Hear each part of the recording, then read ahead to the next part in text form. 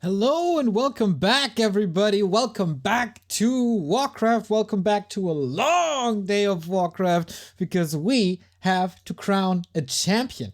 It's time. Newbie League Grand Finals. I'm very, very sad that I am not part of this Grand Final. I tried my best. I really learned a lot, but our team, Clutcher Kick, was not able to make it to the Grand Final. Therefore, we have Superstars in Training versus Wildfish. And this is gonna be good. This is gonna be 9 best of 3s.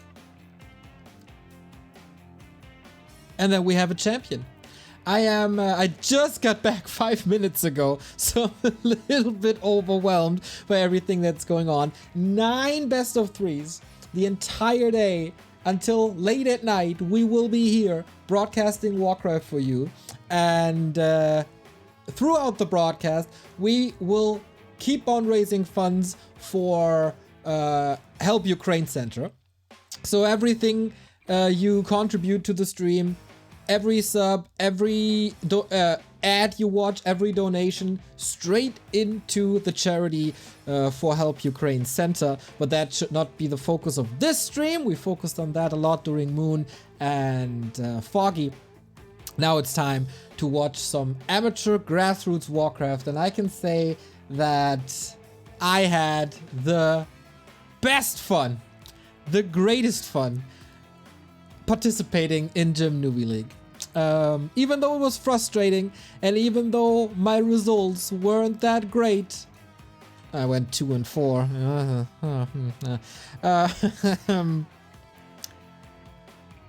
It was just great. And now 9 times best of 3. This is amazing. So our first match is Nether versus Blue. I was kind of funny. I was told that it's Omnia versus Air, and now all of a sudden everybody is named differently. All the Smurfs here.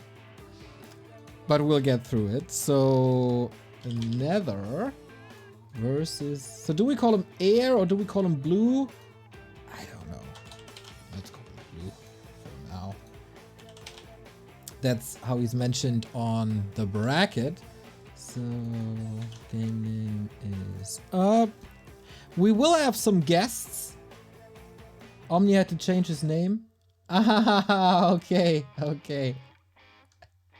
Yeah, man, I'm very much looking forward to this. It's the same system as in the other Clan Wars we got in Nations League or W3IL. So if you win 2-0,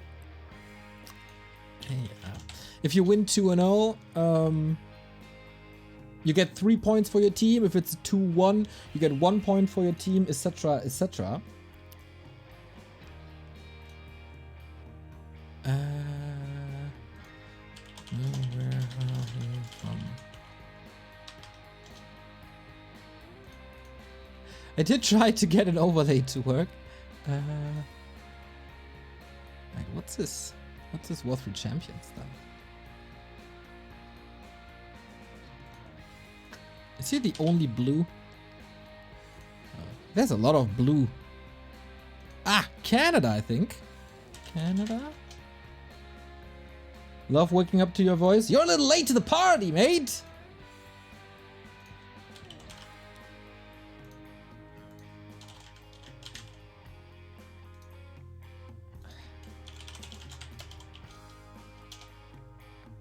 Alright, so just to fill you in, what's happening here today. The entire lineup for the day looks like this.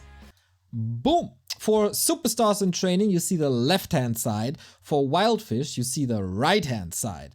So we started 1-1. The first game is going to be live. Some games will be replays. The majority of the games will be live, though. So we got people like Energy, who is really, really damn good. Blue versus Nether, our game here. Stars and Stripes, hopefully on his birthday, performing well against Mr. Echo Goodman. This is gonna be great. Loot versus Ayatok Skywalker. Luke versus Ballad. Ningxiyun versus Burrow Rush. Very excited for this. Buzzkill versus Guru. 2 players that I faced in GNL. Lost to both. Greed versus question mark. Potato versus Tarmok. Super hyped for that as well. Eros versus Konkan and Gayborg, Sick Boy. And maybe we need a decider there as well. I'm super hyped for this. Ready if you are. Alright then. Blue for the superstars in training. Nether for Wildfish. I should maybe add it to the names. Wildfish. No, blue is Sid. Blue Sid. And Nether. Man, so much so much pressure on these guys.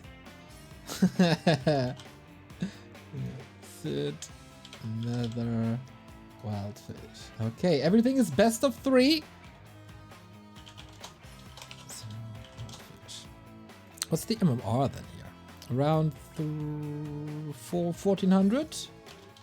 1400 MMR. Okay, everything a little impromptu, but we're gonna get there. As the guys have started the game, and then we kick it off. I think this is our first Gym Newbie League Grand Final broadcast. I'm super hyped to show this to you, and everything's looking fine. Everything is looking fine. Damn, I didn't get the second. Almost there.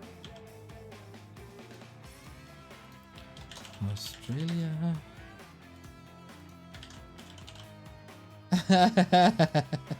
And Canada. A very international tournament we got here. Let's kick this off, everybody. First match of the day of the Gym Newbie League's Grand Final. We have Nether in the blue for Wildfish playing from Australia, and blue in yellow, which is confusing for the superstars in training from Canada. This is around 1400 MMR, and the chat had already started. Hi, Mom! Nether greeting his family. How nice this is. Okay, human versus night elf on this very level, as I thank Silent One and Mikkel for the big donations. $15 and $50 by Mikkel. Wonderful to see that, everybody. Who are you rooting for? Is it the superstars in training? Is it the Wildfish? Do you have a preferred player? Are you cheering for someone? Thank you, Bot. Thank you, Boss Foss. Thank you, Lurchi, CKM, and Großmaul. Thank you for the subs. So we do have our standard opening here with Keeper versus Archmage, but this creep route is far from standard. Going to the shop first. This is really interesting. Of course, both players had a lot of time to prepare, around a week, I think. And everybody knows how important this is. If you win GNL, you get a special role in the gym Discord, and you will be visible as a champion for months to come. So a little bit of a evasion creeping creep route here by Nether. I like it. Go Wildfish. Go Superstars. Okay, I think you're pretty much 50-50 down the middle.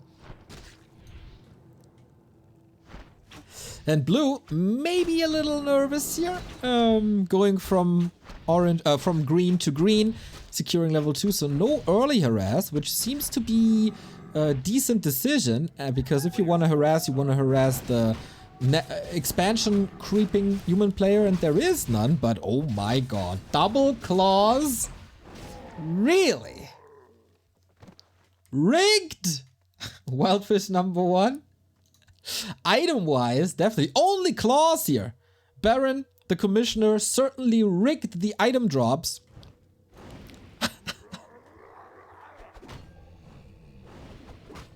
So it's only claws, only damage. Let's go, let's go, let's go. Here's the expansion creep with level 2.3, but Archmage, of course, with these 2 claws can put in a lot of damage. Nice little last hit. He wants this level 3. He gets the Ogre Magi as well. Not that easy to deal with the Treants. Archers are bringing in damage as well, but insane! Gets the Keepers around, just kills him off just like that. Nether tearing his opponent to parts here.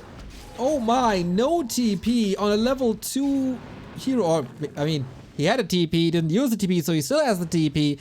That was a botched harass, unfortunately. Mantle for the Archmage. Come on, Barren, you rigged this. You rigged this.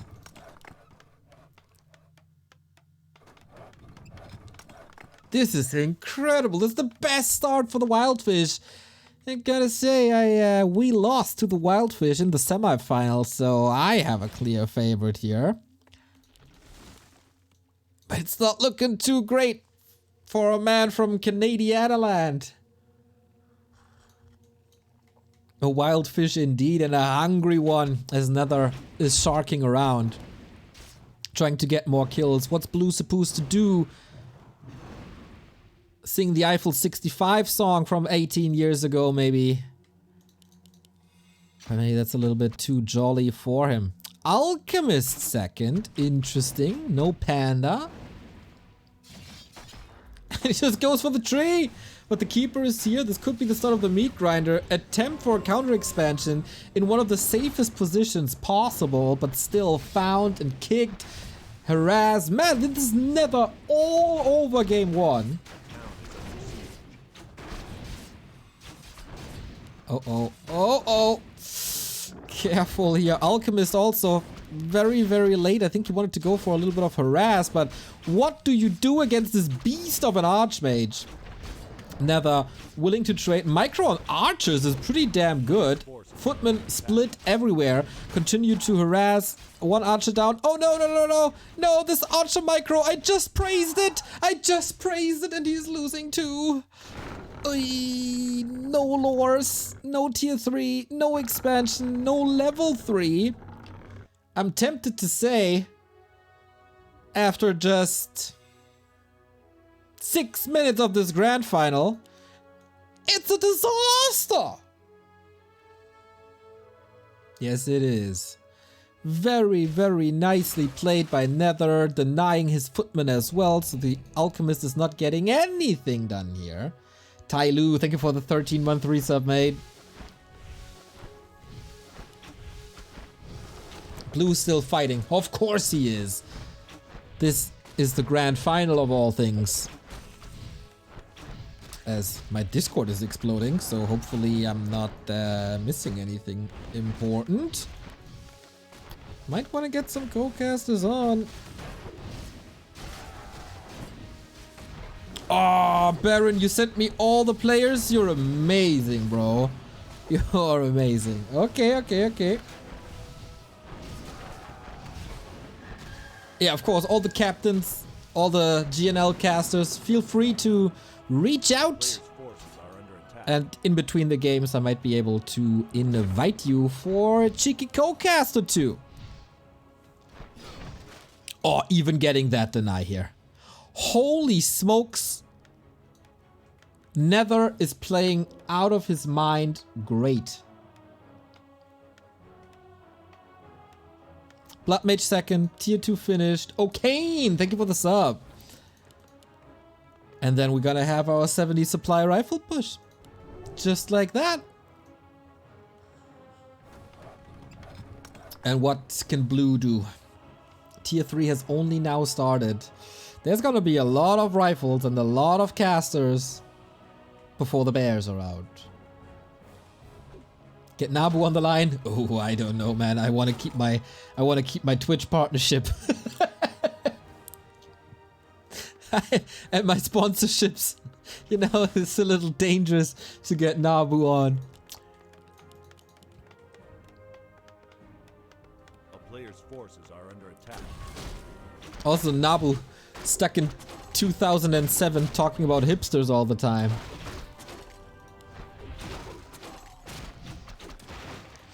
Okay, Nether, you played a wonderful early game. You played a very good mid game. Oh, Sythren. Now you have to finish it.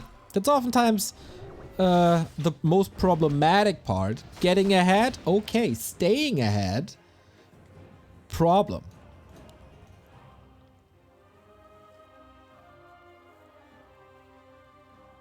I'll be around. Nice. Yeah, of course we need the commissioner here to justify all the rigging.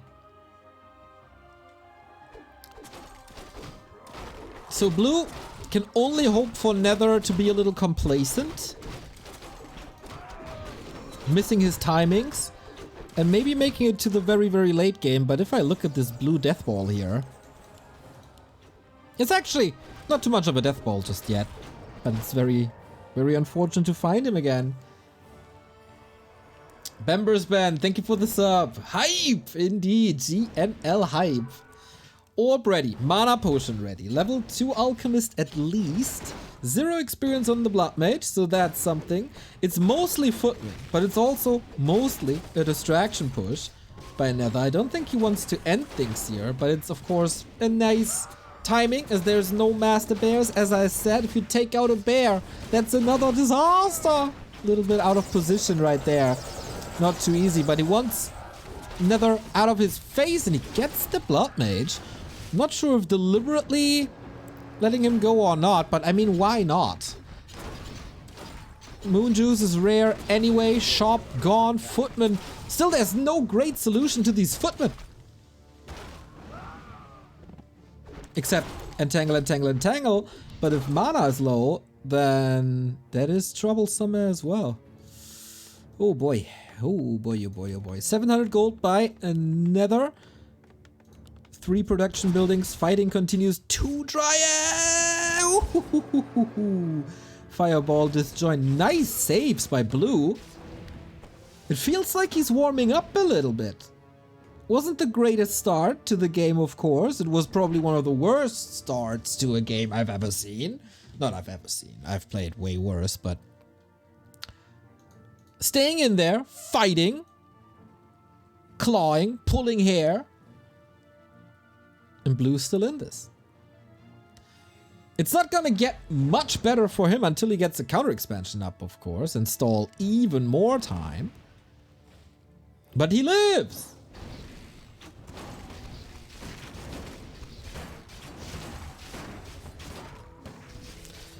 Taking the first point in the grand final, of course, psychologically important. All the teammates are watching. The world is watching. Can be good support for the rest of the team. Level 4. Come on, Wildfish. Yo, Guru, what's up, mate? Still want my rematch. Sui Mask, Brilliance Aura, and Siphon Mana. That's a lot of mana on Nether.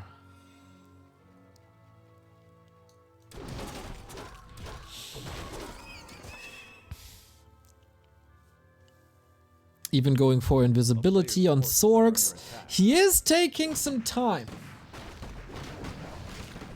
Guru versus Buzzkill versus Neo. Yeah, we can play on, what's the map name? Nomad Isles? Where it's a 3-player map. I always loved that.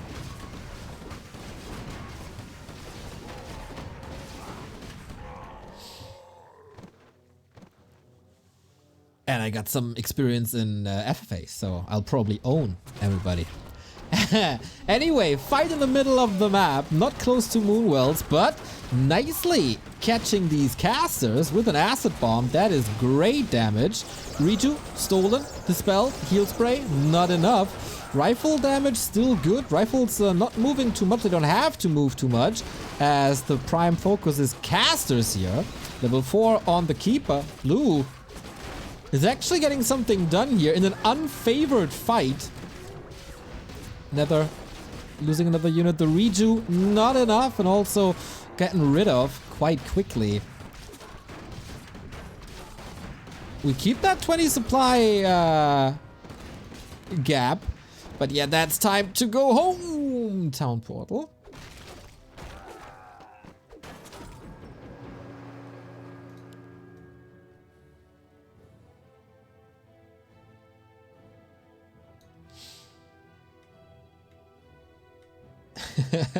Early risers on the West Coast for the grand final. Yep. Lots of people from the West Coast already in chat. Love to see it. I mean, what the hell? There was a big spike. I don't know what caused this. Anyway, Nether is about to close this out. Tower push, no tier 3. That's commitment. And I think rightfully so. Oh. This spell gets him out of the entangle. Nicely done, buying time for the towers. You need to drain the mana and redistribute it. Level 4 on the Alchemist. But this is more time for towers. Damage is okay. Mana is looking exquisite. But how do you break through these towers? Engine of Lore in a position where you can attack it easily. Still trying to stall some time. Reapplying slow. I like that. Hiding behind the towers. Nether does a lot of things very, very right. Maybe mispositioning in the middle. Maybe overcommitting to that fight. But he can take the trades. If it's around 50-50 in the trades, it's totally fine for him. As long as Nether... Oh, Flame Strike is spending his mana because nighttime is over soon and then the moon wells will be dry. Okay.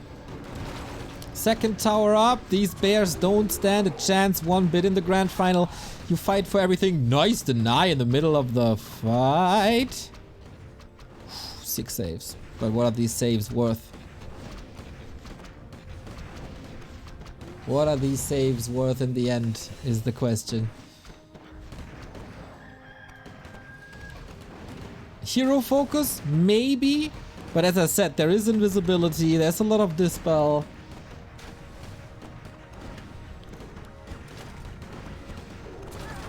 It's a 30 supply advantage now.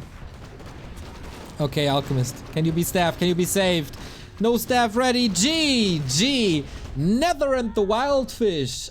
That's a nice band name, by the way. Nether and the Wildfish taking game number 1 and point number 1 in the grand final of GNL Season 9. That was pretty cool, to be honest. Incredible performance by Nether, especially the early game, was just insane. It was just insane. There was almost no chance at all for blue, and then he lost the keeper, and then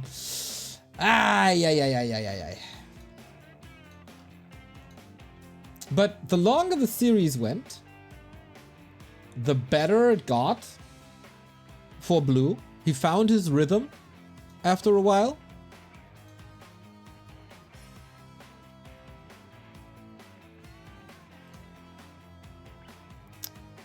We're getting there. Of course, the grid command is always leading you to the current standings. I hope they will be updated. Not too sure.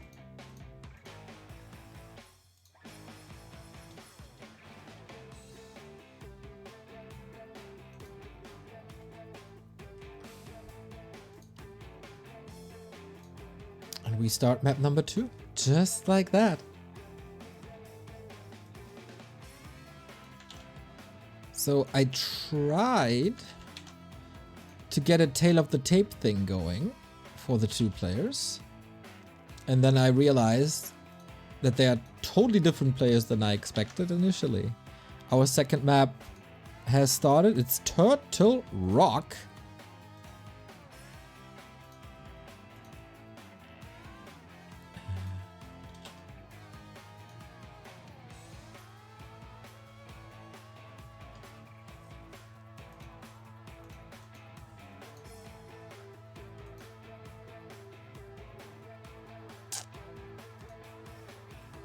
Still trying to get this tail of the tape thing working. Wait a minute. Do it. Oh, 20 bucks by Lau. Thank you for the support, mate.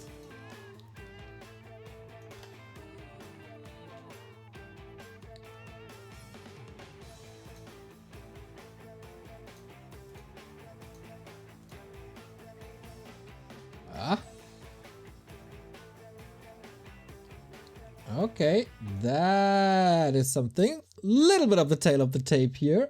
If it's working. Yes, it is. Blue as the Night Elf. And Nether as a human once again. We move on to map number 2. 1-0 for the Wild Fish. Can the superstars in training strike back?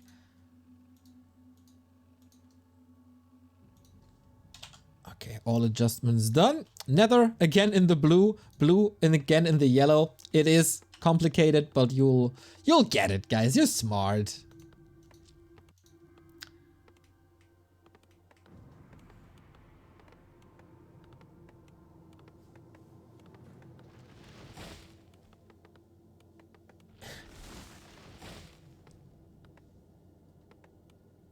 I'll be there in 2 minutes. Oops!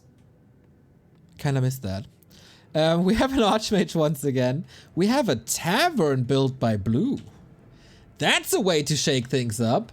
I expected another keeper. It's kind of good on Turtle Rock for creeping. Beastmaster. Really? Without a mercenary camp on this map. Okay. Interesting.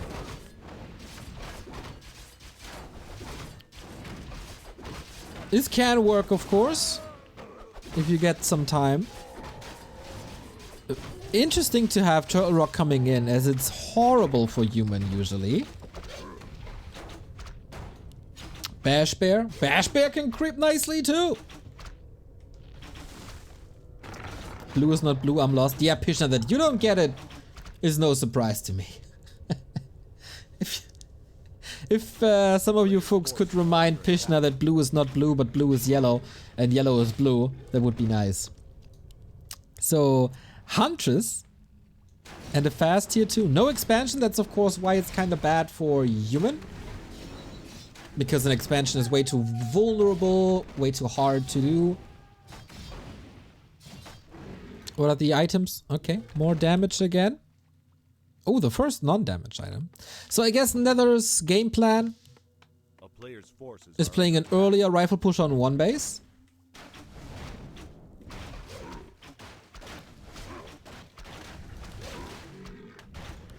And what's Blue gonna do? Huntress into Dryads? Could be something. And then, if the mid game goes well, go Bears.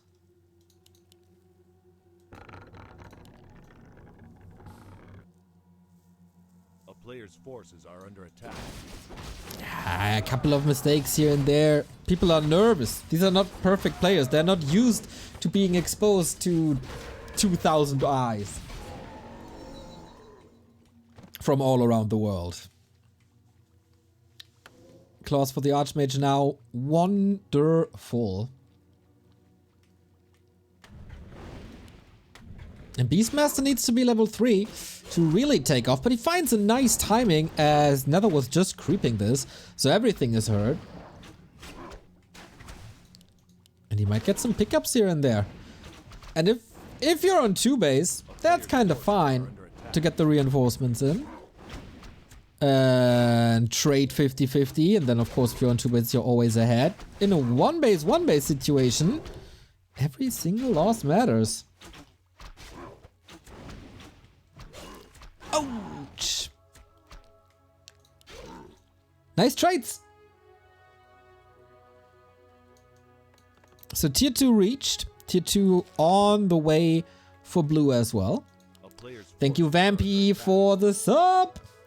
If you predict the winner of this series successful, I'll donate $10. Easy? Okay. My money...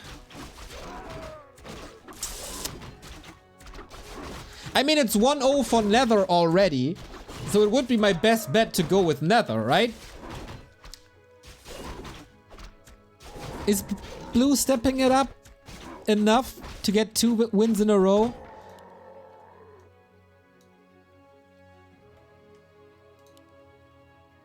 Okay, maybe I'm throwing $10 out, but I think Blue is gonna make a return. I think Blue wins.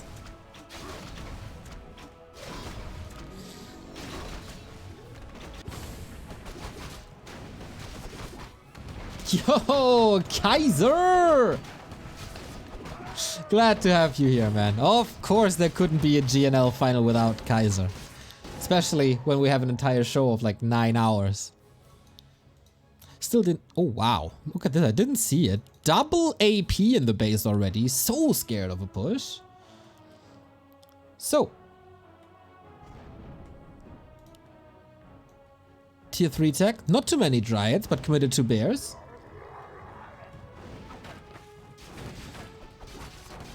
Remo lost his bet the last time. Ah, come on, Vampy. You know me.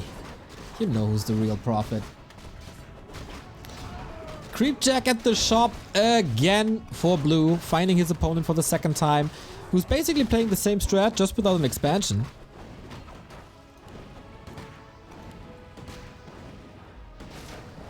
Ooh, Bash. Going for the high value units here. Could have been getting a guaranteed kill on the footman. Maybe he's leaving empty-handed now though, because he has almost no range attack. No powerful range attack. Deny by Nether. Nether's playing really, really good. But it's still human on Turtle Rock. And it's still one base tier 2 against one base tier 3. And of course, Wildfish kicked out my team. So, you know.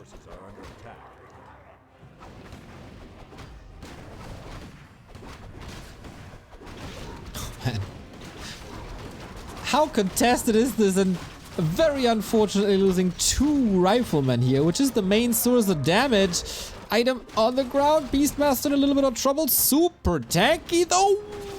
14 HP calculated. Wants to stay in the fight for a little bit longer. God damn. Level 3 and level 2 this time. Heroes not as stacked as before, and Blue's just patiently waiting. Force tier 3? Why not? Not overcommitting. Let's go.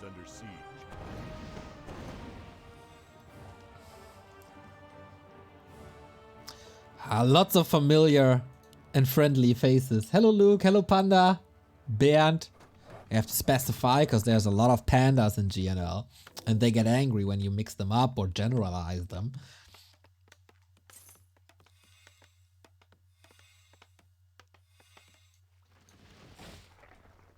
So Bears out. Solo Beastie Boy. Ancient Protectors make their way into the middle. We don't have a staff yet. Should definitely get one soon. Just super high value.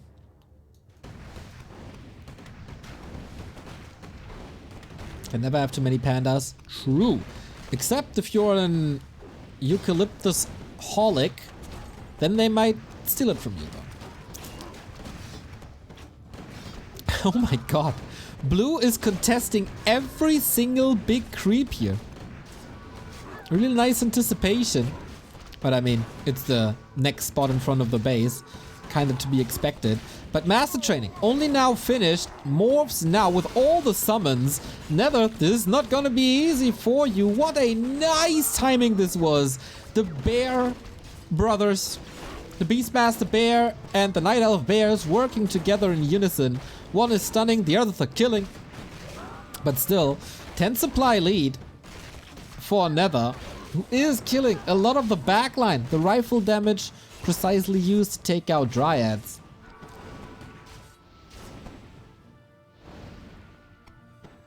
Pandas. Oh, that's koalas. Yes! A eucalyptus is koalas. That is very true. So bamboo then. Whatever. You know what I mean. Nether survives for now, but Blue has 1,000 gold to raise up to 50.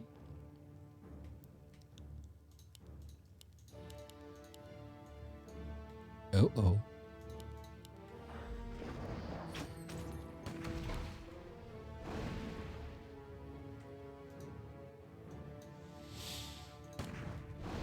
And there's still only one base. There needs to be a push, but against 2 APs. Shop now up, tier 3, Naga third, interestingly. I mean, she does need no... okay, interesting. Skill Frost Arrow and then buy an orb for it. Could have gone Fork Lightning first then, I guess, but hey. Well, it's just, you know, muscle memory. You get a Naga, you pick Frost Arrow. Militia all run into the meat grinder. There is no disable here. This would be a perfect moment for Flame Strike. Yes, exactly. Grill them, bears. Bears grilled.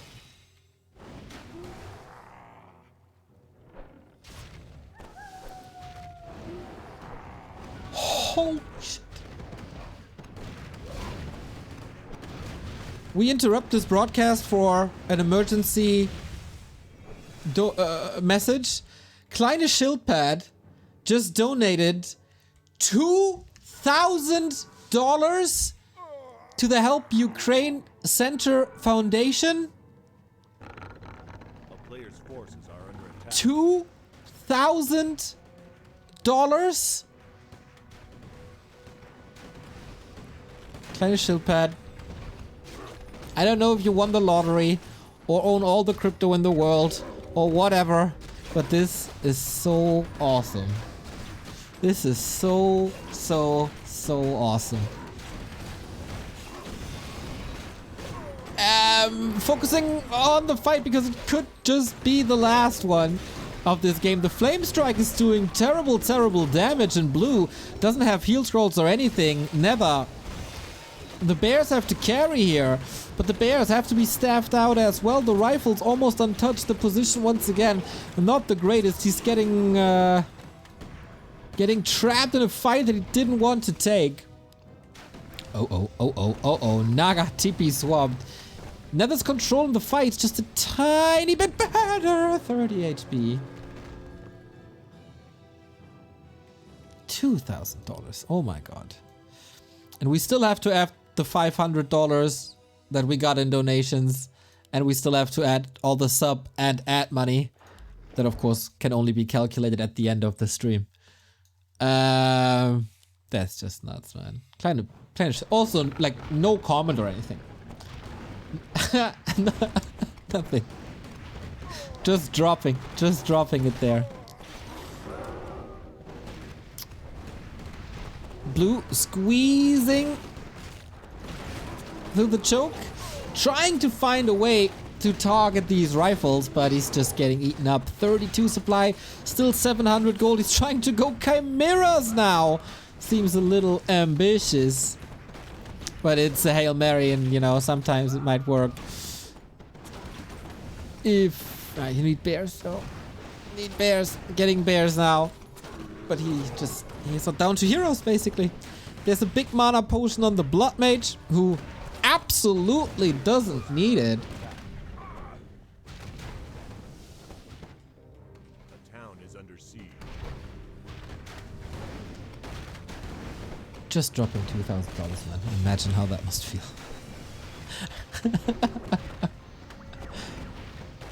Incredible. Incredible.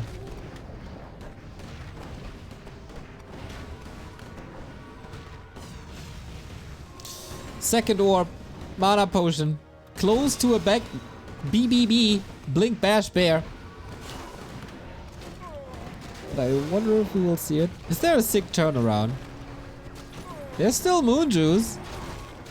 One kill, would love to see detonates or anything, but it's all too chaotic, I guess. Remember, if Nether wins this, it's 3 points for the Wildfish.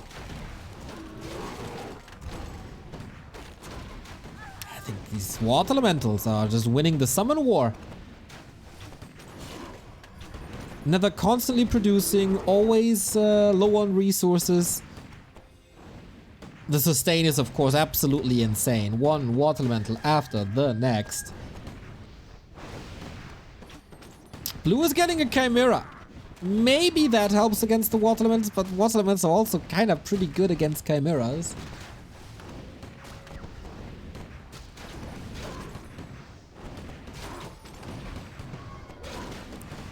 Beastmaster finally made it to 5, but I wonder if he can use the big bear. We want to see a... Wait, he's going Quill Beast? No, it's a big bear.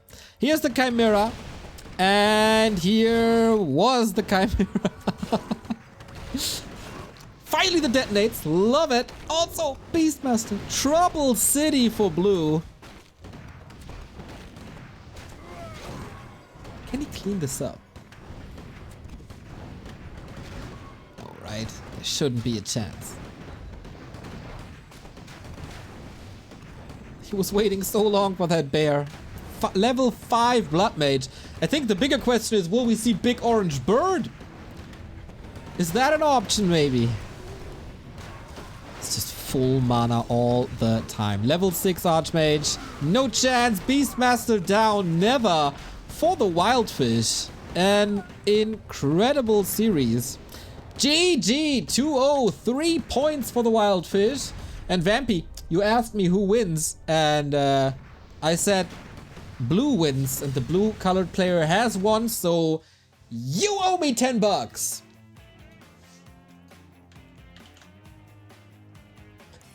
Thank you, Relvane, Anora, and Alps for the subs. Insane guy, this kleine Schildpad, much love. Indeed, indeed. Wildfish 3-0.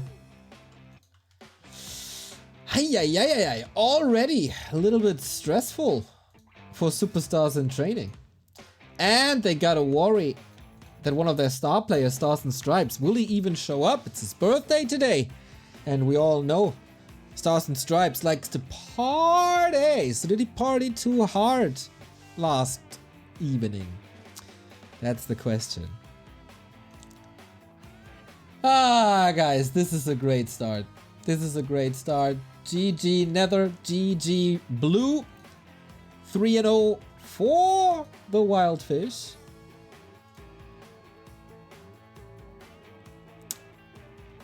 It's not getting much easier. Was there a clear favorite here? I think Nether came in as the favorite, being slightly higher in MMR. So the favorite prevailed. Those are the first 3 points. So now we have the first game in the books. The next live game is at 6 p.m. That means we have some time to cast a replay game. And then we have 4 live games in a row, which is quite amazing. Gayborg versus Sick Boy is the next one. Stars and Stripes versus Echo Goodman. Tarmok versus Potato, and Buzzkill versus Guru are coming up then. And yeah, what can we say? Kleine Schildpad, this will do a lot of good. This will do a lot of good. Butt Crumbs, thank you for the gifted sub.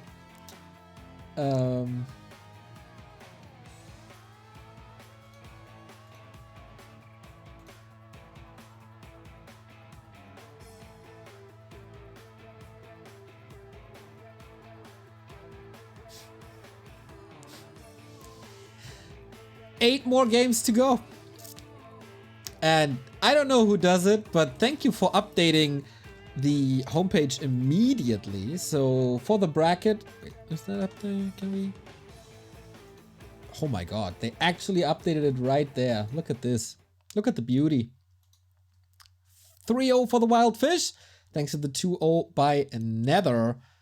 We will move on, as I said, through to a replay cast, but for that, or before that, is there a Liquipedia for this? Nope, as there's no prize money, there's also no Liquipedia. But you can all find it on the Warcraft Gym homepage. Of course, if you want to learn the game, Gym Discord is the best Discord for you, but the Gym homepage is actually the best homepage for you. And there you can find all the information also about GNL on top of all the guides and tutorials you find there. So this is the Gym homepage. Season 9 will find its end today, but there's a lot more content for you. Latest articles, how to build a human base, for example, how to expand with an Archmage, and you know what? Since I see the Fountain of Mana League here, GNL might come to an end, everybody. GNL might come to an end, but grassroots initiatives continue. If there's no GNL, there is FOM, and Fountain of Mana League is not a team league as Gym League is, but still a similar approach. There you find it on Challenge. Just look for Warcraft 3 and you will find it. So you sign up. I already did that, so you don't see the sign up button here. You enter your War 3 Champions account, your Battle.net account, and then you will be put into a league with evenly strong opponents. So here's the first league. These guys are all way too good for me. You got one to their old Greg, Dark, Debaser, you know, very, very good guys. I am a little further down, as you can see, with Reaver. Okay, you need to do some seedings, guys. That's impossible. But apart from that, and please as well, Fountain of Mana League, there will be seedings, guys, for sure. Puts you in a league, in a round-robin league with people of your skill. And so instead of a clan-based competition, you have a one-on-one competition. And here you go. Back to Warcraft. I'm in. Challenge me. Challenge me. That's sign-up order. Yeah. I got that. Yeah, I know. So you will be put in a league that suits your MMR. Carson! He's not accepted yet. Lol. The only player where the invitation is pending. Love it. Very, lot of familiar names there as well. Cool to see Carson. Maybe I can get Remo to sign up. That would be quite something, wouldn't it? So, as so often, if GNL ends, Fountain of Mana starts. Shout out to Want2. And I think Pokey, I'm not too sure if he's still involved, but he did at the beginning, if I'm not mistaken, for doing this.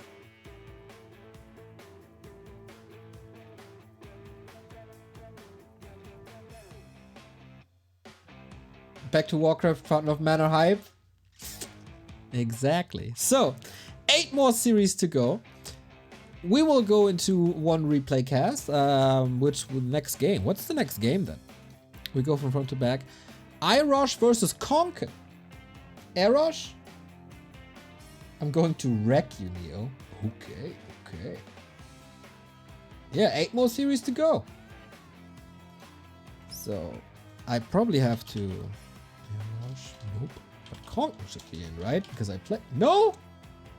God damn it! Okay, I have to create these players. I will send you into a little break afterwards.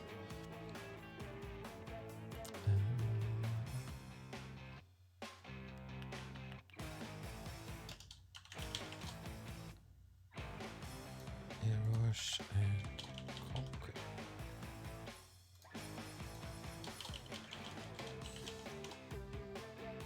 Because, as I said, it's where is it now? Close to 5 p.m. I didn't have breakfast yet, so just creating everything. Eros and Konkan. Guys, I am super stoked to cast this for you. It's gonna be a long stream, it's gonna be a fun stream. And we have the 3-0 for the Wild Fish. Let's see if they can carry this home, or if the superstars in training will strike back. Let's have a little break. Feel free to check out the Help Ukraine fundraiser. Kleine Schildpad just donated $2,000. It's just insane. That you support this cause as much as you do. Warms my heart a lot. So thank you for everything. We'll be back in 4 minutes and 30 seconds.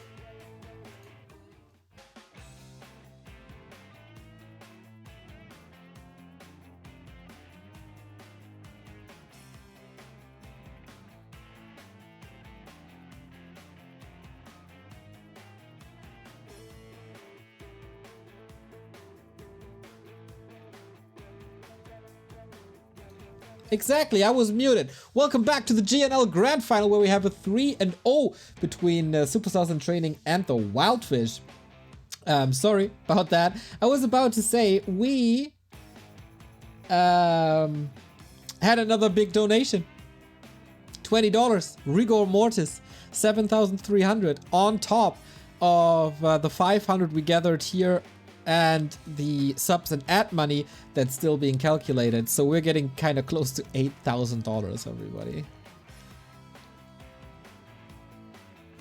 you know how much that is? That is so much. So much money. 3-0. currently for the Wildfish.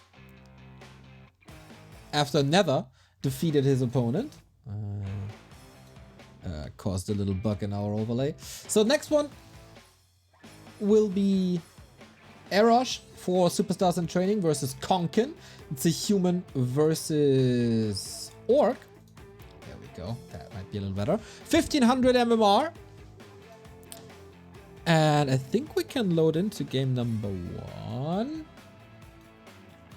Ah, perfect. And the first co-caster has announced himself, Quberte. Take your time.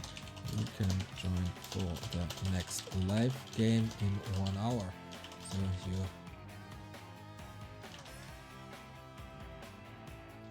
next is replay cast. So we tried to align everything, but of course with 9 best of 3s, not everything can be at the same time. And so a couple of games had to be played before. And this is one of them. Eros versus Konkan. I have to figure out, where is Eros from? Also Canada. God damn, lots of Canadians here. Eros, Canada. Konkan from Germany. And look at this. We have ourselves a little tale of the tape. Boom. There you see it. Eros slightly favored, we want to say, when it comes to his MMR. And Konkan apparently relatively weak versus human this season.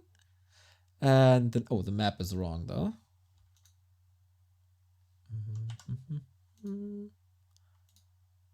Hold on.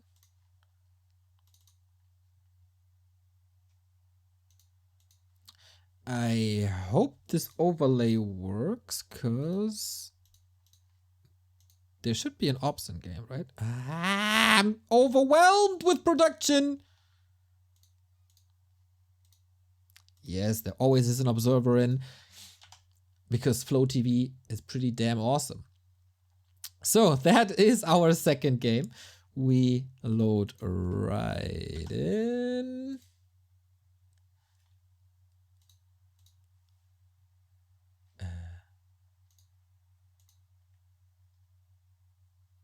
There we go.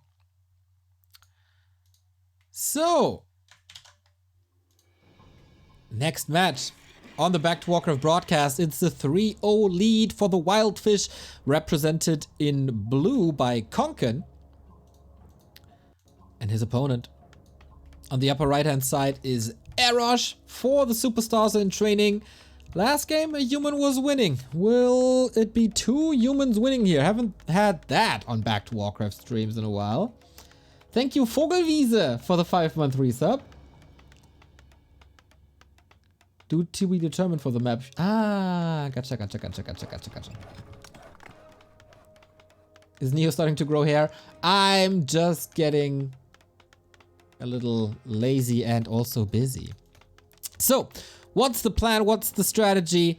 Very hard to tell, as this is around 1500 MMR. Some players like to cheese quite a bit. But so far, Farseer, Headhunter opening on Concealed Hill. On the other side, Archmage Footman opening. No big surprise here. As I said, the next live game in pretty much exactly an hour. So if we need to fill some time, we'll find some talking points. Very, very sure about that.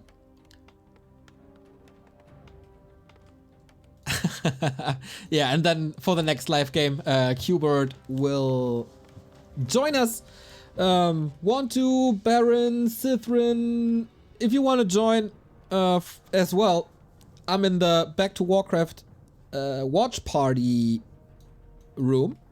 But I mean, for the replays, casting replays together isn't that great, I think. Because then we have to sync, etc, etc, etc.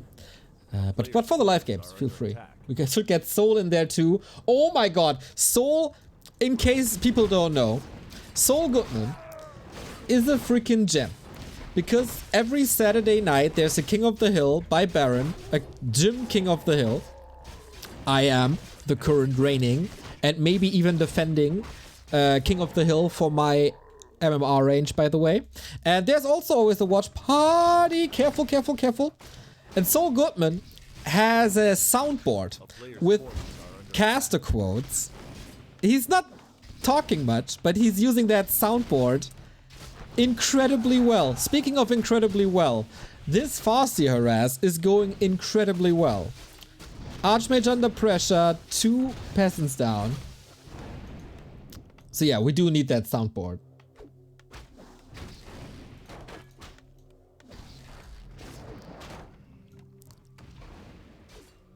That's a perfect sound clip for him, for sure, for sure, for sure. So, a little bit of damage done already.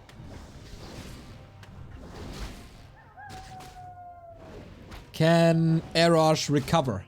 So far, it's not the greatest match for the superstars in training. Gotta be honest. But he's striking back with footman support. Headhunter's already hurt. But it's nighttime, so maybe he can go to the fountain. No, that's the kill he needed for level 2. Oh, that's so helpful.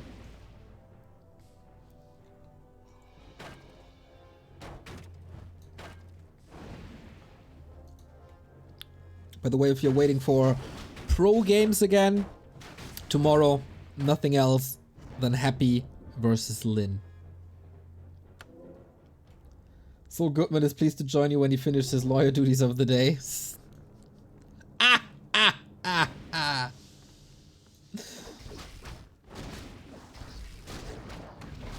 Oh, careful. One headhunter is fine. He just, quote unquote, gave him level 2 with that. Shop isn't finished, but is now, can't be cancelled anymore. It's only 1 footman. Shouldn't lose a lot more though, I think. That's 1. The other is hurt. Did he get the... Oh, he didn't get the selves. A player's forces are under attack. That hurts. That hurts. Very, very good recovery by Eros. Gotta be honest with you guys. There was a lot of pressure. There was 2 hurt units. But hot damn. Konkan is in a world of trouble. His tech isn't finished. He can't go for a potion. His headhunter is dead. His Farseer is almost dead. Eros is having one of the best recoveries I've seen in a long time. Speed scroll and heal self committed. Footman again in the base onto the headhunter. Konkan is pretty much falling apart here. There's nothing left. But he got 20 pop. I got a feeling that tonight's gonna be a good night, obviously. But that superstars in training are getting their first point here. Except, I don't know, if Eros is too confident, I mean his unit's already starting to fall. And then maybe a hero kill. But it's TC, not a Shadow Hunter. Player's forces are under attack. Good saves though. If he's able to save them. No way he saves all 3 footmen. Okay, 2 out of 3, but that's insane. Very, very, very well done by Eros.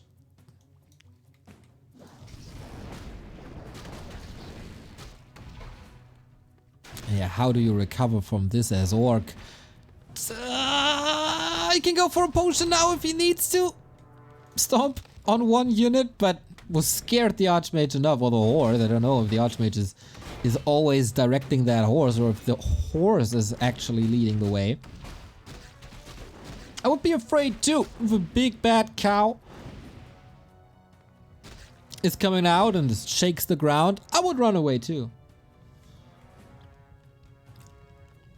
Okay, Farseer alive.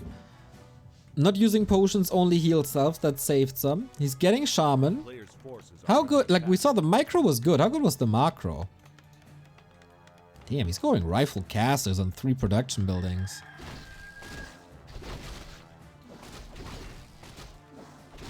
My wife is a horse.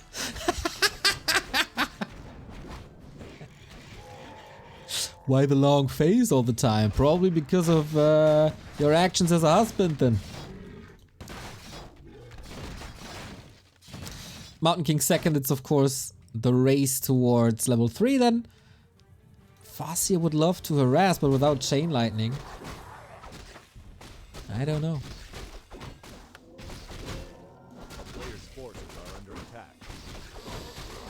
Can you still recover from this is the question.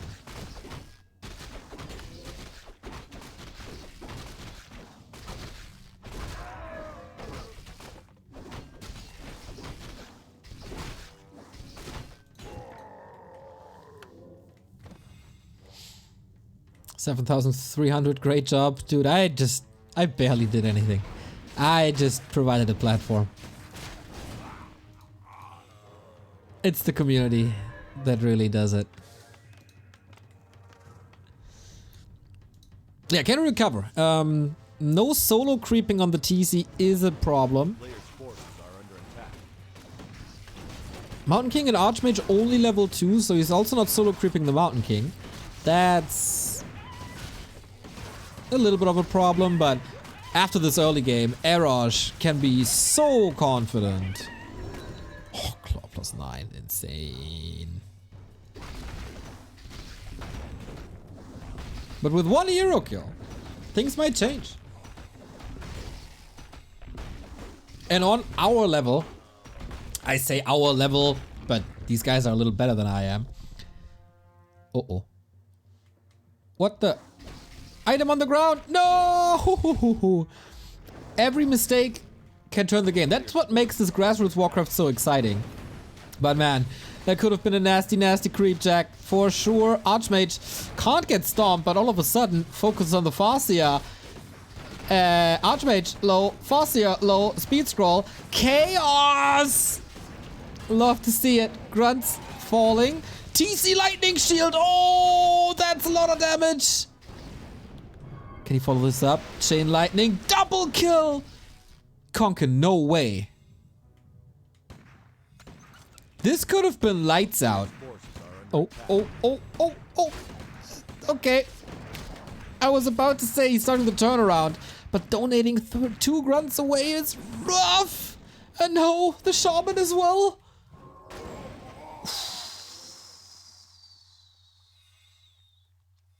Okay, that was nasty. Everything hurt. Eros pushing forward. He was on rollerblades for a bit, but I don't think he can hold this anymore. Nope, he can't. He sees it too much. GG. Eros takes the first map for the superstars in training. But that's the beauty. You see it. That's the beauty. Everything can turn in basically seconds. First map for the superstars. And of course the chance to tie it up. Was a 3-0 lead for the Wildfish. Now the first one for superstars in training. Cool to see that Eros didn't crumble after this harass. Sometimes you start the series and there's a Farseer and he kills 2 of your workers and yeah, it starts a mental downward spiral. But no, he recovered well, used the Farseer, used the Footman, and almost broke Konkan there in the middle.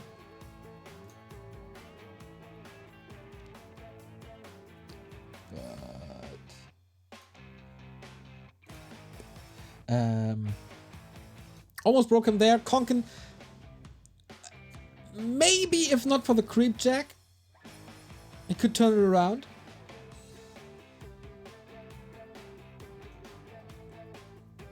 But nicely done. When does Echo Goodman play?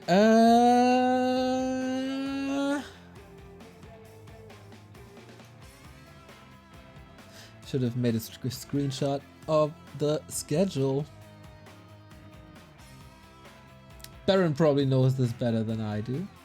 Echo Goodman plays at 7 p.m. Central European time. So in 2 hours. Early game micro and boots broke my back. True. That, or mid game. Was it mid game already? I mean, cool to see Konkan here. The initial rest, as I said, was really, really good, but then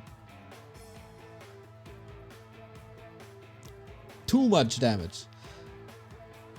Shop maybe a little late.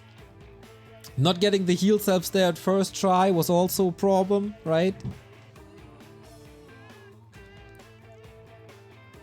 Presuming SNS is standing. That is indeed a problem, maybe. SNS's birthday today. Probably good chance for Mr. Goodman. Go Echo. Yes.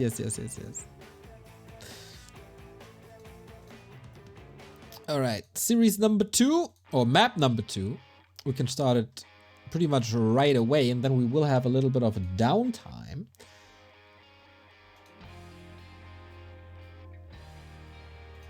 But better to have downtime in between series. Maybe I start a ladder game or something, after we have to wait for 6 p.m. Maybe I eat a bit. As our next game is on Autumn Leaves.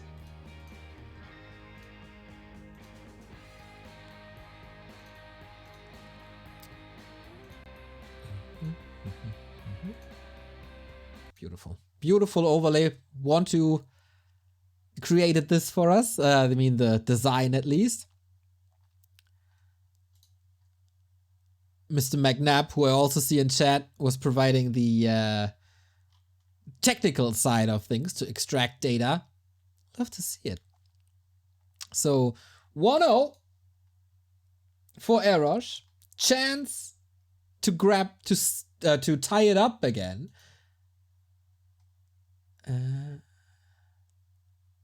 Chance to tie it up again after the 3-1 lead for Wildfish.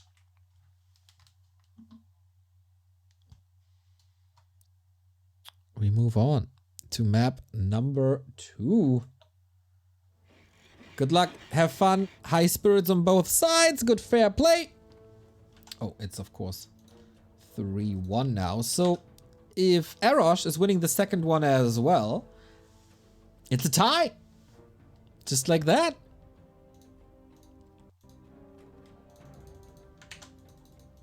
Konkan, what can you do?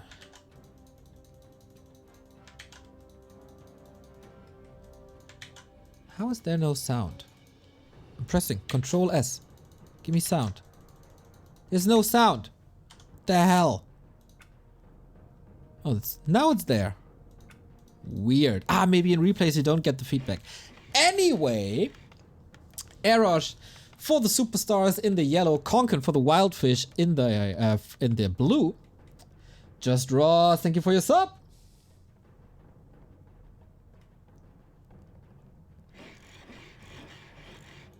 And once again, Farseer Headhunters by Konkan. It's also very, very active in all the grassroots tournaments that we have in the scene.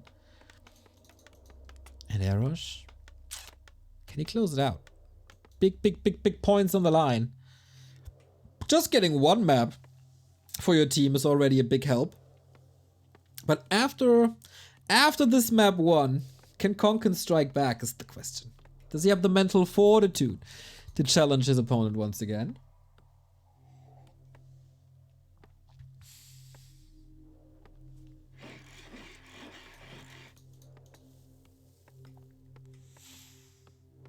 Hoping for a little bit of a longer game, because human versus orc in the early late game or late mid game, whatever you want to call it, super explosive, super fun, lots of hero action.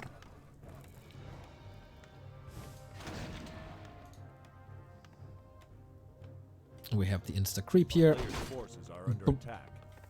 Burrow placement questionable. What would your suggestion be, Dark? Backseat gamer? Sitting there in one of your 7 apartments, criticizing grassroots player. The forward one. Is it scary? Yeah, it is approachable.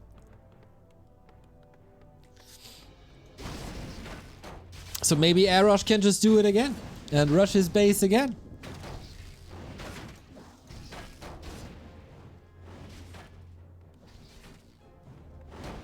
But maybe Konkan will fix it. I don't know anything about Orc. I'm just, you know, talking about what I see.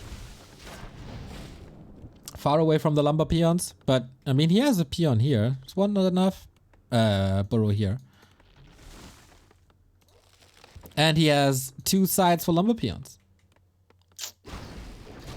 Thank you, Vincent Soloso for the 15-month resub. If they get a footman surround with defense, they can't repair in time. Oh, that's true. So, suggestion for Konkan, swap the altar to the other side. Wah. Oh, I'm not too sure if the Zoom resets here automatically. We'll see about that. So, no militia lost this time. And again, Headhunter is taking quite some damage. Footman kill, maybe? Wolf now split to the side, unfortunately. And the Water Elemental, again, proving to be the superior summon.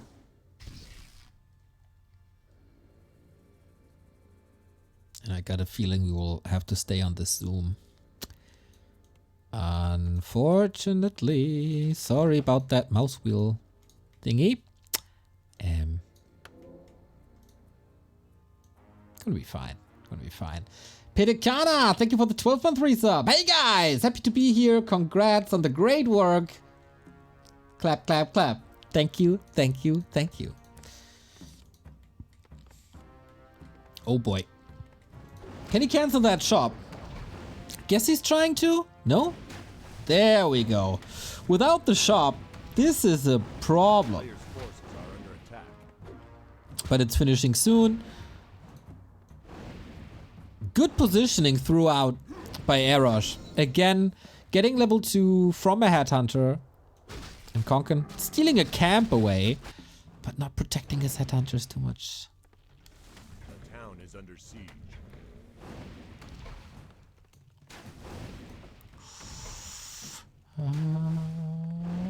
No, no, no, no, no, no, no, no, no, no, no. Fireball's too hot. This Archmage, man. Double Headhunter kill again. That takes a lot of creep speed and, in general, damage away from Konkan. Who's switching to TC Grunts. This time the damage not as great as before.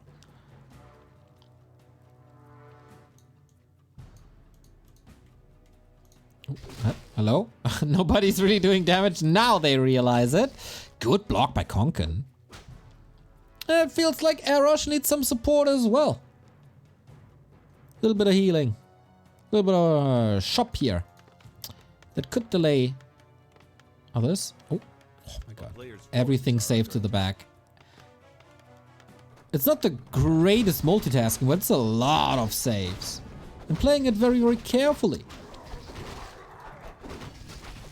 That allows Konkan, of course, as there's no map presence currently by Eros.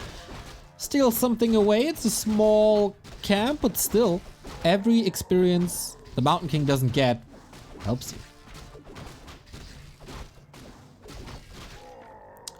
Surprised that Blizzard only allowed us to zoom in once. Rest is behind a paywall, you know. Gotta play $5 per zoom. It's unaffordable though. Okay, that region scroll will have an amazing value. A player's forces are under attack. Huh, but the camp is gone. It's kind of tough to creep now. Like, you can go to the shop. You can try to contest the middle.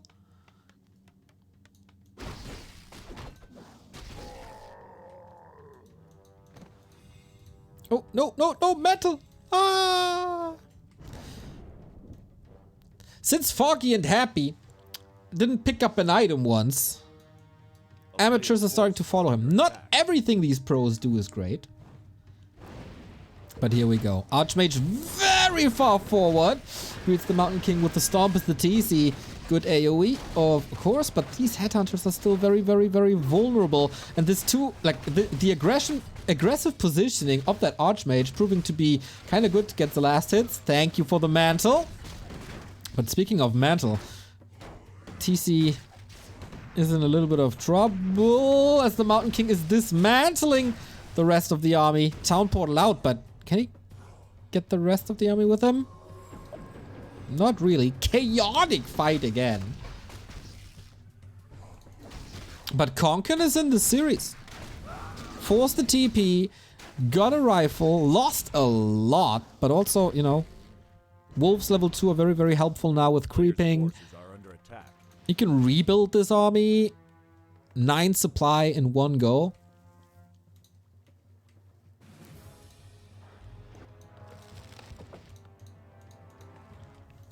Interesting that this rifle casters from 3 production buildings is working. And Konkan feels super safe. Super confident. Look at this expansion right away. The player's forces are under attack.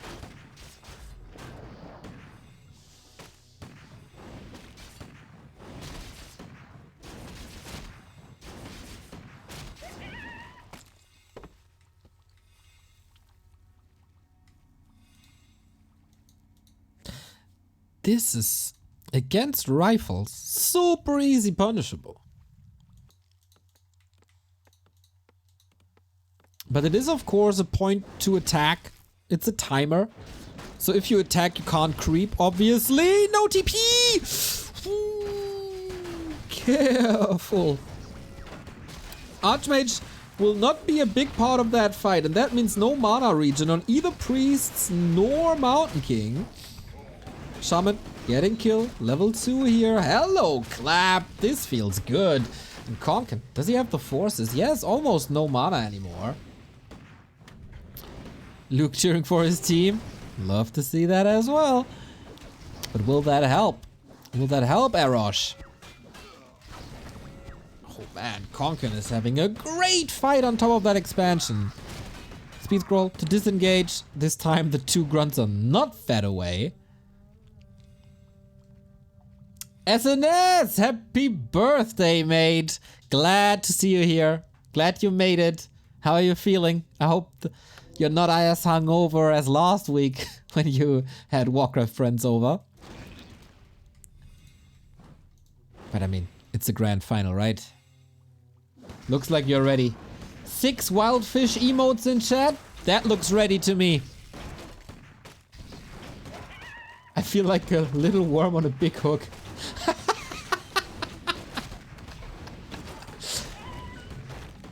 It's not too great, I guess.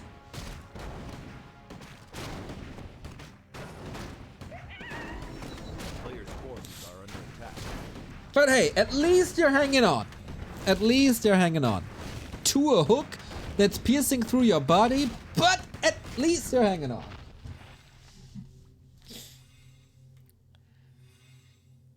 This is a pretty cool 50-50 game thus far, but Eros needs to push this expo at times. This is the big strength of Rifleman in this matchup. Neo, you're awesome. You are awesome. Bam! 1,000 bits by Stars and Stripes. A very, very generous birthday boy. Let's go, Wildfish. Thank you, thank you, thank you, thank you.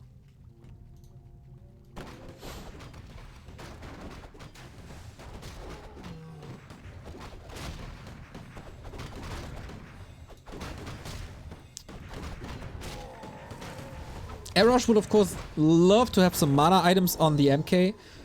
Both carry heroes now level 3. Soul Goodman, what's up? Nice to have you here.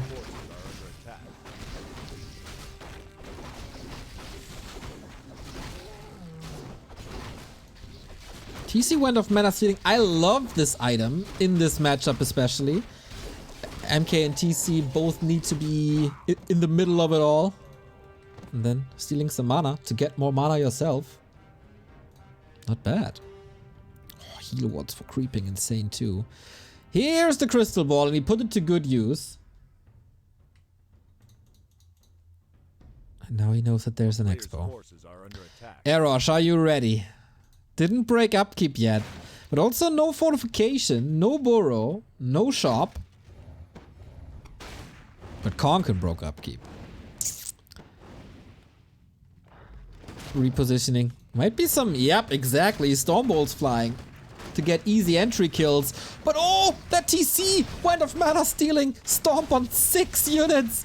If only there would be a lightning shield on top. That would be the cherry on the cake, on the cream, on the everything. But nuke on that TC. He's just dead, isn't he? Oh, Archmage burns the cow, grills the cow. Heal potion, amazing in that situation. And Konkan just brute force on that dwarf. But there's an invo potion. He probably didn't check. Oh my god, you don't want to hug a Mountain King with 4 mana. No, no, no. 1,000 gold for Eros. That's the last bit of mana. Now the lightning shields are coming in. TP out. Will he take these units with him? That's 6 supply on the line, but also no damage anymore. Whew, lucky break for Konkan. This heal ward also went for a long time. And he can heal up now. TC loss, of course, hurts. But the expo is running. He can afford it. Would even argue the Tavern revive would be better. As this is an arms race between TC and MK. But Eros, there's not much left that does damage. 3 priests and a rifleman. Plus a breaker here.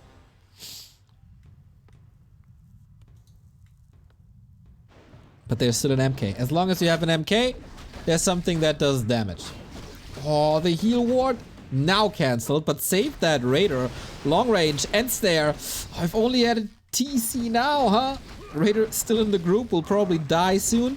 But both heroes very, very hurt. We see a lot of hero focus now switching. Epicenter clap by Eros. Spamming a lot of chain lightning. Wonder if that's worth it, really. Level 4 Archmage, another rifle down. I don't think Eros can break this. He wants to use the time where the TC isn't there. Totally get this. But he... Oh, Purge! No way! And yeah, that was a little bit too much. He was forcing the issue a little bit too heavy. But there's the Tavern revive, and there's still a mana potion, so Konkan shouldn't underestimate this MK. But here is the TC. Hello, level 4 Archmage! Oh no! He has a TP, but he has no time! Rifles following him into the grave. And Konkan, this yours, buddy. This your game. Supply, massive lead, hero lead, gold mine lead, echo lead. This gotta be Konkan's game. 5-4 euros. And that after again an early game with 2 lost heroes. 2 lost heroes, 2 lost headhunters. After game 1, where he was broken after the initial harass. Love it. Love the fighting spirit. Of course it's a grand final. Probably the biggest match for both of the players.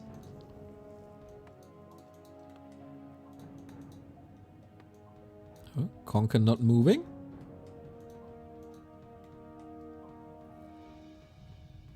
A little bit of a break. Is it? Looks a little bit like a bug, but you never know.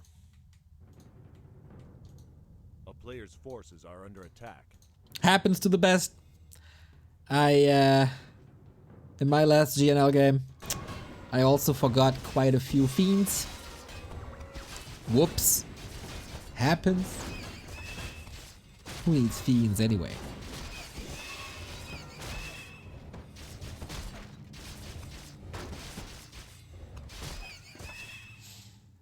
He really doesn't want those damage items. I mean, the pros are leaving tomes on the ground. Konkan is just taking it one step further.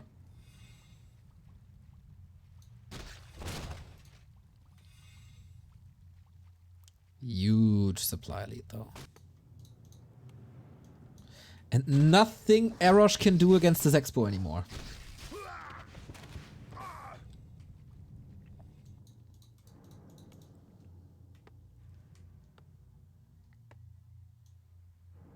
Cool to see that he's checking the expansion positions, and Eros, you see, he's scared. Yeah, he finds him here. He's scared that Konkan is expanding for the second time. That's how far behind he feels he is. Good solution to breakers. Kodo's all empty stomachs. Fix the rally points.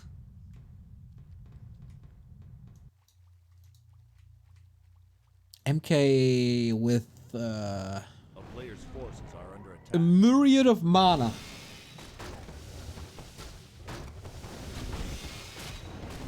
That's one weird skill build. It's not too uncommon actually to start with water elementals. He doesn't have the resources to completely reskill, but water elementals just feed the orc thanks to purge. So it's not too uncommon to go one level of blizzard. That's an insane creep jack here though. Ooh. Town portal, a priest, and the granite golem. That's a major win for Konkan. Battle drums. They don't stack anymore, so... not the greatest. At least he's picking that up.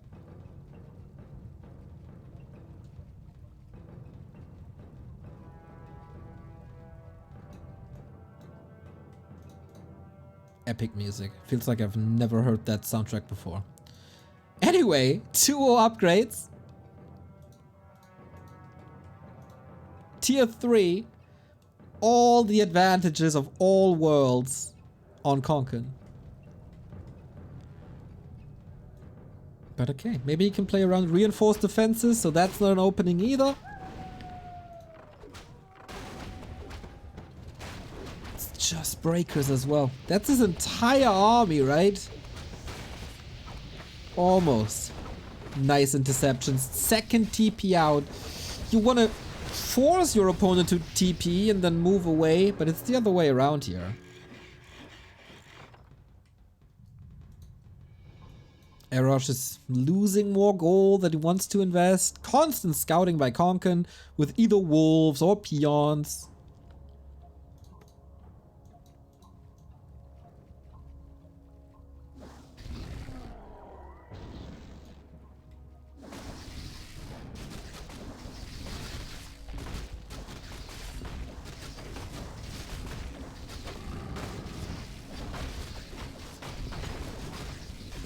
And the second red spot to Konkan. This is unlosable almost. Level 5-5. Tier 3. What do you got? Helm of Valor. Okay, so losing that TC became a little less likely now. Nothing left to creep. Really. No way to get that MK on 5.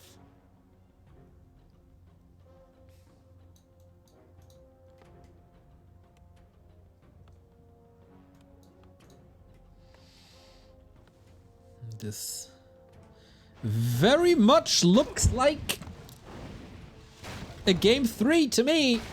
Another TP, probably right on top. Yeah, good luck. There's another TP here, but can't escape without any losses. Did he eat? Not too much, but he got 2 units. 1600 gold. He could buy 3 tiny Great Halls. Sneaky by Eros. Trying everything to take this home.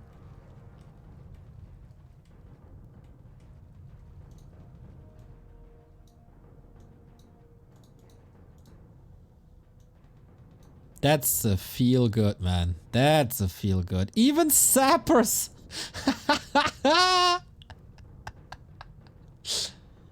Oh, I gotta love it. In case of expansion. Oh, now he scouts this immediately as well. Yeah, that was a sneaky play. No. Nothing working here on game 2, which makes for a very interesting game 3. No, that's fine. Hey, is Eros an FFA player? That's always what they say. And then someone says KK, and then the other is peace question mark, and then there's a Y. FFA in a nutshell for you.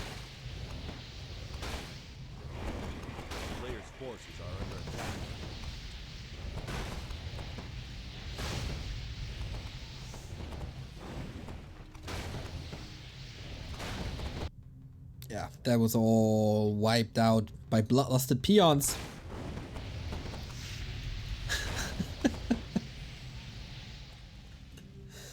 Damn Konkan, that expansion, I was really worried that it's an over-expansion, so to speak. But no, wasn't. Town portal number 730. Oh, sweet double kill.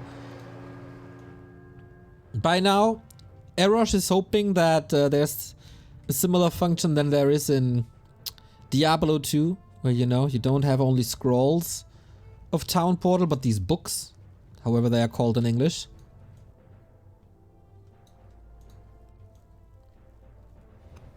In German it's, I think, Foliant.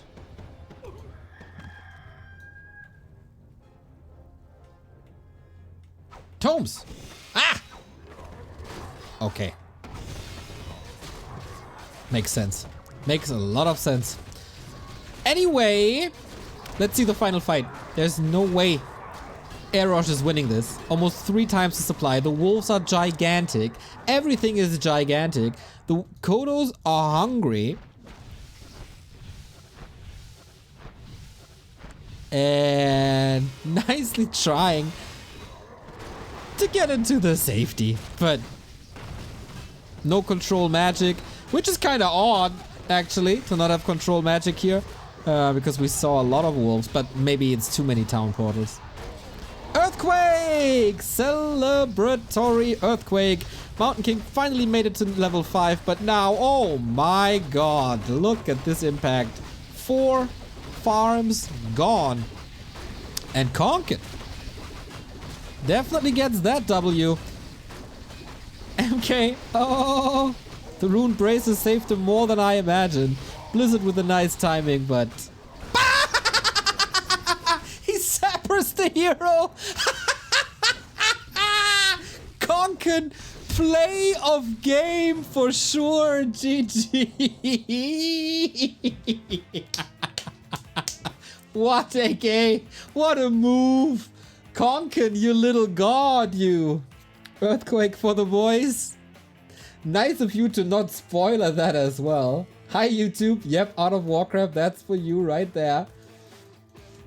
Alright then.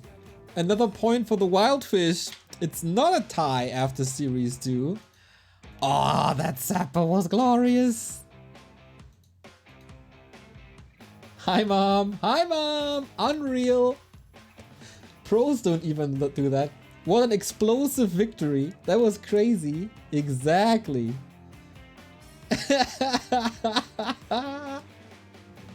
Dude, Konkan.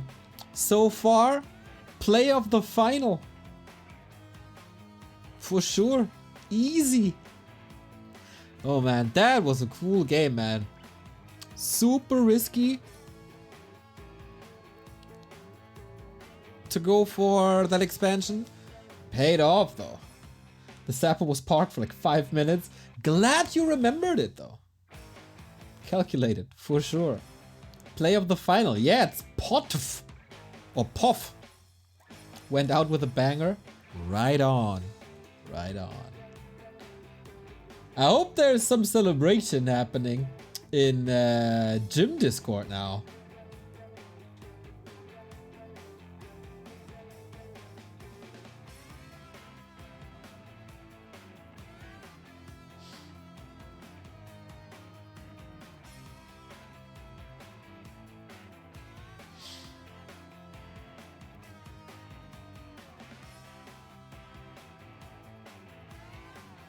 Okay, just trying to catch up. We have one more game between Eros and Konkan, and of course best of 3. 4-1 for the Wildfish. Great start. Wait, we have 9 series. You can get 3 each, 3 point each. So that's 27 points. That means it's first to 14, right? Barren, is that correct? Is it first to 14?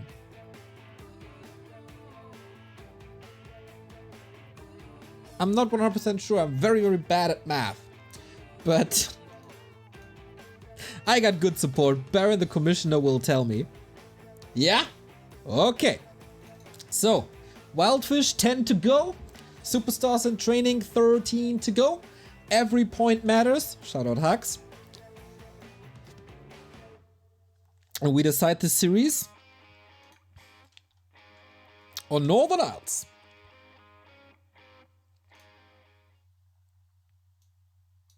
Konkan and Eros. Whew, lots of pressure on Eros now. Trying to turn this around. Again. He had such a great early. And then he didn't. Boom. Game 1, clearly in favor of Eros. Game 2, a little bit maybe lack of scouting or something. But the expansion and then the execution clearly won that game. We have an even match now. Yay, so glad I'm able to catch some Gym Newbie Hype League. Right on, right on.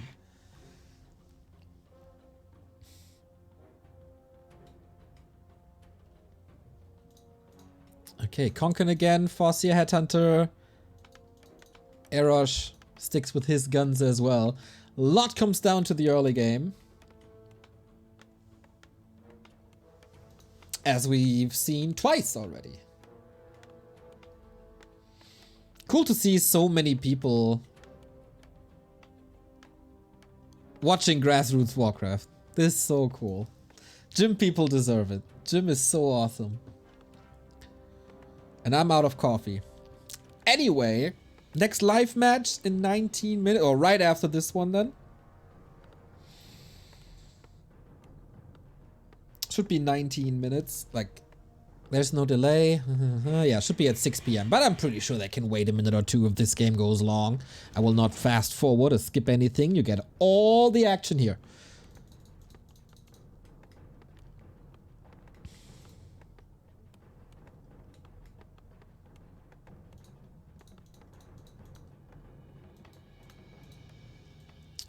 So, Northern Isles, there is a chance for a human expansion.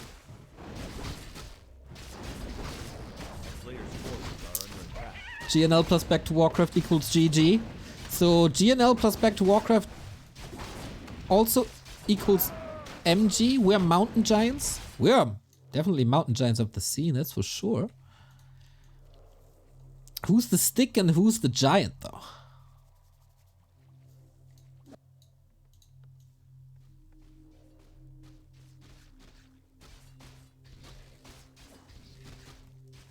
Players' forces are under attack.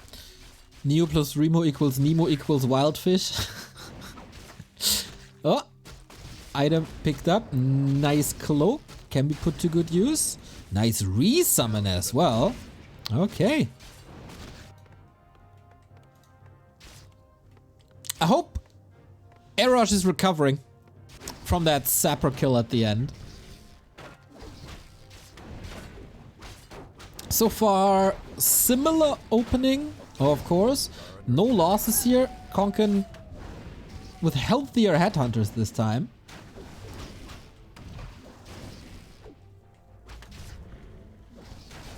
Town is under siege.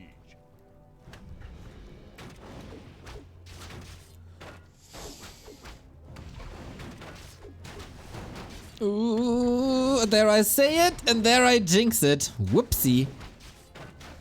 That hurt a little.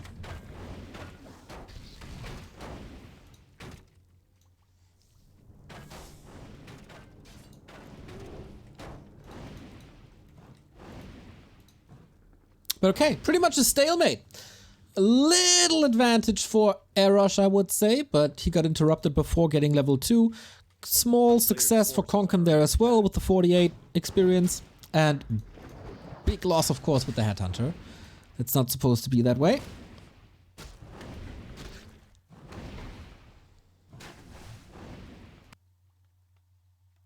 Ho ho ho ho, Eros. No, no, no, no, no, no, no. Not yet, not yet, not yet. Wait. Yes.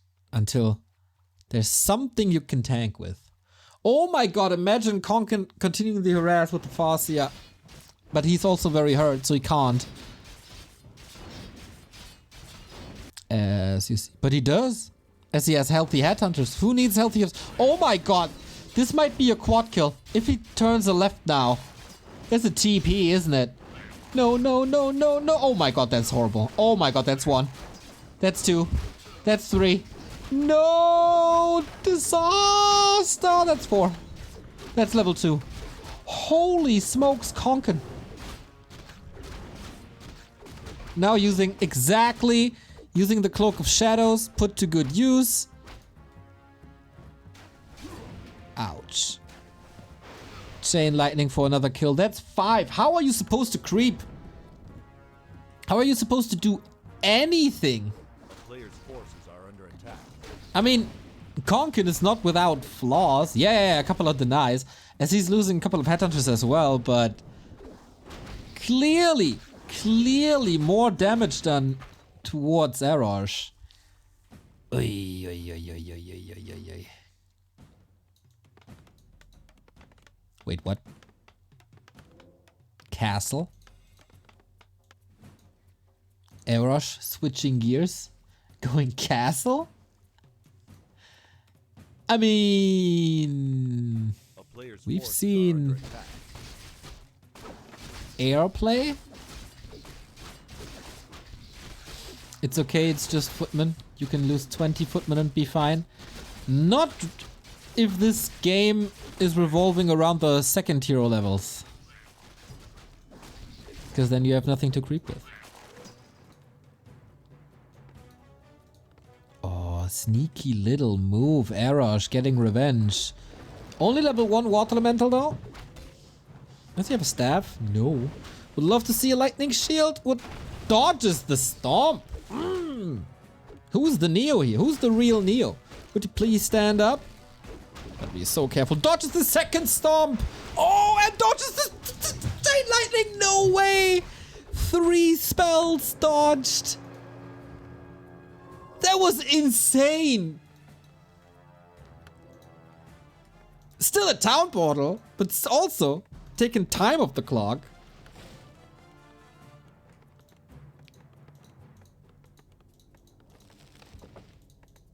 But we still goes casters. Casters tier 3. Okay. Polymorph incoming.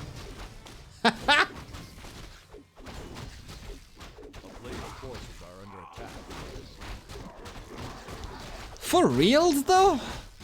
I don't know. What the hell is Eros' gameplay?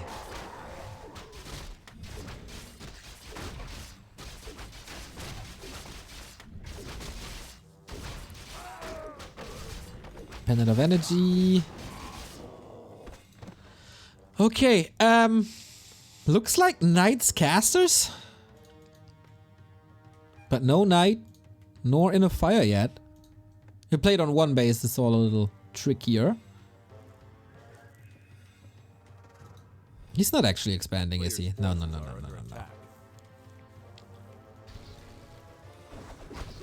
That's a solid plan B though, so far. But again, he has to do something against his expansion. Just like on game 2. It is Konkan's win condition. Schwupp, schwupp. Sap, sap.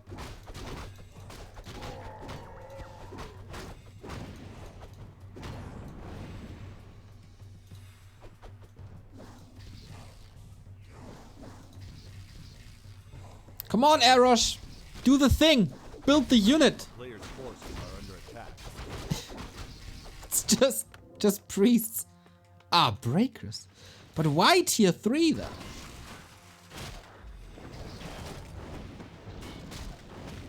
Maybe just because lack of footmen.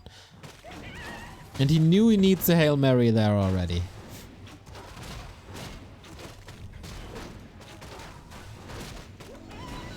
Expansion halfway done, level 3 Archmage, and again a creep check. Man, Konkan had a really good clue of what's happening here. And what to do and where to go, but has to squeeze through that choke. Breakers are coming, but it's not a big... oh, it's not a powerful force. Is it a double surround? No, right? That stomp wasn't dodged though. Eros running out of steam. Pally can't heal himself, that's a problem, but slows everything down with the clap, and the Mountain King should be safe.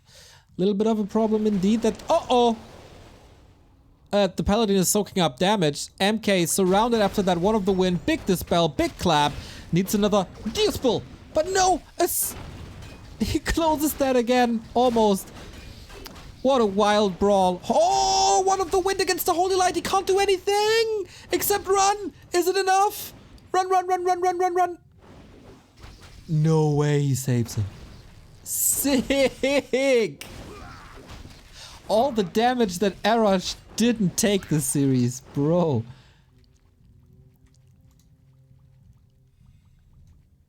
And both are bruised and banged up and hurt and are limping away. But kind of also alive. Oh, that was a big commitment. But wait, Expo is up but not mining? That was such a long time! 2.5 minutes, even supply, tri-hero combo for Eros. A kingdom for a heal scroll on both sides. Mountain King is back. Mana potion, staff. Oh no!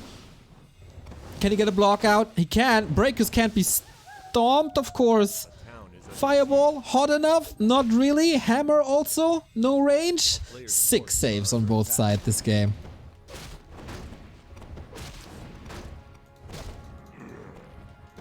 But that Expo did not pay off.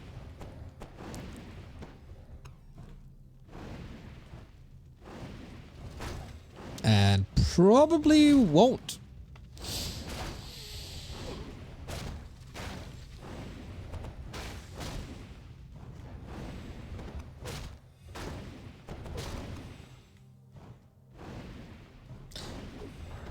Konkan needs to defend, but there's headhunters up front. They're all bruised. TC gets stopped immediately, and there's just too many breakers. Oh, this expansion timing. This time a little too greedy, maybe. After this TC just down. Lol. After this amazing 4 or 5 footman kill, Eros just goes straight to tier 3. And seems to be owning with breakers. Grunt, down, breaker, saved. Raider, dead. 2 more units here. Konkan completely falling apart. Eros with a strategy change of a lifetime. Just going tier 3. So funny, dude. And without a TC, this is so rough. Imagine a stomp now. Imagine a hero focus now. He can just walk it off. A player's forces are under attack. Konkan is almost nothing left. Trying to get some last hits with Purge. It's working. So many losses. Eros finding a wonderful time to push. And this is now definitely Eros' game to take. Inner Fire coming. 800 gold. Can expand if you want. Boom, look at this. Mind control. Would love to know why Eros went tier 3 exactly. I mean, the Pally worked out, kinda. But that's the Expo gone. Konkan, is there one more fight in you with the TC back?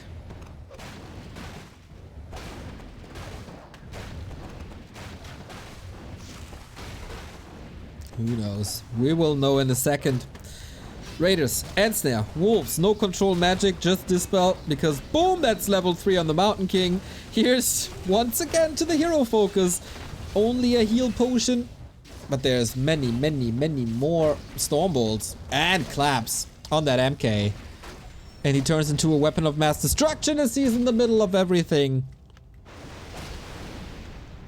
And I just don't see a way out again. Fascia has to TP. But that means the expansion is gone. Oh no. Oh no, TC. Shaman and Grunt left behind.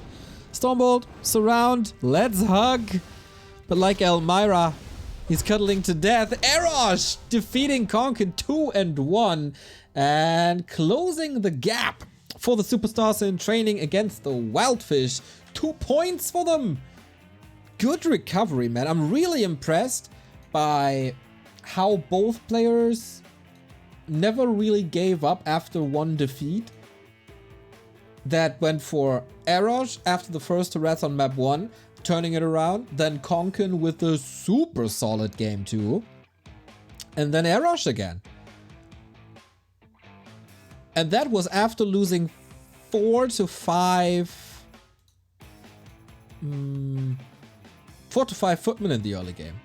Super, super cool. Konkan is in chat. Sorry team, but glad I got one map. His unit control was just so much better. And I did a super bad push with the TC level 2 before the expo kicked in. A little bit unfortunate with the timing. Yes, yes, yes.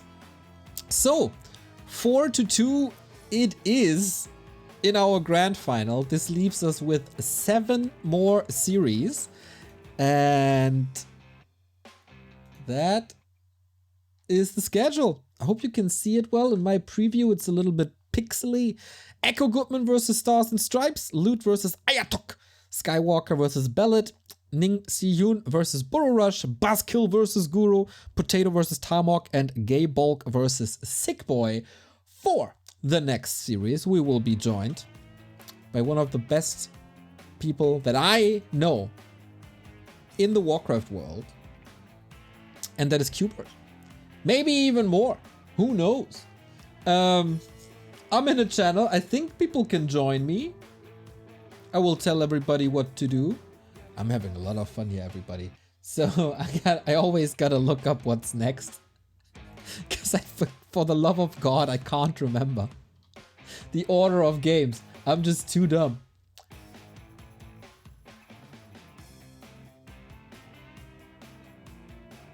Wasn't there a game at 6? Like now?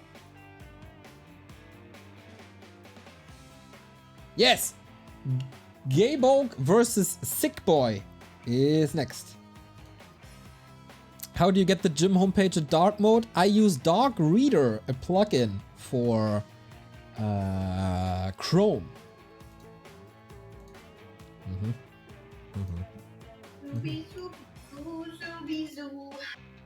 Okay, I got a visitor. And we're singing. We're in a good mood, apparently.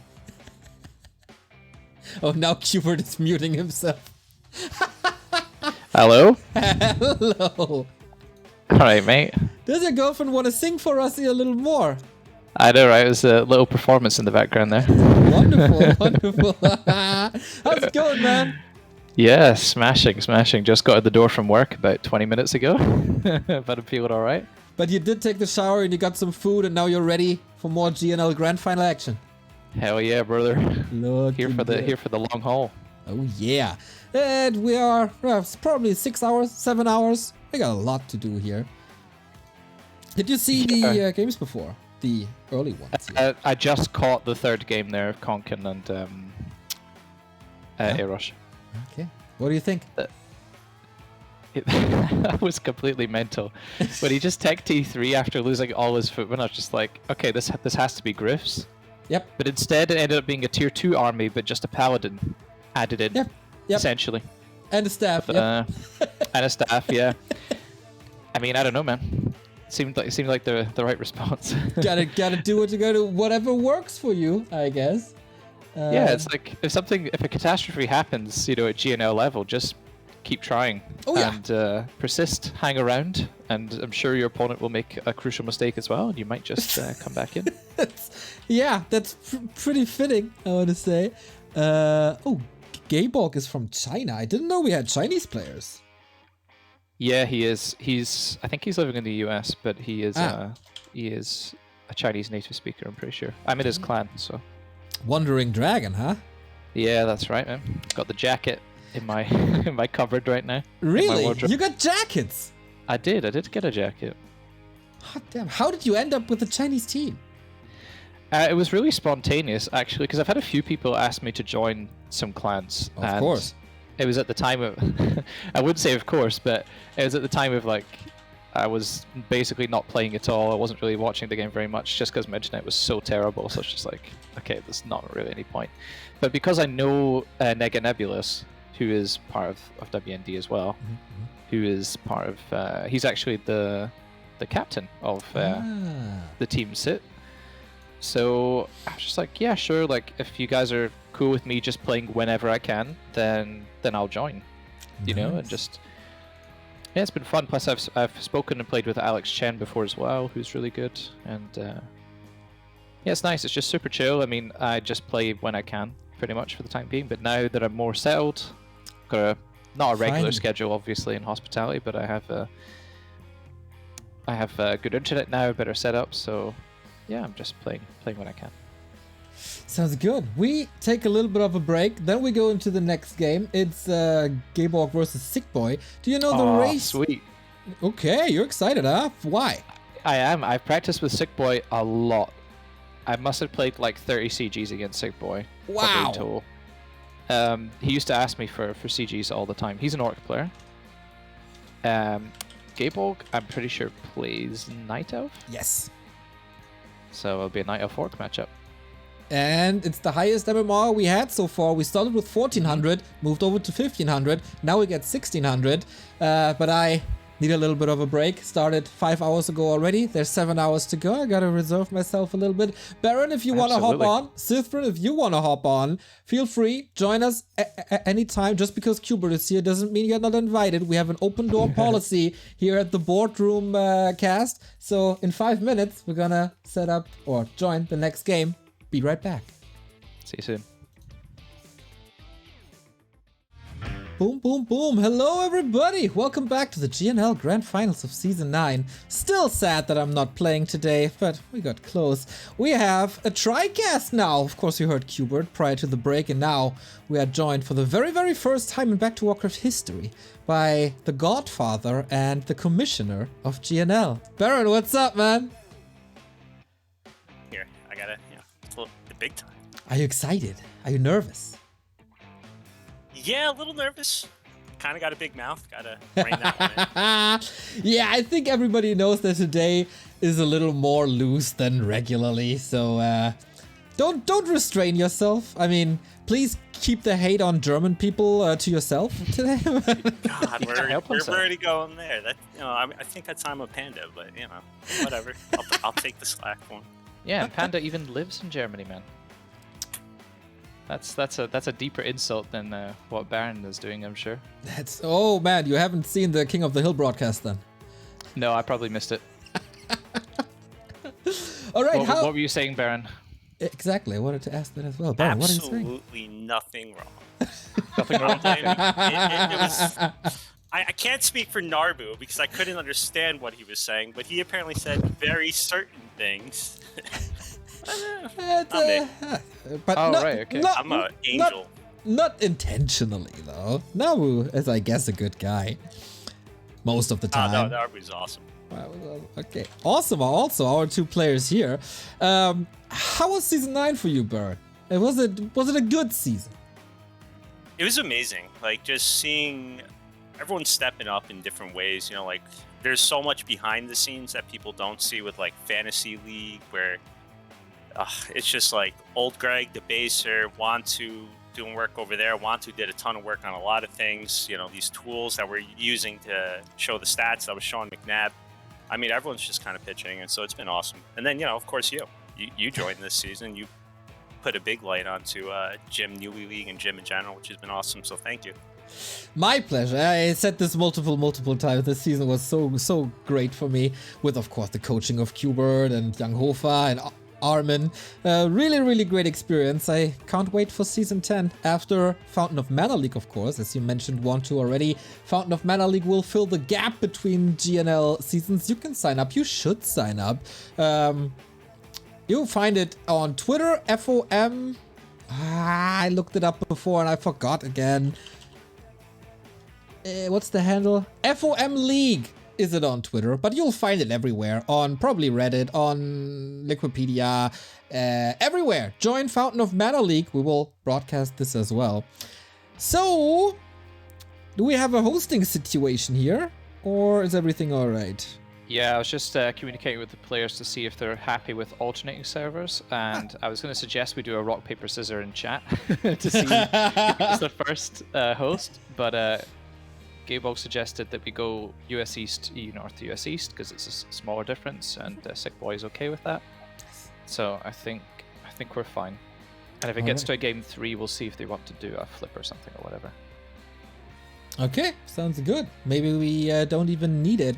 So we have a 4-1 lead for the Wildfish. Did we expect this result so far?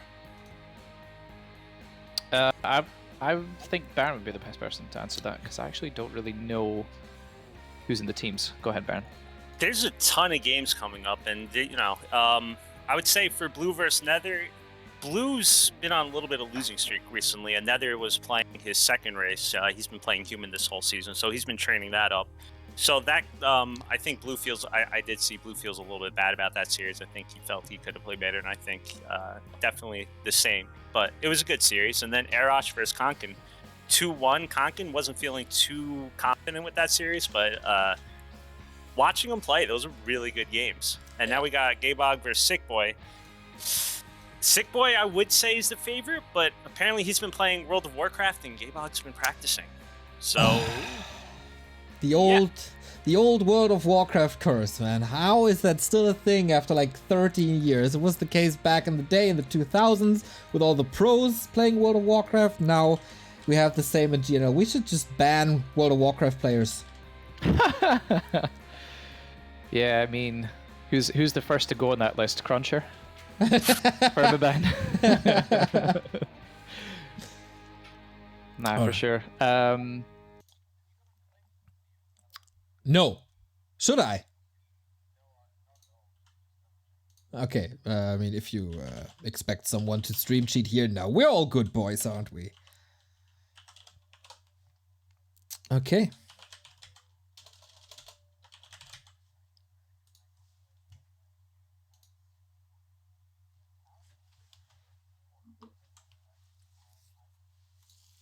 I would expect Farsight Headhunters from Sick Boy, but I think he's going to go for a Blade Grunt opener.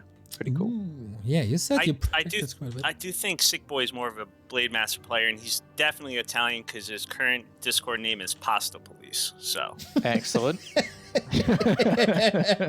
That's those are the insights that we need Barren for. Commissioner knows suspicious. Commission knows all.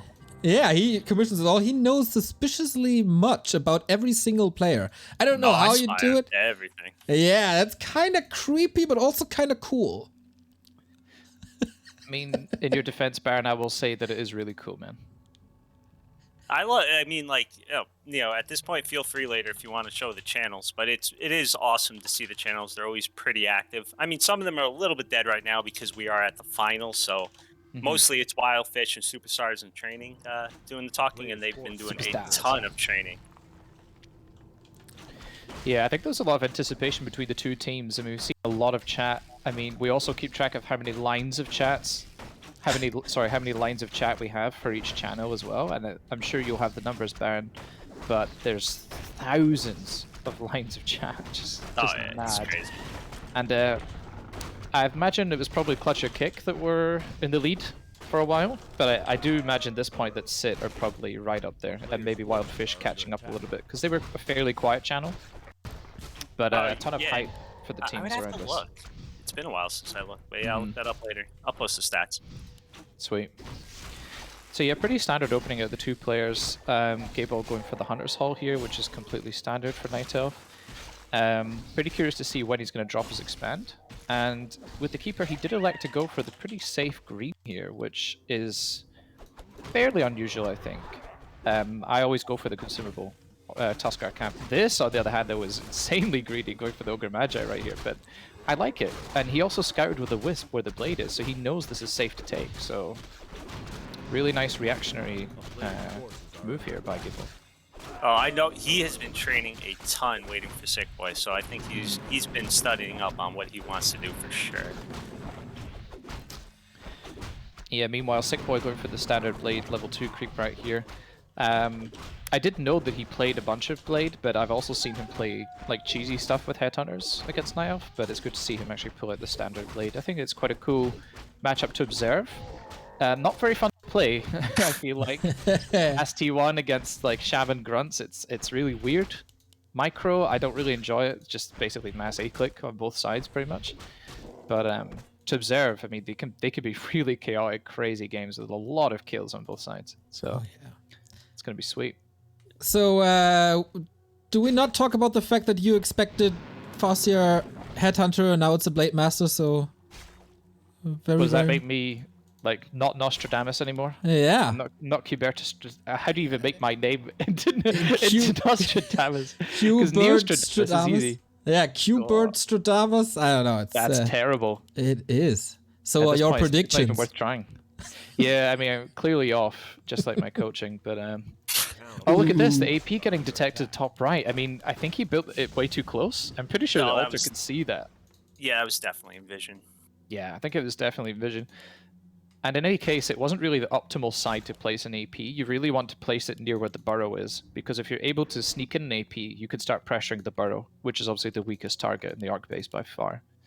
So yeah, Elf players try to build it towards the burrow, for sure. You know, good Orc players will scout and cancel it, but in any case, every game you should be at least trying to build the AP, I feel. And Gabel expanding right on the spot, which is greedy and can be punished very easily by the Staff of Teleportation. Blade Master play right here. You know, I've been quiet because I'm trying to think back. I do believe I've seen Sick Boy actually play Sav, who is a 1700 Night Elf. Mm-hmm. Amazonia and win. So wow. He definitely shouldn't be underrated because it was a cheesy play, as you said. So he might have some cheeses for us in the games to come. Mm-hmm. But right now he's playing pretty straight up.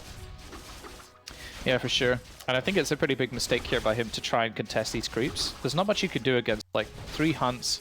Sentinel is already finished by Gibol, which is really nice. And like Keeper with full mana, like nearly full mana here. It's going to be very tough to actually make anything happen. Gets this, oh no, gets the self-cancelled immediately. And now he has no more windwalks for any future harass. He should have gone straight to the Tree of Life, honestly. Little unfortunate. Careful.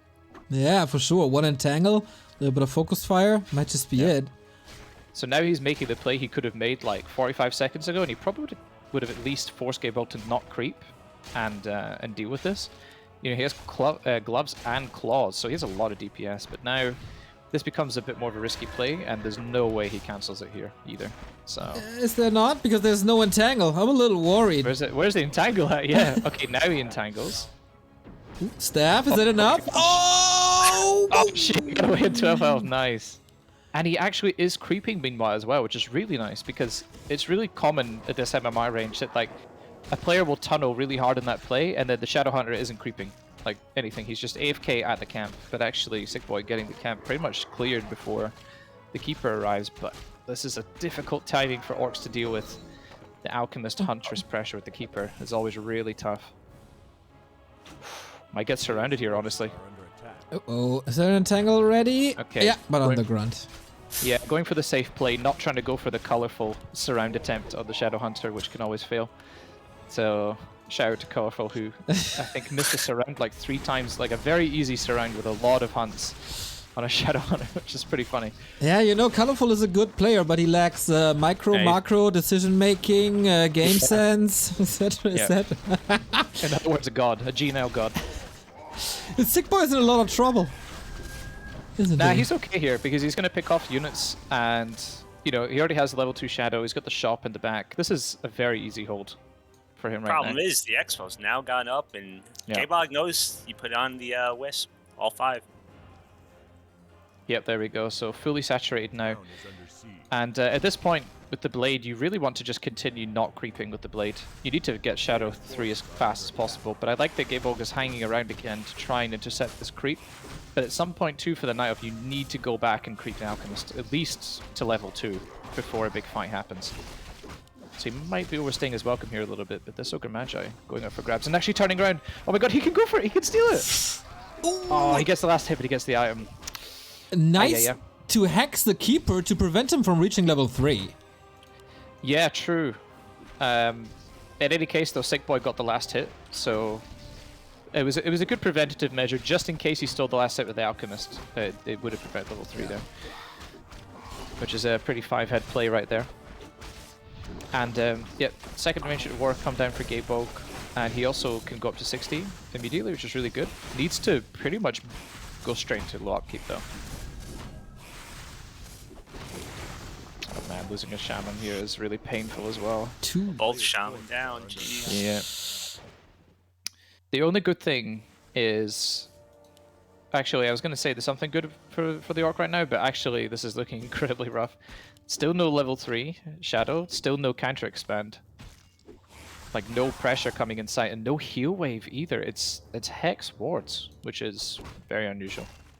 I'm spying on chat, and Grinchy says he played 100 games with Sick Boy, and he's gonna counter expand. But I see it coming now. Here comes the counter expand, but I'm not sure. I mean, this is a pretty bad spot right now for Sick Boy.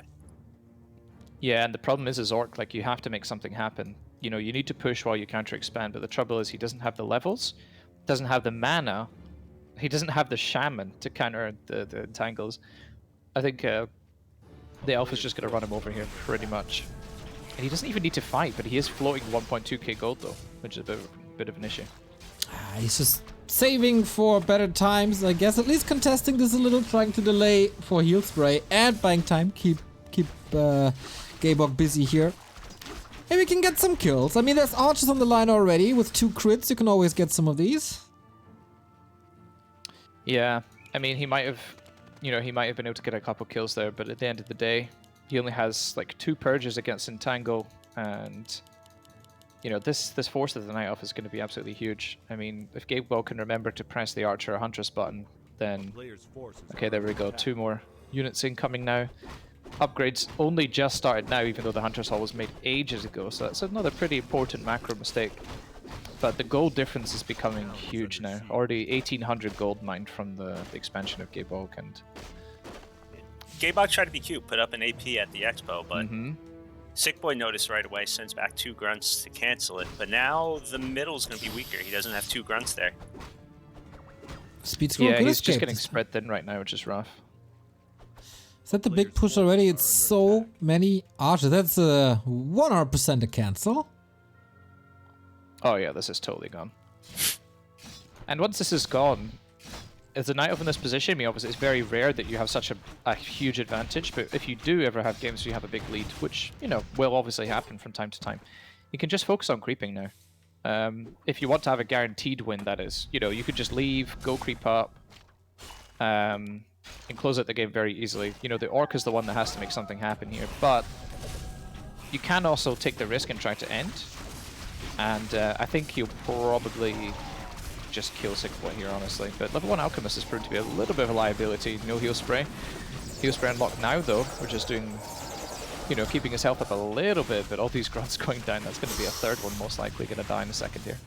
It's just not enough. The hero levels are too low. Everything is too low. Supply count, gold count, hero levels. I think Gaebog could tech tier 3 already. Yeah, he should already be tier 3, honestly, at this point.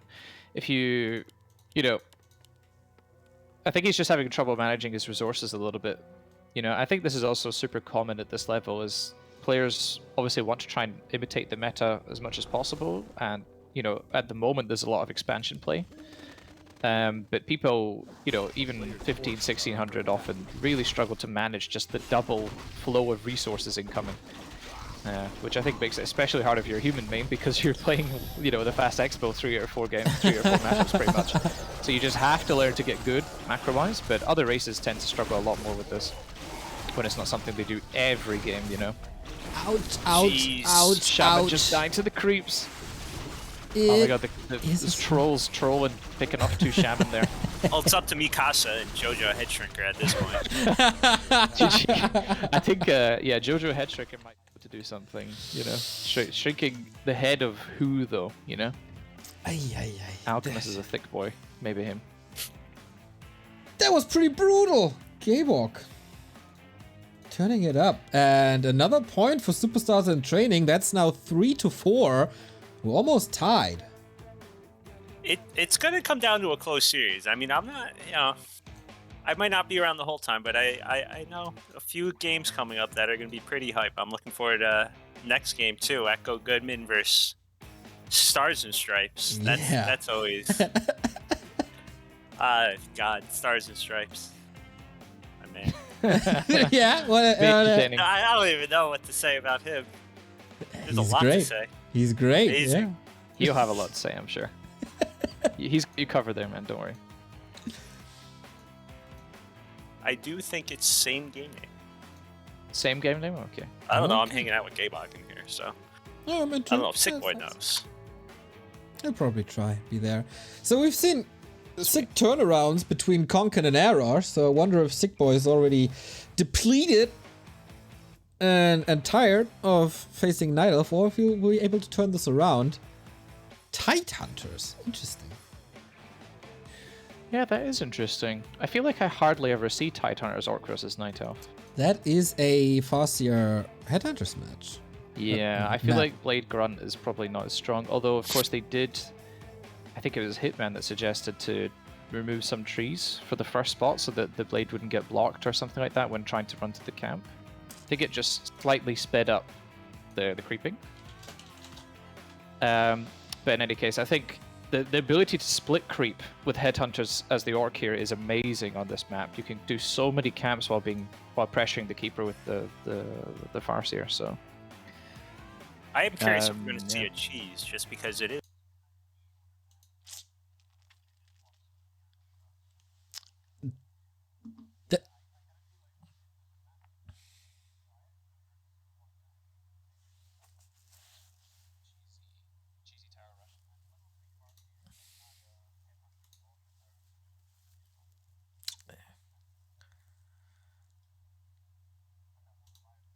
Level 3 early, which might be tricky for him to do, depending on how much pressure Sick Boy decides to apply.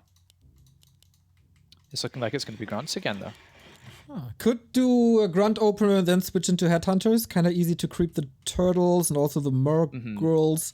Doable. Before we go into the nitty gritty here, we got 100 bits by Link. Quberte co-cast less than 3. I think that was before Barren joined. Otherwise, I'm very, very sure there would be a Barren less than 3 as well. I mean, it was definitely before he probably after. Oh, it's Link. Shout out to Link. Link's awesome. Link is a sweetheart for sure. Mini Gumbo, 63-month resub. Ice in Progress, 2-month resub. Great game.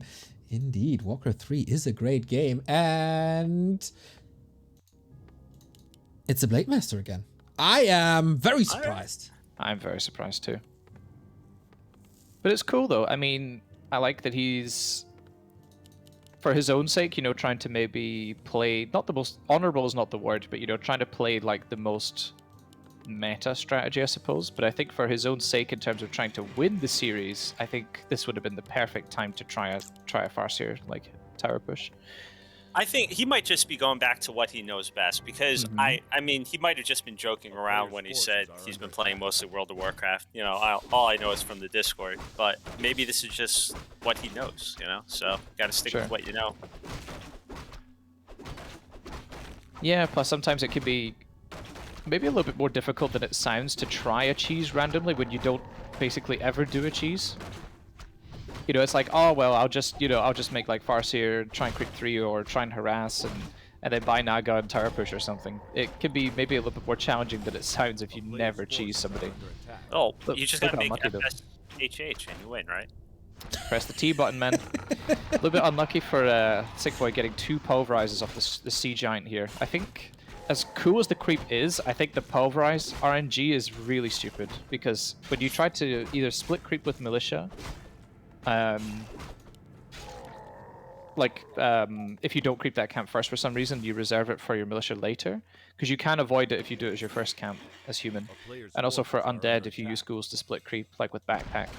If he pulverizes you like 3 times, you could potentially lose a lot of units there if you're not paying attention. I've definitely had 3 pulverizers go on my ghouls before in a row, which is just really ridiculous, because it's 40 damage to every unit, which is just insane. I feel you. I mean, there's two different kinds of players. The one who always gets the pulverize and the one kind of player who never gets the pulverize. Happy never gets pulverized. Happy never gets pulverized. I'm always getting pulverized. Todd is always getting pulverized. So I think you're in great company, though. Yeah, I think... I mean, it always feels good when you do get a game where he never does it once and he dies straight away, which is great. But I feel like most of the time you usually get hit by at least one, and even just one is like, oh, for God's sake, like. I'm still waiting for that day where I don't see the spin. Maybe. Yeah. Maybe I mean, maybe you'll never see it, Neil. You're just forever cursed by the sea giant. It must be my karma or something. I don't know. Right. Hanging out bad with Todd boy. too much. What can I say? Probably. Shots fired. No, I just, I met the RNG. I see. See, Grinchy supporting Sick Boy in the chat. That's cool to see. I don't know if they're in the same team, but obviously if they've practiced a lot, then I totally get it. So, yeah, Sick Boy with a huge tech lead here, as you would expect for the Orc. The elf has to commit to like hunts early, which is already going to delay their tech a lot. In fact, I don't think this is even the latest the tech can be, because there's not even 3 Moonwells, for example, before tech, and I think there's only 1 hunt out so far. All post-tech. So, tech discrepancy not as poor as it could be, and the Expo is going down once again on the spot. Unpunished as well, which feels kind of bad again for Sick Boy. As the Orc player who you really need to keep on top of this if they're so greedy and build it on the spot. I feel like Abok's just running in circles, just kind of hoping he doesn't come to this other side of the map.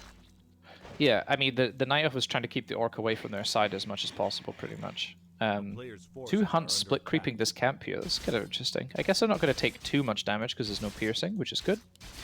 I'm actually kind of curious to see if this is even a worthwhile play, because, the camp's not going down very quick. It actually is taking 300 damage already in that hunt. I don't know about that. Maybe with 3 hunts it'll be okay. And yeah, Blade coming across the Tree of Life now, but it's definitely too late to do something about it. Yeah, he probably felt a little uncomfortable after not getting the staff. It's only 1 shop, it's only 1 staff, then there's Entangle, can't get out. Yeah, I mean, Staff of Teleportation, I think it's really interesting how in several matchups this item has become really important. I feel like in the past it was such a novelty item, people would buy it if maybe they were like, I need to go back and heal my hero, just quickly go back to the base, sell it, buy salves or whatever if you're Orc. Or, Warden players would obviously always buy Staff of Tele, but I feel like there's very few situations where in the past you would ever really bother to buy Staff of Tele. And now you just see it all the time. It's insane when you even see, like, Happy buying it now. Just like, okay. Yeah, I mean, especially against Night Elf. I mean, you basically against Keeper, you pretty much always need Staff. True, I the meant, Keeper wants to get Staff too, so you kind of need to deny his Staff. Very true. I just meant in like human matchups too now. Yeah. Occasionally you'll see them just staff on the Expo and things like that. It's an insane item. Yeah. True. I guess in the past we did see quite a lot of pro-humans, especially Infi and TH, make use of the Staff of Tele, and they looked like absolute gods back in the day for sure. Staffing onto Night Elf Expo or staffing into the back of the Acolytes or something like that, which is a very fun, cheeky fun. play. Yeah, super fun. Yeah. Love it. I was actually watching Leon, the German streamer, versus Happy the other day in like a 28-minute game that Leon almost won. Wow. Just a few things not quite going his way, but this super lame style with like Footman always to the back of the Acolytes, Blizzard, Panda second, and then tanks. Oh my gosh. Please don't Shout play out that, to human players. Description for killing Happy's hero once. Oh my god, that was so good. Surrounds Happy's Lich, and then GG's out after. Amazing. That is a god tier play right there. Ah, Nico. So good. Such a community gem as well. For sure, for sure. So, yeah, kind of a weird spot again for the Orc. The Expo's already mining. No counter expand in sight once again. Isn't even able to creep this camp, but does pick up a Huntress here. And probably a second one now. That was a nice deny though, by Gaybug. He's playing real good here. And now he's fighting into Serpent Wards and into Murlocs. A little bit of a wonky situation. So he retreats, and why not? His Expo is running. Second Engine of War is coming. Little late, maybe even. But don't want to complain. It makes sense that the Murlocs are getting involved. They're working for the wild fish. Oh, I never. Yeah. Those Murlocs are wild fish, dude. The Murlocs are Murgles. They're on the side of Sick Boy right now, so it makes sense. Every ensnare from them is going to land on Gaybog. Probably. Poison his unit. But they are not throwing ensnares anymore, so I guess that is Barren's work again. Rigging the final. Rig. Gotta do what I gotta do, dude. Gotta go all 9 series. There's a lot of money here. There's a lot of money on the line, okay? For me, right. yeah. Yeah, precisely. The stakes are high for you, obviously. So, unfortunately, a grunt here in production of the barracks, basically taking up 200 gold, which could be used to already plant the expo here. Hopefully he realizes that, because... Sorry, hopefully Sick Boy realizes that, because otherwise he has to wait 20 more seconds. Oh, it's going to be towers first, okay. Oh, he already had the resources, despite being blocked anyway by this grunt. Okay, cool. On the other side, Gaybog once again, you know, with a huge bank, easily able to break to 60 food, and upgrades on the way much earlier this time, which is good to see. Yeah, similar transition as started well. him at 70 out of when he was 70 out of 70, he was getting 1-1. So definitely earlier this time. Yeah, I mean, you basically, as soon as the expo is established, you're going to get another Moonwell, shop, and Hunter's Hall upgrades, and then you basically break to like 60 as quickly as possible. You can be greedy sometimes, but you need to know exactly where the orc is, you know, because most of the time they're going to creep 3 and come straight at you. So you need to be very cautious if you choose to bank as a Night Elf here, because if you can't defend that attack by the orc and they're expanding behind, you will lose 100% of the time. This game's definitely going better for Sick Boy though, so hoping for a good middle game. Was about to say the same. Shadowhunter close to 3, got the items there as nice well. purge. Can he follow that up? Don't think so. With 2 purges? Okay, he's trying to. Yeah, 2 purges invested. Needs to get I think it it's now. okay. Boop, level 3. Nice. So, is it mirror image? Yes, it is! Sick Boy. Nice. 1-1-1 build. Remo's proud of you, man. Yeah, I like the 1-1-1 build. I think it's legit. It's just so useful to, especially at the highest level of play, I think, when you get, as you like to call it, Poison Ivy onto the blade. Just immediately dispelling both spells with Mirror Image is so insane. Yeah. I feel like the value is crazy. Then you don't know which blade's the real one, and then you can Lightning Shield both of them as well. Exactly. It's just such a nice kind of outplay tool on the side of the orc, and keeps your hero safe. So, and your Sick Boy finally getting his critical levels here. 1 heal scroll, 2 invulns.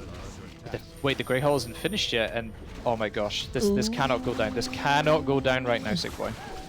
But it will. I think this is tragic. Oh no, it's going down. It's like 85% done. Oh, that is so painful. Yep, and it's just immediate TP pretty much, losing only 1 hunt on the way out. Oh, poor man. At Poor least lad. there's the 2 towers now. Let's try again. What good are the towers, Neo, at this point?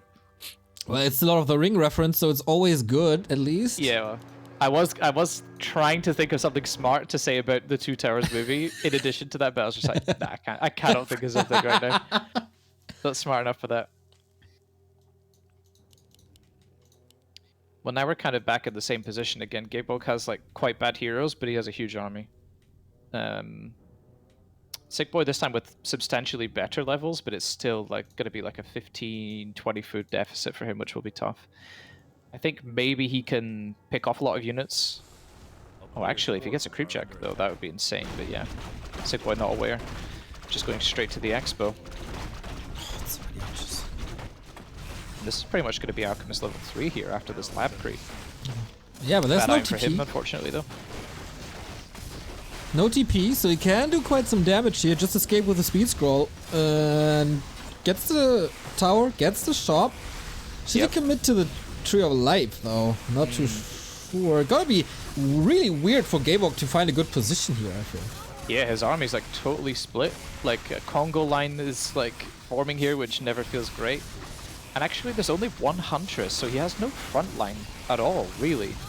I mean, the Serpent Wars are not going to be that effective, but the Grunts and the Blade Master are going to have a field day with some Lightning Shield, but actually he has no mana for Lightning Shield on either shaft right now.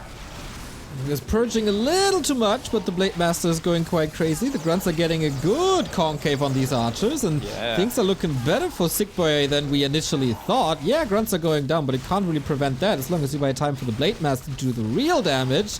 It's not bad. Yeah, it kind of feels like for the Night Elf, you know, you still need that massive hunts all the way up until you have like 3/3 archers with the Tri-Hero. And like more scrolls, high-level alchemists to mitigate the damage the archers take. At this point, at this stage, sorry, you still need a bunch of hunts, but actually... The archers are just melting now. Yeah, they're just getting destroyed, even though they're 2/2 archers, but this level 2 alchemist is just too weak at this stage of the game to keep them alive. Take level 3 now, but might be seeing the grave in a second here. Oh, there's a potion, needs to use it, but more and more crits are coming in. Can he purge once again? No, there was so much damage committed. Dude, 2 crits, 3 crits now as the alchemist is out of range. What the hell? And his expo's finished now. See? Told you the 2 towers are good for something. Yeah, okay, now they have a purpose, but they are still missing the cement upgrade. That would be pretty important right now. I actually kind of like the shop as well. And a burrow. So once there's reinforced defenses, this will be a super defensive expo. Sickboy is electing to get the second armor upgrade though right now, which is, considering it doesn't have reinforced, pretty greedy. But I think it's safe to assume that there's not going to be any attack from the Night Elf really anytime soon. What can he possibly do, I wonder? Is there anything in a big mana? Okay, he has no gold to buy anything. Probably wants to sell stuff. Let's go to Bone Chimes. Get rid of it. Who cares? Yeah, Bone Chimes and... Sickboy. Okay, he's running for the shop. I thought he might just try and creep check. Sick. Boy. But no, it's heal scrolls, it's invo potions, everything you need. Now we got more mana on the Shaman as well, so let's go some Lightning Shield. Yeah, we haven't even seen a single Lightning Shield. And Lightning Shield is doing so much work for the Orc in this matchup, so... This time it will be, I think, a slaughter, honestly. There are 2 hunts now, but Gabol's seriously missing a front line still here, I'm afraid. Shop isn't going to come up either. Maybe with the Ancient Protector and a couple detonates he can do something, but it's going to be a very, very tough fight against this Blade Master, man. He is a beast with that big info potion. Here's the Lightning Shield. There we go, first Lightning Shield. And the crit. Oh my god. 2 crits again. Yeah, this is relative. Shredder. No! Oh my god, this is so expensive. Goodbye, my friend. Those were some nice detonates, though. No more mana now on any of these Shaman. Yeah, indeed. Yeah. There's a mana potion in the Shadow Hunter. Boop pops it. Close to 5 as well. Yeah, I mean, these hero levels are just totally running away for Sickboy, and Gabolg, unfortunately, you know, would probably need a level 5 alchemist to have any chance of doing anything with these archers right now, because they are getting absolutely massacred. Next to a shop, that's kind of good, especially for this keeper. It's still getting attacked by 3 grunts. Whoopsie. None of the Shaman going down here either, so if they survive this fight, you know, they're just going to regenerate all the mana for the next fight too, but I think we're going to see Gabolg tap out here. This is almost certainly over for him. Crit! Come on, one more! One more! Potion! Oh, okay, but now the keeper. He has a potion again. The keeper! Down he goes. Level 5. Good luck against level 3 Serpent Wards. Oh, it's Heal Wave. Lame. I mean, level 3 Heal Wave is insane as well. I think I don't know what I would pick, honestly, because probably level 3 Heal Wave, because it's just so insane how much healing that spell has on level 3. And then, you know, by the time it becomes relevant, the Night Elf has probably got only archers at that point with Tri-Hero. So... You and your logic. Serpent Wards have damage, Heal Wave has no damage, so of course we go for the Serpent Ward. Sure, sure. But, oh, Kodo actually down to the AP here, but yeah. 47 food versus what, 34 right now? Elf pretty much always needs a supply lead in this matchup, and, you know, 5-5 on the side of the Orc is just ridiculous. I mean, he's hoping for a slip-up. He's staying in the game. He rebought his hero. He's going to make his, I guess, his last stand in the main. But 3/3 heroes to 5/5 heroes, I think that kind of spells death. Yeah, the Blade Master, if he gets a claw or something, he can one-shot archers. Yeah, pretty much. I mean, right now he has a max hit of, what, 64? So that's 256 max hit with crit. Level 3, so yeah. Could actually one-shot them. Although saying that they have 4 armor, so no, they cannot be one-shot yet. But close enough. Your logic again. But quick math, man. I like it. I like it. Oh mate, I love mental math. I'm such a fucking nerd. In that regard, I just, it's my jam. Wait, this serpent board is gonna take out the tree of life. I think all on its own. Oh. Oh wait. my. Oh my god. Wait, last hit before it expires. Oh my god! You didn't cancel it. What the hell? Incredible. What are these pog plays today? First the sapper Bro. killing a hero, now last hit on the serpent once killing an expansion wasn't cancelled. GNL, man, just delivering front to back. Yeah, I mean, you don't need to watch things like Doobie Cup or the Show Cup. Those are just for the, you know, people that want to see the pro games. But if you want to see good games and good matches, this is where you tune in. You watch GNL. This is the place to be, man. Was a good warm-up match, though. Was a good warm-up, yeah, I thought so. But it was the precursor to the main show, right, which is GNL. We all know that. I mean, that's why the show match was 90 minutes and GNL is 9 hours. Alright, here we go for the final time, I think. Lightning Shadow, the Blade Master, pretty much just chopping archers to pieces on his own. Chad Grunt's just getting a huge concave right now. 2-2 upgrades as well with the Kodo Aura is terrifying. And yeah, level 3 heal wave to back them up. Purge, crit, everything. Good night. Oh boy. Very well, my sweet prince. That's twice the supply now for Sick Boy. Gamehawk is fighting like crazy, but 1 base, 2 base, tier 3, tier 2. I don't know. Not yeah, too I feel like we're promising. used to seeing the reverse as opposed to this situation, which is like insurmountable for the Night Elf to overcome, right? Yep. Looks like it. I mean, with tier 3, maybe somehow. It's super rough. The chat is very entertaining to read right now. Back to Warcraft chat. Best chat. So good. Oh, I guess who just joined the boardroom cast, Neo? Sythren? No, someone even better than Sythren. That's impossible. No, that's very possible. I think it's pretty possible. Oh! Bada boom, bada bang, all the way from Japan land. The Kaiser. Japan land. Konnichiwa, Mina-san. There he is. You got Sick Boy. Oh man, I'm just tuning in. We're gonna get a game 3. Pretty sure about that. Just a matter of time.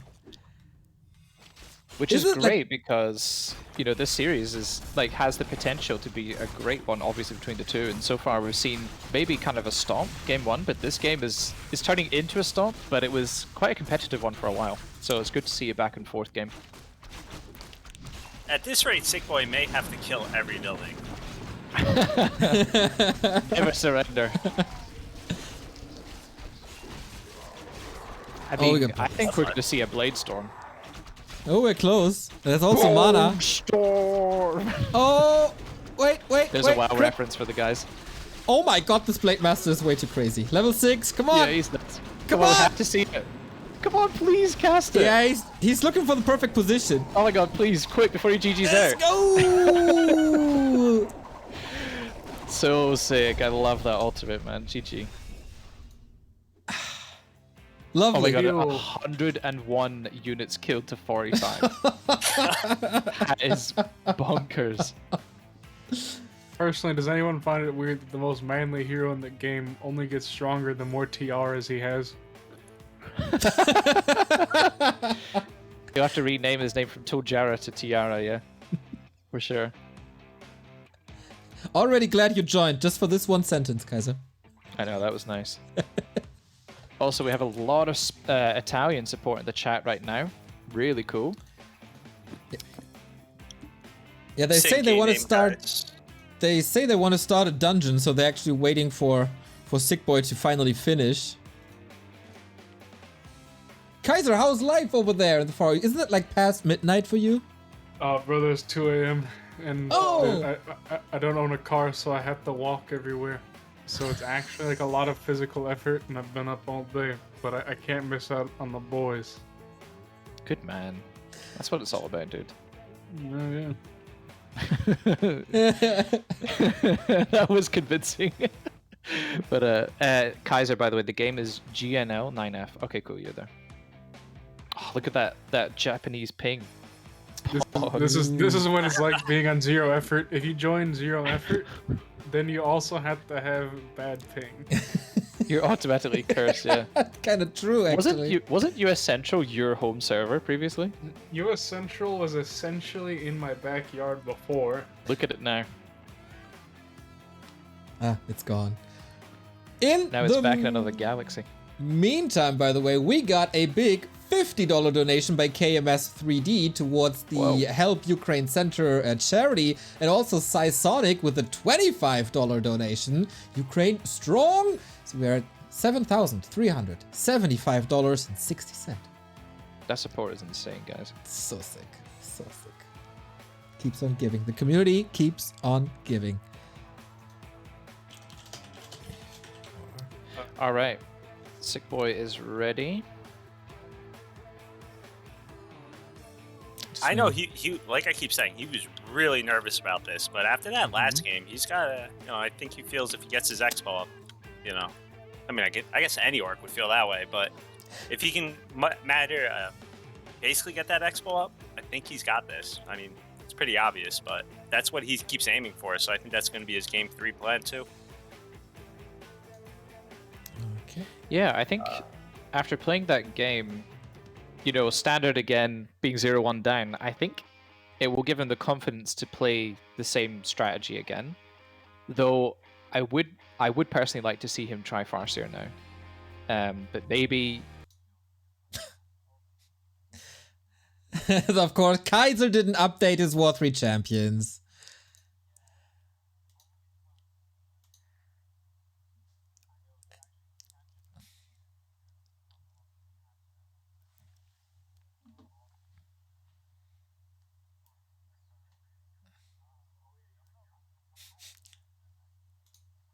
On like you're at least on a physical cable now instead of like some sort of like the air, yeah. You're on like Star Wars, Starlink, like Nikola, Elon Musk bullshit. You actually have real like in the ground fiber. I do, but the irony is I'm actually still not plugged in yet. I'm still using the Wi-Fi from the box. I'm bebsing right now. I don't have a long enough Ethernet cable to reach yet, but in any case, it's pretty stable and it's much, much, much, much better. So it's all good. And yeah, so Clay, just reinstall the launcher completely, because I can't remember what the link is to actually just update it without doing that. So unless somebody has that to hand, but I don't. So DH. There we go. Wow. That's more my speed. That's more my speed. If you're a keeper abuser, leave this chat immediately. Okay, I'll see you. Bye. No, it's actually really cool to see the Demon Hunter, but I do think this is probably the map where he would work the best. Because of the possibility to go Talons. I still think Talons are incredibly strong on this map, in particular against Orc. So seeing Demon Hunter here is not really that much of a surprise. A player's forces are under attack. Whenever I play Elf and I play Talons, I really enjoy it until like Orcs advance far enough into civilization and realize that making their houses out of sticks and mud is a bad idea. And then they turn them into like Soviet-era like apartments that are made out of pure concrete that will survive a nuclear explosion. I do think it's... I mean, you're totally right, obviously, but could you imagine that back in the day, Elf players played Talons against Orc for like nearly a decade, and they had to defend Talon run-bys with just paper burrows, like every game. I think Awful. that for the few years that Orcs experienced this pain is still not acceptable for, like, what? Can we please, someone explain to me why Orc towers not only like they have hit markers every time they shoot an arrow. It's just like headshot, like intervention, like Call of Duty. I was just about to say intervention intervention quick scope. The longest range, the fastest fire rate, the most damage, they don't die, and they never need wood. If you make grunts and shaman blizzard, this needs to be addressed.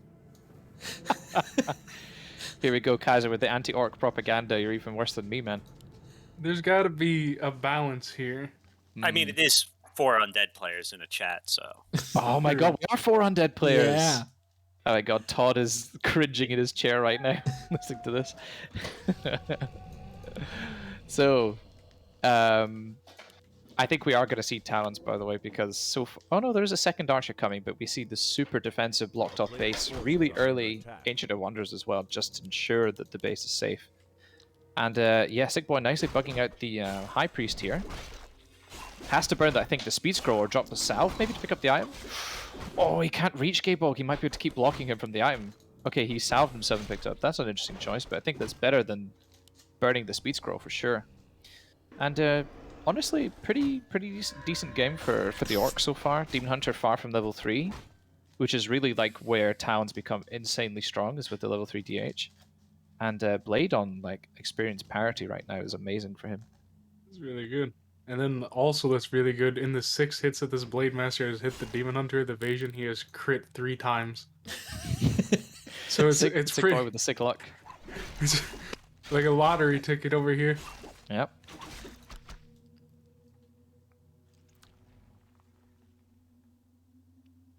Okay, we got 2 more donation for the charity. Grinchy Uno coming in, $20. One of the 3 dudes that inspire me to play this game.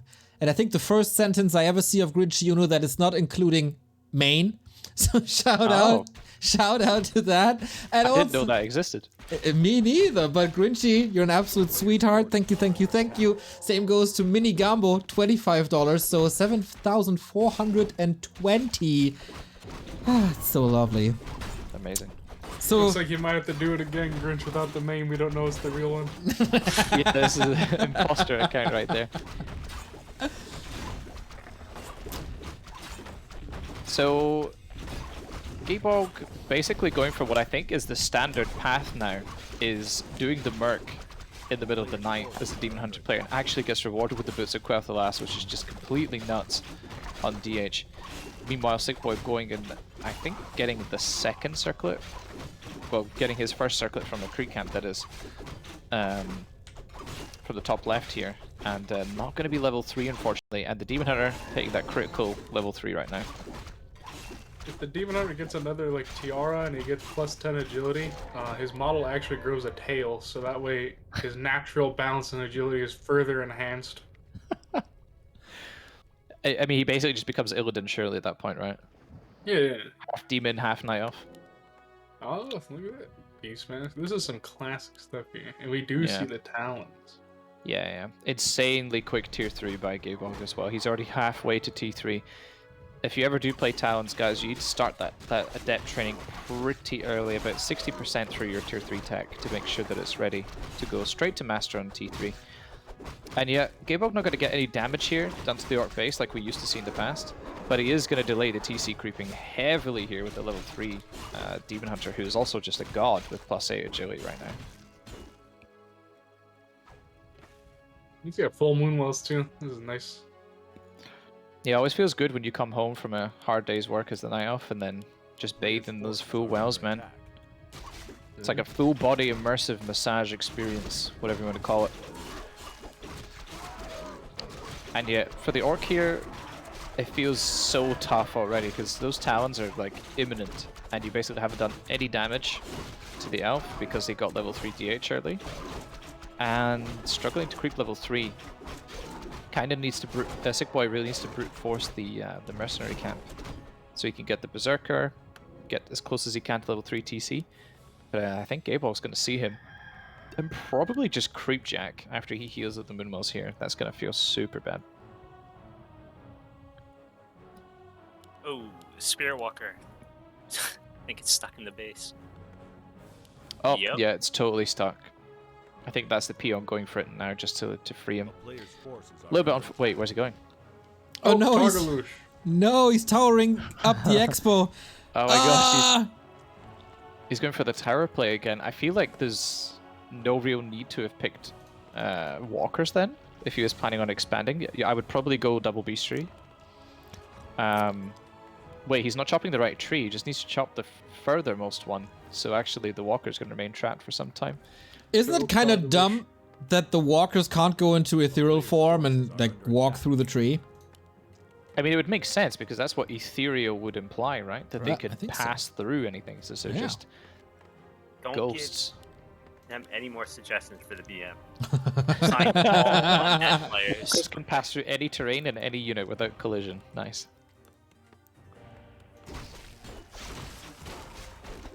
So yeah, master trading for the Talons finishing here in a few seconds. No Tinker purchased yet, and he assists greatly for the Night Elf and Creeping because the one problem with Talons is that you have to tank everything with basically Goblins and the Demon Hunter. And you can burn through Moonwell mana very, very quickly. As you see, it's turned daytime here, and they're completely dry, all 4 of them. So you need to make use of Moonstone as well in the future.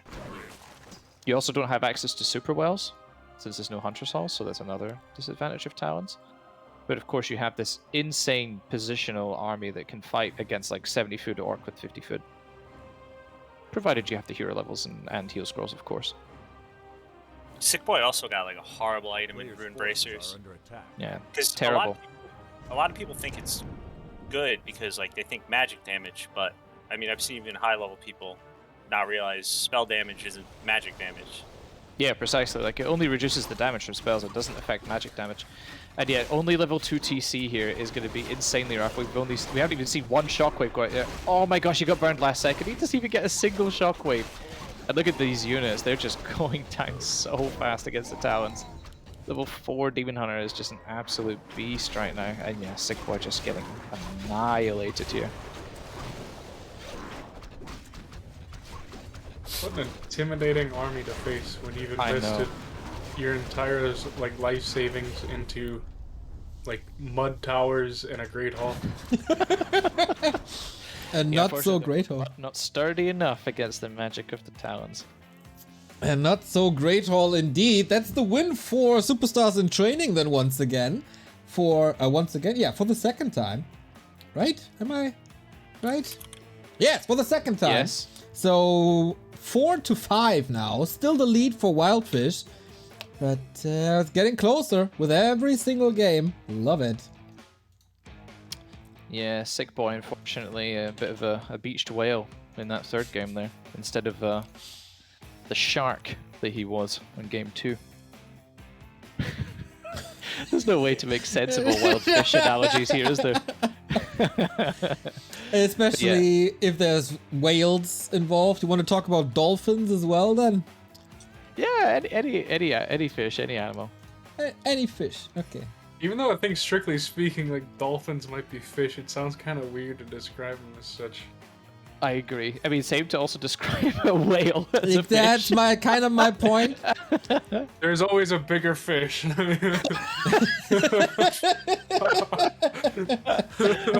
Oh my gosh, incredible. But yeah, well done to my man Gabe Bulk. That was a solid performance in game 3 after, you know, sticking it out in game 2 and getting owned. Sick Boy, unfortunately, I think the strategy wasn't fully cohesive on his side. It's very difficult to play Walker's Raiders while trying to expand. It's too much wood. You know, you need a lot of wood to get up and expand with reinforce, with the towers. It feels like his lumber economy was really not there either to afford all of that. And basically you can't let the Night Elf creep the Merc camp like that for free during the middle of the night. It's kind of a game-losing move. And I think we've got a new game name, guys. SNS Echo 1. Okay, I gotta do some production here, man. They're gonna take some time. It's stressful. But you guys can talk. I'm just doing my thing. You guys do your thing. Alright, why not prediction? What do you think? Echo versus Stars and Stripes. Look, if anyone bets against Stars and Stripes, you are a fool. Wait, there's a little... I don't know if this powers him up or slows him down, but apparently it was his birthday yesterday, and I feel like he knows how to party. Oh, yeah. When your name is Stars and Stripes 69, you're like the king of parties. Bro, how does he have 65 ping to EU North? That's absolutely crazy. That's just crazy. He lives in like Maine or like No, Stars and Stripes in New York City. He's got yeah, sick that's right. ping. Yeah, Stars and Stripes is not only a grinder in Warcraft, he's a grinder in real life. He's like this master electrician. He's like literally Nikola Tesla over here and giving us entertainment with his hot, unadulterated, undated action. True that. I think he might be streaming his point of view as well. So if he does win, there might be a dance. I don't know if he's in his like underwear or something, but I think he's done that in the past, just dancing in his underwear. So you might get a show. Don't really know. With him, you always get a show, whatever he does. This man there's no in between, right? He's either doing something or he isn't. And I guess you could say that about most people. I was just about to say, you could apply it to anybody. Like, it's like because you know, like if you look at most things on like a basic level, like for example, I have a 50-50 chance of winning against Happy because like either I win or I lose. Yeah. logical. But like this man, all gas, no brakes. Just living life in the fast lane, right? Have you guys watched his streams when he has him like Sav, who was Flame was there, and I think even Ann Williams showed up. And Williams for, was there as Little well. Man.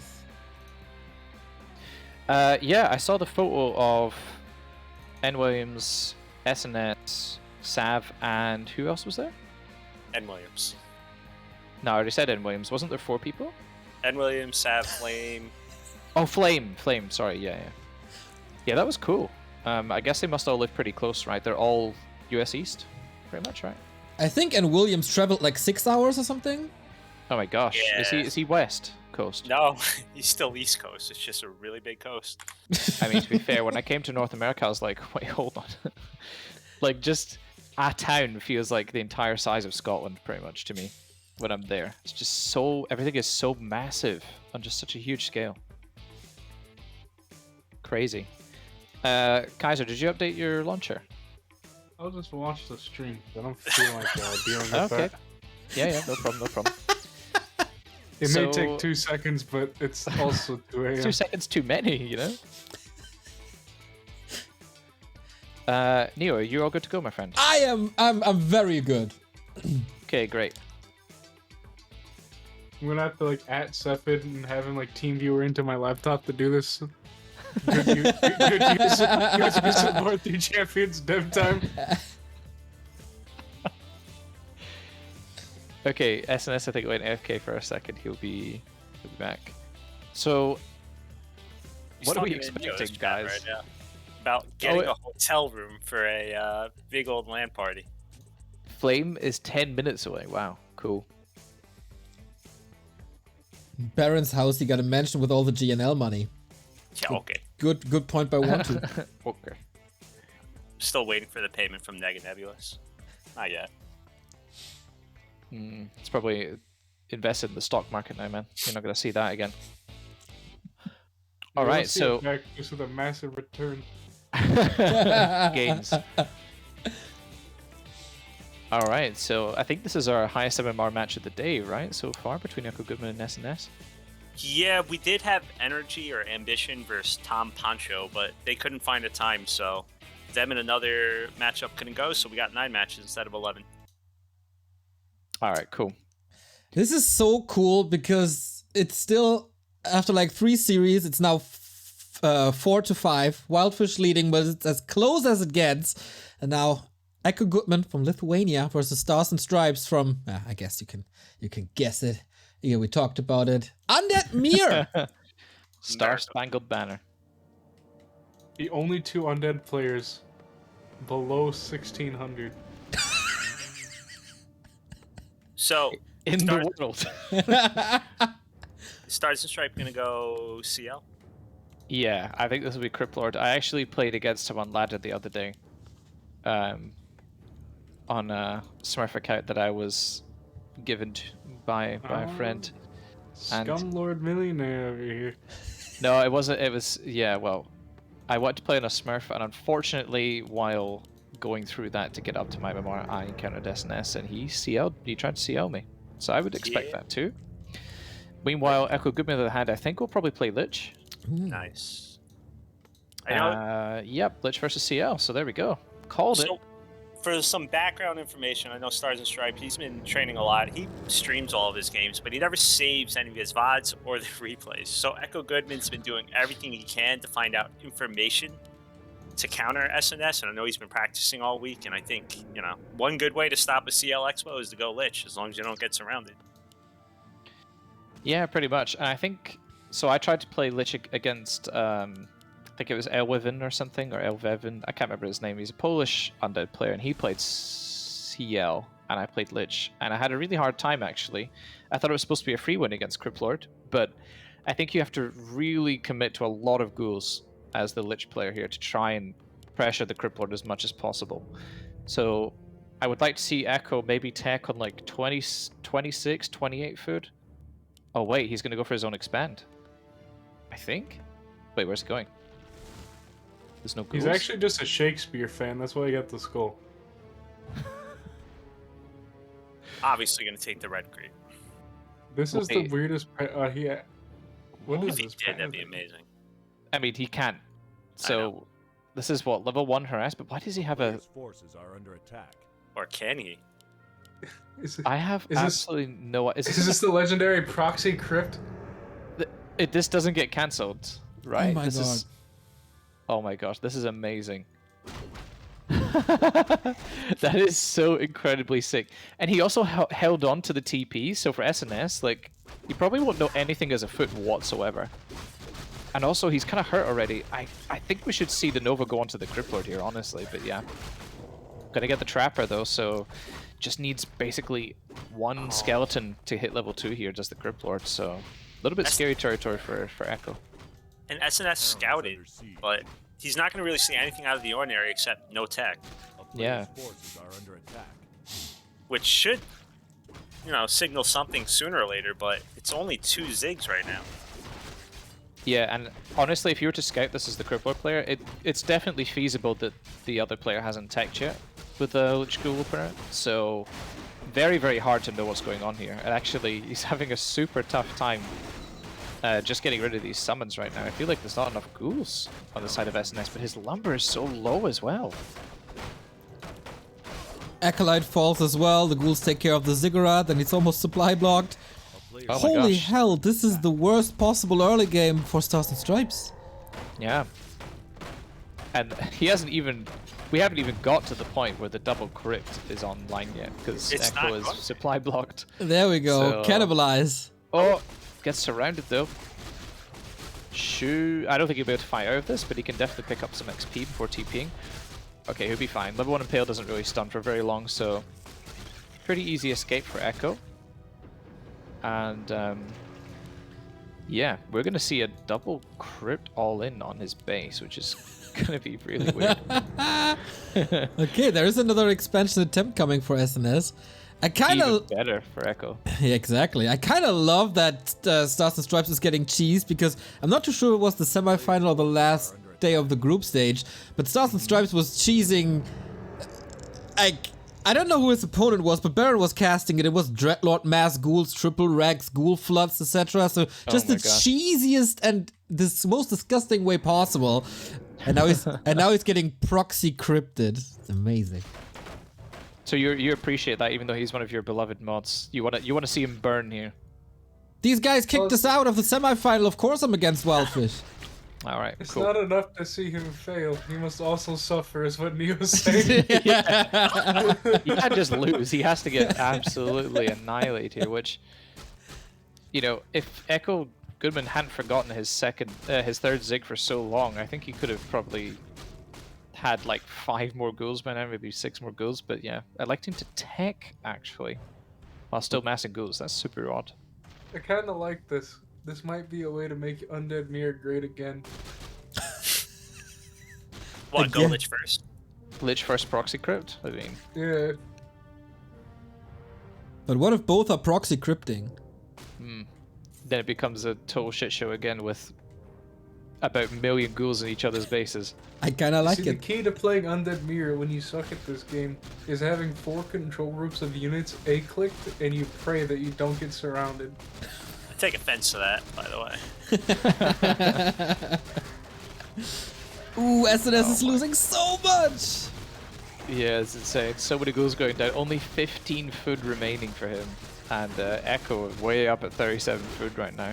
Level 3 Lich online. I would probably just eat a ghoul for as much mana as possible here and just use level 2 Nova. Yep. Saying that, the Spirit Tower here will take care of the ghouls pretty easily.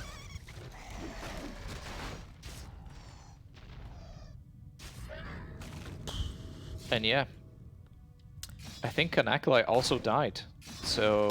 Oh no, there he is. So 5th Acolyte, I think, somehow got sent another direction. I don't know why, because he's full health. I don't think he was injured or anything like that, so...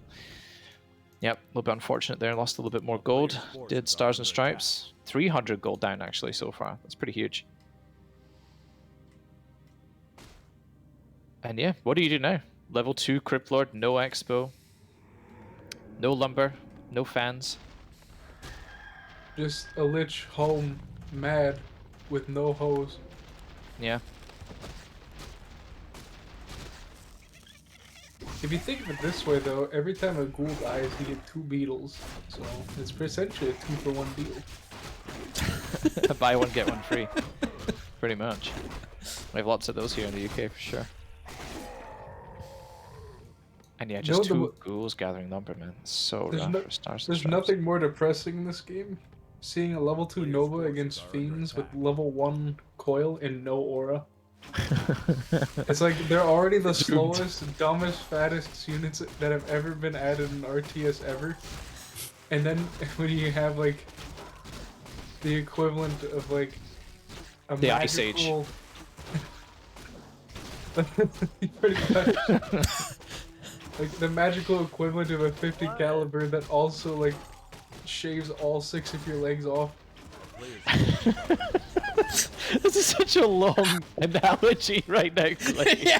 You're rambling at like 2 in the morning, right? I can't help it. The amount of times I played like something like Dreadlord, and I decided that to go Fiends, and I have no aura when I was like newer to the game, like Dreadlord Expo. So the pain of a slow motion Fiend is fresh in my mind.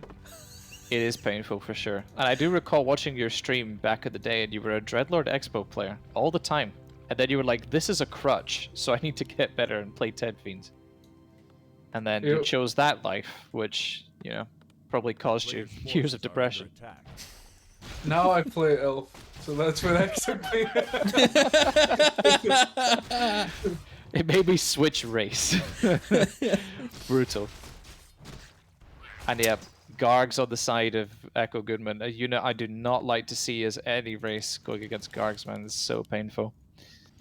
And yeah. I think this is actually a way that SNS can come back because he has a large amount of Fiends in like Gargs without like a base advantage or some other huge advantage.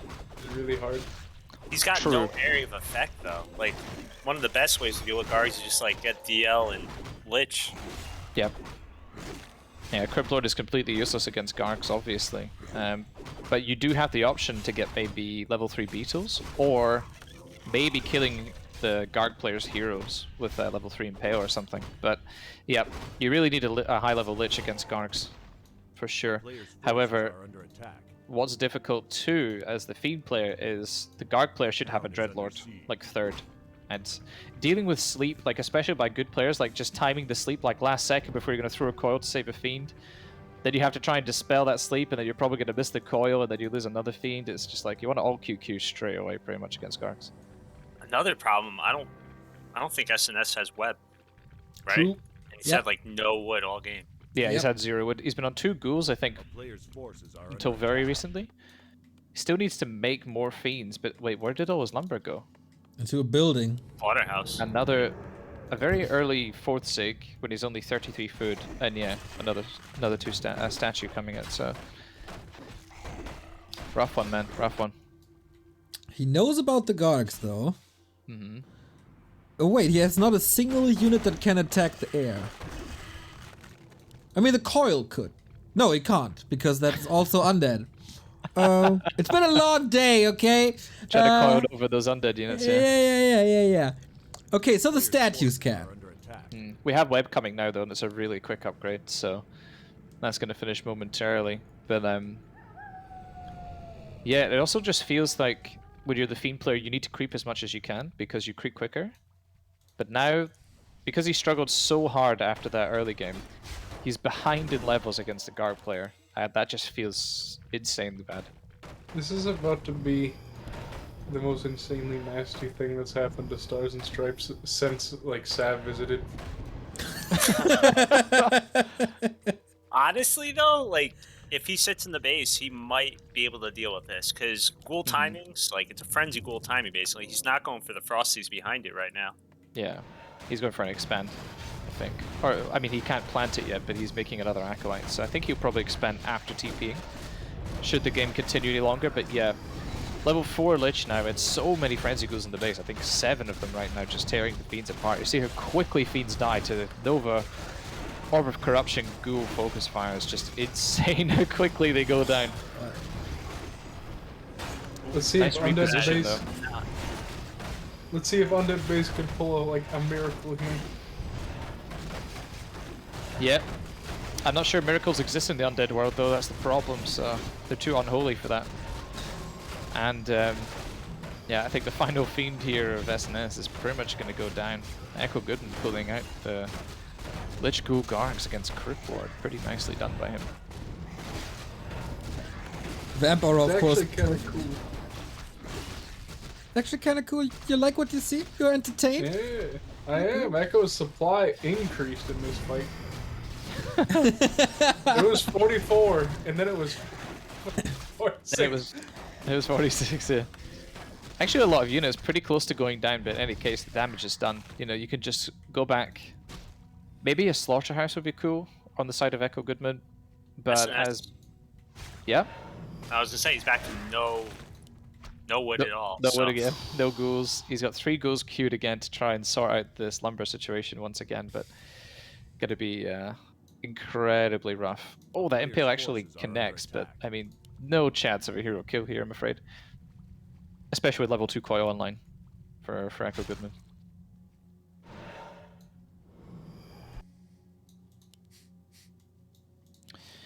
But yeah, I like that SNS is going to go for this camp. I mean, this is as YOLO as it gets right now. You pretty much just need to do anything you can to stay in the game if you plan on actually hanging around. I always GG out when I think it's over, so I would be long gone. But it's the grand final. Yeah, true. I mean, a tournament is different, right? Or a league, you know, you want to do what you can, for sure. Ooh, Kutka's pipe. Worth it to hang around. True. That's the start of the comeback. That's the start of the comeback now. Just Echo Goodman Crippler feels so bad against air. Nope. Ah. Nice long yard too. Exactly, worms are coming, but just so you wait until the ultimate is there, and then Crypt Lord does something against air. Yeah, he does a little bit. Those little bugs tickle. I feel like Dreadlord 3rd for Echo Goodman would really kind of seal SNS's fate though, for sure, because it's just so hard to deal with sleep. On top of trying to micro against Gargs. So, yeah, would like to see that, but I guess we'll just see more units from the side of Echo Goodman. Yep, 2 more Gargs to 50 foot right there. And a Lich 3rd finally coming for SNS, and he's catching back up in food a little bit. He's getting some good creeps. He's 40 food. Does he have any upgrades on the Fiends? 1-0. Kind of need armor upgrades as well. And actually 0-0 Gargs on the side of Echo Goodman, which is quite unusual to see at this point. He gets 1-0 at the moment, so I guess now that he's at 50, he's gonna attack the tech thingies, you know what I mean? Upgrades, that's what their Those name tech is. thingies. The tech thingies. I'm surprised he didn't get any tech thingies beforehand though. Yeah, kinda true. But he's banking now. It's all a little expensive to go for Boneyard and Town Portals and all that. Ancient Django, quite nice. Quite nice. I mean, best item of the game, really, in my opinion. But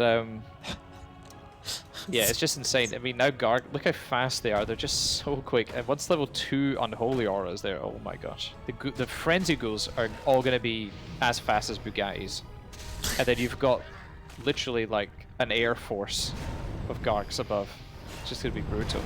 Okay. Maybe a little bit of a preemptive fight though for Echo Goodman right now. He's banking a lot, but maybe he can get some picks and TP out. This is probably the best place for him before SNS gets back to his base. Oh, miscoil the Fiend. Feels so bad because then that means you lose 2 Fiends for the price of 1. The exact kind of deal you don't want. And yeah. Echo losing a few Gargs, but, you know, nothing too serious. And I think 3 Fiends have already gone down pretty much. And 4, and 5, and Lich level 5, and DK level 4. My poor little spider friends all dying. Who cares about 1 or 2 Gargs when you kill everything your opponent has?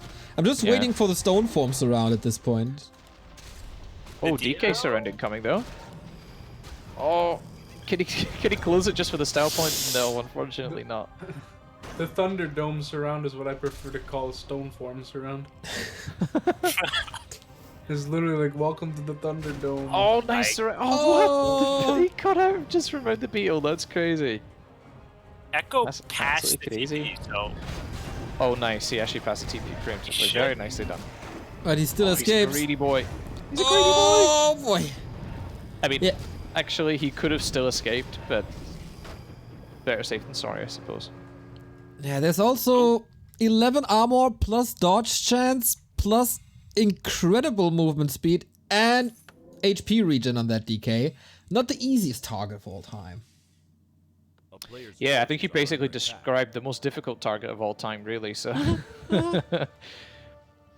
and yeah, first Frosty is there. Man, I do love those units, but they are so rare to see in 1 versus 1. Unless you play like 10 undead mirrors in a row, and then me as a fiend player getting goo garg wormed most of the time. Yeah. And I see those worms, I'm like, oh my god, please, please get me out of this game. Every time I see a Frostworm, I feel like I'm living an episode of the Twilight Zone, because not only do I lose every game I make worms, I also lose every game I'm against worms, regardless of race. I actually feel you on that. Like, I remember trying Googark Worm once and like losing horribly and being like, how is this not working for me? This is meant to be broken. Like, brainless is the word I'm looking for. And then you go against it and you're just like, wait, it's so imbo. Like, how do you beat this? Oh, it doesn't make any sense. Scroll You up know the me. beast. Strict Like, I do that all the believer time. that Gargs, Frosties, peak performance, hardest thing to do. You know it. I think Well- 3 of the 4 undead players here are dedicated to honor, tradition, skill, hard work, honesty, and then there's just a ghoul pulling abuser. Okay, so to be fair, Neo was talking about how he's going to work on a CL Expo, so he's coming Oh my to the dark god. side.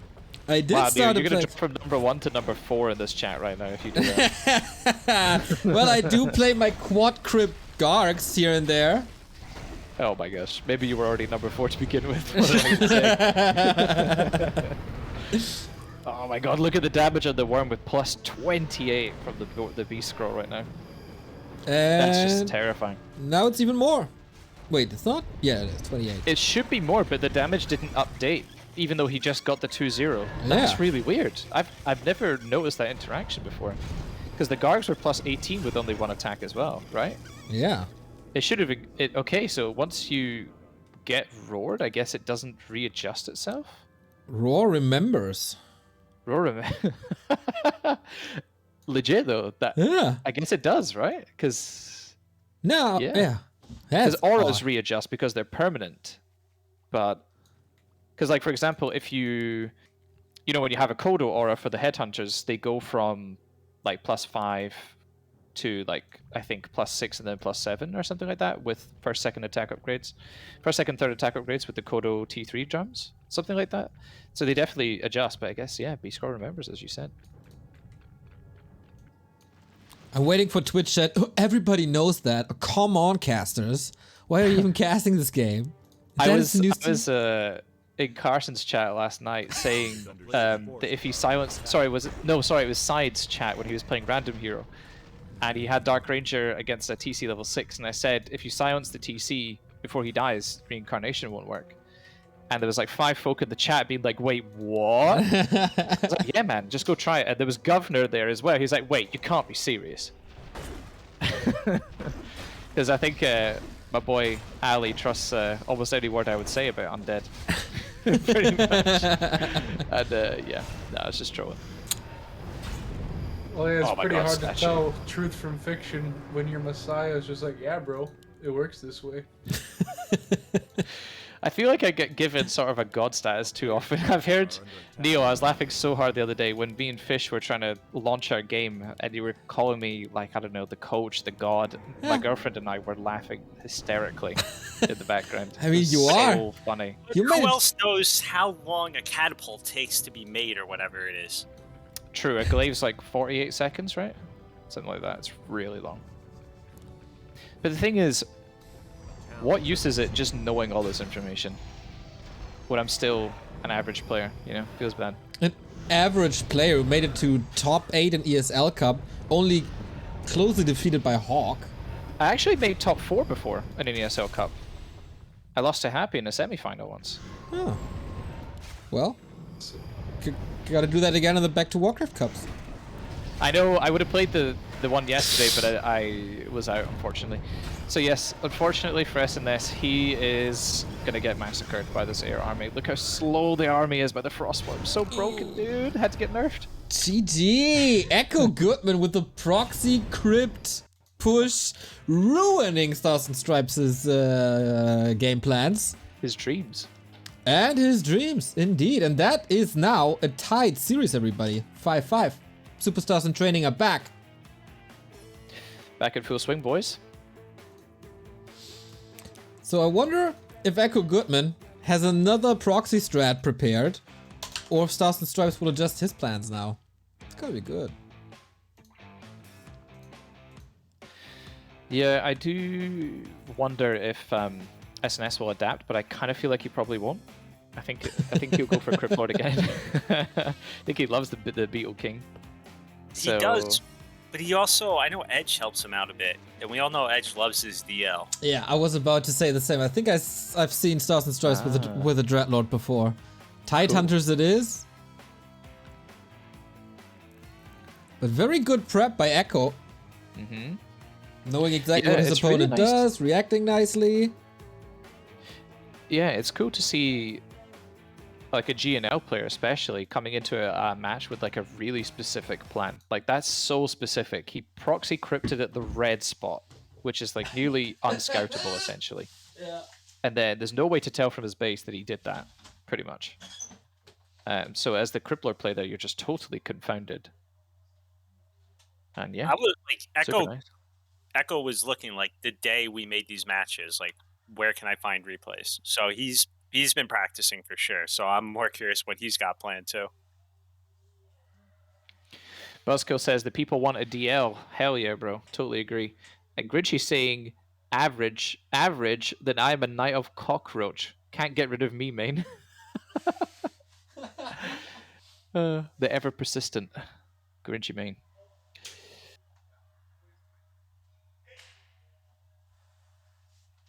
So yeah, I think we have a slightly short intermission here while we're waiting for Echo Goodman to come back. Is there anything you want to discuss, guys? I'm pretty sure Kaiser knows a lot of topics, but let's ask Barren because he's the commissioner and he knows everything that's going on in the grassroots Warcraft world. So now he has to pick the one thing he wants to mention most.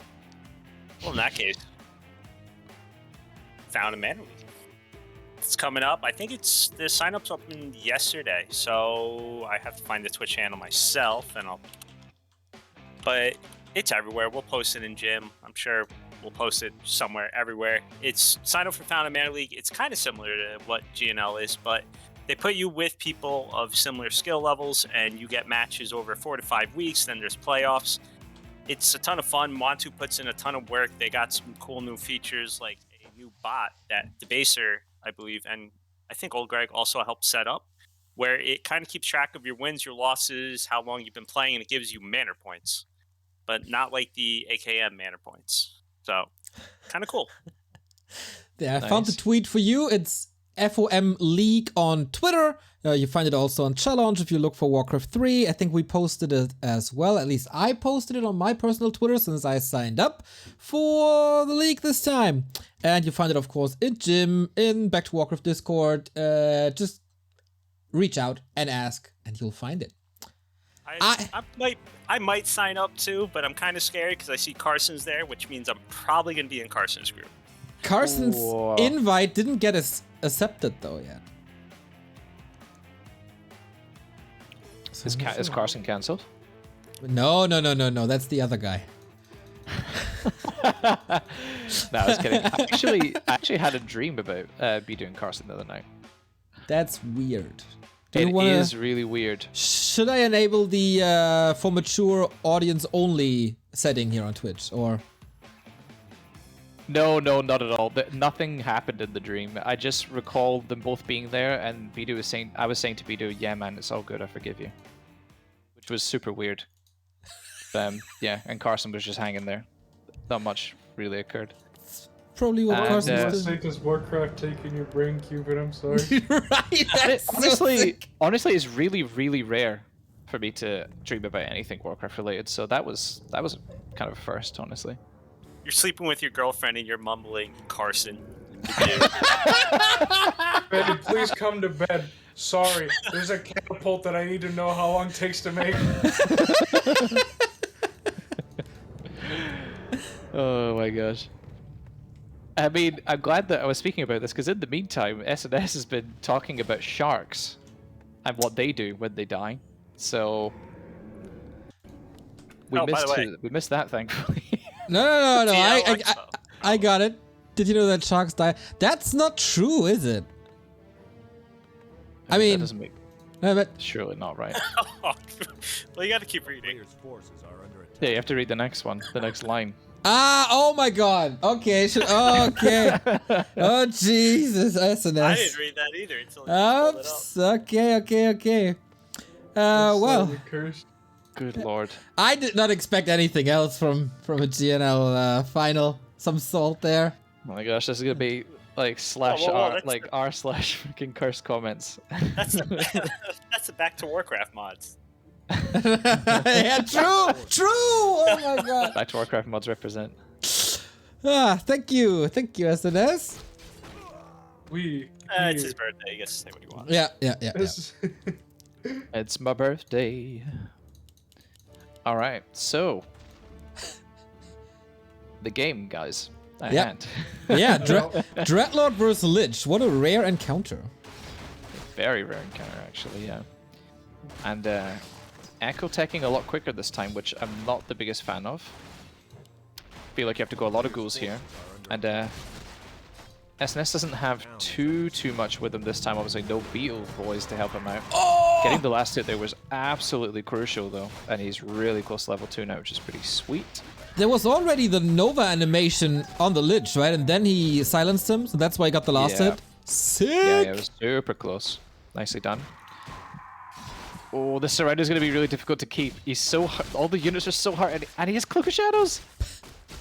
Oh, Pog. And the ghoul is surrounded against the Cloaked Lich. God, the plays here. Oh my lord. I mean, 3 ghouls down for him, the Ziggurat's down, and I think the Expo attempt is thwarted once again by Echo Goodman. Plus the fast tech by Echo Goodman.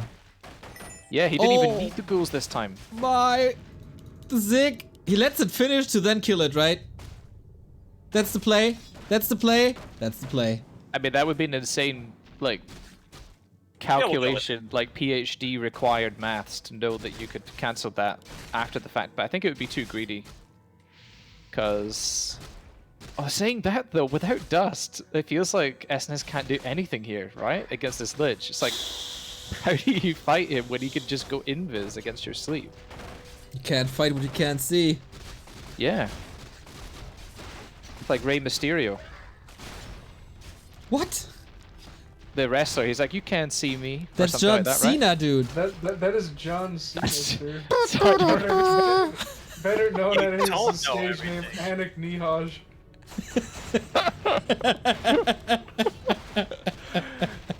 So yeah, I don't know anything about wrestling anyway. So that was the Yeah, shot on the that dark was for me. noticeable. That was the biggest shot in the dark. Absolutely. I do apologize though, because it was borderline offensive. John Cena is a legend, obviously. Do you know the famous wrestler from Scotland who comes out to Madonna's Like a Prayer? A player's No. forces are The famous Grado. Grado? Yeah. Grado. Nah, never heard of him. I heard he's very famous in Scotland now, but apparently that's not true. Yeah, I mean, if I haven't heard of him, then there's no way he can be famous. Just like how I misquoted a John Cena quote for Rey Mysterio. Yeah. So- I was gonna say, I'm sorry, we moved on pretty quick from that. Can we go back to that? What the fuck was that Quberte? Can we acknowledge here? So bad. I see him getting roasted as well. Though I am Nice. seeing now Rey Mysterio the legend, so that's good, that's good. But beforehand, people are saying lol Rey Mysterio, bruh. I know. What is this push, by the way? Yeah, it's I odd. don't know. The Naga feels really forced. I don't like it.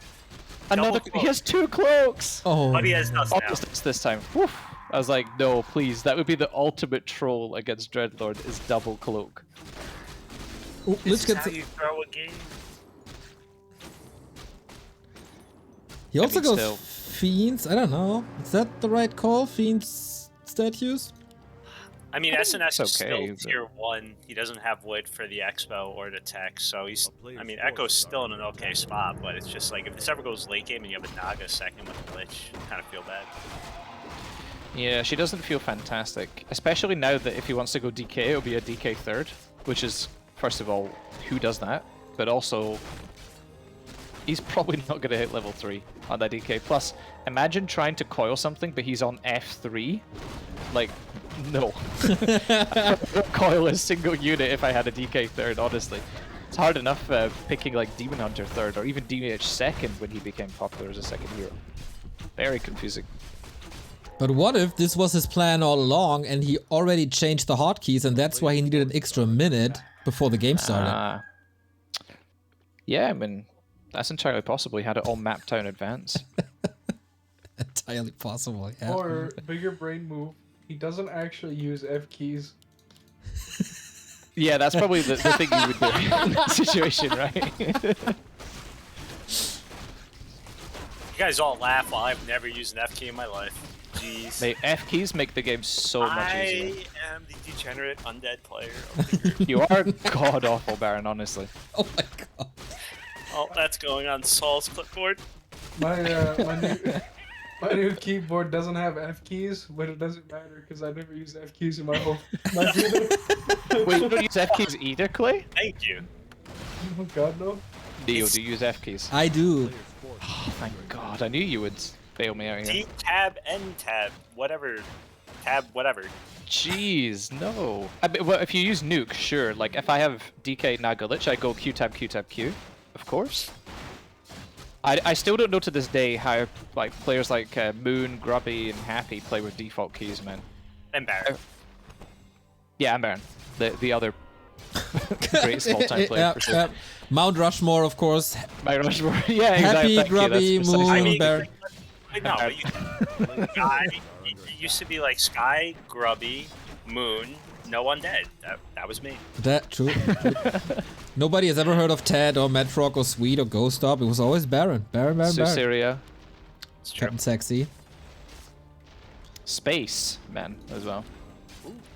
Run by. So, this run by is going really weird. He doesn't have Carrion Swarm to like really damage the acolytes. He doesn't damage acolytes, he just takes away the entire gold mine. Yeah. Remove the center of the problem, you know, get rid of the gold Exactly. mine, and then those acolytes are useless anyway, right? Don't think that's working though. No. If he had a few more ghouls, he could just sleep the acolytes and then try and do that. It would have worked probably. Mm. He does finally have an expand going. He does Stars and Stripes, and also triple crypt incoming for T2. This is some degenerate abuse. I mean, Yeah. I can tell that this is like an edge-approved strategy. I didn't want to say it. Edge. You have to say Edge TM now if you're going to talk about this strat. It works. It's Yep. really good. Yep, it is. He Let me could tell go you quad something. crypt, but now I think he's gonna add a slaughterhouse with It is that. DK third. I Yeah. love it. This is so bizarre. If he goes full edge, he's not even getting Carrion Swarm at any point. You just keep sleeping the heroes non-stop. Like, you think you just woke it up with the Destroyer, Abolish, or you attacked it, it doesn't matter. He slept you again, like, right away. And then It's on level 3, that shit's like 50 mana, right? Exactly. There's And there's then- like a micro tax, but you also have to keep in mind the mental tax. Because as soon as you hear that sleep go off 3 times on your level 5 Lich, you're like, awesome. Yeah, true. It has the effect of my Lich is slept, but also like every time you get slept just before casting that Nova or casting that coil, you want to like probably break a hole in your screen or something. I don't know. He's not even going to go Gargs. Someone talked about, you know, all those crypts for ghouls. I think we're going to just get Oh my gosh. I mean, he already has the first attack upgrade for them, so yeah. 3-0 ghoul, probably like endless run bys, right? On the gold mine? Didn't he do the Unsure exact if this same is thing the in the right group call. stage? Forces are under attack. I think it There's- is. He's just gonna flood the base and take the haunted away. At whatever Yeah, but, cost. like- Look at this, 2 groups ghouls. Take We my got, like, haunted cities. away. We got Naga here for like the unlimited power and like a Lich too. Between level 2 Fort and Nova, like Oh these my ghouls. lord. Yeah, But what was the point of do you know picking what the- DK here? It should have been Panda. You know what the problem is? He has no TP, and he can't get home. And Oh, these no. ghouls are gonna tear the base apart. Not frenzy ghouls though, so they are not the fast. They're pretty slow, honestly. But yeah, they're covered in hot. And behind this, he's switching into Gargs, which is a little While interesting. getting a second attack upgrade for ghouls, it's pretty odd, yeah. Okay, 1 acolyte for a ghoul and then 2 TP, a TP forced. So not the best trade for SNS, but he does have 2 bases. Though he is in low upkeep already, so that's, you know, he only has 40% more eco right now. So definitely a net negative trade there, actually. We do get Gargs now, though. Mm-hmm. And tier 3 is done. So, Frenzy queued immediately. Immediately, nice, and more Gargs.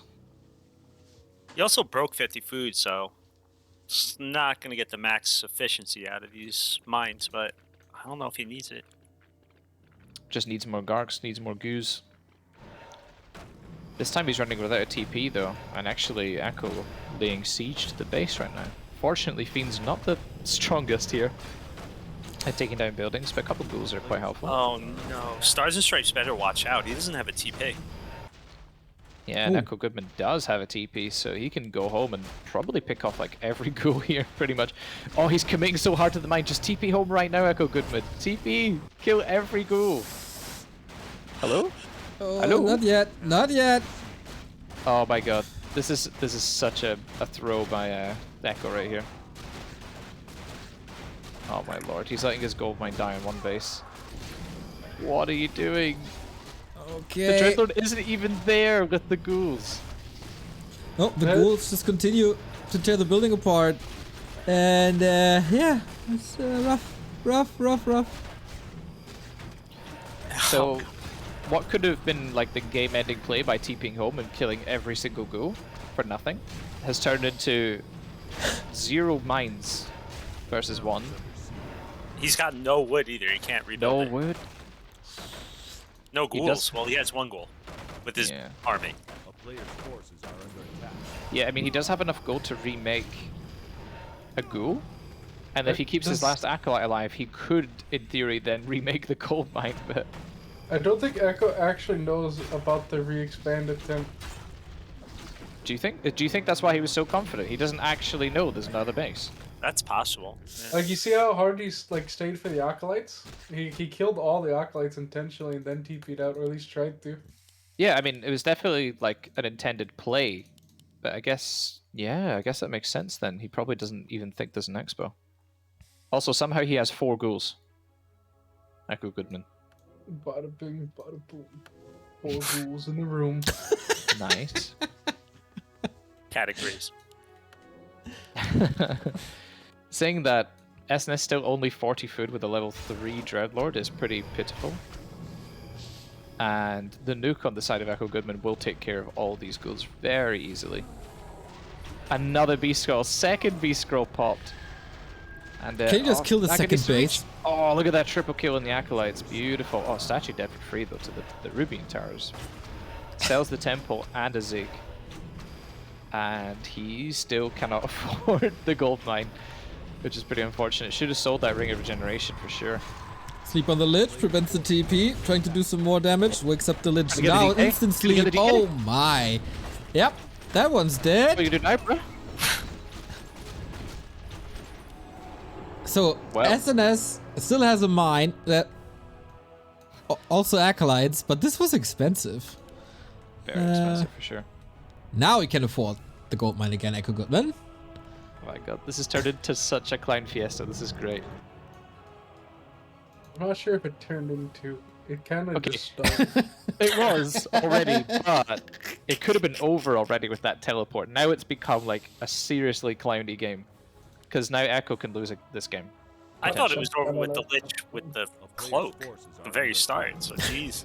I know, true. It has, you know, credit to SNS, he has stayed in the game and he is fighting back. But he has very little. Oh, Acolyte, no! Goodbye. That's not good. That's not good at all. And once again, he doesn't have the gold. Oh, that's heartbreaking. Yeah, plus now he has to run around without aura with fiends, and as Kaiser was talking about earlier, there's nothing worse imaginable on the planet. So wait, he's gonna kill the back citadel. He won't be able to make a gold mine ever again. Oh, the Acolyte! Did he get out? No, he didn't. He got out. Oh, He's there. no, he's this. Wait, where? Wait, Am I he's blind? dead. He's dead. Oh, He's dead. there. Oh, No. Oh my god. The statue tick kept it alive at 90 points. Oh my lord. What the hell is this game? Unsummoning all ziggurats. Oh wait, dude, he only has and the graveyard. Okay, that's maybe a bit much. Wait, he's unsummoning Everything every building? except one, I guess, to get heal scrolls and stuff. He didn't buy anything. He must have just queued it all up. I don't know. But he's leaving he gonna- the one. Maybe- Like, Alta is so useless, but he leaves it. Maybe he's gonna put like 2 Necropolis something like in the furthest corners that he can. Or he's planning on going out with style by unsummoning a building and being defeated. That would be quite something.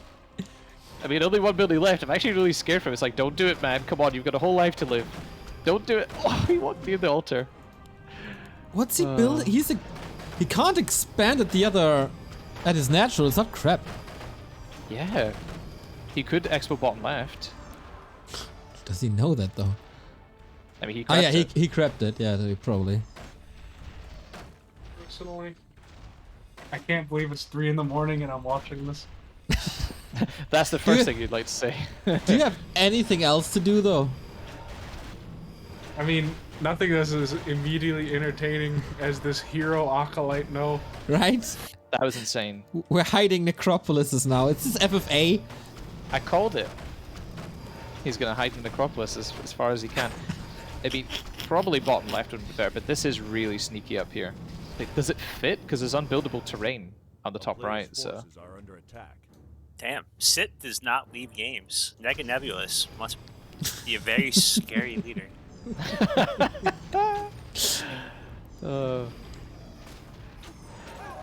Oh, Can he he can st- build it. Oh, the creeps! Oops. Oh, the golem was really mad there. Holy crap.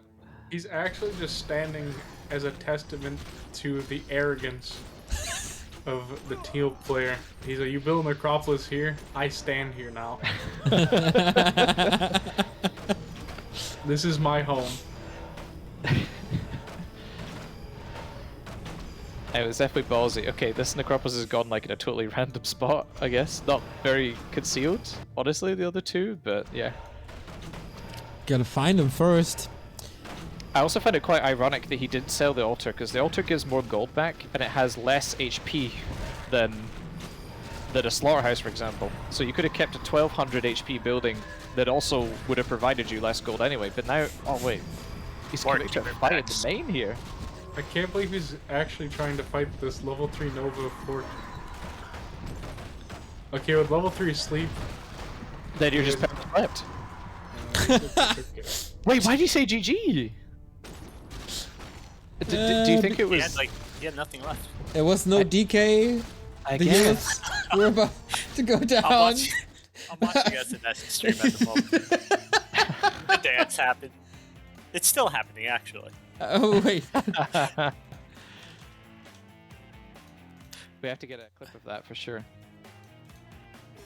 Well, if I he mean, if he that's d- insane. if he doesn't have VODs enabled, I don't know if he has clips. But yeah, 1-1. True. He's striking back. What a gosh. unique game this was. I don't think I've ever seen such a massive experience discrepancy and like units killed discrepancy. And even the score, Echo with 10k more points. Obviously, I know points are meaningless, but it's just funny to see how big a difference there was. And yeah, SNS actually clutching that game, which is just completely bonkers. Okay, so is he still dancing? I think he just sat down. Now he has to, you know, get his energy back Yep. for game 3. Refractory period, if you will. Indeed, thank you for that clip. And no, Remo is still in jail, I'm pretty sure, right, Neil? Yes. No, he's never. I don't think he's ever been released. Very jailed. He'll be back tomorrow, of course. Happy for From Slin. jail. From Casting from. casting with a soap in his hand. Oh my gosh, what an insane game. All around, like every single game had special things happening. Mm-hmm.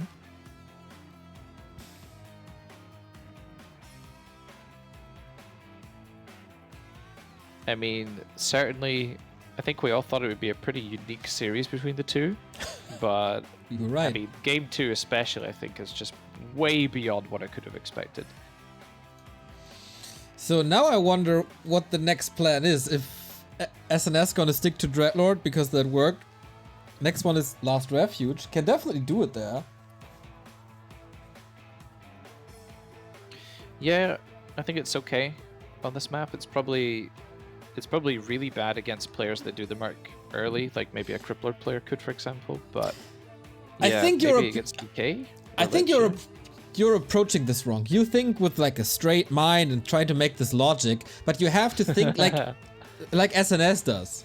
All right, BRB, let me take some coke and smoke like 5 joints. Then I'll be ready to comment on the validity of these strategies for sure. I posted the clip. I just edited out the little last part for family friendliness. Where did you post it? Where did you post it? Oh, in the chat. Oh, you didn't get squelched immediately by the bot. Because Barren is... Yeah, why not? Oh. Oh. Yeah, baby. Muddy is also in jail.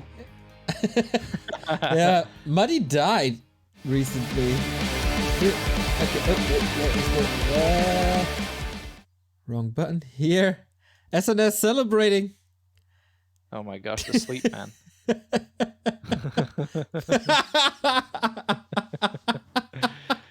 Oh my lord. I mean, couldn't expect anything different. That's amazing. Oh, SNS such a great guy. Due to living in Japan, I haven't really been able to catch any Warcraft streams, period. But I think my favorite thing, because I haven't watched in so long, the best character growth that has happened this GNL is Neo's beard. He's going for like that rugged, like Heisenberg look, which I probably would too if Sythren was my captain. Yeah, okay, thank you, I guess. He is How do we I feel am about that? the danger. I am the danger. Wasn't too dangerous to my opponents, though. Nah, Neo, come on. When I was, I mean, I know it wasn't GNL matches, but when we did that live stream, That was really good. you were I don't know. You were like a monster that day. I am a freaking beast as long as I'm not playing GNL. Yeah. Literal god gamer, godfather, probably never lost a match in his life. But Did you see when my play Stormbolt GNL, dodge? Did you see my Stormbolt dodge? That's like happy level micro. I did. That was really nice. And the clip is also written Stormbolt dodge, which made me laugh even more. But yes, really cool. Okay, I think this is either Tavern Hero or a Dreadlord from Echo, and SNS going for Ted Fiends. What? What? I think maybe that's especially why he said, "Come watch my stream. Well, come watch me rip my shirt and half if I win," because has he ever played Ted Fiends? I don't know if he knows how to spell Ted Fiends. All I can think of is the Artosis quote. Like, what is it? The weirdest thing a cheesy player can do is play standard. True. So maybe, That Echo is true. Good is prepping all this stuff, and Stars and Stripes is like, all right, let's just do normal. And now we got Echo with the CL. Yeah, with a really weird build order, like a super late hero, which feels pretty bad as a crippler player because you're not going to get a single camp done before the DK arrives. On the bright side, yeah. it's DK versus CL, which isn't always that great early on, or ever that great early on. Yeah, I mean, I think unless you're really practiced with DK, then yeah, DK feels, I think, even worse than Lich against Crippler, honestly. But if you've practiced with DK a lot and you are a Ted Fiends nerd like Neo, then, you know, DK is pretty alright. Oh, I gave up on Ted Fiends in Mirror. I only play Cryptlord expansion.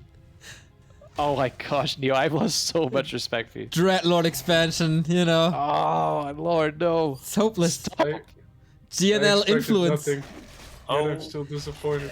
Oh my god, Neo, stop. I'm getting Is this older, Impale okay? first? That'd be Echo's so insane if it was Impale first. No, it's Beatles.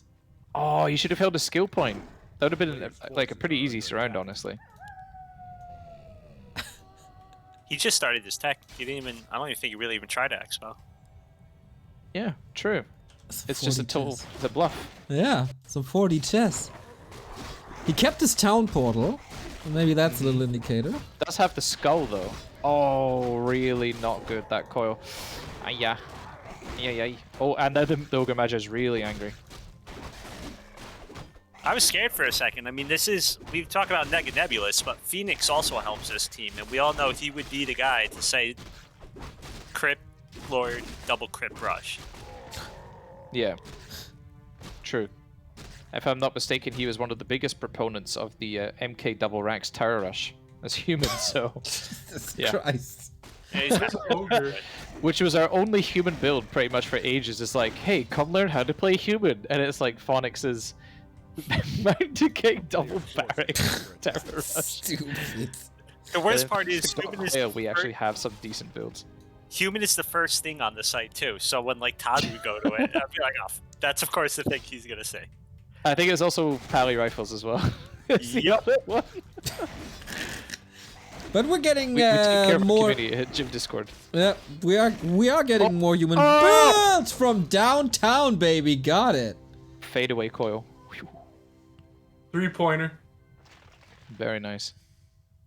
I think And, that ogre did more damage to like each individual ghoul than like a shockwave from the ogre lord would have. Probably, yeah. Yes. Like that ogre did like honest to god like 700 hit points worth of damage. like 800, 900 damage or something. Jeez.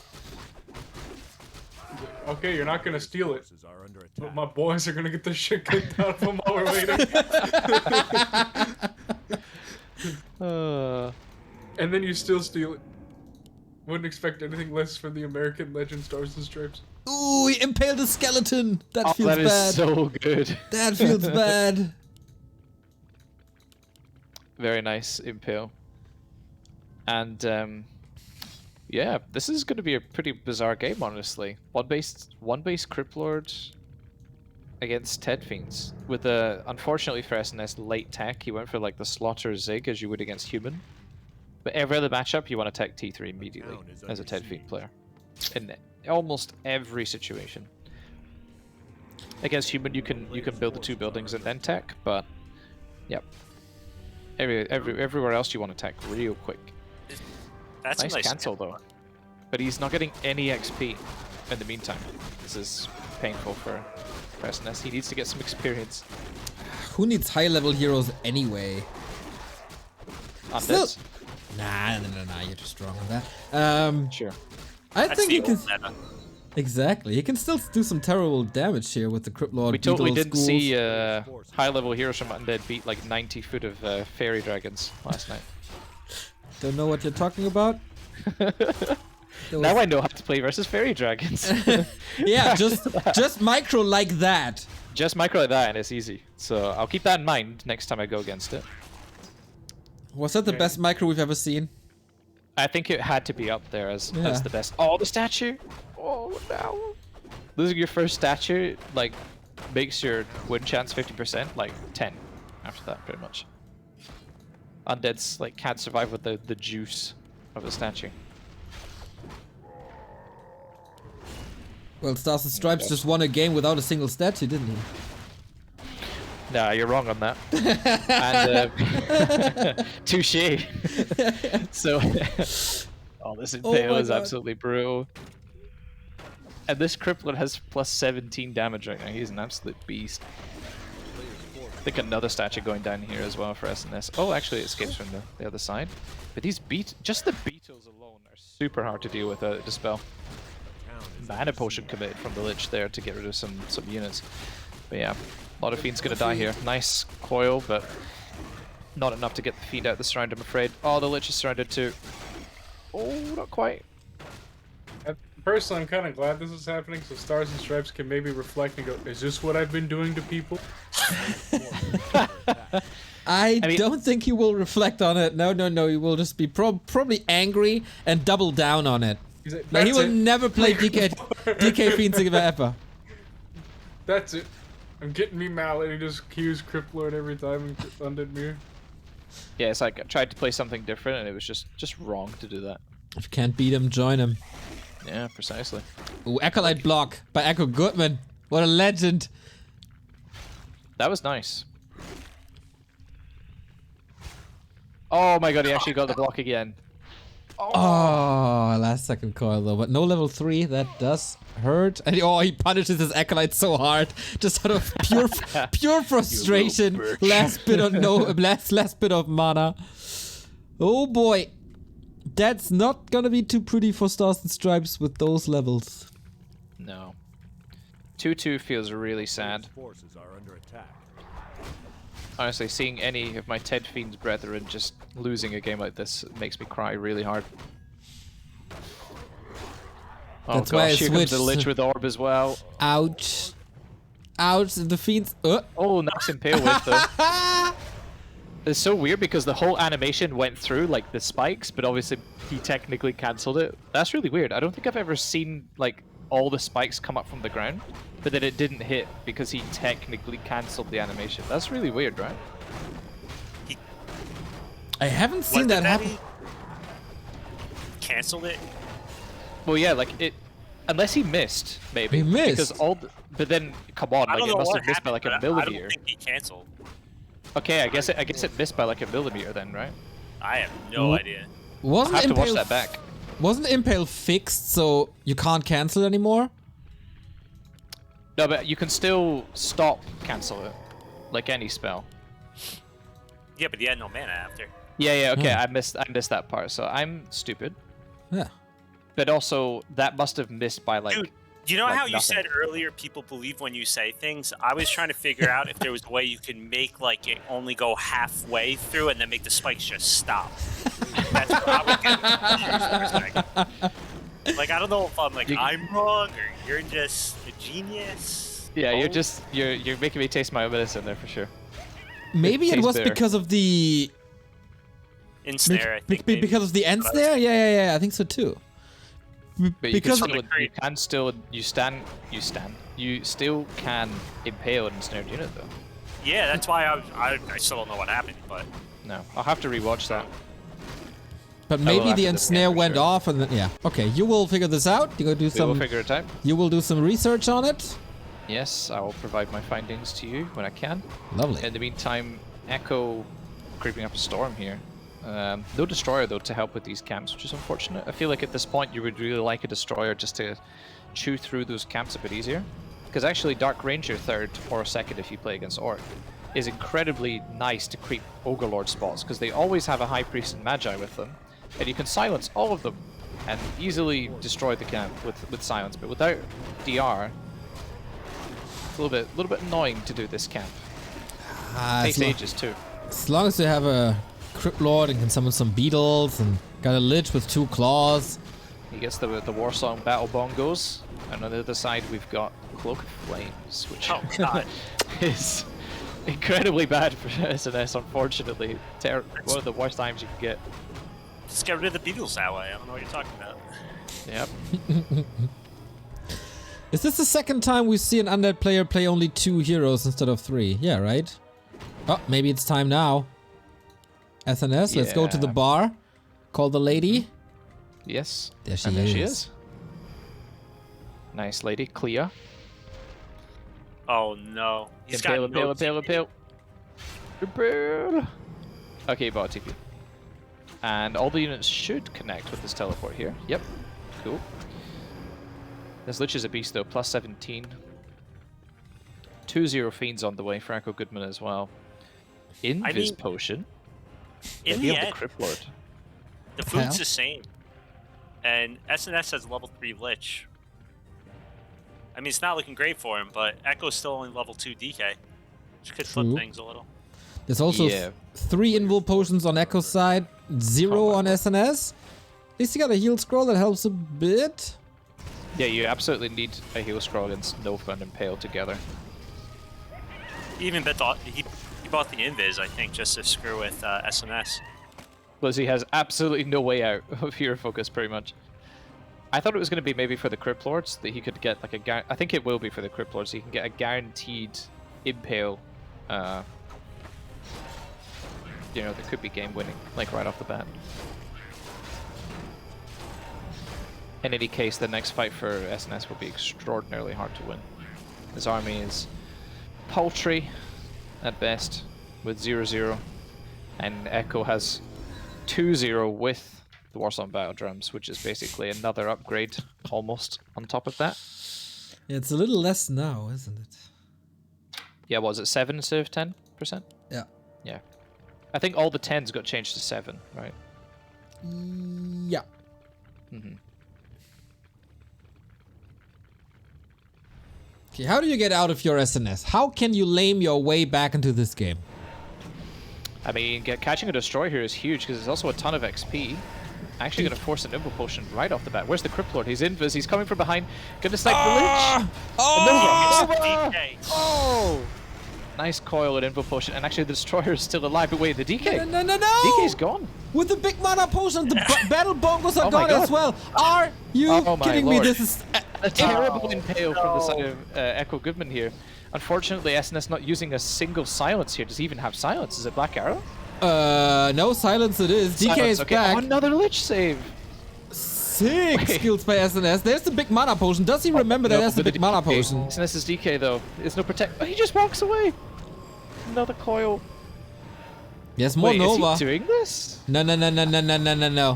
SNS is losing more hero focus. DK. Both DKs super low. Invul, nice transfers. My god, what a crazy fight, actually. Pretty much the best SNS could have hoped for in that fight. Honestly, that was insane. Wait, another Nova DK! Oh, goodbye. No! What a bad trade this was! Oh, God! Okay. Wait at the tavern once again. This is not another supply is even. Are you kidding me? I mean, what on earth? The only problem is SNS really needs to get creeping right now. He needs to get these 3... Wait, he has 5 camps on the side of his map right now. He needs to get all of these creeps to try and get... Wait, hold on. And SNS has more XP than the DK because the DK was out of range for the hero kill. That's really weird. So his Lich second actually has like a lot more XP than the DK. I love how he's doing the exact opposite of what you say. Yeah, I mean, he's just wasting time not creeping and picking up an Invo Potion. Now he's chatting to the Goblin Merchant who owns the shop. He's really got to "What's up, sell man?" that cloak too while he's under 50. I know, like, this is the time to get rid of items, because in case you didn't know, guys, if you're in upkeep, whether it's high or low upkeep, you will be taxed on any items you sell. Which I hate that that's in the game, but that's how it works. You also get taxed on creep kills as well. I'm pretty sure. So, oh my gosh, Devotion Aura and Battle Drums though on the side of Echo Goodman is insane. Yep. He did consume the big mana potion before though. There's a mana stone now on SNS. Yeah, it's pretty still good. Not creeping though. For some reason, he has five camps on his side of the map. He's not creeping any of them. Saving it for later. When main I think base. he probably wanted to creep jack when the DK wasn't around. My time is now. That was his only time. I mean, 10 seconds in there, Echo Goodman's DK is back, so his timing is just a bit off here, unfortunately, for SNS. And he has a potential to lose a lot of units if he has to teleport. Silence Okay, hits 2. That's pretty nice. Oh, look how quick the DK is going down with that hero focus there. It's insane.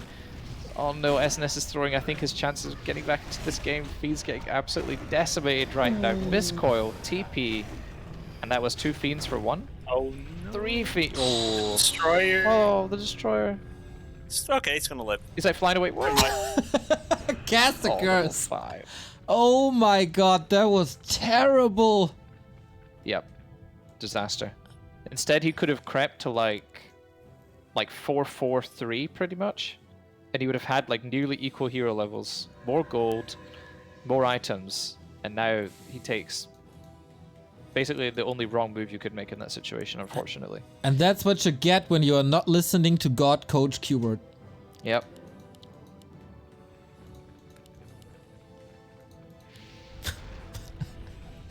Look at this Fiend army just marching forward right now. Lich Shot on the side of Echo has insane items. 2 crazy good auras as well. I love when I get Devotion Aura as undead. I feel like it fixes quite a lot of your problems because all your units are so fragile. Though, just trigger me a little bit, it says grants the hero and friendly nearby units 1 bonus armor. So I'm sure it gives you 1.5. Yeah, but you can't display that. There's some bug which we will discuss after this fight. I know exactly why that is. Okay, cool.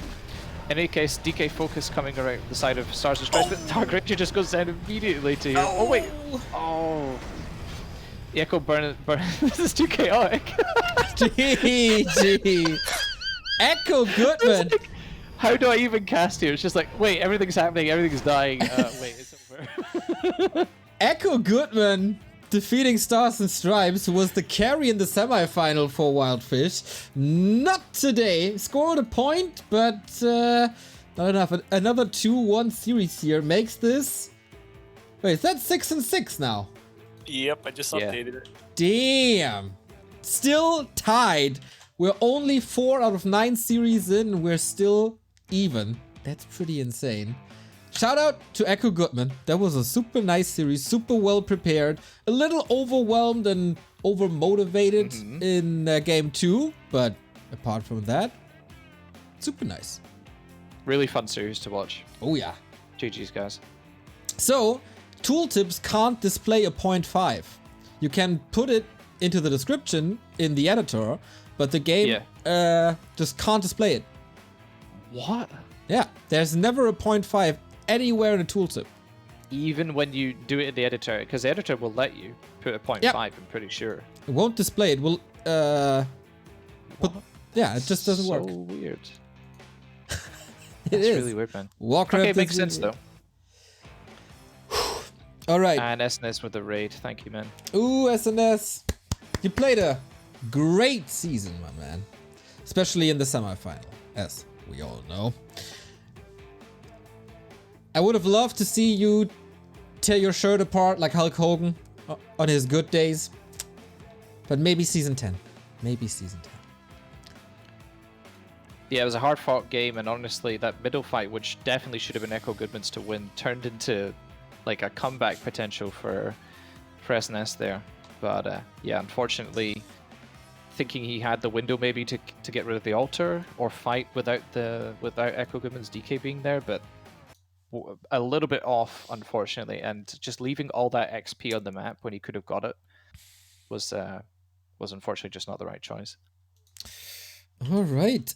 After being down 0-3, Superstars in Training are back and tied up the series, and now we get two players that we know from the stream already. Potato was, I think, broadcast on week 1 of season 9, and Tarmok is known from the Creep Camp League and from a lot of other cups, as he's playing almost everything. So this is gonna be a good one. I need a little break. Should I just mute myself and you guys talk, or should I send the guys into like a legit break? I would say a little ad break. I want to make a cup of tea. Okay. That legendary series, boys. I gotta head to bed. Thank What? you, everyone. Where's the No worries. Clay. Where's the passion, Kaiser? Where's the dedication? passion about 4 hours ago, when I should have been in bed, is sleepy. Kaiser, it was a pleasure to hear from you. Good speaking to you too, Neo. And have a good rest of the cast, everyone. Love Wait. you all. If people are interested in following Kaiser's journey in Japan, how can people find? How can people follow you? Where can people find you? Well, I've been playing a little bit of Warcraft again, so my Twitch channel at Kansai Kaiser. It's Kaiser like the role or the emperor, and Kansai like the area in Japan. I got a YouTube channel too. You can feel free to check out. It's the same. But thank you very much for letting me plug myself, Neo, and thanks for having me on as well. All right then. Love you all. Thank you. Take care. Good night, Clay. Quberte. Good night, everyone. Misspelling your name. Put the link in chat unfortunately. with a typo. Nice. With 2 letters incorrect as well. Okay, we all need a little bit of break. Back in 4 minutes 30 seconds. Thank you, Link, for bailing me out.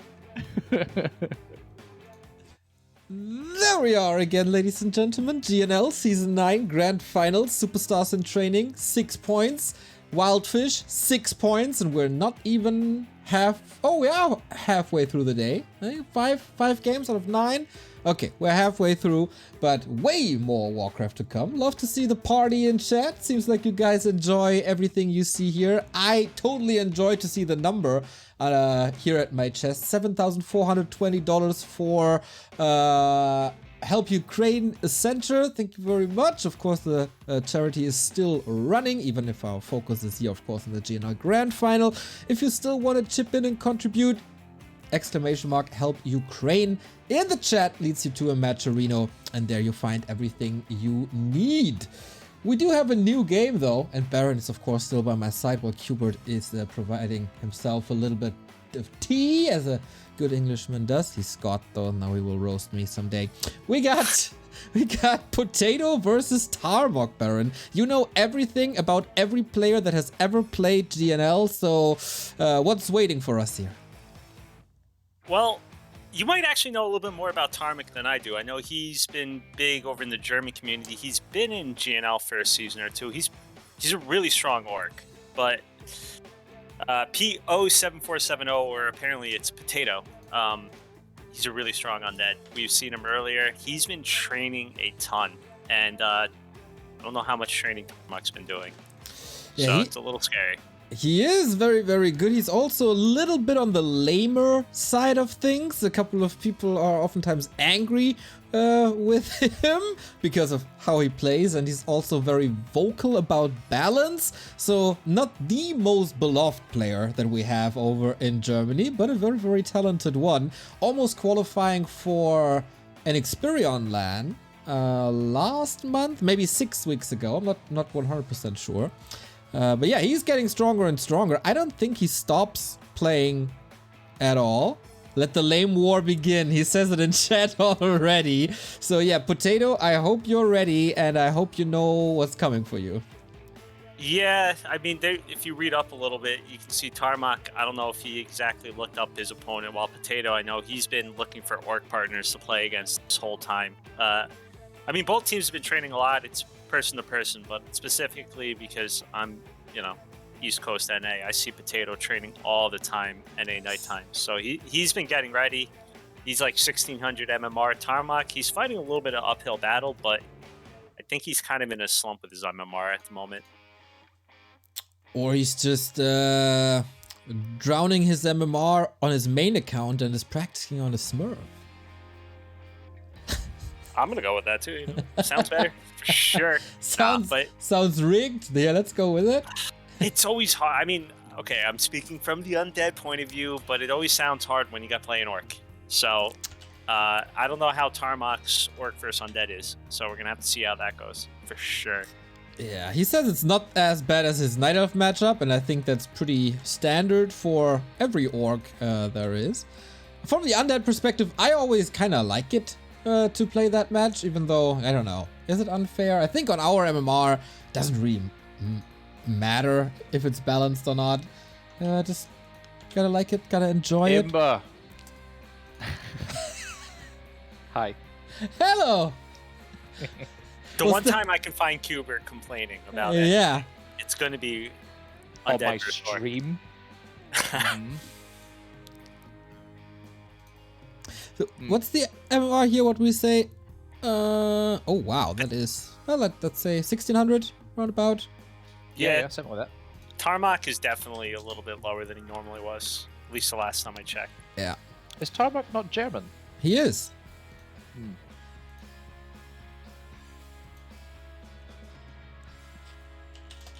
I can't understand German, like I've said before, but when I check that channel and I see the complaining channel, I usually remember seeing Wow. just a lot of Tarmok. Yeah, that is true. The bitching chamber in the German channel is 90% Tarmok, and like, I don't know, Excellent. 10% Slash, maybe. Jeez, Potato. Okay, so Potato usually is like 1600 MMR. Mm-hmm. So I don't know what his MMR is. Well, I do know what it's been doing. It's been going up, and I don't know how though. So good for him. Yeah, he sits at around 1670 or something. That's mad. Probably Potato's peak and Tarmok's lowest level we've seen. It really his is. trough. Yeah, his valley. Because, like, look, I love Fats Russell or B-Lit. We're going to see him later versus Luke Skywalker. But, like, he played very good games versus Potato, took games off of Potato, and he's not 1670 MMR. And that's what we really got to do as captains. We say, okay, this person played good versus this person.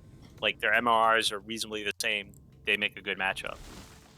Yeah, from what I've seen, your matchmaking has been really, really good. This season, at least. Before I didn't follow it too much, but of course, I got also very, very hard opponents. So.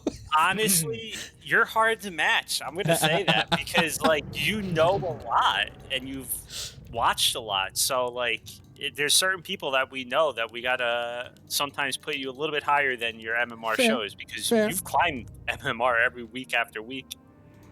Yeah, and I beat the guys I faced on GNL. I beat them all on ladder, but too much pressure during GNL. Can't handle it. Did you beat Buzzkill like twice on ladder already? And in King of the Hill, I am the reigning and soon defending Jim King of the Hill for my MMR. Fats Russell would like to correct you and say that it's 2-0 versus Potato for the record. That game was sick, though. I want to go recast that game on, what was it, LR. They had a very good game. I thought he actually won it. In my head, I still think he won it, apparently. Potatoes. Boil them, mash them, stick it in a stew. People know that old meme, Lord of the Rings meme from so long ago? No? Yes. We made the Two Towers reference. Now we got the potato Sam reference. Gamgee. Exactly. Legendary. The true Next hero. time we're bringing out the Hobbits to Isengard. Oh, so cringe, man, those YouTube days. Alright, so Potato going for the DK Ghoul opener against Farseer Headhunter, which is really cool. I've played this a few times myself. Either won really easily or got so wrecked. Like I got wrecked against Armin in our Clan War match. Me trying to play it against him, and he just played so safe in the early game, and I feel like, what do you do if the orc is just chilling like by their first green spot, you know? But in games where they extend and try to be really aggressive, you can really punish them with surrounds, with ghouls. So, feels a tricky style to get the balance right with. But yeah, cool to see it being tried out here. I like the early Nerubian before tech as well, just to Same. ensure there's no pressure. And now Tater going in for the steal here, hopefully. Yeah, especially if you know Tarmok a little bit, this Farseer Headhunter play is definitely what you should expect. Also a very aggressive Farseer Headhunter play. And having a Nerup there in front is similar to how you play against Keeper sometimes. Just keeps you safe. Yep. I usually build my bases like this against Orc nowadays too. I really like the offensive Nerubian against Farseer players. Terrible against Blade though. Yep. So I feel like what I've seen also Hitman do in his latter games is that a lot of undeads, especially high level ones, are trying this DK Ghoul approach against Headhunter, but he just plays Blade. And then it's like Blade Grunts versus DK Ghouls, which is not great for the DK player. That coil was a huge miscalculation. No. Whoopsie. Good little steal here, but a little bit of experience for Potato at least. I haven't seen Tarmok play in a while. I don't know if he's going to do his like tier 2 like tower stuff or if he's just going to go... Oh my god, he didn't get the last hit either, the DK. That must have been like a millisecond off that coil. I'm not going to lie. I'm going to be biased. I'm going for Tarmok just because, you know, he's definitely the underdog in this game. So Tarmok. I can't believe I'm rooting for an orc, but it's happening. Yeah, you followed on my list as well now, Barren. Jeez. Ruining his reputation. First time back to Warcraft, all reputation ruined. Yep. Really can't go much lower though. So. True. At least you're safe in that regard. I introduced you as the guy who hates Germans. It was pretty much precedent set, wasn't it? A player's forces are under attack. So yeah, were you saying earlier, Neo, I think I heard in the background, that you actually quite like this matchup? Yeah, I love to play it. I also love cool. to cast it. It's so I mean, energetic. casting it is so good. It's the best. Well, casting it, not for me obviously. Watching it is amazing. It's As like it always has been. Eros. Yeah, precisely. Like, you hate to play it, but watching it is so fun. Oh my. This is a lot of kills on both sides here, though. Yeah. Oh. But wait, the DK though. Oh my You can't god. get the item. No, disaster. What a great early game for Tarmok. He saved 2 of his headhunters super duper low. Yeah. Killed Yeah, 2 really well ghouls. done. I think he lost 1 headhunter in the process, but definitely worth it. Level 2 from harass only. This is super dope. Well, that's a Tarmok strategy, right? Aggression. is. And as the undead here, you cannot afford to trade negatively ghouls versus headhunters. Even though ghouls are cheaper, headhunters creep so much faster than ghouls. They already creep faster than fiends. So, like, if you have to transition to late fiends, you know, as you do at this point, then, you know, if you've lost a whole bunch of ghouls, your creep speed will be absolutely terrible. Oh, the headhunters! Losing one to the creeps. Now the creeps are even with Potato right now. True. Just to tell the people who's playing for which team. Potato for Superstars in Training, Tarmok for Wildfish.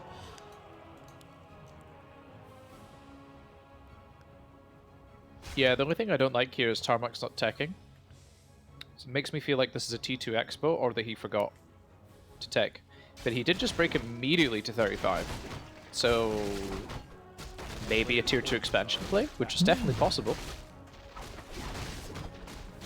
Yeah, a lot of people tried that. I'm Oh not no, too this DK has nothing. no stomp though. Little slow. Yeah, I think he could speed scroll here and probably get the DK, honestly. But going for the ghouls is perfectly adequate as well. Nova invested onto just 1 headhunter here, and he dies to the creeps. Ouch. Now the creeps are 2 for 2. They have 1 more kill compared to Teo for the headhunters. That's mad. And actually, this Berserker will secure 3-2 for the Orc. Ooh. If Tarmok creeps this, he's basically gonna have a TC. Oh my gosh, 3-2. It's the same as Potatoes, DK. Holy smokes. Army's gosh. looking good for Tarmok as well. Tier 3 is coming as well. A little bit on the later side, but he got good control in TC and Raiders, so that was worth it. Now Ensnare is ready, even more control. Yeah, as the undead here, you are absolutely terrified to even leave your base. Because Yep. what can you do? If Tarmok was to play like full you-know-who right now, then you would probably get killed in your base, honestly, at this point. Eh, As the undead. Yeah. 2-1 is laughable in the face of the Orc army and heroes right now. it's not too easy to find. Like, you can't go in the middle. You'll probably get scouted there. Have to go to the left-hand side, which is very obvious. In the meantime, Tarmok is just taking the You cheese just from take your bread. all your camps away, probably. Yep. You can just take these 2 camps, then go to the middle, A player's forces and then just are probably go to the red. And then Yeah. you're feeling really good. He's been taking the greens though. That's the one thing. Yeah, that No green big was a damage mistake. yet. Like when you have this big advantage, you might as well extend it. And HH can creep anything, as we all say. Yeah, big mistake to just do that green there. It was a huge waste of time. Guess he's But still in any fine. case, in the time it took for Potato to do 1 camp, Tarmac took 2 of his opponent's camps away, so it does still feel pretty bad. And actually, he is going for full frenzy goals here. There will be no fiends this game. Okay, that's So- tough. Okay, we'll see. We'll see. We got a new donation, by the way, to the charity Opson. Thank you for the $9.10. Makes it a flat 7,430. Much love. a player's Nice. forces are under attack. So how do you get out of there? Like, you need, like, Potato has to smash this fight. Oh, yeah. He has to win this fight so hard. Are you eating while casting? Nope. That is so unprofessional, and now you're lying as well. That's a sin, you know that.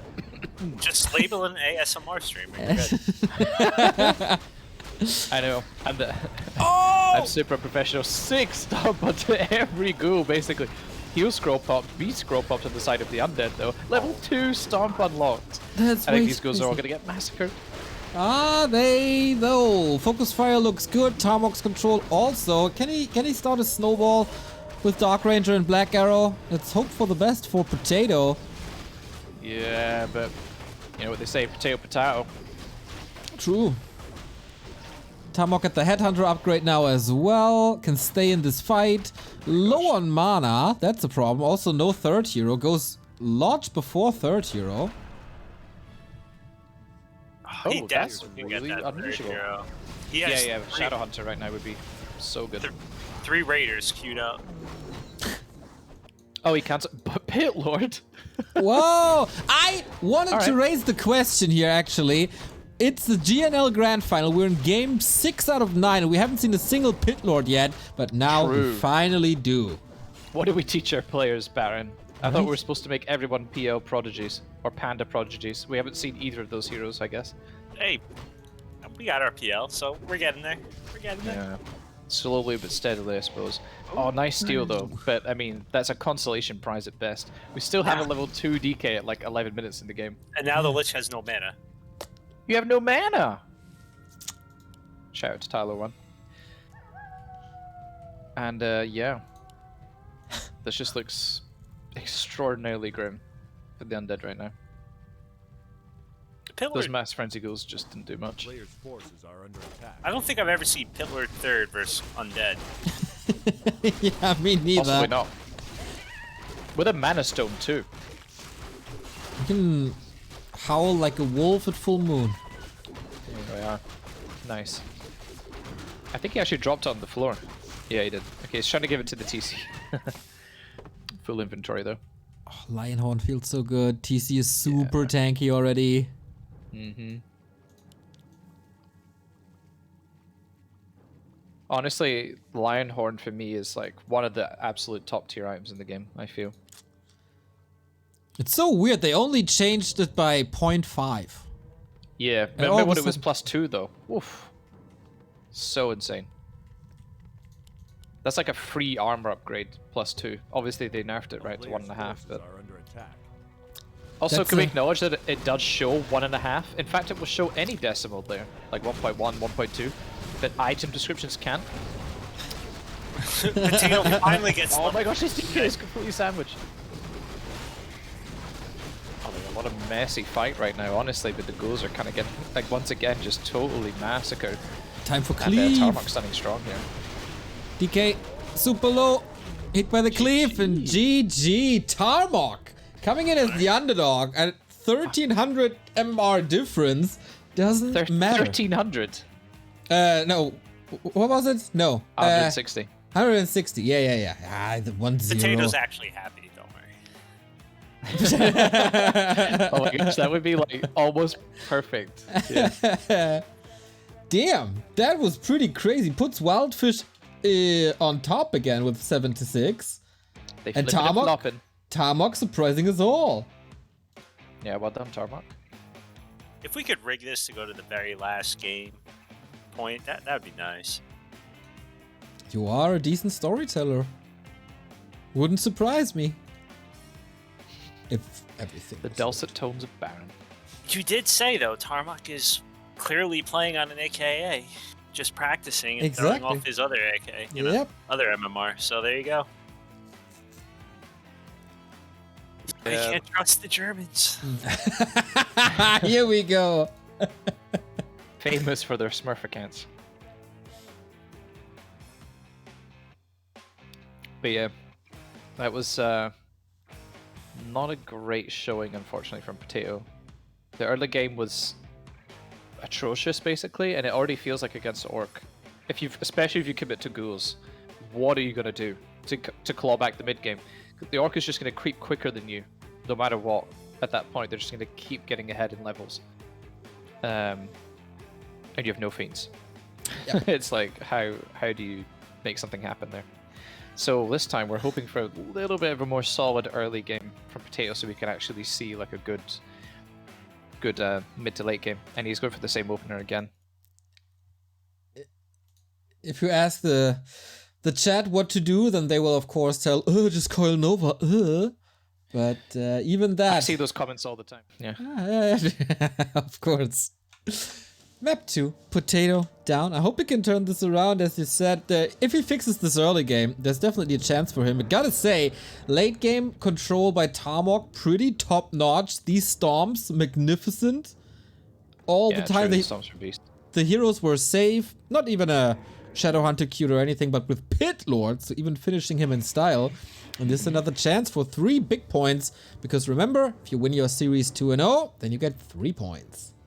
You get 1 point for the price of 1. 2 points for the price of 1, sorry. If you win 2-0, basically. 3 points for the price of 2, actually. Yeah, basically. Yeah. Oh, my brain doesn't work. So, something I spotted what Potato did, he placed Altar Crypt, but then he didn't build the Ziggurat after 4 Acolytes. He built 5 Acolytes and then a Zig, so you can see how late his hero is right now. Farseer is already like 15, 16, 17 seconds underway compared to the DK, so already quite a bit later than he should be. And that's not good, because as the undead here, you need as much time as possible to get like 1 to 2 creeps before the orc shows up. Is there... I mean, the whole idea of this strategy is you need level 3. Yeah. Or else it just kind of falls apart. You saw that last game with Potato. He had level 2 until I think the last fight on his DK. Mm-hmm. If you don't get it, it's a really bad fight uphill after that. Yep. I mean, it's basically get 2 for Aura as fast as possible, try to use like Skeletons, 6-7 Ghouls to get Surrounds, and then creep 3 as quick as possible. And then with level 3, you come back with DK and Lich, leave your whole army in your base, try to snipe more Headhunters, even a Mana Potion perhaps, on the Lich as well, and just try and pick off even more Headhunters, and then fast push T3 with probably 3-1-1, maybe 3-2-1, versus, say, 3-2-1. And you might have... If you micro like Happy, then you've got ghouls left over. If you micro like anybody else, you probably only have 1 or 2 left that can fight, maybe Fiends and a Destroyer, and then Dark Ranger third, of course. That's kind of the plan, but yep, quite a difficult one to execute. I think actually 10 Fiends in this case is a bit simpler to understand. Like, you make 3 Fiends, you have your Dark Ranger timing, you know, everything is quite easy to follow. Yeah, but I mean, he wouldn't play this if he's not comfortable with it, right? So he must have had some success with it. Yeah, I mean, that's entirely possible, right? I mean, it's just that game went so atrociously, like, bad. But of course, that can always happen, you know, so. I mean, I like I said, I know Potato, he was looking for orc partners a lot throughout the whole week, so I'm sure he found a few. And yeah, Tarmac right now stealing the other turtle camp away from the undead, which is pretty good. Gets the cloak as well, so that's pretty helpful for him. But so far, I think what a recoil's been committed to creeps, which is a ton of mana. Wow. Okay, complete layer of mana already on the DK. And see, this is where you could kill these two headhunters really easily if you were familiar with when to pull your ghouls from your base. You could have already brought all the ghouls that he has, Potato, and just go for headhunter surrounds. This works especially well when the orc does what Tarmac did, which is really quick tech with one burrow. You have like 6 ghouls versus 2 headhunters in the early game, and with Aura it's very easy to get a body block and catch them. So like that surround was nice, for example, on the wolf, but it's headhunters that need to die here, especially when the orc techs so greedily. It's still... This really isn't that many HH at the moment. Yeah, it's a little bit better for Potato than game 1, even though he lost a couple of ghouls.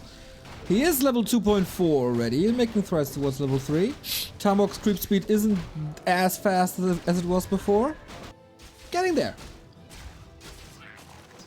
Yeah, as I said, he went for the quick tech, so he only has 4 headhunters. I mean, there's been some macro problems too. But in any case, you're not going to have more than 6 headhunters if you tech that quickly as the orc.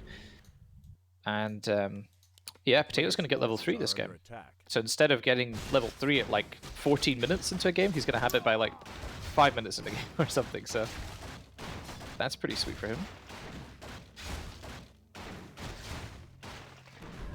Instant tier 3 tech by Potato. Lich Q'd as well. That's almost as fast as it gets. Very nice.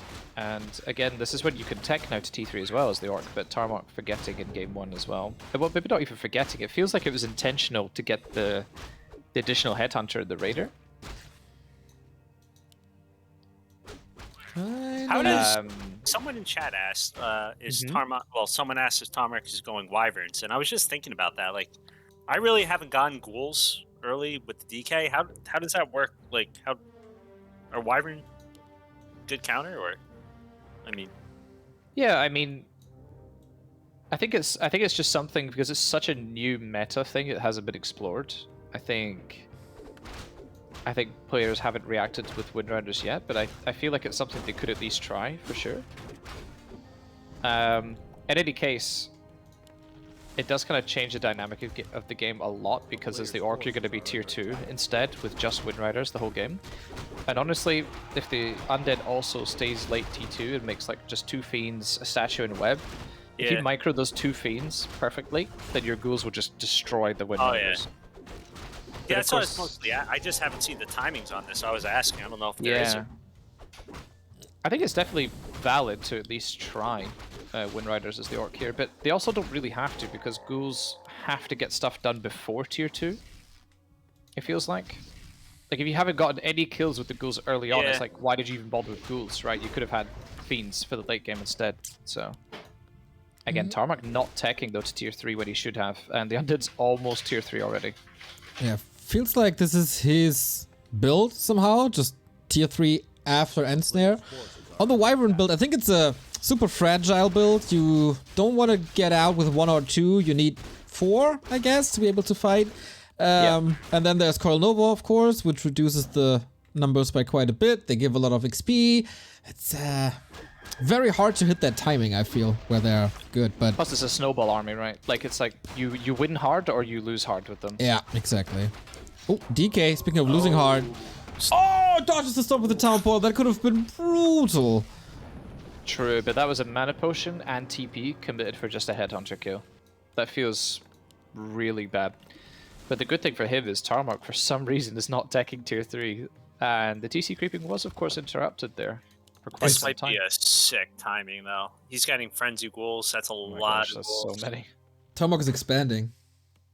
He already I was going to say, maybe if Tarmac sits in his base, he's okay, but not if you're expanding. Yeah. Also, this Frenzy Ghoul timing is pretty good against tier 2 Orc, obviously. Headhunters having 100 less health than Berserkers. You're probably going to have maybe like 2 Raiders instead of 1 as you do with the tier 3 builder, so they're really vulnerable against Frenzy Ghouls. And in this case, Potato interrupted the TC creeping quite a bit here. So no level 3 TC in sight, really. Yeah, where can he go? To the green shop would be great.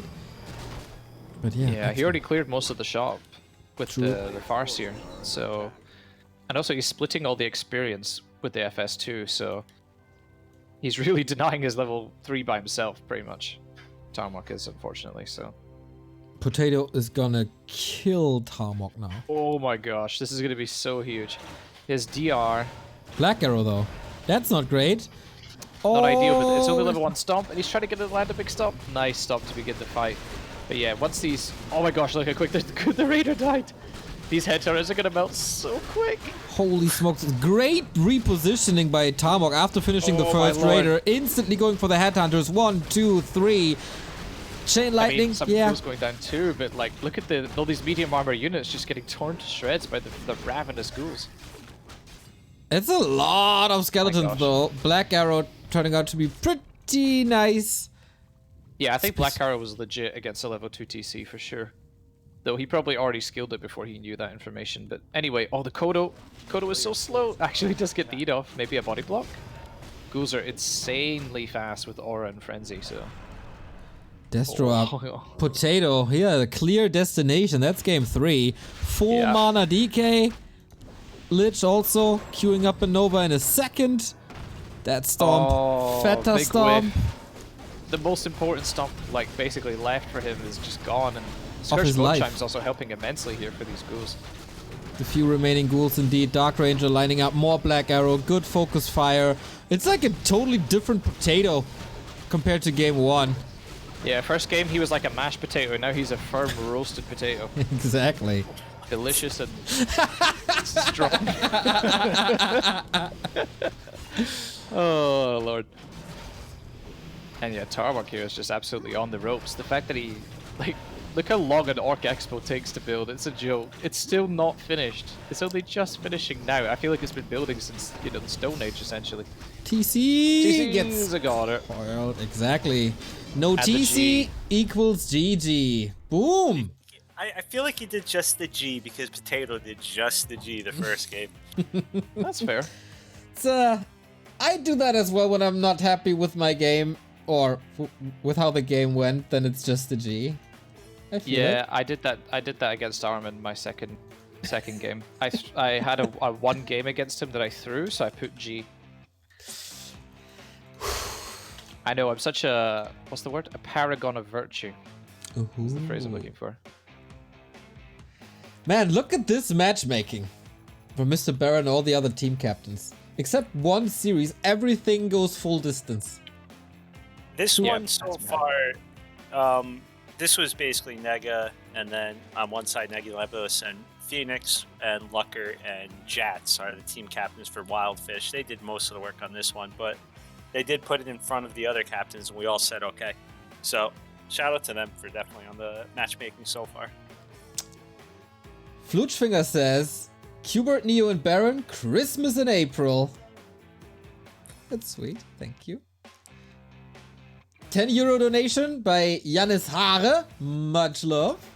Love to see it, love to see it. Of course, everything goes towards the Help for Ukraine fundraiser we're doing today. Started at 1 p.m. Now we are 8 hours in or something.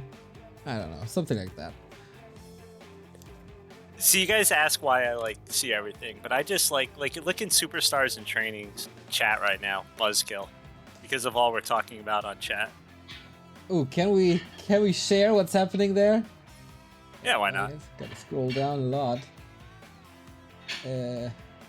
Potato, yes. Phoenix. There's a. Can I show this GIF? I think I can. Just need some adjustments on the thing.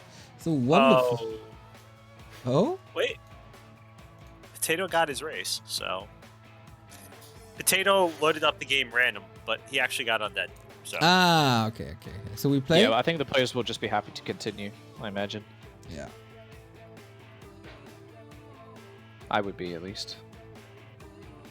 Forgot to play. Right? Yeah.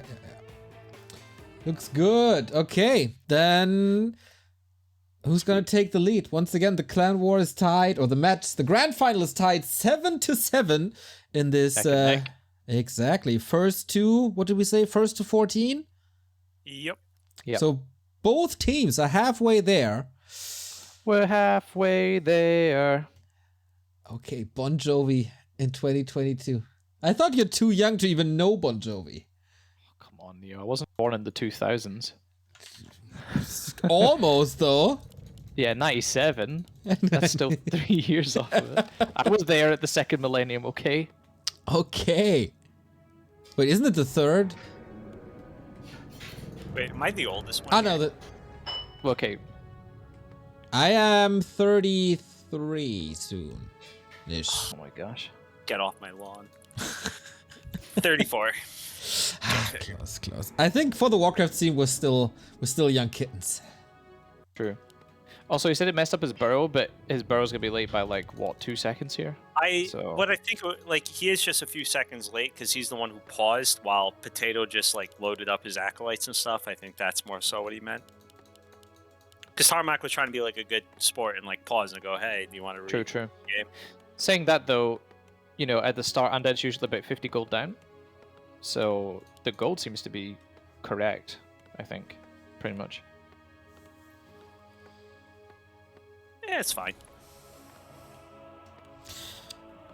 Yeah, honestly, it doesn't really make much difference. Look at the Farseer speed compared to the DK again. Real problem is that he has 6 on gold at the moment. Yep. Yeah, he hasn't noticed that he's got too many, unfortunately. Wow, that is a quick tech though. Can be made even quicker with Peon Micro and stuff like that, but in any case, yeah, still an ultra fast tech. Potato again going for that sub-optimal build order where the DK is far later than he should be for some reason, so... And yeah, here we go. Late Headhunters, fast tech. Kiwi Kaki style.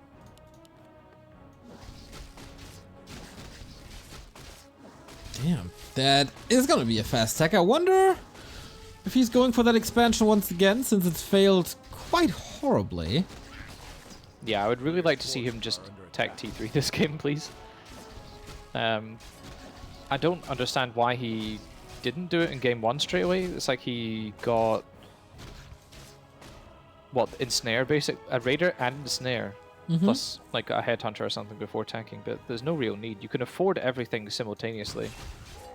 You can get the TC and the Beastry, and then as soon as you have the resources, you tank. So, no real need for it. And yeah, Potato going for probably the quickest tech you can do with ghouls, basically a 22-foot tech. If you pull 2 to creep with, and now he's going to pull 2 more. Trying to secure that level 2, and yeah, no Headhunters to go for this time on the side of Tarmac, so Potato mainly just looking now to make sure the Farseer doesn't steal maybe the Murloc consumable or the other Murloc Flesh Eater, and now he could probably, Potato could probably bring all the ghouls from his base to try and just brute force level 2 here at the small Murlocs. It's grunts, by the way. What? Okay, that's Just very really interesting. Yeah. This might Because he be built the why War then. Mill early, Tarmac did, which is a huge waste of gold if you're not going to build Headhunters. You don't need a War Mill this early. So, and 3 burrows as well. Like, you also don't need 3 burrows if you're going to fast tech. Does he want? Like you'll have space for a second hero. Does he want a lot of lumber early for something? I really don't get it. First attack upgrade for the grunts too. What? Is he playing Mass Raiders tier 2? Yeah, maybe it's like a Grunt Raider and then Expo, which is a style I hate to play against actually. Definitely legit, but it normally involves creeping level 2 Farseer quickly and then Chain Light Speed Scroll like into the Acolytes. Or on level 3 of course as well when the Undead's trying to attack to T3. Can be done then as well. Is it Shadow or it's TC as well? Okay. That screams base lame to me. Yeah, I feel like this should be an Expo Raider game, honestly, but I don't know. I mean, either we don't see a Beastery just yet either. Have you ever seen a Grunt with no Berserker upgrade, but a first attack upgrade? I really want to see how the damage numbers are going to look. They're going to have, what, 19 to 24? I don't think I've ever seen that. They're 19 to 25. That's 25, sorry. That looks really, really weird, doesn't it? Brute strength is finishing soon, so It's gonna look normal again in a it second. looks yeah. Okay, 1 beastery. He's gotta get 2, doesn't he? Yeah, Or he doesn't have tech. the wood for it, though. True. Okay, now he has the wood for a second beastery. In the meantime, Potato's pretty happy just to creep here. I mean, I think all his wood went into brute strength and then the +1 upgrade.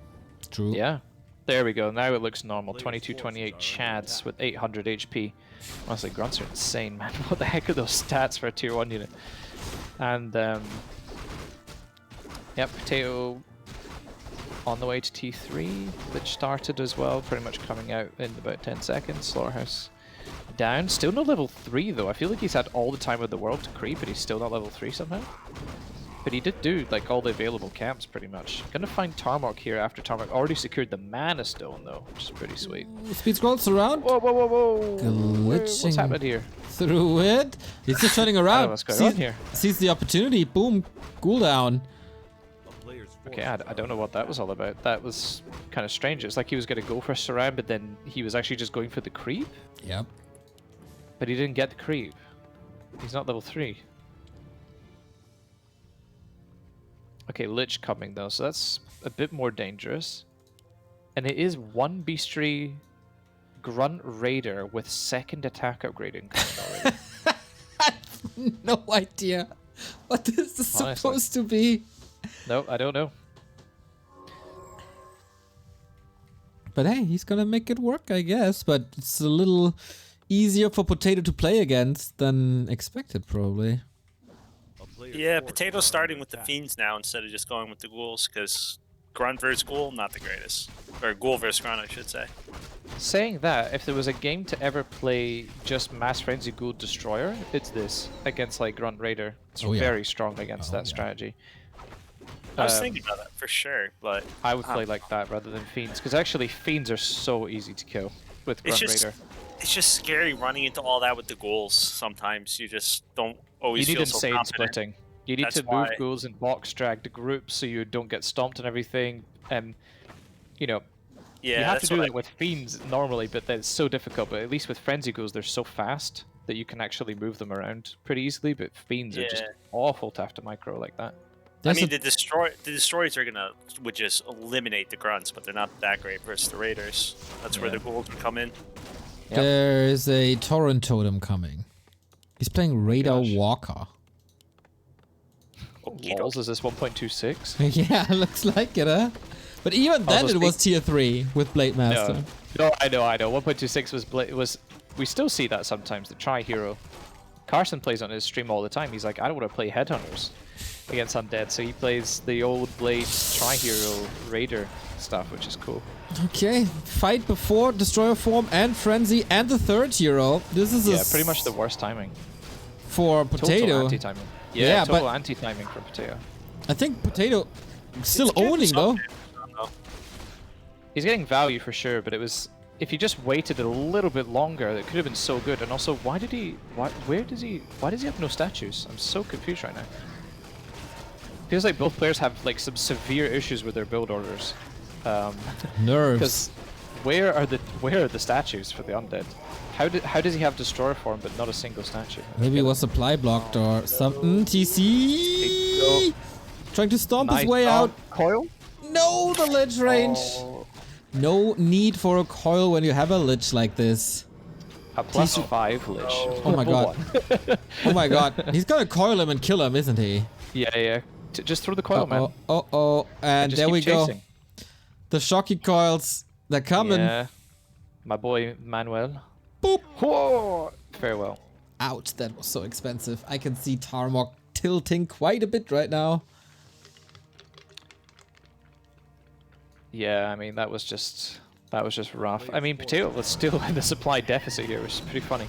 Well, now he just went up to 36, but yeah, lost basically every ghoul he brought to the fight as well. But he has the Tri-Hero now, and he has the T3 Orb. He is going to just creep up Storm right now. And now what? Tarmok can hope for a level 4 and a bit Farseer, basically. And Also- TC is benched. That feels I pretty mean, bad. I like the idea, but I feel like the orcs that do this, like, it's more of a Razorman style, and you just got to be like constant pressure. Yep. It's just like complete YOLO. Yep. From the start. Are under attack. Yeah, and you can't do that without 2 beastries. Like Yep. one raider and then the ensnare, it just takes forever Yeah. to get the mass you need. In the time with 2 beastries, you can have 3 raiders with ensnare as opposed to 1 raider with ensnare. So You'll sit there thinking you're gonna win a fight, and then you realize no, he's just gonna keep ensnaring my hero, and I'm gonna die. yep, I've had the displeasure of playing against Razor Guy quite a few times, and it is not fun. I think the time I beat him on Turtle Rock, I played Frenzy Ghoul Destroyer against him, actually. I didn't play any Fiends. It was a little bit easier, actually. No. The TC is, I think, is he surrounded? Nah, he's alright. You can get through the burrows there. Weird starting position though for Potato. Like, his army was a bit disjointed. Actually, Fiend gets eaten and Kodo microed immediately, which is really nice. But the Grunts are not attacking their intended target right now. Pretty important dispel to keep the Destroyer alive. It was basically 0 HP. And yeah, here we go. What's the Walkers going to do, honestly? Pretty much just going to feed the Destroyer? Dispel against the skeletons. Maybe Tarmok is No afraid adept. of... Oh, true. They're not doing anything. Still doing gonna get some some Miscoil, kills though. here. This coil at point blank range, though, for Potato isn't great. But yeah, what does Tarmok have? This army is just terrible. It basically does nothing. All the Grunts died, who are basically the only damage carry here with 2 attack upgrades and Zerker strength. And yeah, now we've got 2 statues, Tri-Hero and a Destroyer, and like a Fiend left over. What else does Undead need very much here? 6 silence on both heroes. At like basically the entire army, and the TC Well, gonna offensive dive. coil. Oh, Instead of third saving time? the Destroyer. Oh, Destroyer saves itself by dispelling the Spirit Link. And I think he has another coil ready, but it's probably going to go straight to this TC. Okay, no. Yeah, it is going to go to the TC even though he has potion, but...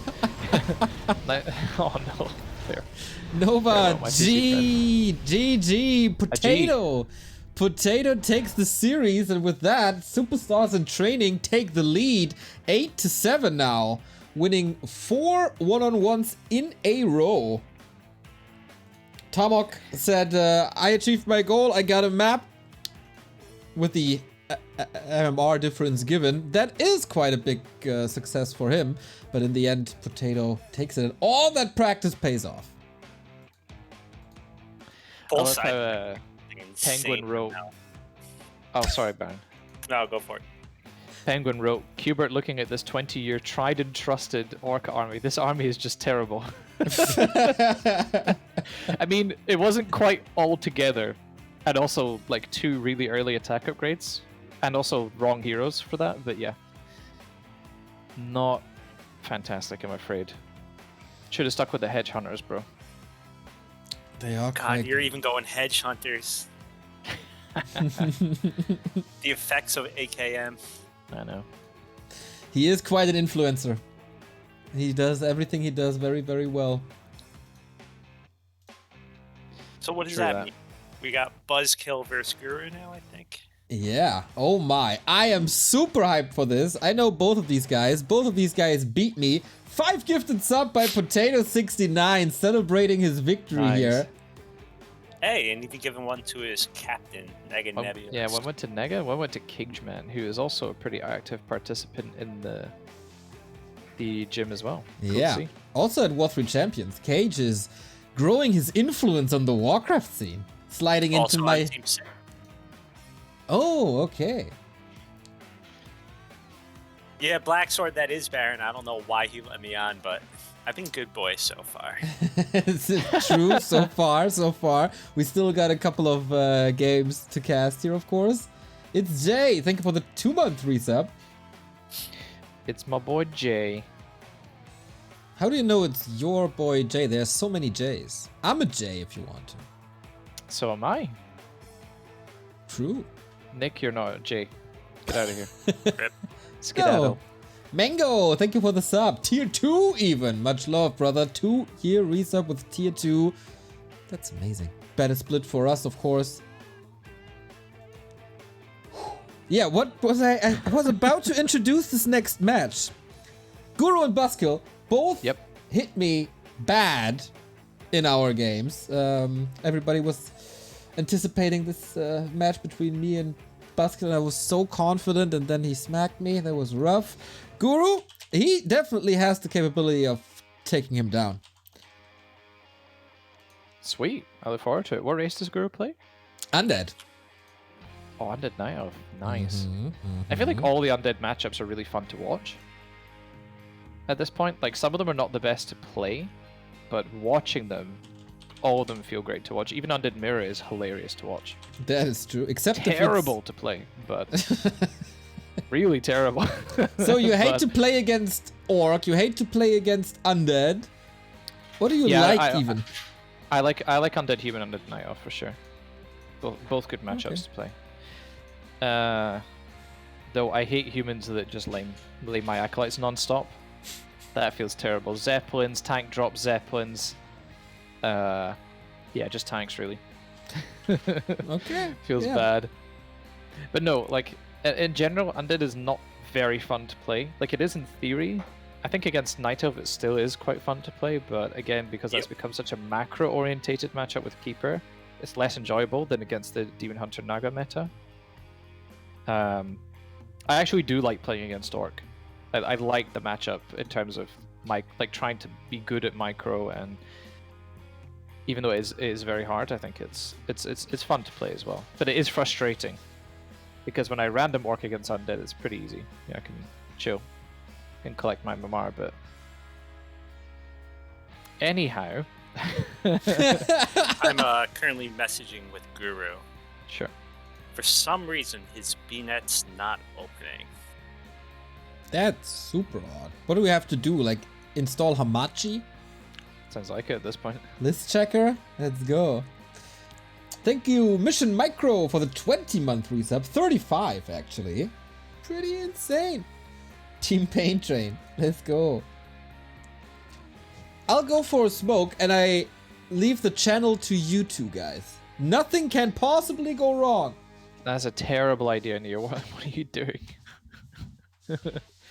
Well, I can let the chat hear my dulcet ASMR tones of me sipping tea.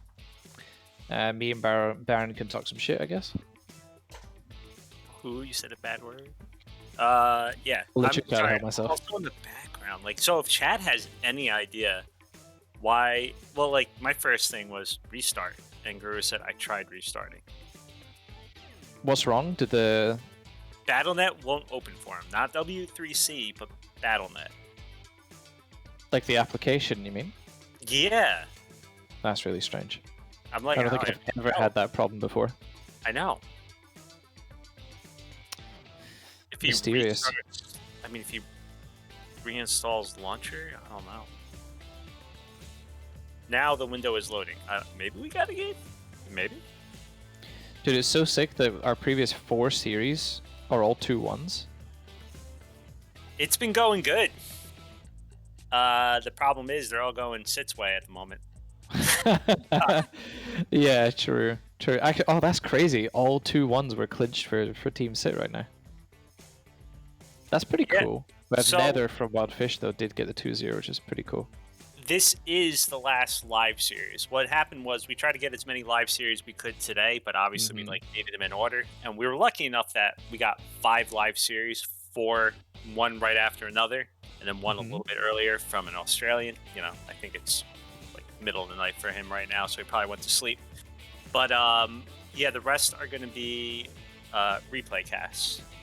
So I know the results of those, but no one else does. So not even Neo. Neo has no idea what's coming. So he's going to be casting those, not knowing who's going to win this. Exactly, because Which is Barren ideal for sure. is perfect. Barren created folders for every match, of course, and then for every map. So I know that there's 3 folders for, let's say, player A versus player B, but I don't know if there's a replay in folder 3. Aha. Smart, right? We are so smart here. Genius. And I think Guru figured out how to open up Nice. Battle.net. So Barren, you know what? I think everybody knows a lot about GNL now because we're talking about this for quite some seasons. But one of my favorite things that I only discovered this season is that there's a King of the Hill almost every Saturday. So I think you should tell people more about the King of the Hill. Oh, geez. King of the Hill started a while ago. It we've been doing it for quite a bit. There's a page on the Warcraft 3 gym website for it, and basically, I don't know, like all the old school players, you got to remember those times where it was just like you would load up on the bot and it'd be 2 people playing 1v1 and then 10 people in as refs just talking smack the whole time. And I wanted to kind of bring that back.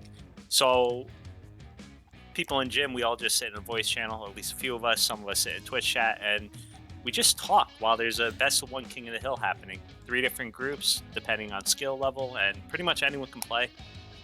You just sign up. It's really not about the games. It's more just about hanging out on a Saturday, and it sometimes goes for a ridiculously long time. Yeah, like 8 hours, 9 hours is not too rare, I guess.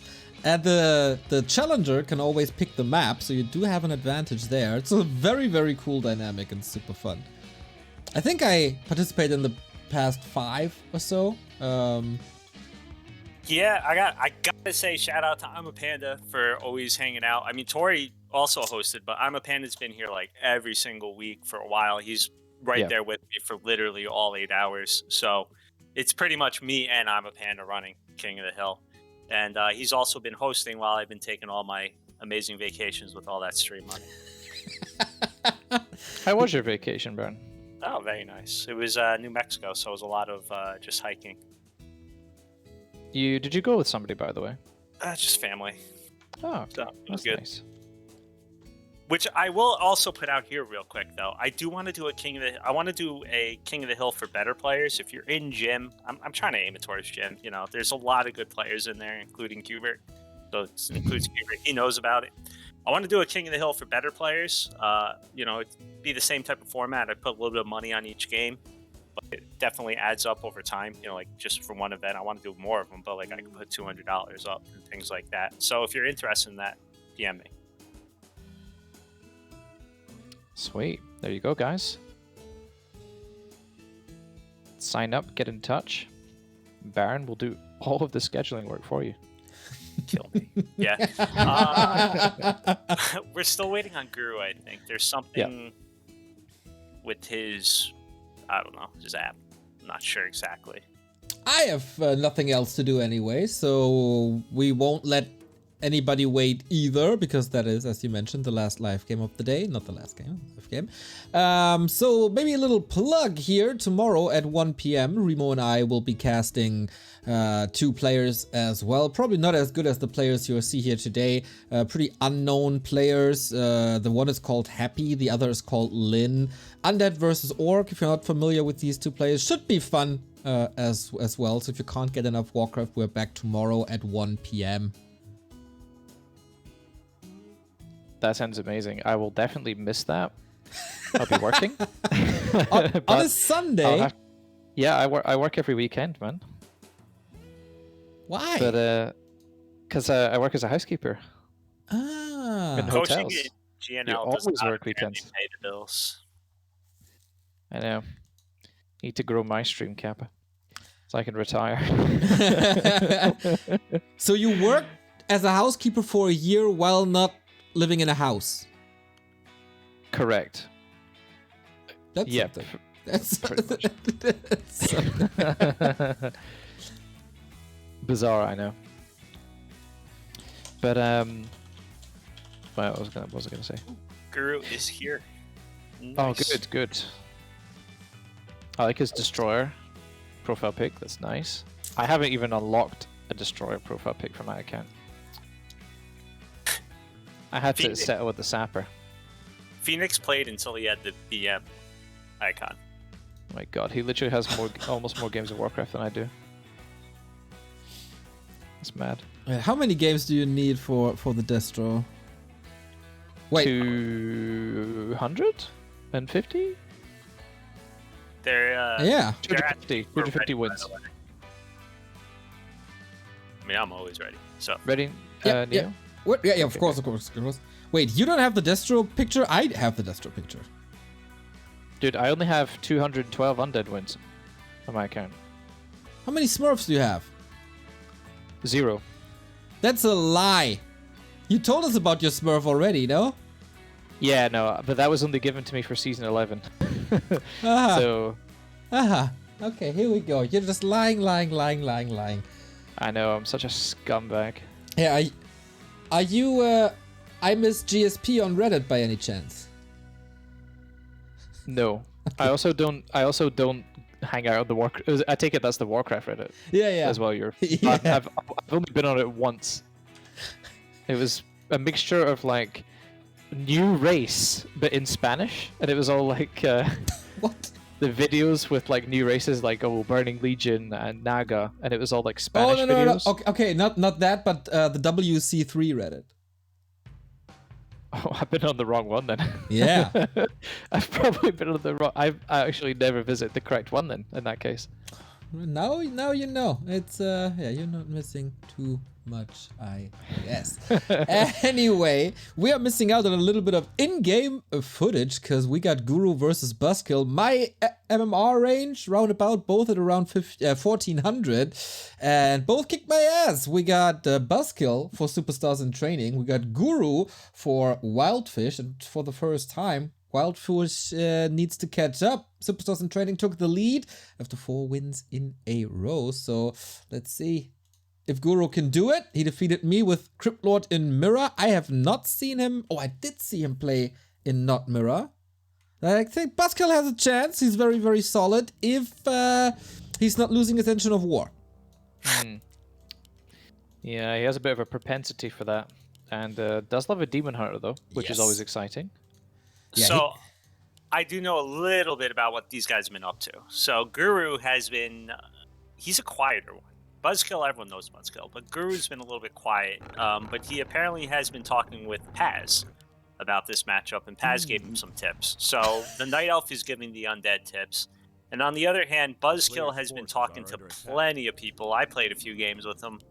And he has some ideas of what he thinks Guru is going to do. Okay. So, I think he's going to try for a strong harass.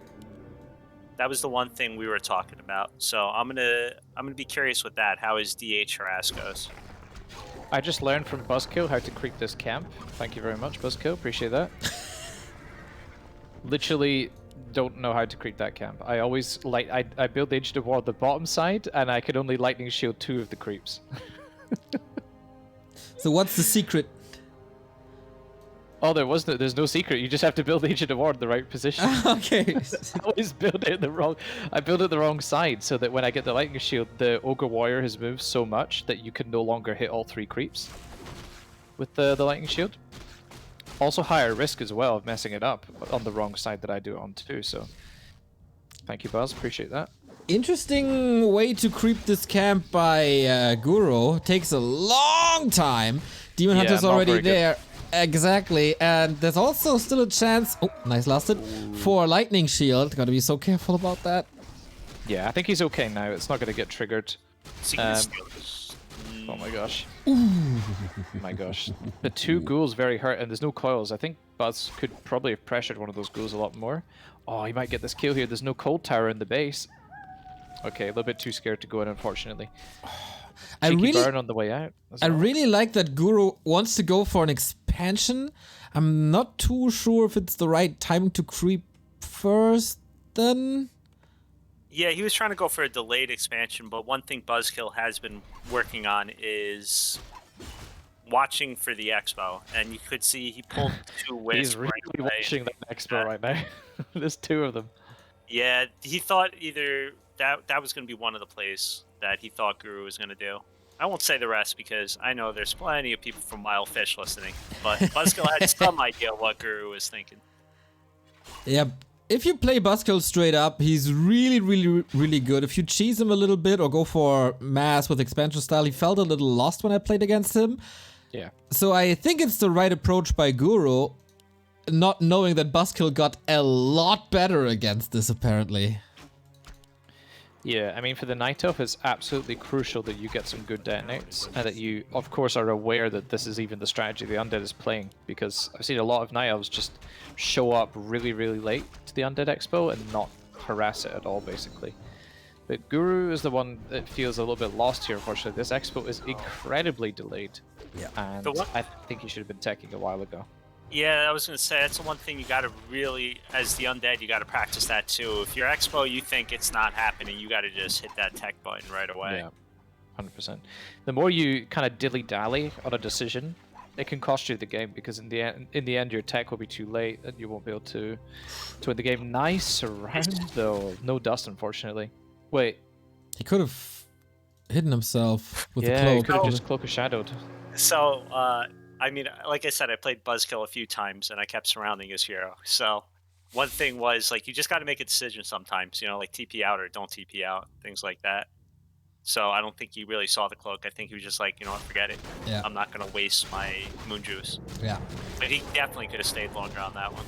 For sure. Also, this is like happy on springtime, I think. He starts tech, but is going to expand mid T2 anyway. Was it springtime he did that on? I can't remember, but in any case, Guru is going to set up an expansion. Really insanely good scout, honestly. I have to give Buzzkill props with the scout, because this is not typical of someone at this level to check for that expo again with that whistle. It was really well done.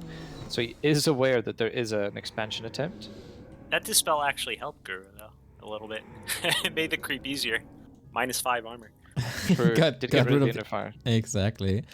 Love that Buzzkill is going for the Panda. He's oftentimes stuck with Naga because he wants to be as aggressive as possible. And he is aggressive now without a level 3 Demon Hunter. I think he could use the time to just creep up instead of pushing. It's gets scary for him, though. He's pushing in without a TP. You know, if he gets surrounded again. Yeah, I feel like in this situation is a night off. You know, he doesn't have TP, he doesn't have boots, he doesn't have level 3. You should probably just counter expand and keep creeping. Creep to 3/3. You know, maybe you can Zeppelin drop and get rid of the Acolytes or something with level 3 Panda. That's something like you could aim for. I think he's listening to you, because counter expand is going up. It's also what Grinchy said, so good advice here. Good man. Yeah, I mean, there's absolutely no way he's going to get a successful, like, bear timing. And then also just, at that timing he came across with both heroes was just wasted. There's no chance he's going to break this. Now, the good thing for him is, obviously, this expo is very late. You know, the economy is going to get rolling pretty late. Also, Guru has paid 4 zigs at the expo, which is kind of excessive. Graveyard finishes now, so he'll be able to build a couple of Spirit Towers if he wants to as well. But Goldmine is not saturated yet. And, you know, Buzz has got time to get to tier 3 first over his opponent and try to catch up in the economy by obviously creeping to 3/3, getting the expo planted at the expo, and then I would definitely try to drop the undead in his main base. With level 3 Panda, I think it's so effective against undead. I'm a little worried because Guru is not going for a 2nd or 3rd crypt, or 4th. And also not building Acolytes, not mining. He seems a little overwhelmed at the moment. And that's pretty much what you said, right? If you're not too experienced with expansions, that's exactly what can happen. Yeah, precisely. There's just so much going on for you when you have to manage 2 bases. Of course, it's infinitely more complicated to manage the flow of your resources, to make sure that you've got both bases mining properly. Like, just silly things can go wrong all the time. Also, Panda definitely could have. Then again, it probably would have been a terrible idea to surround the crew too low. Everything is so low already. Drunken Haze, Breath of Fire did terrible damage. This Drunken Haze is a huge waste, though, unfortunately. I mean, 1 ghoul for, like, hitting a ghoul with the 2 spells is a huge waste of mana. I think he wanted to reduce movement speed and catch up with the Demon but it really Hunter, doesn't do much on level 1. The movement speed reduction, I think, is on like 20% or something. It's a little bit. Not when the DK is right next to it, though. Yeah. Yeah, it's a bit of a trap. The slow is insane on level 3, but it's very rare to see level 3 Drunken Haze, of course. Yeah. But the mischance and slow is really quite funny on level 3, but obviously super rare. But you do see level 2 a decent amount, and it's very, very good then as well. Especially the mischance is just ludicrous. It's better than Curse on level 2. And almost as good as slow. I keep telling people, but Remo and Carson won't believe me. What, they think you should go either Haze or Breath first, and then the opposite, and then Breath, and then Brawler? No, they do see that it's the way to go, but they don't respect the Drunken Haze mischance. a lot, I think. The miss chance is completely ridiculous. Right. The level with level 2 haze, you have a better than curse debuff on an army. Like, and it can hit an unlimited number. Well, not an unlimited. I think maybe it can in theory hit an unlimited number of targets. I'm not sure.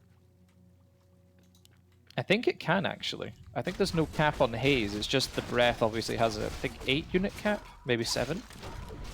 I need to look that up. I don't actually know the numbers off the top of my head, but anyway, nice creep jack here by Buzz, and he is moving the Tree of Life very slowly across to plant. So he'll have a bit of catching up to do economically, but he's not going to be that far behind. Maybe like 1,500 gold down compared to his opponent. That's okay. Guru and Buzzkill picked their maps like the first night, so they've been just practicing, I think, the same 3 maps for the past week, trying to get down their builds. And Guru, I was watching while you guys were talking, his expo wasn't mining for a long time. Then he actually put up 4 towers. So yeah, so much gold invested into that. Meanwhile, Buzzkill with a pretty slow counter expo, but it's going to catch up in time. Yeah, I mean, he's basically going to be about 2.5 minutes down on mining, 1,500 gold. And that's completely acceptable given that he has a huge hero lead currently, and he has the tech lead. So being down about 2.5 minutes of mining is really not very bad for him. I think Buzz could be playing a lot more aggressively here with his army. If Dryads are to catch like this mass, I mean, saying that these Mercs are going to be actually quite dangerous for Dryads. Obviously, pretty much anything could beat Dryads. Here we go. But Breath level 2 should carry really hard here for this upcoming fight. Also, no mana on the DK now. Oh man, no heal scroll either. Poor Guru, 600 gold, but no longevity, also no statue here. This is a disaster. All the ghouls. This is not what you want for Guru. Not the timing. Nope. Not at all. Also, one thing to note, I see a lot of players around this level use Breath Haze all the time. Like Breath Haze, Haze Breath, like every single time doing the combination. This is definitely not worth it unless you have like a 600 mana panda, because the burn damage is great, the miss, like all the debuff stuff is amazing, but you can't afford to keep Haze Breathing every single time. You need to use it once and then pretty much just breath from then on. Because it's actually not economical in terms of damage. It's just that for the initial fight where there's so many units, it's definitely worth debuffing them all. And of course the breath damage is just, the burn damage is a bonus. But going forward, when units are dying and stuff, you just want to keep breathing. You'll run out of mana otherwise, for sure. Now he got a Sobi math though, so maybe not. Yeah, I mean, this is the thing, right? If you get Sobi, like Pendant, and maybe like greater mana, or like a mana potion plus Robe of the Magi, I'd say sure, okay, you can spam it as much as you want at that point. But it's definitely not worth it without those conditions. I was saying that the Lich. Not gonna die though to the burn damage here. You see, he's only taking down a little bit. This Demon Hunter though, he got 2 health stones. This is insane. Oh my lord! Plus rejuve. Like, he's never gonna lose any HP ever again. It's pretty funny because actually with the 2 health stones, he also benefits from the extra 1 hit point per life per second while the health stone is still in his inventory. Did you guys realize that the stones give you extra bonuses before you use them? I just don't know if that's like a well-known fact or not. What do you mean, like when it's being? It says when worn. Yeah, but that just means sitting in the inventory essentially. Yeah. Okay, cool. I just didn't know if folk actually realize that they have additional effects compared to the greater heal and greater mana. Clause 12 is fine, but definitely not the item you want to see as a night elf. You would much prefer any of the auras, or maybe like my favorite is definitely Medallion of Courage for the Panda. It's insane. Or Captain America Mask for the DH is insane. We got a little information by a legend of Warcraft 3 YouTube, Annoying Warcraft. The damage cap from Panda Breath translates to around 7 units. Also, you can breath twice for 1 haze if you do it fast, and then it deals little more damage than 3 breaths. Yes, you can in theory, because the cooldowns work out that way. But you would have to... Wait, hold on. Quberte and Shuddy should do a video together. Oh yeah, oh yeah.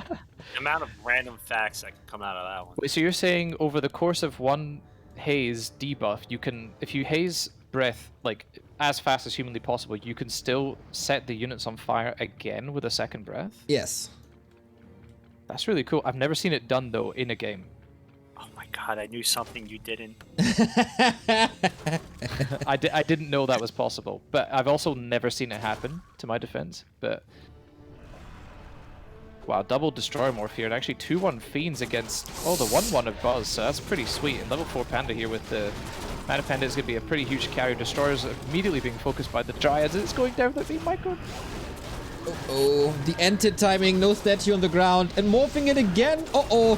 He really wants all the Dispel and firepower he can get. And against the bears, it's working out quite nicely. Gotta move them back though. Second Destro about to be gone. It's trading Destro versus bear, basically. I mean, destroyers in the hand of Happy look unkillable. Destroyers in the hand of anyone else, it's like they're just made of paper. Like Kaiser. Yeah, Kaiser would be the perfect example. Bless his heart. And yeah, Still he would also agree. for sure. Yeah, For sure. That wasn't even an insult. He'd be like, true. True, man. It's still even supply though. Yeah, plus 22 damage on the Lich. Not bad. True. Yeah, pretty juicy.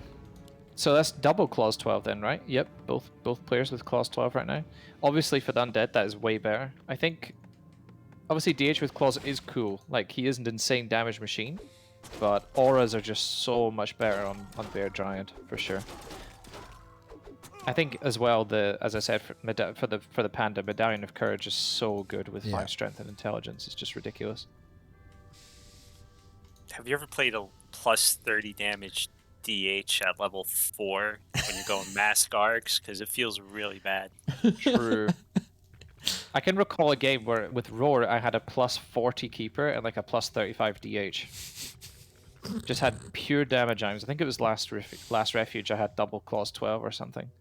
One game that was pretty funny to watch those two heroes kind of just kill everything. Did you ask your opponent it was funny to him too? No.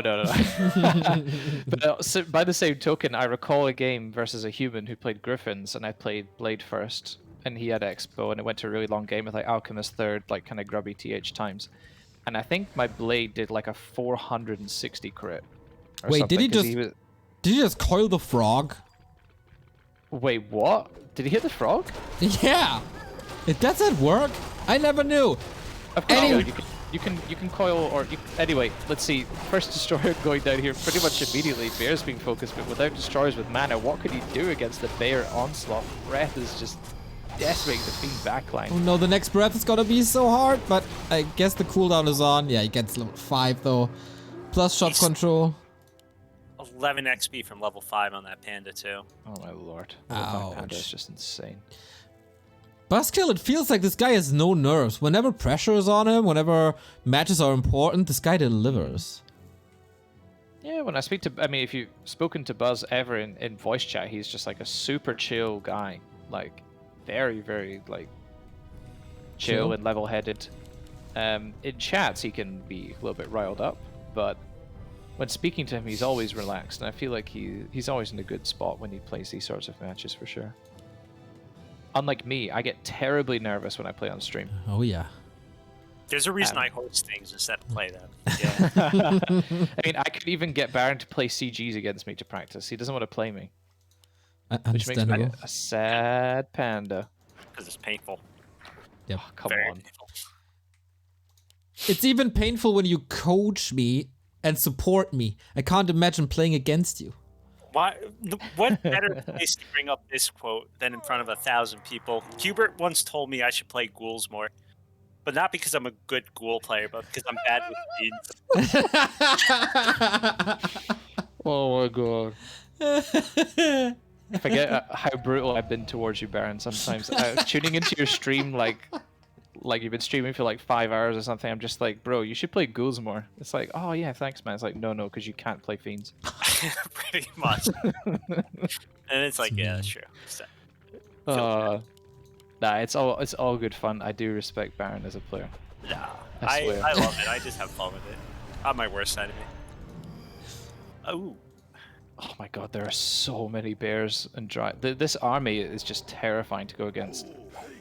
I like that he's trying to get the banshees, but this isn't the time to push that. Just Yeah, exactly. This is the time to chill. run. I mean, immediate Demon Hunter focus, he pops both the big invul and the Healthstone straight away. Level 5 Panda is there though, and the Destroyers again, just no micro, getting absolutely melted by... Panda's gone! Oh my god, oh my, what the? He just nuked it! Classic undead! Calling over, right click, off we go. I mean... That Panda had 500 health, right? Pod and invul, I think. This he was just didn't use any of chaotic. the items. Yeah, it was a little chaotic, didn't see it coming. After the nuke on the Demon Hunter, didn't expect the nuke on the Panda. I Wow. feel him, happens. Both had a good bank though, especially Buzzkill had a good bank. He just rebought a level 5 hero, he still has a 1k bank. So he's fine. And now he's going to be up another base too. Yes. And there's also like plenty of super wells back home just to fully regen this Panda to full mana, full HP. Look at this. Rejuve as well before the staff is really nice, so he isn't going to use... Okay, he didn't drop the Pendant of Energy though before using the... Oh my lord, no, not like this. It's fine. Not He dropping can, the Pendant before using the he boot can wells. afford it. He can afford it, but it makes me cry, Neo. Okay? Why It is makes it like me physically sick. every Buzzkill game I see in Undead versus Night Elf, he gets a level 6 DH. It always happens. We're getting a level 6 DH, I think. Yeah, it's pretty likely. Plus, with all these Destroyer kills, I mean, Destroyers feed an ungodly amount of experience. They give 115 each.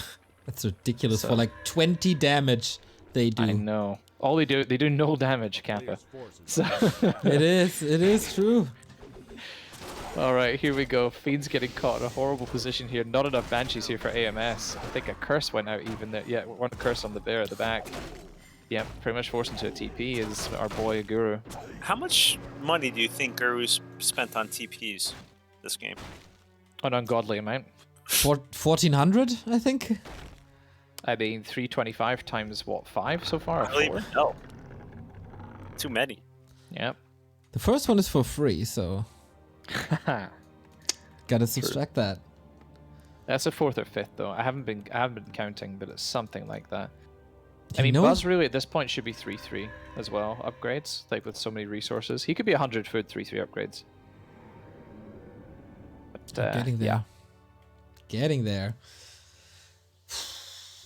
Well, Rough I suppose game. technically we're not really. Okay, there we go. 2 Dryads. Really, he doesn't need to make any more Dryads, I feel. This is plenty of anti-air. But he has also enough. Oh my gosh, Guru didn't cancel the gold mine. A player's forces are under attack. So expensive. Yeah, I think not Burrow Rush, what am I saying? That's later. Buzzkill thought he was going to cancel. He even stopped attacking it for a second. Okay, main base is empty. Good scouting by Buzzkill throughout. Also, Guru knows about this expansion at the top. But how are you supposed to break this? Army is bad against buildings. Yeah, I don't know. It feels like when Happy has fiends, he has siege fiends that do like normal damage. Yeah, I don't know how he does it. Me neither. Up, up, down, down, left, right, and they get siege attack or something. I don't know. Buzzkill's been like in command of this whole game, but I feel like Guru, if you just sat back, gotten some Master Banshees, you know. Yeah, if he could have got like 8 Master Banshees or something, there's a high chance of turning around a fight at this level. Like, how are you supposed to micro against like 6 possessions, you know, my. all at once as it Night Elf? Night Elf actually has a really hard time against possession because, you know, you've got 2 staffs or you have 3 potential with 3 heroes. I actually played a game on this map against an undead a while ago with Elf, and he, after I had an expo for ages, he just camped. I didn't want to dive into his base. Had like 10 Banshees, and I was like, oh my god, I had to buy Dark Ranger 3rd. Silence. Because there's almost no other way, because if you buy like a Tinker, he's going to die to nuke. On level 1, he's going to be useless. You have no other heroes you can pick except him and DR to cancel the mass possession. So Dark Ranger was okay, but it's still really clunky to use. And then you've only got a staff per hero, so... Well, that's the same for human, and they don't have the chance to go Dark Ranger. Yeah, that's because mortars two-shot banshees. 2 mortar shells for a possessing banshee and it's dead from full HP. So, and you have bolt. True that. But yeah. Well, I guess you have mana burn to get rid of 1 possession. Nice. Oh well, actually not really. Yeah, actually, if they're full mana, they'll still have enough mana for possession, even Yep. with level 3 mana burn. Yep. I just checked out the math as well. Okay, nonsense. You don't know what you're talking about, Neo. I know, and everybody knows. That's what makes me human. That's why people can relate to me. That's why you're the best streamer. That's why you're better than Carson and Remo. That's what they say. Yeah. They know their weaknesses, you know yours. You know what you're good at. Now, Remo has no weaknesses. He only has a slightly less strong strength. Damn. I like that. Oh, I also like the breath into haze, which does nothing. And, wait, Guru has no TP. Oh, look at the fiends, they're so slow! No, not good. Oh, those poor little guys. I mean, breath hurts, obviously, but... Oh, 1 feet gets left behind, I guess. I might get out at this rate. He's very, very slow boy. I think I would also try to give the Demon Hunter all this XP, but bit difficult to do. How long is Buzzkill been at 86 out of 80? What did I miss? The Tree of Life died, top right. The tree. Oh, okay, that's I guess why. Yeah, he's not rebuilding, that's why. I'm like, there you go, there's the Moonwells. So now we got possessions. Guru is trying to steal this army. He got 3. He will be up to 5, 6 maybe. Yeah, if you can't beat him, join him, right? Just Yep. steal him. That's what I do with human. Exactly. Very nice, very nice. Oh my gosh, level 3 coil does so much damage on heroes. It's kind of insane, actually. Like, when you do get 5/5 as undead, it feels like you can kill, like, almost any hero with just nukes. I feel like I never get 5/5 as undead, though, so... Yeah, because you win a lot quicker. Or get owned and lose horribly. I never saw that. Yeah, me neither, to be fair.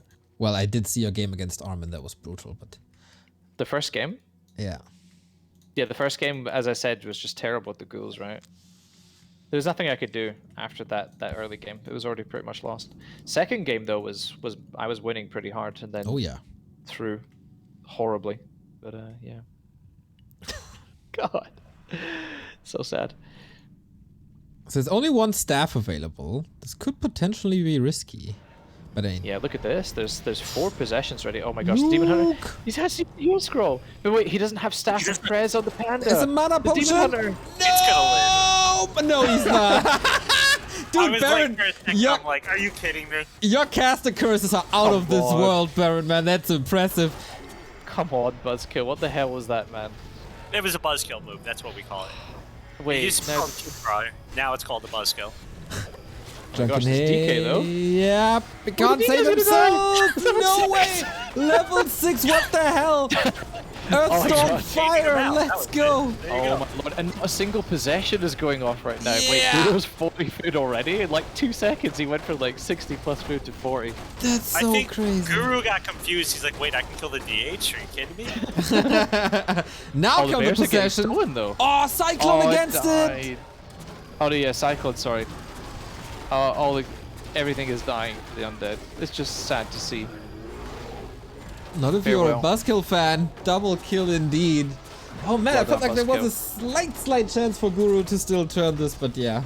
After a little bit of a hiccup, Buzzkill still has this. 11. September. Can't remember the words. Okay. Somebody wrote Earth, Wind, and Fire in the chat instead of Storm Gotcha.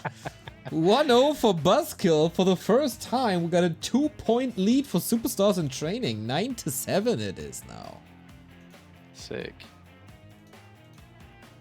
Oh my gosh, that Demon Hunter throw was really random, but at the end of the day, I mean, Buzz had such a huge lead this game for so long. It was just a matter of time before he closed it out. Yeah, that was pretty much the early game. Was really hard to come back from. I think there's still a chance for Guru if his early game is a little cleaner. Yeah, he just needed to make a choice. Like, this is exactly what Quberte said earlier. It's just like you can't just sit in the middle and do neither thing, basically. Yeah, it's like most of the time you have one or two options, and if you don't do either of them, you're probably infinitely far behind. Kind of, in simple terms, I guess.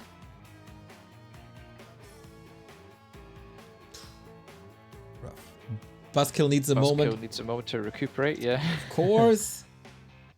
Yeah, no, they're already talking in Superstar. I'm spying again. They're talking in Superstar training. I need to go spy as well. That's like, that's basically what we do. Well, that's what I do. But the teams, they sit there and they'll help each other out, you know, in between games. If, you know, you see something wrong with the first game, you say you got to clean this up or whatever. Or here's a tip or whatnot. Okay, of course we won't say anything just yet, but once we're in the game. And then we also just spam random emotes. Yep, yeah, we spam Emojis. a lot. We spammed a hell of a lot. I always quit Discord after every single match I played in shame, but after 5 minutes or so, coming back, it's always a nice feeling. Yeah.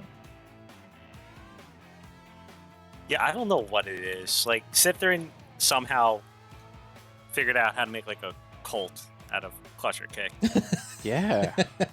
Maybe it's the abbreviation cock that is, you know, we can all sympathize with that.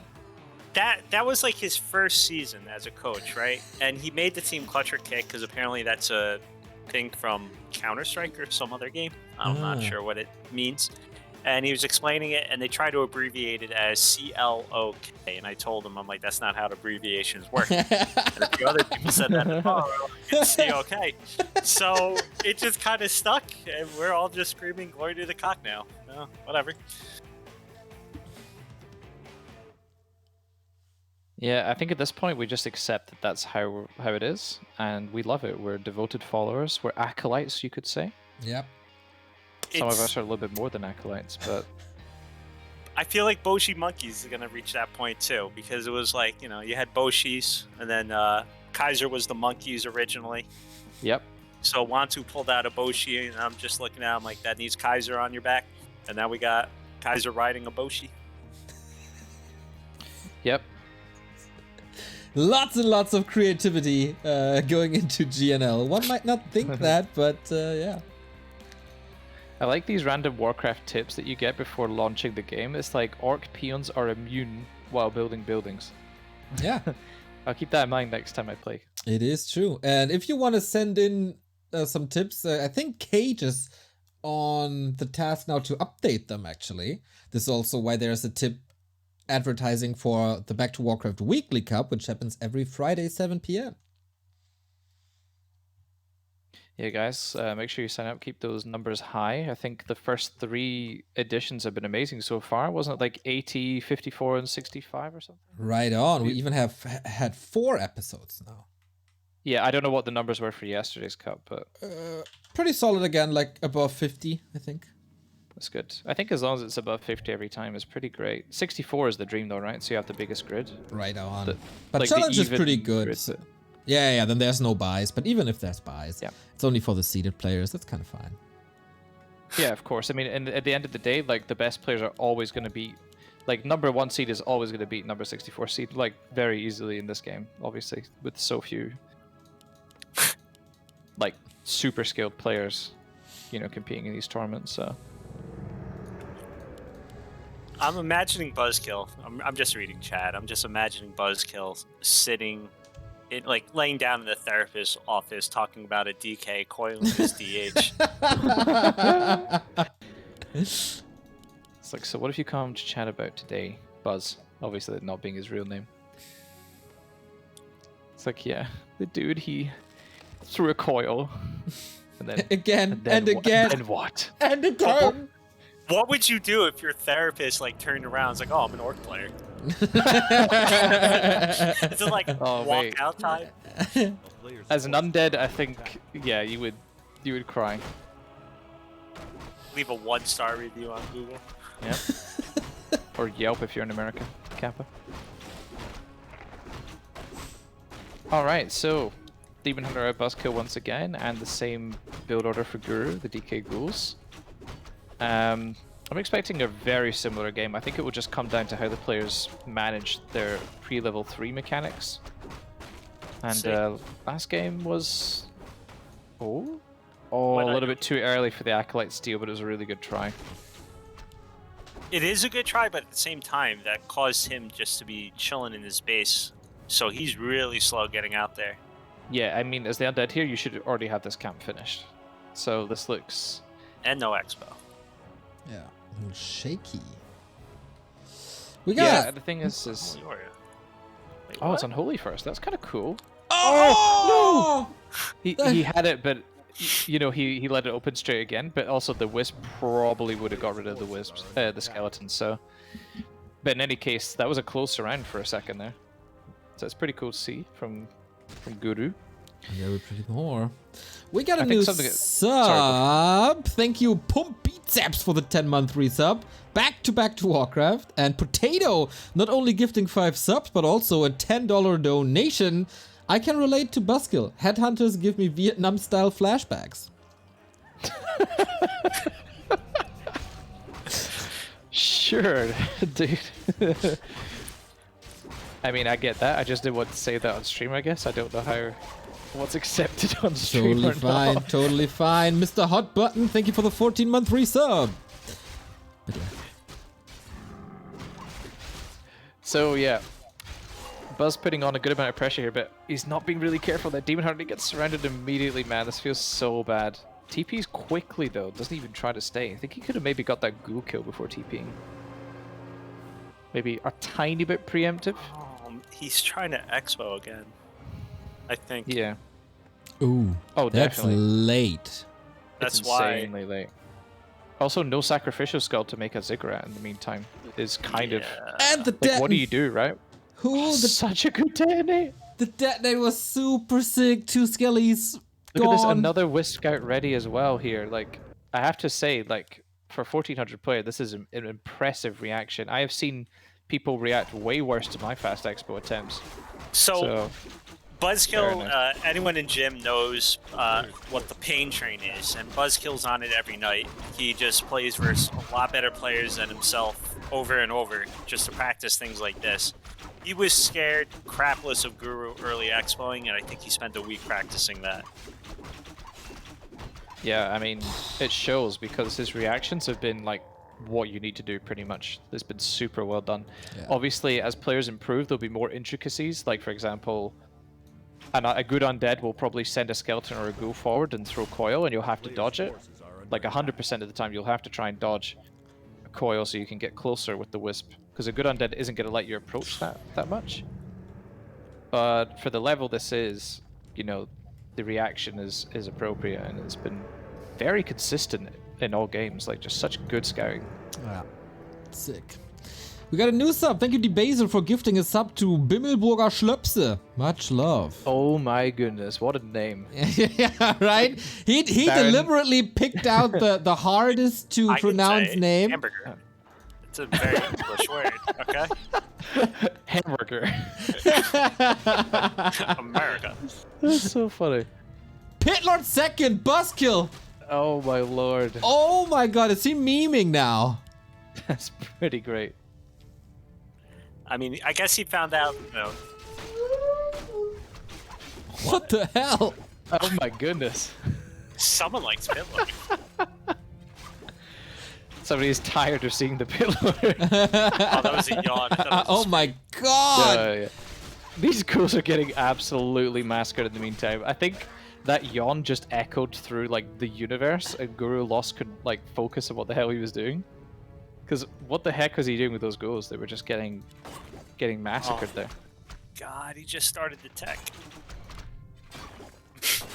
Luke That's Skywalker wild. saying friggin' Destromath. I love that. Yawn equals raw XD. Losing the Necropolis here feels so bad right now because he's mid-tech, Guru. He didn't He cancel didn't it. cancel it again. So expensive. 225 gold. Yeah, Cleave is just so good, and also no Nerubian Tower. There we go. So just upgrading it now, as I said. And Buzzkill without the counter expand this time, though. Actually going for tier 3 before counter expand. Of course, man. Roar on the Pit Lord. Let's go. Let go. I do think it's legit to maybe try to go for a bear break this game. As Buzzkill, he could probably siege the main base with like 3 or 4 master bears quickly. I mean, he's been on top of him the whole time. He knows pretty much where Guru is, like tech-wise. But that's nice around. But it's the Pit Lord. That's the problem.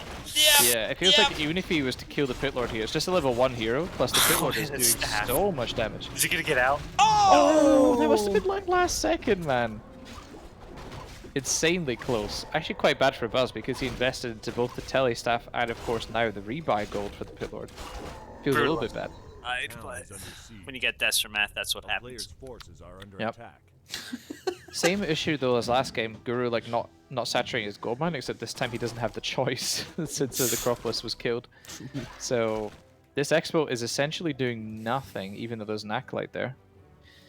And Buzz making a very, very late 50-foot Moonwell, unfortunately, so bear production will be really slow. Kind of crucial, actually, because you really need to be getting bears out now, as quickly as you can. 1 bear with Adept, and then getting like 2 more in Master.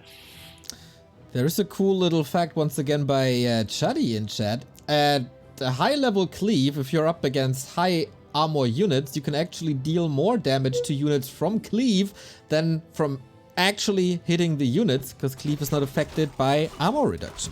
Correct. Yep. Cleave is essentially like a spell in the sense that, you know, against units they do 100% damage. So yeah. Cleave, for some reason, ignores armor. I don't know why it does, but it does. So that's why you see it kill like any army so quickly when you have level 2 and level 3 cleave with insane items. Because you're just ignoring like breakers that have armor, bears, anything. You just, and heroes as well. Heroes die really quickly to cleave. So yeah, cleave is nuts. It's the only way I beat Orc. I feel like the Howl of Terror is more important there, but I recall that game, I think it was Star-Shaped and... who was it? Was it Scott? They played DK Pit Lord with Unholy Frenzy. That sounds like good, Neo? Yes. That does sound like good, yeah. Yeah, that was... You gotta follow the Kaiser no-hand guide to playing Undead, okay? Yeah, I was also gonna plug Kaiser and say that this is his strat that he likes to play against Orc, his DKPO. And, yeah, at some point, if you just have like level 3, level 4 Pit Lord with insane items, it kind of just carries for you. A player's forces are under attack. So anyway, Buzzkill creeping up really well here. DK is basically not really progressed beyond level 3 at all. Meanwhile, Buzz is like going to be 3.5 and 3. More than 3.5 even on this DH right now. And yeah. Expo's halfway up too. Yep. Counter expand is coming. Where are the bears at though? Why is he making more dryads? Already has 1 dryad. I feel like Buzz should be like 50 foot with more bears. Like cancel this dryad, get 2 bears, and you'll be like 49 foot basically. Does he know it's Fiends? I guess he did see Fiends, never mind. I was gonna say maybe he's thinking Guards might be coming or something. Yeah, of course against Guards you don't want to make mass bears, so... However, that's something you need to scout for as the night off, which... You know, Buzz has done the hard work in the early game, doing a lot of great scouting, but it is very important to check if it's going to be Gargs or not, basically during the Undead tech. He definitely did, so I'm not sure why he's going Dryads. Yeah, like you can get more Dryads later, but you definitely need Mass Bears right now. He got Vamp Aura and Evasion and Lightning Shield on a Pit Lord. This is so sick! Actually, I don't know why Guru was going Fiends, because against the Pit Lord, Gargs would have been a million times better. Yeah, Fiends are like, you don't want to pick Fiends against Pit Lord. Nope. You just don't. I want more claws and damage boost on this Pit Lord, bro. Okay, so what's the best time from here? Gauntlets of Ogre Strength? Oh, sorry, no, this one gives the big consumable. I'm being silly. I mean, Wand of the Wind is also potentially devastating in a big fight. Yep. The only thing is that his like Buzzkill's inventory is pretty weird. Like he doesn't have that many great items. Like they're all good items. Like Wand of Lightning Shield is great. Wand of the Wind is a great item, for example. So can Beast Scroll when you're not Night Elf. But I feel like Night Elf benefits a lot more from having more permanent items. There's not too many consumables you really want. The Wand of the Wind is definitely one of them against Undead. It's so good.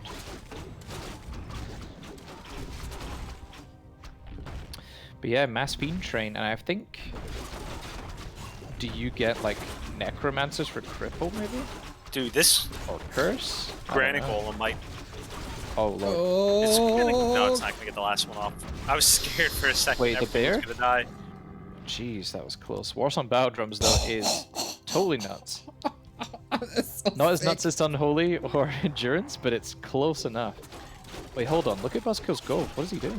This is like some insane greed right now. He's banking, yeah. He's not even building too many moon worlds. Yeah, it's not as if he can go to like 80 food in a pinch. Some people call it banking. Some people call it not building units. Yeah, I'm always looking on the bright side, looking for the positive here. It's, Shredder for Undead as well. PogChamp. Wow, Expo just dies for free because Buzzkill forgot to make units.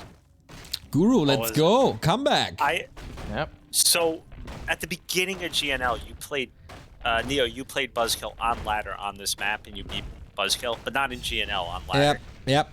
And he sent me the replay and goes, "How did Neo come back?" And I'm like, "Because he had 1,500 gold. Like, because he killed you in a fight." And he goes, "What? Well, what can I do?" And I'm like, "You could have spent your 1,500 gold." He's like, "Oh." If you just do the exact same thing as he did. makes sense, yeah. Anti-magic potion, Pitlord. That seems kind of random. It's not as if he can even be coiled. But Novat, Yeah, but like, not that important, I suppose. he can always hand it I guess. over. Does it stop curse? Yes. So that's about it. It also removes negative effects. So if you're already affected by curse, for example, you can remove it with anti-magic potion and be immune to it until you're dispelled, of course. Finally, Buzzkill's AOW goes down. Almost thought he got swapped. Yeah, it took some time indeed. Okay, let's see. Pit Lord with Roar, and all these items against Fiends. Lord. Good luck, Guru. Yeah, it's like Guru has a way bigger army, but it is just pure Fiends. And Pit Lord is... Just Look like- at the positioning of these Fiends right now. They're all kind of weird. All invited. Double morph again without any absorbed mana, unfortunately. Oh. This coil feels terrible as well. Oh. There I is mean, this web Pit Lord Emperor. is going to be just a Now, god oh my in god, fight. this damage now. Ah, okay. Decent He still keeps- He stepping. keeps moving. Heal does. scroll committed as well. Yes, he has no mana anymore. Yeah, he needs a mana potion for sure. And Buzzkill 50 supply army plus this Pit Lord is totally fine. Ah, Buzzkill finally breaking with the amount of gold he has. That was getting really tilting. He had like 2,500 gold. He It's needed like, there some comes a point. yeah, he needed some planning to get the Moonwells in the perfect position. Some renovations. Exactly. Get that raccoon in the base. Finding a good architect isn't too easy. Definitely not. My lord. These bears, look at these buffs. Roar, War, Drums, Vampiric Aura. Who cares about bears? It's all about the Pit Lord. TP. Buzzkill's TP. I mean, he can Not a afford a bad TP. idea. He can afford 7 TPs. Yeah. I like how he doesn't kill the raccoon. It's so cute, but I would definitely kill it. It's blocking my army. Look at it. It's so cute. Look at his huge tail. Speaking of TPs, You like huge Can you tails, re- huh? buy a Yeah. TP. This is how he almost lost last game. Oh, there he goes. He got the TP. Gotcha. And invo potions, and heal potions, and heal scrolls, and everything. Oh, Goodness. wait, that's Guru. Yeah. It has a lot of potions. Gibber, the reason why Pit Lord is good is because Pit Lord is strong against any ground army. It doesn't really matter what the units are. He's just strong against all ground units because of Cleave. Has, Yeah. first of all, no cap on how many units it can hit, and it's armor ignoring. So it doesn't matter how much armor the enemy units has, they will take full damage from the Pit Lord's attacks. I mean, he has damage items, attack speed increasing items, or spells, or buffs, or whatever. It's just really ludicrous. He can put out hundreds of damage per hit in theory. How is Buzzkill not at 80 supply after spending his bank? What the hell? I don't know. Plus he has 0 wood. Because He has two upgrades queued. A player's force And he is built an under expansion attack. top left. Ah, okay. Yeah, he's only got 4 on West.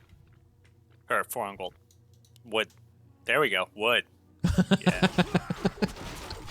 Also, Guru's so dependent of energy. Oh, by the way, Tarmac wrote a poem for the wild fish. Is it a balance wine poem? No. It Oh. goes, "We are the creatures of the deep, the jackers while you creep. We, the wild bunch of the sea, make the opponent flee. We are the combat kings, the scaly things. We make our enemies perish. We are the wild fish." Wait, that doesn't rhyme. Perish and fish. I'm pretty Anyway. sure you just pronounced it odd. But that's In a any nice case- one. Oh, Sick poem. Didn't know Remote says Tarmac was- cringe. Oh my god, that's mean. So good. we should plug that penguin poem from a while ago. Oh, Or the Sep- stand. Oh, the past stand was so fun. Sepper getting caught. Yeah, he bought those 2 sappers. I didn't even see him earlier. But he had them. He was trying to bring them in. They're like, Problem is, Guru still has no orb. I need to go to the What the- Sapper Yeah, I School only of just Konkan. realized that. Oh wow, yeah, that's chat noticed painful. before us. So, what does Guru have? He has only consumables except for a claws and circlet on the village. Buzzkill. Everything else is a consumable item, which feels Buzzkill. pretty bad. What are you doing? Zeppelin This drop. works. It's Zeppelin drop. amazing when it works, but if you get webbed or something. There is web indeed. Does he know how to drop quick? Okay, good man. This could Okay, be a little siege bit of a bears. disaster. Siege bears, but how many bears are going to die for this? Oh, one. Possession. Oh my gosh. Oh, Wait, that Okay. staff. lordy. Okay, but one bear died and one got possessed Yep. for a gold mine kill. Yep. And honestly, Roar on the side of the undead and Rejuvenation as well is really bonkers. What are the odds that he's using these spells? I mean, I at least hope Roar, but yeah, Rejuve Micro while you're playing undead is too much to ask with most undead players. Yep. As we have so much other stuff to do anyway. Exactly, it's already taxing enough. Right on. You just need to right-click the bears and you win, right? So that's what you do with undead. True. Let's see. Shredder coming to battle as well, which is pretty great. Level 5. And Level 3. Oh my god, that cleave. Oh my god. oh shit, That was the it's heal gonna kill scroll. everything. It's gonna kill absolutely everything. DK though. DK though. DK though. Oh my gosh, look at this cleave though. He Yep. has a heal scroll. He's got to use it. He does. Oh, the value. So sick. Oh my Lots gosh, and lots Guru of is getting absolutely massacred in this fight here, I'm afraid. He's about to Teeth kill are- another bear. He's saving. Oh, the lich. Ooh, potion. Hog, he saved the berry still. See? It never died. And Buzzkill is on 3 bases. Guru is on 3 bases. Buzzkill is not. Yeah, true. This is not But he's over, not really boys. mining. Yeah, you always find the negative points, eh? A little neggy Nancy. He's also. Yeah, that's why we're like yin and yang, Neo. He's making the acolytes, but the main's running out now, so Oh, you just Buzzkill transfer scouted. those over. He scanned from the lab. He Oh, knows about the bottom wow. right. I know, I'm such a pro caster, I literally Oh, look. caught somebody randomly scanning. Rejuve on the DK. Oh, look at that! Oh! Nice. Rejuve micro. I'd like to see Roar, though. Those Roared Fiends would have been pretty scary with 3-0. Oh, yes. Well, 3 attack upgrades, and if you had an Orb of Corruption, Yeah, he's gonna Dang. feel bad about that one later. That was just an oversight. yeah.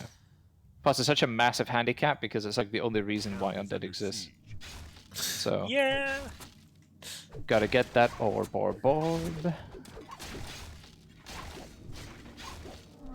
How far are we from Doom? Oh, half a level.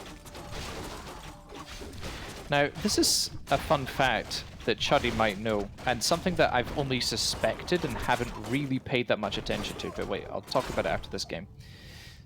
All I'll say is look under the bears. You know where you get an aura effect? You have like a ring. Players' forces are under I feel like when you're affected by 2 auras, the ring intensifies. Huh. You might If be at some onto point- something. Yeah, look at the bear approaching. Like one like blue ring, Yep. because it's only affected by 1 aura. Is that new? Wait, hold on. Look at it. Look how blue it went when you Yeah. got affected by both auras. I never noticed this. I've suspected this for a long time. I'm like, you can tell when your opponent has more than 1 aura. Of course, you can tell when an opponent has an aura, in general, by the blue effect. But with double auras, it's literally twice as intense. And you can see the Dryads have a dimmer one because they cannot be affected by Vamp Aura, of course. True. Same with the Archers. Chat says it's always been like that, but I don't believe Chat in this instance. No, like it's always been like that, but I've never noticed. What do you mean the Vampire and Warsong effects are the same? They're not the same effects. A town is players' forces are under attack. Grashuk, are they trolling? With the casters? In any case, I think Guru TPing out here is probably the only thing he could do. Because this army is really weak. He needs so many Banshees right now to try and possess all these bears. But when they're possessing, they're going to take so much damage from Cleave. Oh yeah. Oh yeah. He got an orb! Yeah. 24 minutes in! We There we got go. it! We got it! It's called the timing. It's got the timing orb. Yeah, timing orb of corruption. I get it.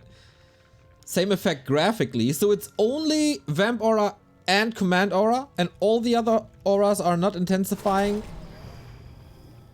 No, I think... No? I would like to say, but... I'm pretty sure it doesn't matter what the aura is. It's just the fact that there's 2 auras means it's like twice as bright. But then what happens if you stack 3 auras? I don't know. And what happens if you got Unholy Aura and get the horn as well? Like the undead horn thingy, the item. Is it the same? While you Is have it not? Unholy Aura. If you want to, like, look at the Guru Bear.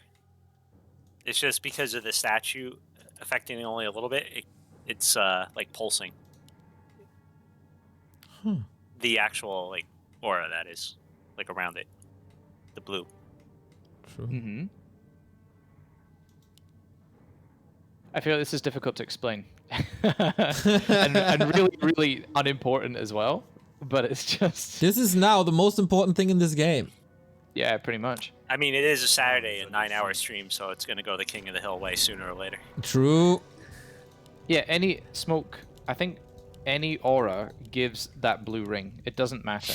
As long as the target can be affected by the aura. For example, obviously bears can't be affected by True Shot, or giants can't be affected by Vamp. But I don't know what happens if you continue to stack more than 2, because it's been such a long time since I've had an army that's had 3 auras on it at once. Maybe last time I played Orc, because drums coming from a unit do give the aura effect as well. So But not for Kodo? yeah, the Kodo drums give an aura effect too. Yeah. But you said it's if it's coming from an item, then. No, I think it doesn't matter if it's a Kodo or an item. Ooh. Another sapper by Guru, by the way. Yeah. He's just running around.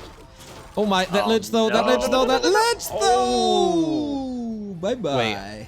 Mate, level 3 mana burn is basically a nuke. Yep, it absolutely is.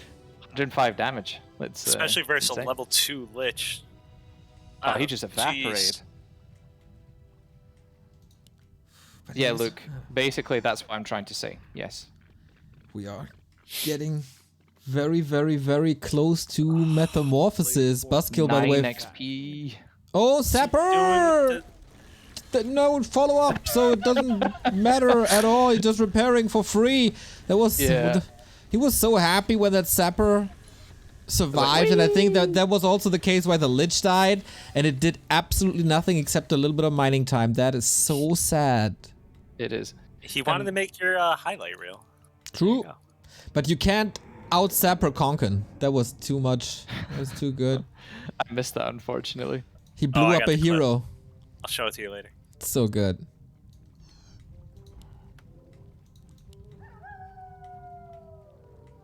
Oh my. I mean, what does Guru do now, right? 4 Banshees. I think you would need at least 10 to win the upcoming fight.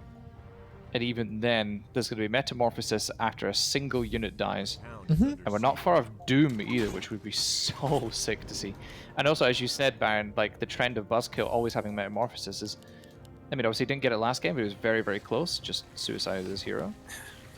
And, Yeah, shout out to yeah. Buzzkill. I don't know how, like, he plays every night, and if every game is this long, I don't know how he does it.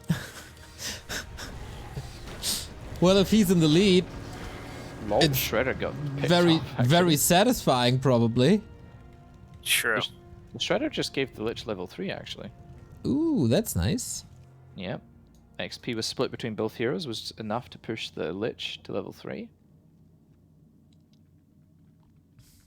The Yeah, price is Buzzkill is insanely scared to attack right now. He is so much stronger than his opponent. You know what you do when you're scared to attack? You make 3 Chimers. I mean, that's completely reasonable given the state of the game, honestly. Yep. And in fact, those 3 Chims would put him at 100 foot, so I think it's calculated. Neo is not in the final. No. Barren rigged the grid in a way and the lineups in a way that unfortunately we lost. You know, everyone keeps saying I'm rigging things, but Nebulous has won like 17 GNL finals when there's only been 9 GNL finals, so it's really not me out there. See, he's even winning the alternate timelines, huh? It's true.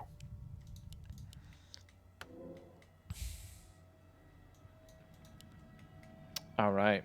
2-2 Bears against 3-1 Fiends. That bear that was stolen like 10 minutes ago is still there. And a second... Guru's Shredder is... Did he not have another Shredder before? I feel like this is the second Shredder on the side of the Undead. I could be wrong, but... He's definitely Anyway. making use of that lab. Yeah, definitely. And I feel like he's probably just going to TP really early again, like he has done previously.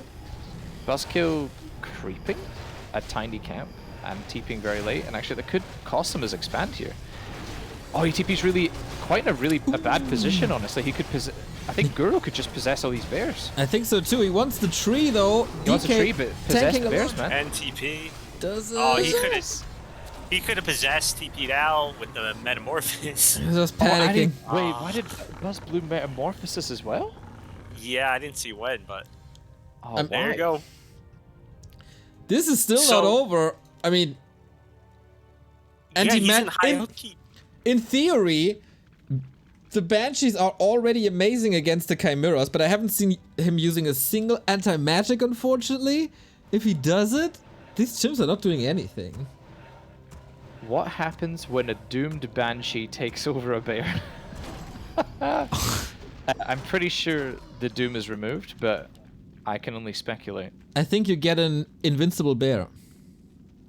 It just bugs and the bear will never die. It has like the doom burning effect, but Yep. it never dies. Yep. What I did happens see... if you use anti-magic shield? Does it go through anti-magic shield? It'll have to... I think it counts as spell damage, right? So I think you can keep it alive in theory with the AMS, yeah. I'm pretty sure. Doom And plus Banshee. AMS is broken, so it's like 300 damage mitigation, right? Per shield, so... You can shield it. I think that's how you get multiple dooms to go off at once. I've seen videos of that. I'm pretty sure you use AMS to do so. Yeah, Chuddy did all these videos. He tested probably everything with There Doom you go. involved. Yeah, where's Shuddy? He's in chat. No, but I mean right the second, man. Where's my Shuddy? Doomed Banshee cannot use spells, probably. I Probably, think that's he's not untrue, because I don't think it counts as a silence. However, it did get changed, Doom, like in recent history. What? I don't think you. I think it is like silence, but I'm just saying, can't you use anti-magic shield on it from like another Banshee or whatever? Huh. Oh no. It's not silenced, but most abilities cannot be used. That's really interesting. And also the damage type is not spell, it's called universal. Okay, that's the real nerd knowledge here. That's insane. That's also why Cleave ignores armor, is because its damage type is universal. Are we gonna get more sappers? No.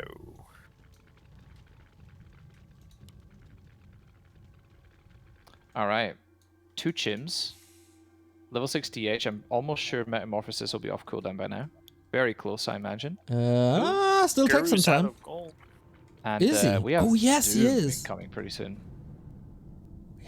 It's no gold mine to high upkeep 1 gold mine. Well, 2 Yeah. gold mines, but not yet. Oh Okay. my lord, this is not the Oh, best starting position. The no. Banshees are getting picked off. Oh, horrible! 1 down. That's the biggest threat Shredder to run. Buzzkill. Oh no, the Banshees, they had so much value. I think 2 of them survived. Yeah, but the other 2 had like full mana as well.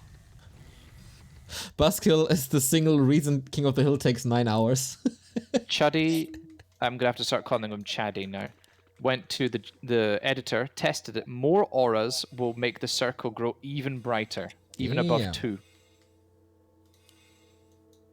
The things, you know. Pretty cool. A town is Fact under check siege. Chuddy. I love it. Yeah, this is great. I never knew of Chuddy. I need someone to bounce off my incredible nerdiness with. Oh, you definitely know Annoying Warcraft on YouTube though, right? No? What? Okay, you will binge watch his channel for the next, probably rest of the year. Oh, great.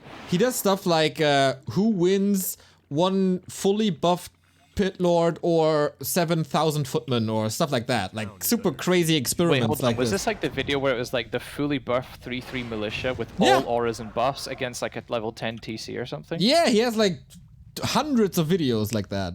Oh, damn, I have to watch that. He's a Sounds so fun. god. Best Warcraft channel on YouTube, including Back to Warcraft. What about Art of Warcraft? Out of Warcraft, very good. Also, in quality, they're pretty much Yep. the same. But then Okay. Chuddy wins quantity in comparison. Ah, GG. And then you guys are like tied with quality and quantity, am I right? On Back to Warcraft. Yeah, but he wins creativity then. Yeah, you guys are very creative. It's rough, man. He always got the trump card. Chuddy always here we go. got the win condition. Buzzkill We also need to see Doom. Yeah, man. Here's Metamorphosis first and foremost. Oh my lord. Give me that Possession's going off though. Let's see if God. anything happens. Oh, there's level 6! Doom. 1, 2. Come on, Doom. Oh, give me that Doom. Give me that Doom. He's not even skilling it. Okay, because he's not level 6 yet. But He There's cast it on nothing the left fiend. to take. there we you go. There we go. Buzzkill, what a damn hero. Oh my lord. I would love to see the Metamorphosis DH die though, because it's such a cool definition. Guru wants it so bad. He's Oh. not giving it to him though. DK Just keep dies. her and Buzzkill. Come on. Oof. Oh, that's so sad. Well done by the Zero Guru, though. Good supply. attempt. 0 food is insane. I've never seen that before. Well played, bro. Buzzkill Very nice. again comes in clutch, and that is not only 2 points for Superstars in Training, but 3 points for Superstars in Training. So we're Sick now game. sitting at 11-7. 6-6 comeback, and that is also match points for the Superstars in the next series. Yep, they need 3 points because it's in total potentially 27 points, and so you got to get to 14. And Superstars in Training sitting at 11. Exactly. So if the next match is a 2-0 for Superstars in Training, Superstars in Training win GNL Season 9. Whew. Awesome. Damn Buzzkill. How is this guy always winning these clutch games? It's incredible. I mean, they both put in the work, but I can tell you for sure, just because of the time zones, I know Buzzkill. He's been training a ton for this, just undead over and over. He's been having like Neg and Nebulous, who's what 17 or 1800 undead player, just beat him every night. Yeah, that's The pain train. That's a Yep. very successful paid trade. All worked out well. We saw a Pit Lord working against Undead. We saw a Doomguard. We saw an incredible match. I think Guru was a little bit nervous. His early games didn't really work out. Would have loved to see Gargs against this instead of Fiends. Yeah. But yeah. Yeah, it's a little bit unfortunate. I think the Fiend choice, it didn't as we thought, you know, it's going to be really hard to micro against like level 2, then level 3 cleave is just so ridiculous. So we have 3 more series here, and it doesn't matter what the result is. We will cast all 3 series, of course.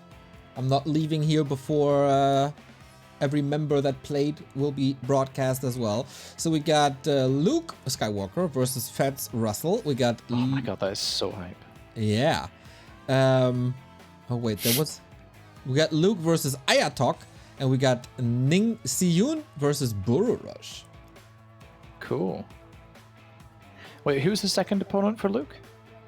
No, it's Lute.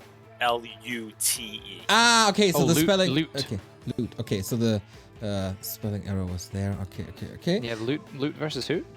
Ayatok. Ayatok. Yeah, I screwed up on the stuff I sent to Neo because I wrote Luke versus Fat, and then in my head I wrote...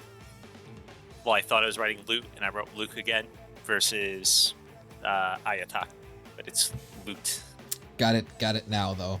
Yeah, like All the right. instrument. What, that's a flute? No, there's a lute as well. No. Weird Yes? Scottish instruments. No. Mate, do you not know what a lute is? Come on. It's like a guitar, right? Yes. Like a Dark Age guitar thingy. Dark Ages. It's more similar to like a mandolin as opposed to a guitar. And you think I know the difference between a mandolin and a guitar? I mean, I don't either, really, but it's just more similar in shape and sound. But yeah. All right, do we want to take a little break to refill on beverages and then cast the replays, boys? Yes, please. Wonderful. Do you have the replays, Quberte? No, I do not. Barren, Yeah, I would can you get it please? Exactly. Okay, so we take a little break. So Quberte, who comes in unprepared for this cast, can get the replays. And then we do replay cast 2, which is Luke Skywalker versus Fats Russell. We see you guys in a bit. Cheers, guys. And we're back to the GNL Grand Final. Match points, superstars in training. Luke can take it all home. These games were played before, but we don't know. I don't know the result. You don't know the result, so we don't care if it's live or not. Quberte is still making another late night tea, I guess. But Barren is with me. Is there a King of the Hill later tonight, Barren?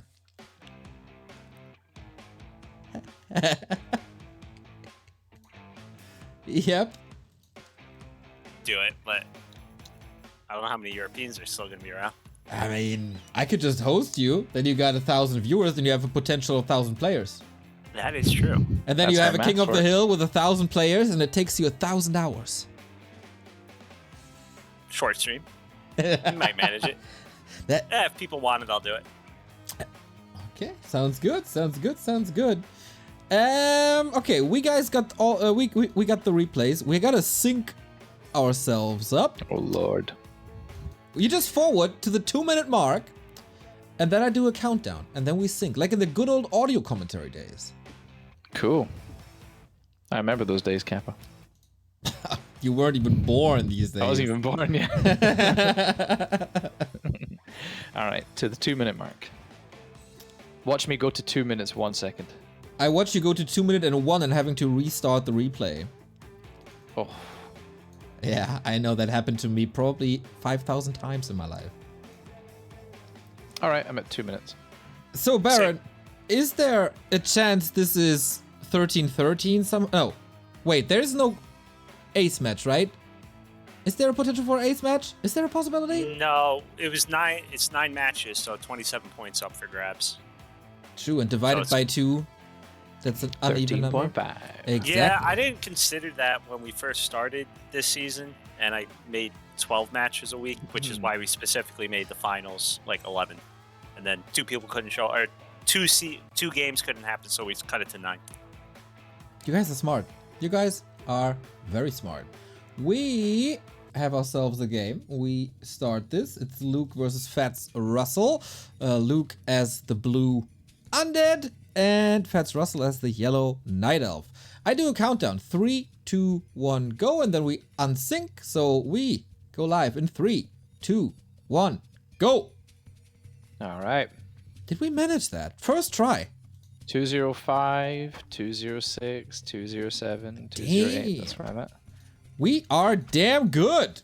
All right. Forces are under attack. So Luke may be looking for this coil here and this wisp immediately, trying to fake it, and gets the free Detto. Very nice. And B-Lit, i.e. Fats Russell, is going for the Beastmaster first. What, against undead? Mm-hmm. He did this versus Potato, which is when I was saying earlier, Potato played versus Fats, and I thought Fats won. It was a very close game on LR. There's a guy around my MMR called Bob is Nicer who always plays Beastmaster against undead. Beastmaster like mass fairies and stuff like that. It's really, really weird. Okay. No idea how he's crossed over 2k MMR because it's a terrible strategy. But anyhow, Beastmaster is amazing at creeping these early camps with 3 archers. Obviously gets the big mana. Pretty sweet. Damn. Okay. This is something I certainly did not expect to see here. So, Polar Bear, I love to see it. And attack, cute. so not even a fast expansion on top of things. Yeah, just a quick tech, and not sure what second hero we'll see. Already thinking that far ahead, you know, if you're planning on teching. But in any case, unlike Buzzkill, Russell hasn't scouted once what the undead is up to. After he lost the initial scout wisp, he's completely unaware that Luke is going for this expansion right here, so not great. But actually going for his own blind expansion anyway without a scout at the 6 o'clock position here, so kind of okay timing for that. It's pretty good. Okay, unfolding 2-base play. This is gonna be something you don't see every day. Big mana potion on the Beastmaster, super nice. Being a little tankier, also super nice. Yeah, it's okay. I mean, ring +4 is trash. You know, when you think about the difference between going +3 to +4, it's like only 1 more armor. And then it's like a much... You know, you have such better items at the ring +4 range compared to the ring +3 range. So I feel like ring 4 is always such a feels bad man item. Like ring 3 is okay, but okay, it does get the clause 5 with another count to compensate. And Luke in the meantime is marching towards level 3 here, gonna get level 3 after this little fleshier camp. Really nice skeleton scouting here, does see the Tree of Life there, I think, even though nighttime is ongoing. And actually I can check from Luke's perspective, he did not see the Tree of Life according to the replay, but that is sometimes a bug, so can't be certain of that. And Expo is fully saturated. Basically, as the goldmine finishes, the 5th Acolyte will be there. This is incredibly smooth. And tech starts straight away, so sublime macro on the side of Luke right now. Love to see it. I wonder if he's going Gogs or Fiends as well. Lots of archers. Oh, he's just right-clicking on the expansion, but they're all getting caught! Shuts the door with the bears. Not bad at all. 1 ghoul down, 2 ghouls down. Can he still cancel it? There's a Detto against skeletons. Oh, there was a Detto against skeletons, but it's only 3 ghouls left. Jeez. Oh, 2 ghouls. More focus fire. That is not enough. Oh, ouch, that hurts. It's just... I feel like I'm out of sync with you somehow. Maybe. I'm at the point where the Expo is going down. Oh, looks like it. Panda's coming in, and here he got it. Oh my god. Yeah, I was probably a little behind you. I had to tap out once or twice, and then I lost the sync. But oh my god, that was a super expensive Expo kill, but probably worth it. Yeah, I mean, he has his own Expo, right? So it's definitely completely worth it to go for that sort of trade. If he was 1 base undead, it feels like a huge toss-up whether you should go for that sort of cancel. But I think, you know, the Panda didn't really get that much XP. He shared like 2 ghouls worth of XP. It's okay. 2 cold towers at the Expo here would be pretty damn useful as well. But no Necropolis yet, which is kind of the one downside of Luke's build. Is he teched really quick, but no Necropolis here is super greedy. And if any of these Echoes die right now, it's going to look pretty grim for him. Yeah, And actually, the lack of ghouls will be pretty painful too. That's Those what. Yes. bears are so hard to get rid of. Like, the Beastmaster is only good early game, so I almost feel like losing all those ghouls almost opens up a potential door. But now that he's lost so many archers, not really. Wow, what a slaughter this is. Panda still strong, but everything... Okay, still 3 acolytes ahead, but there's also much more mana for Mr. Russell. Yeah, like 2 more bears worth of mana basically, which is kind of crazy. They're so effective against buildings as well with that super consistent normal damage range they have. And yeah, the bash is just ridiculous, as we know. And archers actually take a lot of damage from the Rubian Towers because they, strangely enough, also have normal damage in the Rubian Towers. So archers die pretty quick against that. And actually, summoning the level 1 Quill Beast here feels a little bit of a waste, I feel. If he Not sends it, very strong. if he sends it back to the acolytes, he could get some kills. Yeah, it feels like it does hardly any damage on level 1 though, especially on light. Acolytes regenerating 3 HP per second against the measly piercing damage of the Quill Beast level 1, but in any case, a ton of archer kills for Luke here, and he has hit T2, so he's already starting to replenish those fallen acolytes. And Russell, on the other hand, still doesn't have the counter expand prepared due to that kill earlier from Luke. It is going up now, though, so at least he kept him. I mean, he kept him busy by dying, but he kept him busy. Yeah. True. I feel like I've seen this before, but there's a couple of ghouls coming and probably pushing this again, trying for a surround. Nope. Yeah, Panda surround would be like the cherry on top right now for sure. And also he's in such a bad position, I feel like it's quite likely the Panda will go down here. Though, too much terrain, so he's kind of getting blocked a lot, Luke is right now, and yeah, I guess Panda escapes. I think at this point you just let him go back to creeping, maybe do the Tuskar camp or something. Not rebuilding the Necropolis though is quite a mistake by Luke. Really need the okay, he's building it now, but it's come up pretty late. And he's on the way to tier 3, but no slaughterhouse. And also making more ghouls, even though he has 4 on wood, which is definitely... Actually, he has 7 ghouls, but 3 are AFK at the back with the gold mine, so now he has 9? Players' forces are under attack. That's a lot. Yeah, no. Yeah, 9. 9 ghouls now. So, that's not ideal. Saving them for Frenzy and for the timing to kill that expansion once again. I suppose, yeah. I mean, he also has like 6 with the army right now as well. No, 5. No, 6. So 15 ghouls in total. That's crazy. Yeah, maybe a bit many. I'd be scared of like Panda Breath just destroying you. But then again, with 2 scrolls, you could probably mitigate as much of the damage as you can. But definitely, yeah, 1 slaughterhouse going down. I would probably go for 2, so you can make 2 statues right away. And yeah, Russell just making Dryads currently. And no tier 3 in sight for him. Oh yeah. And in the meantime, Luke has got attack upgrade coming for the ghouls, so it seems to be he's really going to commit to maybe abominations as well, and meat wagons and stuff like that that all benefit from unholy strength. So 2 Zigs for 70 food max, and tier 3 is nearly done. And Russell is still not started his tier 3. In fact, is breaking into mass Dryads here.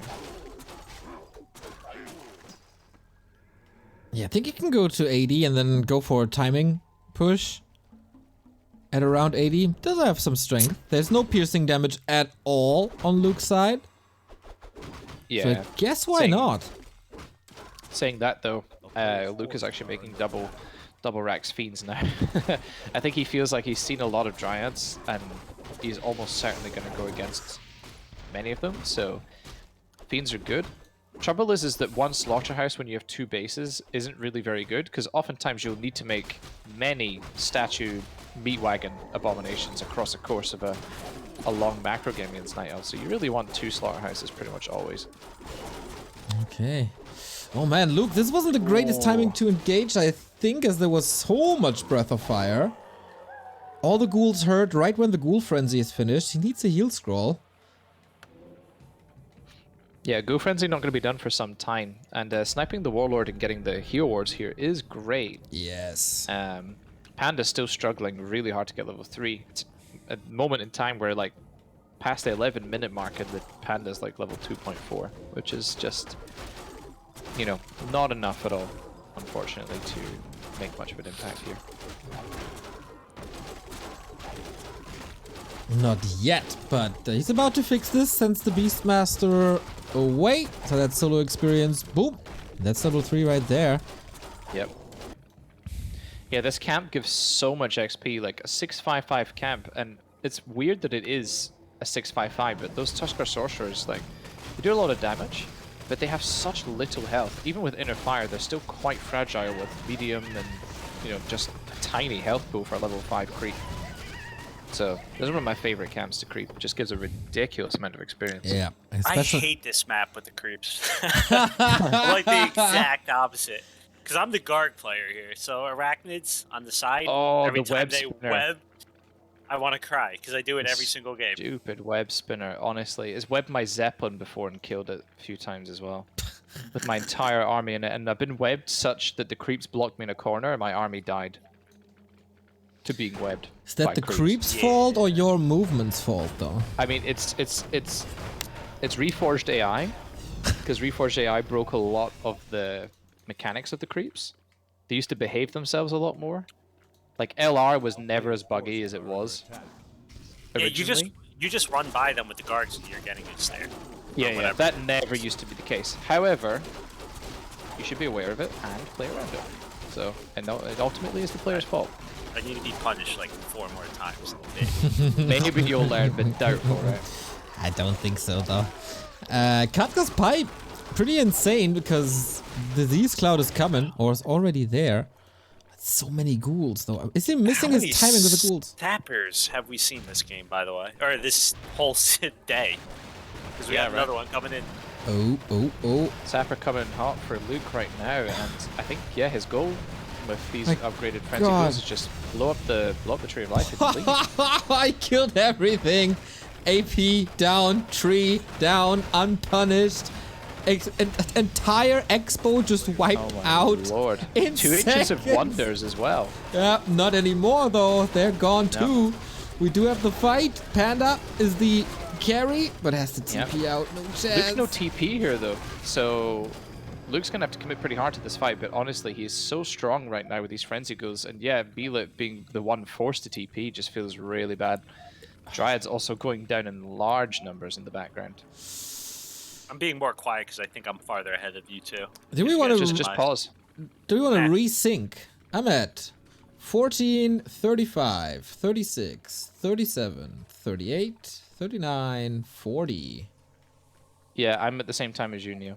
Cool. Now I'm at 43. All right, I got it.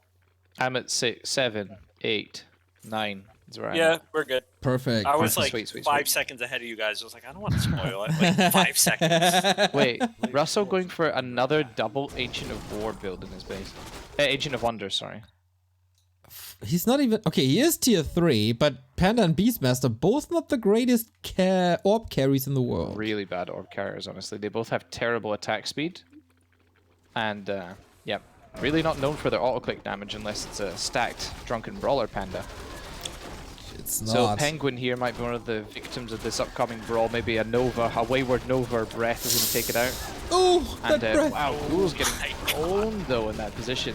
Heal Ward is there to counter some of the burn damage. Yeah, absolute meat grinder for these Ghouls. Finally morphing a Destroyer to take care of the bears, and only one isn't doing very much. All the Ghouls have gone down. But Wagon though is doing so much. Exactly. Needs to refocus a little bit. Coil was there. As of course there's no Demon Hunter. TP needs to be used soon. Oh my lord. Wants to stay in. Invo Potion first. Wait, these bears are just like the summon bears and the real bears are just massacring Luke right now. And he uses the coil offensively, loses the Lich.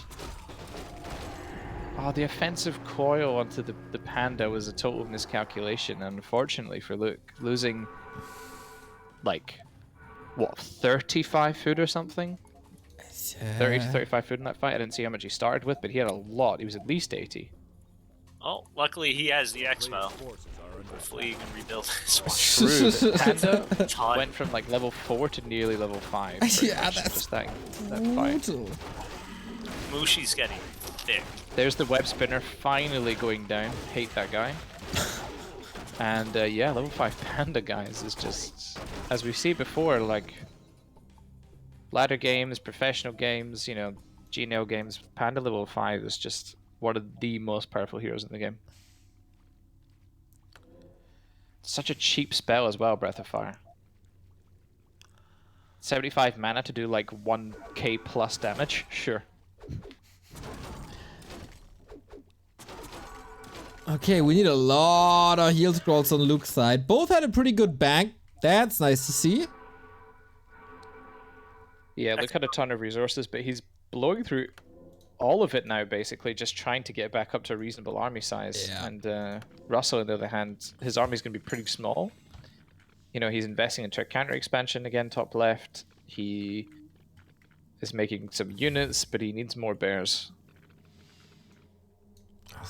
Expansion coming upper left, as you said. I don't think Luke is in a position where he feels comfortable moving out on the map. He wants to use his defender's advantage. It's a good defender's he's army. getting caught in a terrible position here again. But he's getting Bash caught. Bear. And the Bash panda. Bear landing the bash. There we go. Nice coil to save it and a burrow. And Russell does have the sentry wars though, so counter is already prepared for the bears for the burrow. Another Spirit Bear expansion. checking things out. 6 o'clock expansion there as well. He's diving for the wagon, which might be smart. Oh, the panda can carry this entire army alone. Just gotta be careful of not getting nuked. Here's the Nova. I can imagine a couple of offensive coils there too. Wagon's still in the play though. Yeah, this wagon is honestly in such a sick position. That was really nicely done by Luke. But yeah, the bears are just kind of tearing everything apart. I mean, he's losing a few. I think Luke could have done with morphing maybe 3 in total and leaving 1 statue on the floor because he just needs the firepower right now. But yeah, you can see just his whole army is getting absolutely decimated. DK still has a potion also next to the shop, level 4 Lich. I don't think this is nice over yet, coil on man. him. The bears are gonna disappear. This wagon did way more than he was supposed to do. But he needs to save that DK. And he does. Lich! Not again! Oh my god. Coil the Lich! I was about to say go for the panda, but this is 4 dryads going down, so now Fats Russell has a TP away and he gets all of them! He's down to the heroes! 28 foot left for Fats Russell. What the Remaking hell? some units right now, but he did the moon move and put 2 expos up at the same time, but I think he's not going to get too much value out of that, honestly.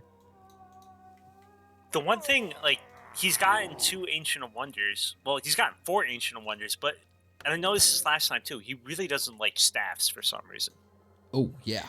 Yeah, imagine building 2 shops, but you don't have a single Prez staff. Or Orb of Venom, right? Or does he have Orb of Venom in them? No, wait, he doesn't have Orb of Venom either. No, what did you like, buy? these are such long, like, drawn-out fights too. I feel like he could have saved at least 2, 4, whatever bears. 2, 4, 6, 8, 10, etc. Exactly, lots of numbers. Keeps going up. Would also love to see anti-magic potions, but nope, not the case. Trying to hold his expansion finally. Oh, no, Meat Wagon's Oh, still up. For the wagon, though, Spirit Bear can basically just take care of the wagon alone. And we see why the wagons become so popular against Night Elf is just not only are they insane against Dryads, but for just taking down the Expo, for pressuring it at the right time. You see, even with Nature's Blessing, it just dies pretty quick. Oh, actually, it doesn't have Nature's Blessing, but anyway. The 1-0 upgrade, too, is kind of nice on it. Right Yeah, on. and True Shore, so it does some damage. Infinite damage. So basically 2 base, 2 base. Thank God he had a backup. Close to Stampede, boys. I would love to see Stampede unironically used in a fight. Just to show absolute dominance. Don't use it against buildings like it's supposed to, but just using it to like wreck the fiends. Okay. With dinos. Yeah, that's I'd love to see that. Yeah. Sounds like a very, very good plan, especially when it's super hectic and you don't have the time to aim properly. Yeah, you just spray and pray.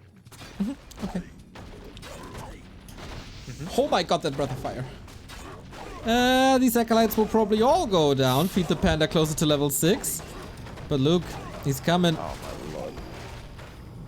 Yeah, I mean, Breath of Fire on level 3, it just does such ridiculous damage.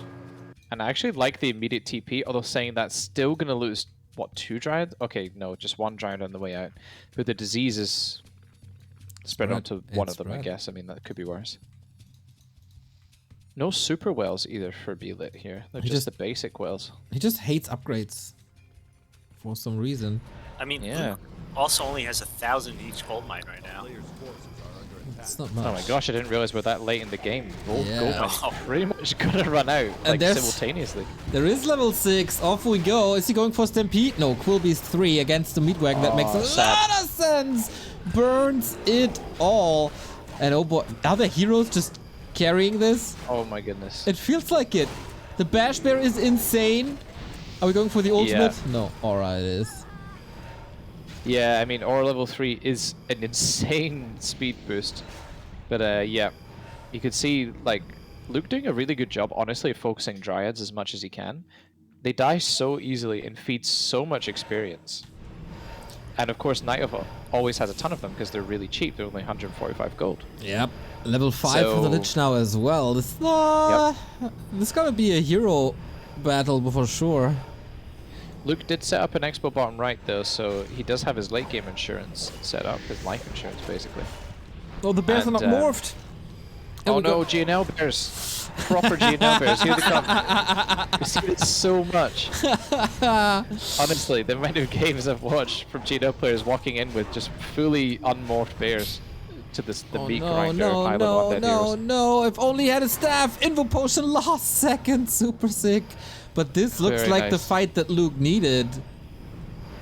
He breaks that expo and the main base is empty. Yeah, I feel like Luke is really recovering this game right now because I think he nearly threw it at one point. And now, you know, he has a commanding position of late game expo is there.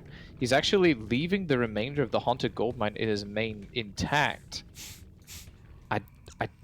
It feels like a bizarre like FFA play, except there's only 200 gold, like 2,000 or 4,000 gold left in it. So. Surround! Oh my god, surround in the DK. Super sick move by Fats Russell. But I think it won't do too much as the nuke is just too strong. Yeah, I mean, he kind of just wandered out of the surround anyway, but in any case, like, look how quick the bears are dying to the Orb of Annihilation Destros right now. It's just insane how much damage they do to bears. Under attack. Tree of Plus that, the Eternity. quintessential wagon, just spreading the disease everywhere. So well done. Tree of Eternity is fighting rather than... Oh, look at this tank. ghoul! This ghoul doesn't give a shit, man. This is incredible. Nice catch. The boss. Yeah, exactly. That's saved. Coil. Not demonetized. And that's the tech. That's a tech gone. And that's the last stand then. You can't make bears without Tree of Ages, man. That feels really bad.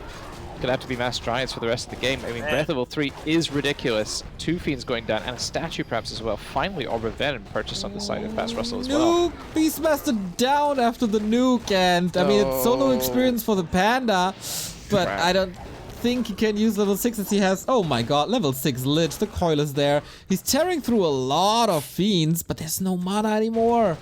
And also, no gold mine. This isn't such an insane back and forth. Like, Lucas had such a big lead for a while, but the supply gap is really closing. This next breath is going to take out the statue as well, and I think the final fiend is going down here too. Wait a minute. Oh my Luke lord, has he's down to just... He's got 1,600 gold too. Yeah, like there's no income anymore for Fats Russell. Luke has to win this. Somehow. If only he had the ult. If only he had mana. Started stepping now. He's so slow because of Frost Armor. Ooh, He's another... going to coil. He's going to coil. No, Save jeez. the Lich and kill him anyway. Luke Oh, that was wins. crazy. And that means it's 12-7 for the superstars in training, and they're one map away. Boo. One map away from winning the entire league. Oh my gosh. Level 6 Beastmaster and Panda dying. So, That's insane. That's Yeah. that should be right now. Rip. That's so sad to see. That kind of summarizes the feeling of that game. honestly. He's got to watch it again after experiencing it the first time. Oh, feels bad. Jeez. Well, That was a really good game. They told me it was going to be Sick. a banger of a game, the first game. That was a bona fide slobber knocker. Yep. I'll meet you guys again at the 2-minute mark Yes, sir. for G2. Oh man, this is really on par, I feel. It was a couple of decisions. We should probably start this game at like 30 seconds. At Is 30 this a seconds. replay? Yeah. Hello, hello, hello. Hello, Hello, Sythren. Is that a new familiar guest? Is that my team coach, captain, god guy, Sythren? It is. My work called me in like last minute, and I was very mad. We hate work. Yeah. We do. Unless your work is being about to Warcraft guy, I guess. Oh, no, that's also bad. Casting is fun, but behind the scenes stuff, you know, we hate that too. YouTube, we certainly hate YouTube. To everybody who listens or watches this on YouTube, I'm going through a lot of pain to bring these games to you, but also worth it. Sythren, did you finally finish the Anthem for the Cock? No, I did not. I did Okay. not. But I do have my first single ready and mastered. Wow. That's awesome, man. You are so once again you're disappointing me again, and then you use this as a segue for a cheap self-plug. Insane. Well Man, done, Liam. Gotta look out for number one. Gotta look out for number one. Well done indeed. Is it gonna be on Spotify, iTunes, Apple Music, YouTube, etc.? Absolutely. Absolutely. May 12th. We come out even before Carson does. Damn. That's good. Okay, we're gonna spread it then. Do you have the replay, Sythren? No, but Barren's streaming for me, so. Yeah. Also, I'm- just about the replay, because of the unique circumstances that happened in this replay, we should start from the 30-second mark.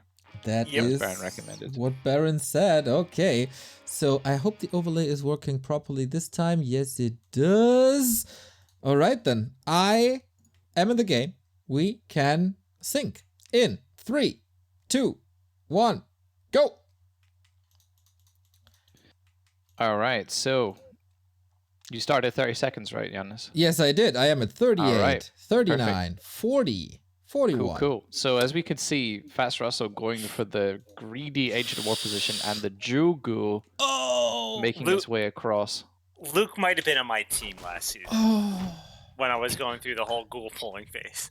oh no, that's so bad. Okay, so he sent the ghoul. He aggroed the camp. Ancient of War is gone. There's no lumber to rebuild it immediately. There's not even an altar because he wanted to go for tavern build, so he has no lumber for that either. This is Yep. a disaster. Yeah, I think it's actually insane how doubly effective it was, given that it's a Tavern Hero build. So, yeah. Holy, how do you fix this even? You just Honestly, have to go with it. I think Fats Russell is has the advantage now. Fats Russell thrives in chaos. Okay. He's going for another camp this time. And now for the rest of the game, the chat will ask, why are there 2 necropoli? Oh boy. That's a big W. While at match points for Luke. Yeah, That is I mean, a good match point play. it is. Yeah. Like, it's a win more type move, I guess, if it works out properly. I mean, when Ancient of War is in that position, it's such an easy guaranteed cancel. I think you shouldn't do this every game, but of course, you know, if you're being trained by Barren, you should do it every game, because that's what he would recommend. It's Is not there a a place that you can put it where it won't be canceled and still be able to creep the Merc camp? I don't think so, right? Like, not where you could Alright. realistically place it.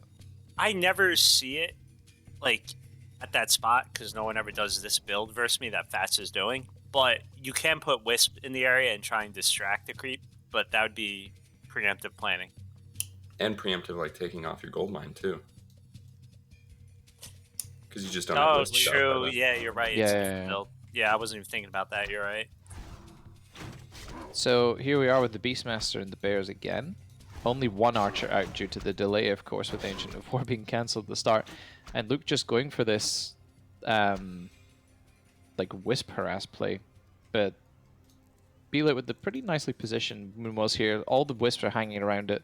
The other 2 wisps are hanging around the other Moonwell, so that's pretty sweet. One is in the far corner near the gold mine, and one did go down. So I mean, still 8 remaining for the Night Elf. Actually 9 because there's one in the middle of the map as well. He got 2. He's gotten 2 so far. Luke is doing a really good job of also split creeping. He's gotten 3 now. Ah, okay, sorry. Yep. Yeah, a nice split creeping as well. So getting really close to level 2 already, which is really sweet. And Wow, he actually gets that wisp. No. Absolutely nothing right now. Well, okay, a little XP right now on Fats' side. He just killed a creep for the first time. Yeah, I mean this is a pretty feels bad start for the Night Elf here for sure. I mean DK basically level 2. You know, so much XP needs to be gained on the side of Russell right now to try and claw his way back into this. Second Ancient War on the base though, that's really strange, right? Oh, Is this gonna be some Tell me he's Naga not all going in? for like a tower push or a talon push. I'm not Yeah, sure what he's except up it's to. undead. Yeah. And Luke in the meanwhile is going for Gargs out of here. Which seems pretty legit given this style. I mean, this is total Barren style. Goo pool, forward, second Necro, and now double Crypt Gargs. No shop. Yeah, It's no just shop. Is this Edo boy I'm watching? What the hell is this? Hero. That is quite a disgusting style. I you may ins- or may are you not have inspired, had 70% win rate first night up once. Oh, Jesus. Wasn't it like 90? Oh, it went down to 70. But yeah. Oh, okay. That's so filthy. Yeah, you started off like 14-0 or something against Night Oh, Elves or I don't something. even know. It was stupid. It was getting really ludicrous, yeah. But I mean, it's also kind of an invite. Under attack. Beastmaster, not that great versus Mask Arcs. Yeah, not really. I mean, better than Keeper, in a sense. Unless it becomes a mass Hippo war, then obviously Thorn's aura is insane. But, yeah. Quill Beasts are decent on level 2 against Gargs. Wait, I think Russell... Is this Naga? I feel like it has to be a Naga. It's a Panda Panda. again, but with double Ancient of War. One's researching the improved bows, and in the meantime he can Kree. He might have just presumed it was going to be Garg, so he's just massing archers. Okay. No Hunter's Hall though, no APs for like static defense. It'll be tough. Yeah. So no attack upgrades on archers? Feels like you always need them. He has been practicing this build, though, over the past couple months, just to try to deal with his frustration versus Gargs. So maybe that's why he's just relying on this. This is kind of like his old faithful a little bit. Okay. we'll Yeah. stop with He's Faithful cursed we me out picked a in the few past year. times. that. Rightfully so. Not really. He's not even playing me. He'll just come into my stream and like when I'm going Gargs and There's Tell me Barren something. with his fucking Gargs again. Still think rightfully so, but let's see about that. Floss, thank you for the 56-month resub. Jim, let's go. Oh my lord, 56 months, man. Man, Zim, that's like WTF. older than Quberte. I was gonna say Oh, it's thank longer you. than I've been alive. Kind of weird that you have a girlfriend then. But hey, who am I to judge you guys? Nice Yes, little don't judge me. archer wall, and there's no reveal. Man, archers are so nice to use. Nice steal by Luke, by the way. So nice to use when they have improved bows. Their range is really ridiculous. It's pretty funny. Here come the ghouls, though, flanking from behind. And it's going to be daytime in a second, so... I think you're Russell's behind making a again. decision. Oh, Frostmourne stole the last hit as well. For the Trapper. I think you're behind again quite a bit. I'm at 7, Alright. 25, 26, Same. 27. Yeah, Quberte, if you minimize that, puts you behind. Alright, I'm Yeah. at 34 now. Players' 734. forces are under attack. Okay, 34 now, so you have to pause like 2 seconds. And there comes another ambush. Ghoul's pretty good as long as the Panda's not level 3. Little overcommitment Yep. there, I Immediate surround guess. the Panda, but I that's don't know if right. you'll be able to hold this. That TP Ooh. passed, an immediate Ooh. TP. I think you could have held the TP to the last second in that exact situation. Could have got a lot more ghoul kills. Oh, look at the Ouch, ouch. arrows flying, and the ghoul, the Gargs are cancelling the Expo bottom right. Ooh, didn't even see them yet. I was so distracted by Sythren subbing to the channel. I love Warcraft and Neo Remo Carson. Very good. Will this Tree of Life go down? It will, right? Like he can't force off these Gargs before they. I don't think so. Level 2 Quill though is strong. I think he cancels it 100%. Oh my god! Up top though, the ghouls. Oh, ow! Oh my lord, the DK could die to a boulder here in a second. Oh, he had to abandon the camp and lost like 2 ghouls, 3 ghouls maybe? It was like 4 or 5 because Fats Russell killed one too. Oh my lord. Dude, don't tell me Fats Russell is turning this game after his entire build got killed by a ghoul early on. I told you, he thrives in the chaos, man. Yeah, okay, sorry. I couldn't know that you're right once. Harsh. Harsh words, Neo. All right, Oh, Luke's devotion going. aura again. He's going a little off script. He's getting a slaughterhouse. Big no-no in Barren land. I know. Where's the boneyard? Yeah, versus archers. Straight up. Yep, gotta get that frostworm. In any case, no matter what you do. It's so stupid. Cap up. Now, the right counter against mass archers, like when it's 50 food, is definitely like Dark Ranger 3rd with Black Arrow and Mass Frenzy Ghouls. But of course, if the game is going very late, then that falls off pretty hard. We need. Kind of need Fiends, honestly. It's weird, but I feel like you need like just kiting with Nuke and then Fiends, pretty much. Abominations feel like such a trap. They get absolutely destroyed by mass archers. Oh yeah. But Maybe a wagon is pretty sweet in the back, just to put disease. That's another cancel though. Decent timing here. A little different. The Panda's level 3 and he ignites everything. Oh my boy. lord. Ghouls can't really reach the archers. They have decent damage output. But he needs more Breath of Fire. Yeah, absolutely. I mean, he still has 2 more breaths in the tank though, so that's gonna be huge. And actually, we see the ghouls getting burned for the 2nd time with the same haze. Right First time on. I've ever seen that in effect. Pretty Right cool. on. So many Creeps ghouls from going behind took out like 2 archers as well. down. Yeah, the Merc camp is just going mental in those archers. And yeah, look down at 27 food. Russell also at 29 food. Just mass archers with marksmanship and 1 attack upgrade. But the Garg, oh, is it enough to cancel? I don't think so. Without attack upgrades, 1 Garg isn't enough. Yeah, the damage is pretty bad from just 1 Garg here. So they have really slow attack speed. So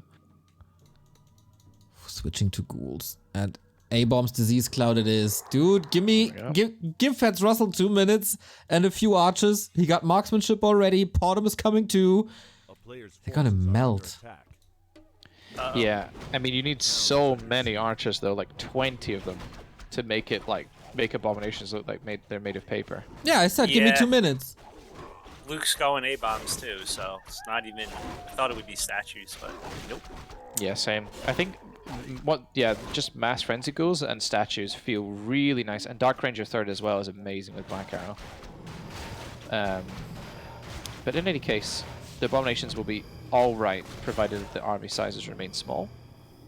And yeah, cancel on the expo once again. 2 more archers going down, I think, here too. Nova on the back one. Okay, left one alive for some reason, but AP's coming up in the base. yeah, I was just about to say AP finishing in the main here. I mean, it's perfectly adequate to defend against 1 Garg, so, and also 2 archers in the main is a little bit much. I mean, Luke isn't going to go any more Gargs this game, so. Luke's trying to go for an expo now. Seems like a really weird time. I feel like he should probably creep the red and plant the expo there instead. A player's forces are under attack. That's so funny. I'm clicking between the Necropolis and the Black Citadel, and the icon just twists up and down like yo. Did you notice that? True. How weird is that? Bum, bum, bum, bum, bum, bum. It's like a headbanging necropolis. Yeah. How cool is that? We discover all kinds of weird stuff in this stream. My goodness, Yayut is a 68th month subscriber. That's mad. Yeah, Shiny probably has a video on that too, though. Probably. Yeah.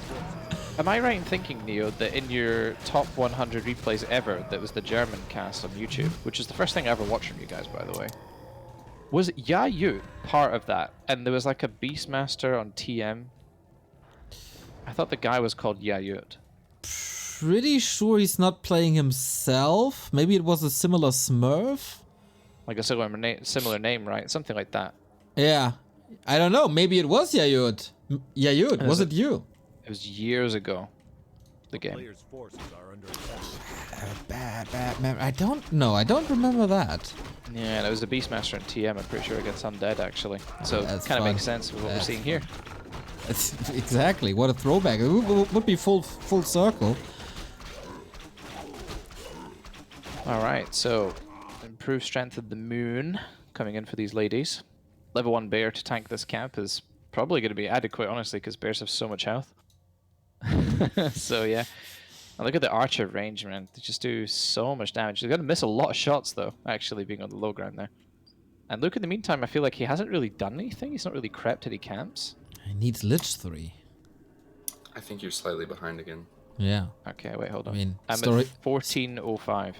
Oh, we're 14, 15, 10 seconds 16, 17, Jeez. 18. Are you minimizing at times? No, I'm not. Maybe if you have a slow machine, it plays the replay slower. Yeah, that's possible. Alright, so... Oh, he actually built 2 APs in the main. And now double Ancient of Lore as well. In the meantime, Luke with the next build top left. I feel like Russell really needs to do something here. I mean, you can add 1 lore for 1 bear, or for why double lore? eventual MGs, but double lore? I was thinking maybe it's going to be 2 MGs straight away. That's the only thing I can think of. The only reason to build 2 lores right now. So you can make 2 like straight away, but Yeah. But a bear for roar is common. That is part of the style. yeah. Like in the ultra late game, you've got like bottom, obviously, 3 attack And an upgrades. expo. Yeah, expo, of course. You know, all the stuff together. A bear for roar is incredible damage. This really isn't a scary army from Luke just yet. Yeah, it's taking a long time for him to come online. Honestly, I mean, he's banking super hard, getting another abomination and destroyer form, which is fine, I suppose. It's getting a second slaughterhouse instead of like just pumping like ghouls or whatnot. Yeah, ghouls are really the best thing. Honestly, they're so good against archers. Wonder what item is going to be from the Ogre Lord here, though. Such bad items. Medallion of Courage and Hood of Cunning. Feels really bad, honestly. If this was like Endurance plus Unholy, look at those archers would be like zooming around. Obviously drums would be better for one of those items. Drums and Endurance aura for archers would just be beyond insane. Apparently, Quberte, you were right with the top 100 and Yayud. Wow, I'm a genius. That's sick. I tried to hide my identity in chat, you blew it.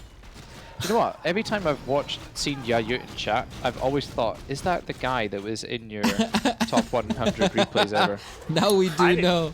Sick. I didn't even know what was going on. I thought his name was Jaju, but whatever. Oh my god. Sick fight, by the way. Lots of archers going down. That's the majority. Luke also 1,700 gold.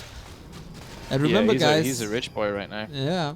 Luke's on match points for superstars in training here. If Luke wins the map, they win the entire tournament. Oh my gosh. Yeah. And it's looking like that Sit is once again going to win. It's so rigged at this point. And with the goal too. How poetic. And it's so beautiful. In range meta, he's winning with mass melee. It's insane. Yeah, I mean, it feels like this has been totally topsy-turvy, right? Like, the undead should never get an expansion up in this case against the player who really needs the expo to make the strategy work with archers, so... It's like doubly bad. Can he block all the melee from reaching the back line? Oh, the bears are behind the archers. That's the worst possible position. There's also no town point to reset anything. No. It's not good. Poor Fats Russell, you fought so brave and so hard after being slaughtered in the first 30 my seconds. And now That you're could have getting been an some- amazing positioning, but it's Yeah. a nightmare. Yeah. Oh no, our Palm dies at the back to Coil as well. There's so much mana on these undead heroes right now. The bears just have to retreat with their tails. If they had tails, that doesn't make sense. Wait, do they have tails, bears? Yeah, they do, right? Tails between their legs. They do. Very They short must have one. tails. Yeah, I was gonna say they must be like tiny, right? And yeah, the bears and the panda bear all running away, and the Beastmaster, who's basically a bear. He's not Almost running getting though. surrounded. Yep. Is there another But new? get Coil Coil? over. You, what is Fat Russell's or D-Lit's aversion to staffs? He has a severe aversion to staffs, Sythren. Yeah, I have no clue what that is. He'll get orb before he'll get staff. I think he thinks I don't have the item slots for it, and I'm like, dude, you don't. Do you want to win the games? Dude, on Northern Isles, he had 4 Ancients of Wonders in total, and there was 0 Orb of Venom, 0 Staffs of Prez, until the very end there was 1 Orb of Venom. No staff still. Fats Okay, Russell he also brought us does get now. overwhelmed, so I think the mental overwhelming is tough. I also think maybe Overwhelming! Paz may have told him to do it. He's just like out of spite, like, no. Never. Oh my Oh, gosh, man. I remember when Paz was coaching Blade Master Rush, the BMR started trolling him when he was playing Night Elf for a little bit. Because Paz was getting really frustrated and BMR was just like, no, I'm not doing that. I think we're gonna see Sit take another win. No, Someone needs to stop. Beastmaster gets that. absolutely executed, surrounded against the huggy bears. GG it is, guys. Luke wins again 2-0. That's 3 points, and that is the necessary 14 points for Superstars in Training, who then win GNL Season 9. Congratulations, guys. You won so far, what is it, 6 out of 7 series? Yes. Rigged. A lot of them super duper close, but if you win 6 out of 7 series, then you are probably the deserved winner. If I'm not mistaken, they also won the regular season. Let's see. Yeah, I think. they did. If I did It my did. homework. By 1 point. Yeah, it was real close, but yep. Exactly. So, Superstars in Training, indeed, winner of Season 9. Congratulations to all the players, to all the coaches, for all the fans. Hey, it's all we can hope for to see 2 1s. You know, sometimes we kind of hope that some of them are on the other side to make it really close, but lots of 2 1s. That means it was definitely everyone stepping up, practicing. So that was awesome to see. And we still got 2 more series. Exactly. So We will, of course, show the series as well. 14. It started with a 3-0 lead for Wildfish. What a comeback. What a match. Yeah, really fun, honestly. The Buzzkill Guru and Luke Pat Russell series were really fun to watch. I mean, honestly, Potato Tarmac was also a complete, like, roller coaster. And of course, SNS Echo Goodman was just insane as well. Yeah. Those last 2 games in that series, too, were just completely nuts. Yeah, amazing series, guys. It was an absolute pleasure to cast with you as well. Are you leaving now?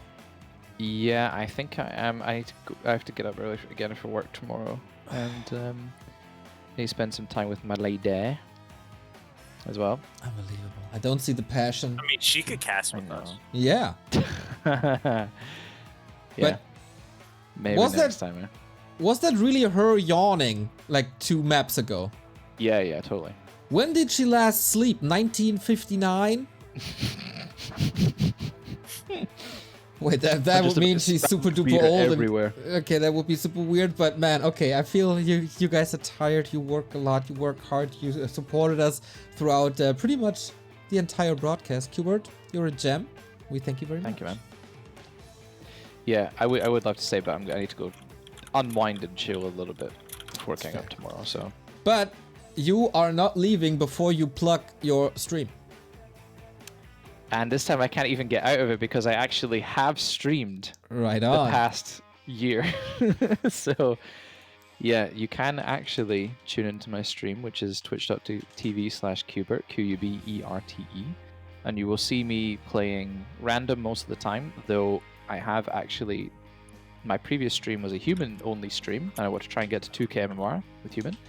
And I'm almost there already, so that's unfortunate. It's going to be cut short. But my VODs are there as well if you would like to watch. And yeah, that's the only place you will find me. I don't have any other socials, but maybe at some point in the future. And yeah, I would like to stream maybe tomorrow as well after work. And yeah, it's been a pleasure. Thanks so much for having me. Have a nice evening, mate. And greetings to the missus. No worries, we'll do.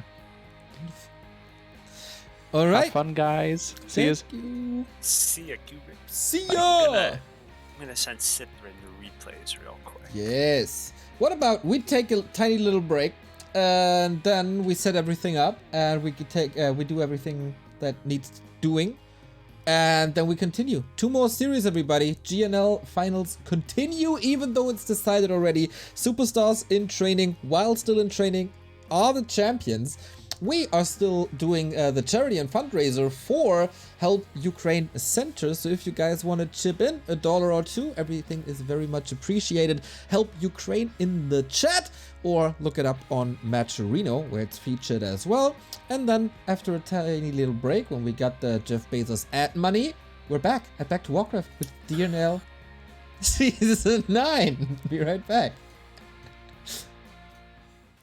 We're back, everybody. GNL Grand Finals decided but not finished yet. We have 2 more series for you guys. It's approaching midnight ghost hour, but I got great company. Barren and Sythren with me as Quberte said goodbye. What can we expect from the next match that is Loot versus Ayatok?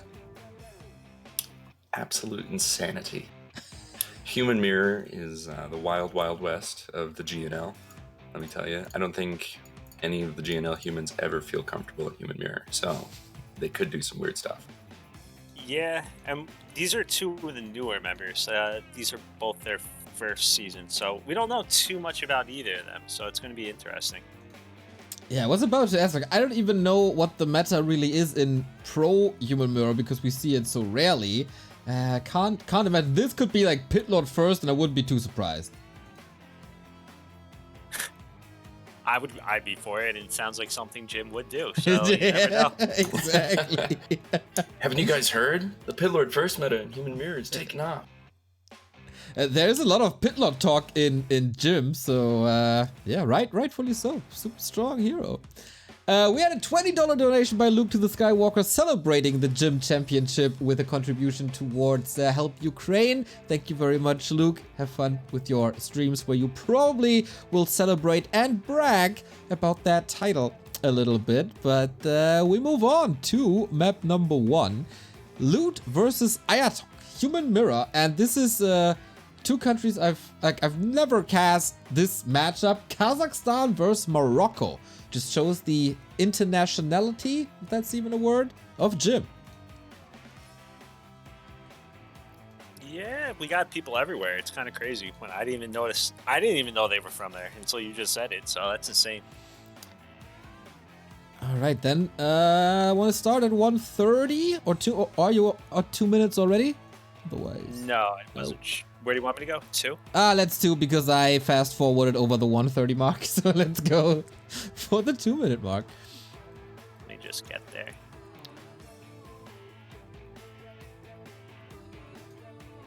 All right, I'm synced. I am me too. A second. All right, I'm at 2. All right, we are at the 1450 MMR range. Superstars in training 14-7. Can Wildfish score a couple of points to make this final a little closer and finally score a win in a series again is the question. We start this in 3, 2, 1, go! All right, so Luke. All right, I'm gonna go Luke. No, no. Oh my God. It's a... I think he has a way out. A player's forces Ah. are No! Oh, Sedge! Well, that's not how you want to start your series in a grand final. Oh God. And the militia are just sitting there, so they're gonna run out now. Oh no! Oh, that's not a And great he's going start. for it. Okay, let's try with the Shadow Priest. Not very promising. Level 2 already for Ayatok. He left the item. Oh, that's I- good. Well, it wasn't a very good item, to be fair. For an Archmage, at the very least. I didn't even see it. I'm still busy with that mercenary camp on the right-hand side. There's a lightning shield as well. I thought, oh my god, is he losing all the workers? But no, pulled the Archmage to the side very, very quickly. Whew. All things considered, he cleaned it up pretty well. I mean, the workers didn't really take too much damage, and he's going to be safe from any harass because he does have the Arcane Tower in his base. However, Ayatok did go for that 4th farm, so I think we're going to see a Expo from him. Ooh. Yeah, and I don't know, can he punish this? Is he moving across? It's always weird on Echo Owls how to decide. Are you going for your own expansion, especially when you lost the TP already? Apparently, we do. A player's forces are under attack. All right, I kind of like it. My opponent hasn't scouted me. I haven't scouted my opponent. He didn't see that I messed up, so I'm just going to go ahead as if nothing's wrong. You know what I mean? Play your game. Even if it's a little delayed, you might be able to catch up with just one fight. The big problem is he didn't take the green because of all this that was happening. So now he is not level 3, while Yeah. Aya is going to walk across with level 3, which is just a A huge player's forces boost are for under him. attack. Yeah, and Shadow Priest, of course, have an easier time dispelling level 1 water elementals. He scouted what's happening. He sees that everything is so late. Oh boy. And there's a creep check as well. Oh my god, how unfortunate is loot this game. Oh, he's not even... Okay, he's just going for the cancel. No cancel! Oh, no. Ooh, that is the worst game possible. Yeah, I'm trying to think if there was any worse beginning in any of these games, but I don't think so. I mean, if he's trapped in the base and then portals and is still trapped, that could have been worse. Apart from that, oh boy. Ring of Regen now very helpful though. If only Aya had 150 more life on his hero right now. A player's forces are under attack. The item's still on the ground. Oh. Okay. Yeah, but I mean, this has to already be GG essentially, right? There's the expansion is up for Ayatok and not for Loot. Loot hasn't even started it again. Yeah. Yeah, Ayatok was keeping it. Oh. Oh, wait, what? Where did that happen? How? Yeah. What? I didn't even catch it. I'm guessing no TP. Yeah, he ran didn't have a across. TP, and I think he started the Town Hall first, and he was microing a Berserker and then it died. Okay. Player's forces are under I think Lou just got ruffled this whole game. Yo. Well, you know what? Silver lining. There's a lot to improve in game 2. That is the silver lining. That is. And I think that Loot will be able to bounce back. Let's hope so, because this Yeah. is lost cause. For perspective, like, you know, you see this game and you go, what the heck just happened? But Lute's a 1500 MMR player. Yeah. It's just, everything went wrong for him. Maybe nerves. Maybe just a bad day. You never know. But this is all workers dead, including the town hall. Okay, surround, last ditch effort, Hail Mary. Let's try this. Actually works. With level 4. He's very, very powerful.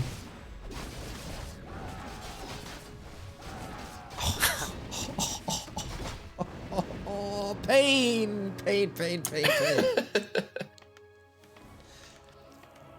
Yeah, this is not looking good. At this point, you know, I think we all probably would have GG'd out as well. But respect to Loot for at least trying. Especially in like a grand final situation. For sure. You don't want to let your team down at all costs. An entire level difference. Almost, yeah, it will be an entire tech difference as well.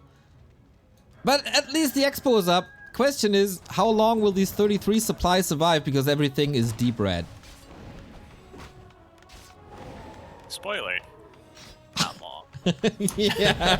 GG. Oh my god. Ayatok just owning 7 minutes 30, the shortest game of the day, if I'm not mistaken. Yeah, we've had a ton of long games, that's for sure, but that was yeah. definitely the shortest. Shout out to Buzzkill, as always.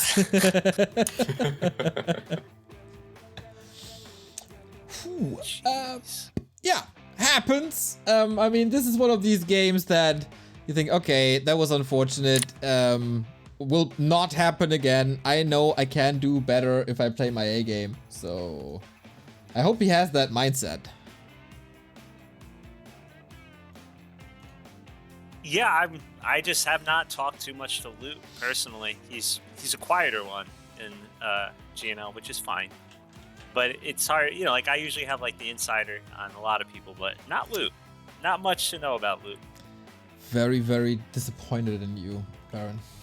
Not Yeah, even doing didn't do your my job. homework on all. Oh, I was going to send you like an essay this morning. I was like, wait, that's 18 people. Never mind.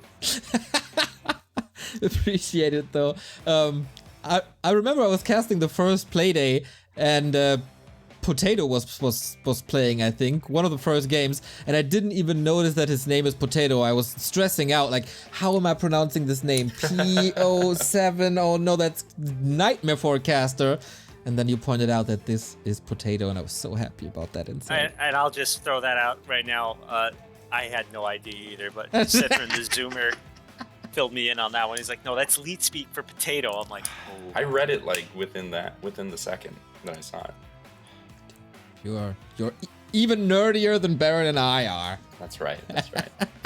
We got a $50 donation by Nega Nebulous. Thank you for the great casting. Sid number 1. Thank This you, is why Nega. he wins every season. Because he spends the money. I see, That's I see. My pleasure, man. Thanks for welcoming me in GNL, of course. And congrats on coaching that team. Alright, I am synced up at 2 minutes. I Ditto. just started the replay, so I need some time, but thank God we can fast forward very fast. It's so funny that if you type Nega Nebulous in chat, you get a timeout. Yeah, I found that out earlier. Yeah, you should probably type Nebulous. That is the safer approach, because otherwise our bot thinks you mistyped something else. Anyway. Even when I'm casting, I want to say Nega Nebulous instead of just the first part of his name, just so no one can be like, "What did he just say?" Yeah, it's just be safe. Like the South Park episode with what's that game? Where he's supposed to guess the word nagger. And has the wrong idea. That's South Park. Yeah. You get it, everybody. I'm synced up now as well. Before we go down even further down that rabbit hole, 14-8 still for superstars in training. Can Loot strike back, or will it be a clean 2-0 for Ayatok? We start in 3, 2, 1, go. Ayatok is wild fish, if I remember right? That is correct. Mm-hmm. All right, so getting a point for his team, not bad, and a nice pull. Gets the pull off. On the side of Loot, he did not get his hero stuck this time, so even after 2 minutes, it's already an improvement towards game 1. The problem is he didn't pull it right. Well, he pulled it right, but the militia already almost run out. Ooh.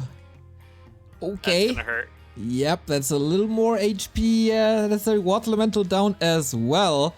Oh, poor Loot. And there isn't harassed by a footman in the main, so that's super stressful as well. That would trigger me into oblivion. And then you find the boots of Kel'Thalas. Oh, come on. That's the overlay. Just by the way. overlay? What about it? Is it? You're not in game. Oh, okay. That's bad, of course. Well, then, unfortunately, the people didn't see it. But it doesn't matter. Poor Loot. Where We're Wow. teaching Sythren what it used to be like to watch Warcraft back in the day. Exactly. It was basically a throwback radio cast. Oh gosh. What a nightmare. I'm glad I came back in 2018. Oh yeah, that was like 5 years of video streams already. Yikes. Okay, we're having an expansion again by Ayatok. And theoretically, this could be punished somehow? Maybe? I think he's punishing himself. He's losing a peasant or two to the creeps. And he got level 3 to loot, just walking over to level 2 now. He's gonna Not be a walking nice into fight. the shredder. He didn't get the item we wanted either, that's for sure. Ayatok's No. loving his. Oh, that's so unfortunate. Well, okay, there's no defend. There's a Berserker. Let's see what Loot is able to do. Still a better early game than game 1. Forgot his tech too. Oh, there it goes.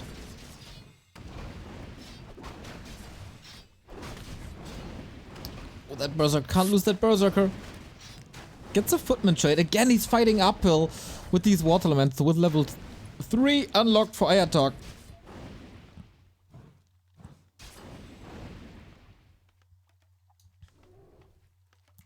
Okay, so he needs to punish this with a panda now, right? Yeah. I mean, that's Probably. the only chance, right?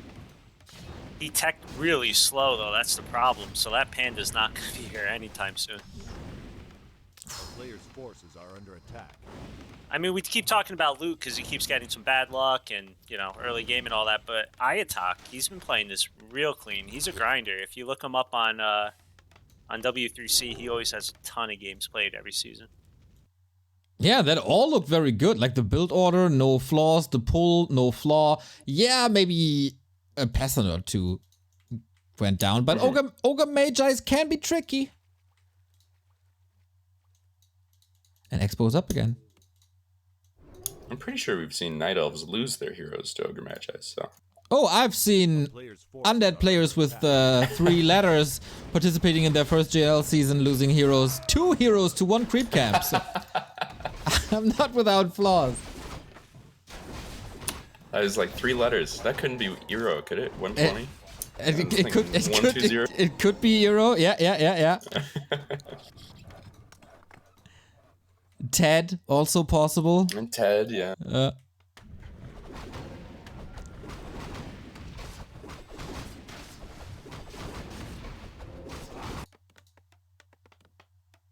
Okay, so Loot has to save some resources for the second hero, has to hang around the tavern, and then push as fast as he can. I'm just sitting here trying to think, like, what can he do? Just so late. I guess go for the main, because he's only just getting a scout tower now. I think there's a Hail Mary play where he could have, like, tried to overwhelm his opponent with footmen. You know what I mean? Yeah. And, like, footmen, in, like, 8 footmen in the main, 7 footmen in the expo. But that is Hail Mary. Feels like he needs something. He also summoned his water elemental early instead of running up and doing the whole thing over the wall like he just did. He's still doing at good least he damage got it, though. though. Yeah, This he is a got ton it. of damage. This And- is great damage, actually. And if he just TPs out before it gets too bad, he's in a good spot. Although I think he could fight here. I'll risk this around. He could have a second hero here as well. Yeah. And he has the resources, so I think just a bit of a mismacro there. If he had his second hero, he'd be winning right now. I think so too. Imagine a panda on all these footmen would be glorious. God, that elemental on the militia is still going. It's still got the kill counter in the double digits, but also the vamp aura providing quite some HP here to Ayatok. Very, very helpful.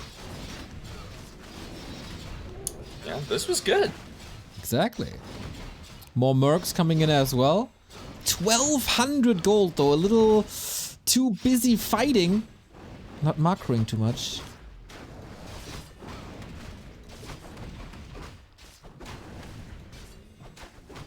Alright, what tavern hero will he go? He obviously goes Panda. Naga. Oh no. Okay. Good against. I mean, that would have been a bad choice if he had done it a minute ago at the start of that. Right? Ah, that would have been so good. But now it's kind of like, well, now everything else is dead, so you got to run away. You can't go for the Shadow Breath, the full mana Shadow Priest. You just bought it. Yeah, it's a nice little pickup. All right, Cloaks have been MVP of this whole series, or Yeah. day, I should say. Double Arcane's going down. No Arcanes yet for Ayatok, so at least the tech advantage is still in Lute's hand. God. It's looking rough. Mountain King is out. See the TP. Probably didn't expect that. TP. No, too greedy. Oh, so sad. Well, Mountain King got some good XP, hey? Yeah. You're always looking on the bright side of things there. Right. Unfortunately, there goes Lute's advantage that he had. However small it was.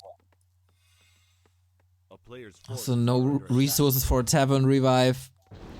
Ayatok immediately going to the tavern to prevent that, if that was the plan. Now we can creep the consumables. He could get 5-3 Yep. for this ham zone, basically. I think in this game, Ayatok can get whatever he wants now. He's got 2,000 gold. He's got map control. He's got hero levels now. He could join the 4K club with Grubby. Maybe even the 5K club with Ember. You never know. Oh, the 6K club with Kaiser. Yeah, true. Oh God. Yeah, but what people don't realize that whole time was apparently it was Sythren was pulling Kaiser's like wisp off of gold and wood and stuff and screwing with him, and he didn't know. I might have detonated an entire gold mine at once. Oh no! That's bad mana Sythren. But I mean, it was against Kaiser, so that's kind of fine. But Kaiser was my ally. He was betraying us with like 6K gold. Like, yeah. Come on, man. Hoarding everything for himself like Smaug. That's right. Okay, this Mountain King once again is going to be brutal. Go for the Mercs, get that experience, getting closer to level 3. 2 heal scrolls and an Invo potion. Oh my gosh. No Archmage still for 5 seconds. No hope. Oh God. This whole like I've seen so many games of Lutz more recently. He's done so well. This was just overall just like so many feel bads for him this whole series. Yeah, sometimes you just have an off day, and this seems like an off day.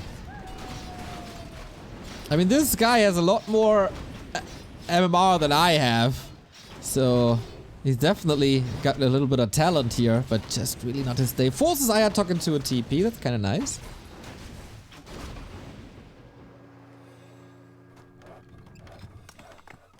Ayatok also not really the guy to spend his gold, huh?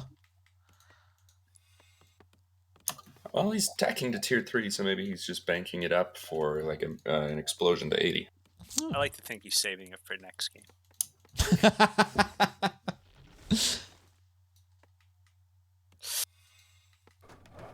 Yeah, this one just feels rough. You got 3 priests and a Naga. It's not much damage, that's true. Also, everything is kind of low mana because the Brilliance Aura was away for such a long time.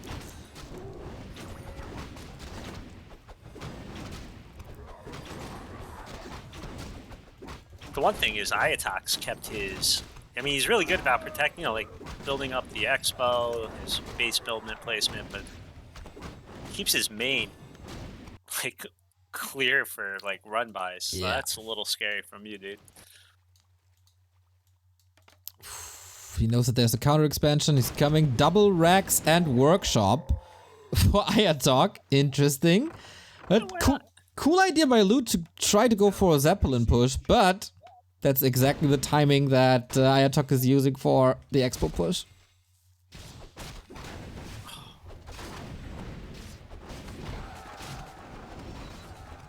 Okay, last stand, I guess. Because if you lose that expo, what do you do? Against tier 3, 1500 gold. You could cry. Yep. That's about all you can do. Yep.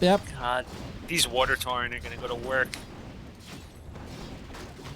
Blame balance is also something you could possibly do. Yeah, you type in balance, you're like, nice race, and the other person goes, mirror? Question mark, question mark, question mark.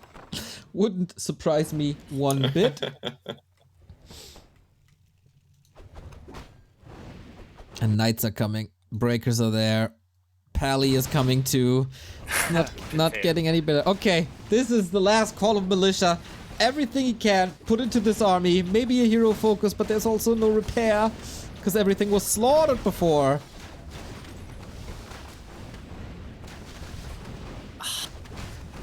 I'm just, God. Iatak played this clean. Luke got the worst luck in the world, and he's trying his heart out with the Zeppelin micro, but there's just no damage. Sweet save here, so at least he's able to show some skills. Calls for the big GG, and that is 2 more points for Wildfish. 14-10 now. 8 more points, right? Yeah, Yeah. but Oh no, you already counted that. I already counted the first one in, so that's an extra 2 point. Of course, 3 points in this series. 14-10. Oh my god. Great. No? Really? Yeah, it's better. Not rigged. There. Potato, thank you for the sub. Bro, I went back and watched my match VOD, and I only just learned that I've been practicing playing with the wrong build order for the past 2 damn weeks. I didn't know the Ziggurat came after the 4th Acolyte. Yeah, that's why when someone else commented, they're like, oh, casters are a little brutal when we would comment on like a build order or something, but that's kind of intentional in GNL. Like, we don't say it in the mean way. We say it like, oh, they, like, because Quberte knows everything, especially. He could be like, oh, you could do this better.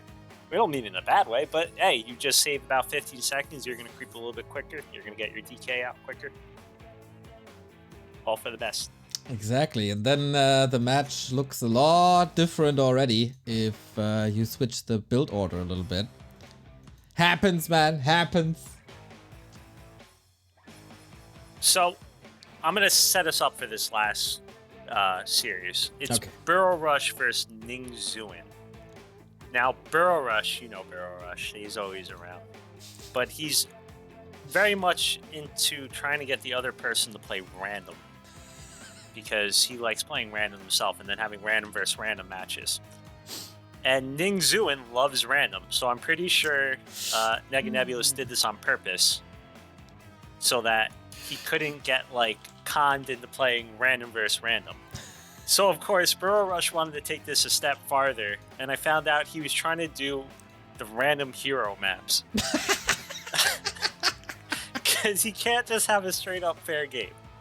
So I had to kind of nix that one, but I just wanted you guys to imagine if it was like, I don't know, match point last series and they're playing random hero, random race on like Booty like, Bay. No. Because they wanted to do random. They wanted to do random map too. They wanted to do random hero, random race, random map. What's wrong with not these guys?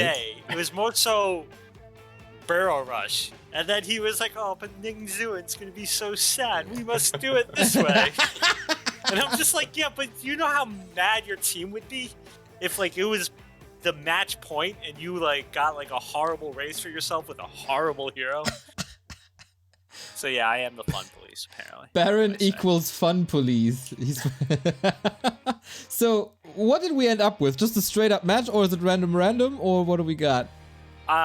Burrow Rush, I believe, actually picked a race because I guess you realize we're in the finals. So Ning Zuin went random, and then Burrow Rush for the games goes different races. But Ning Zuin said that was okay, and I gave the okay on that.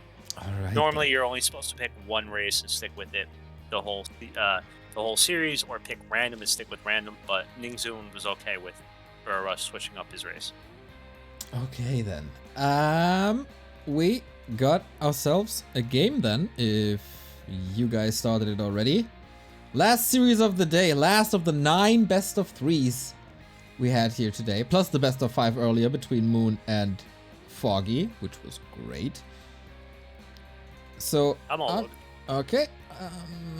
Almost 2 there. minutes. Yep. Yep. Let's see. Right. The overlay correct now? Nope. There we go.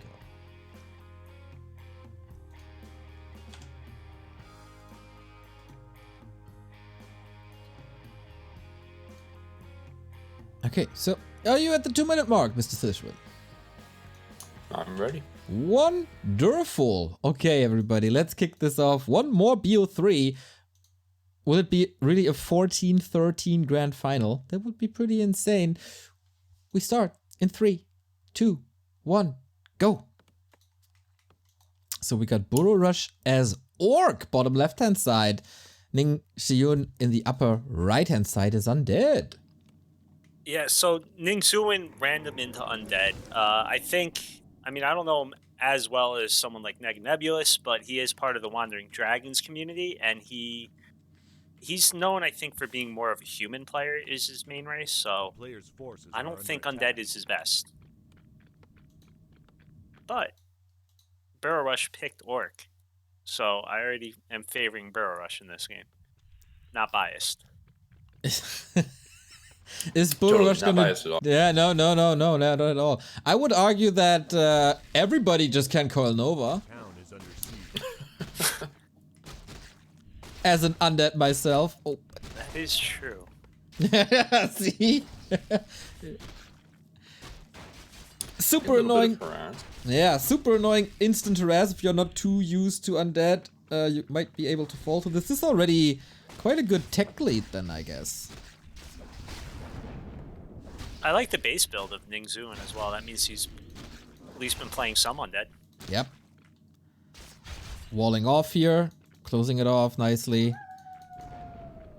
Also, 2 Ziggurats into tech is quite interesting. So you got a lot of fiends already. Or can go to a lot of fiends. Not rushing the tech. A player's forces are under attack. So Burrow Rush is stealing the 1 green, which is always a pain in the butt. Won't give him an easy level 2. He'll still have a level 2 though because he got a wolf, or maybe he got 2 wolves. So he already has enough for level 2 if he just gets this camp. Never mind. Pay attention, Barren. Come on. Come on, Barren. After 7 hours of casting. Yeah, I don't even have that excuse. Wait, didn't you? Okay, it's 6 hours. It's still a lot of hours. Yeah, I say stupid things in like the first hour though, so Man, just admit to that one, okay? okay. I just wanted to save Thanks you. for trying to save and me be there, but, nice for once, so that someone finally is nice to you. But okay. If you're not, Feels weird. yeah, I can imagine. Barren's a lawyer. He's not used to people being nice to him. Just want you to love me. Oh, close to us around on the little headhunter, but he won't get it.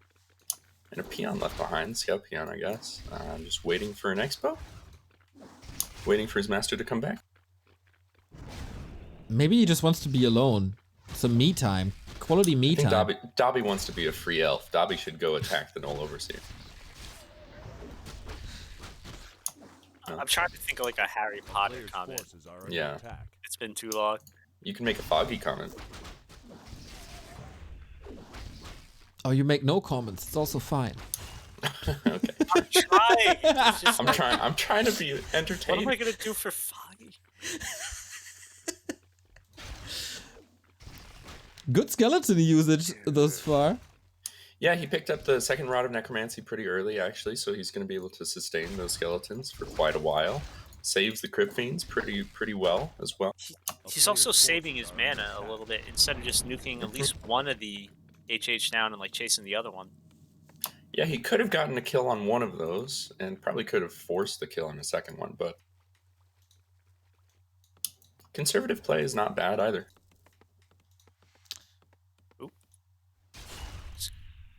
Alright, Burrow Rush notices he's running away, but I mean again he can chase us down. And this should be one that you chase down and nuke a little bit. Well, maybe not nuke, because you can just kind of chase it, I think. Oh, okay. I think Nuke is fine. You almost got Yeah. A player's forces are under attack. Before it runs So- away and then everything is wasted, just throw that coil. It's kind of good. Yeah, I agree. So even though the tech advantage was in Burrow Rush's hands, the second hero came out faster for the Undead, obviously just because it's a tapping hero. But tier 3, only slightly faster for Burrow Rush. Okay, just started by Ningxion. We have a Shadowhunter second, which does surprise me. Yeah. I rarely say it, but right now, like, the Orc can't. You really don't want to go in on this because all of these HH are so weak right now. It's just like DR food. And there's a lot of skeletons too. This would just be absolute death. Yeah. Alright, going for the creeping JoJo head shrinker. What kind of weird family do you have to have if your last name is Head Shrinker? Alright, have you ever I was gonna noticed... say Barren's family, but but I don't know anything about them. God.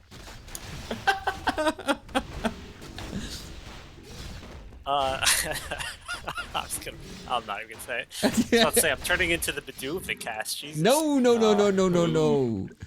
No, anyway, so one question. Have you ever noticed that TCs can be named Tauren Totem? What? That's kind of weird. Yeah, Tauren Totem. Tar Rune Totem. If you Yeah, put but it's- Rune and Tar. Huh. I don't No. think even Blizzard noticed that. What the Kind hell? of messed up. Yeah, it kind of. I get triggered by names of heroes. If you didn't notice. I heard about that. Burrows But, gonna die. ooh, Burrow also, rushes Burrow. little black, you're not able to get the kill. Nicely saved with that last coil he got. But this is a... He has to leave, but... Apparently not. No TP though. There's on the Dark big Ranger. deal. I wonder why it's on the Dark Ranger. That was expensive. Not sure. The skeletons did do pretty good work in the main. They killed a burrow, and I think they got a headhunter as well. But now the chase down is just tough. He's Yeah. gonna lose a couple fiends. Yeah, against Hex, man. Don't run away. Just portal. Hex is stronger than you. Yeah. Problem is, DR is he's already back in base with the TP. Yeah, that's not more perfect. Fast little lady. I would run away from this as fast as possible too. So behind all this, the Skellies actually killed a burrow Yeah. from Burrow Rush. So he had to rebuild one of the burrows so that he can, if he wants to, get his third hero. But he's not. Okay, still a little bit of a level lead for Ningxion. You could play that. Like, TC leveling is gonna be a problem for Burrow Rush. Yeah, there's really not too much left, and he does have to creep his Shadowhunter. But you know, you never really mind the Shadowhunter being level 1 for a long time, assuming that you've gone heal wave. He didn't. Hex it is. Yeah. Oh, double level up is of course nice. Subi Mask also very nice. Both still have pretty much the same camps left. Tier 3 unfolding. Ning explained this pretty standard, but this is one thing I've always noticed with like random players, especially. It's just like they get orc or whatever race it is, and everyone's sitting there going, "You need your third hero," and like because they don't play it that often, they don't get the third hero or whatever it may be. Like FSSH is nice, but you really need like a TC in there, especially versus undead, just for the stomps. Like it's just total lockdown. Yeah. Nice solo creeping of Dark Ranger and Lich, and while I say it, he moves the DK in. Okay. Unfortunate. Lich out, and Red Spot in the middle goes to Burrow Rush. If he had the TC here now, that would be perfect. And if he sends the Farseer away, I guess, but can't ask for everything. Medallion, sweet. Will he get creep jacked or not against the high ground?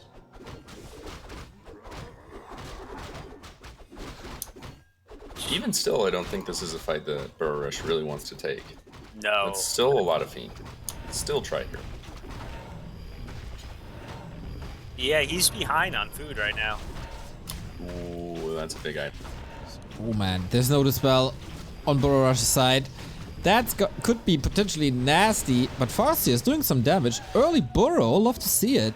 And he gets the entire camp of his opponent in trade for the red spot. Okay. What's the answer now, though? Headhunter's kind of hurt. Kodo hurt. Third hero still not there. I think Ning is in a pretty good situation. Burrowed. 3 peons. I think intentionally. Okay, they're out now. I guess he thought a hit was about to happen. A player's forces are under attack. Finally a TC. Oi, that took some time. This, like, what is left? Like, there's a red camp, and then the bottom right expo. yeah, it's not too much. And obviously the lab too, but that's already been crapped, so I don't count. Another scroll for Ning. Oh my god. Oh, imagine if that stacks. A player's force. Could you imagine if that stacked? Did you know how OP Elf would be? Dude, just like max roar 10 times and then just... Yeah, true. Sorry. Yeah, it's, I one-shot everything. infinite damage, and same for Reju, of course. Oh gosh, that would be amazing. Quberte or Chuddy have probably already tested this and tried to figure out how much damage that would be. Can we get Remo on that, please? Do you think Remo is that great on math? No, I mean on influencing the balance. Ah, yeah, of course. Yeah. Of course. I think his math skills end where his fingers end, but Oh god. I don't know though. Doesn't he have Hey, let's go! He has toes as well, but I don't know. Anyway, Town Portal Force gets the Kodo. Item on the ground! Rope plus 6. Did get a little bit of the experience, which is nice. But obviously leaving behind the robes of the Magi is terrible. That's going to be great damage for them. This is the other problem with getting such a late TC as 40 XP. 13 and a half minutes in. He has Crazy to thing choose. is that this could still be a Lich 3 if he solo crept the Kobolds. I don't think he's going to do that. I think he's going to push right now, which would also kind of be intelligent. But it could be 3/3/3. Under attack. He could, the TC could also be level 2 with this. Mm-hmm. Is he? But at least Okay, he does maybe. have the tiny. Town is under siege. Oh, There you nice. go. Good job, Bird Rush. Expansion on the opposite side as well. Ning found a nice timing after that little ambush at the fountain. And still has skeletons and is raiding this base. Eros had to go back. He forgot the item on the TC. So now he's a little bit slower getting there. Yeah, this is nice timing actually from Ning. I'm not sure if it's completely intentional or not. If he's like, this is my timing, I have to push now. Oh, big kill, My big kill. God. Ouch! That hurts. I mean, it's more experience to the TC if he gets kills now. He does have heal, right? There you go. He also had a heal scroll, but, you know, sometimes you're just busy somewhere else. Yeah. Oh no, now. God, he's just running straight in with his heroes. Yeah, not the greatest position at all. But all the headhunters are lined up nicely for the Dark Ranger as well. Horrible position. God, Big stomp though. Yeah, but there's no saving on that TC despite the talisman. So double kill for Ning. Damn. Bird Rush, looking dire. Looking Yeah, he has a big bank to build back from.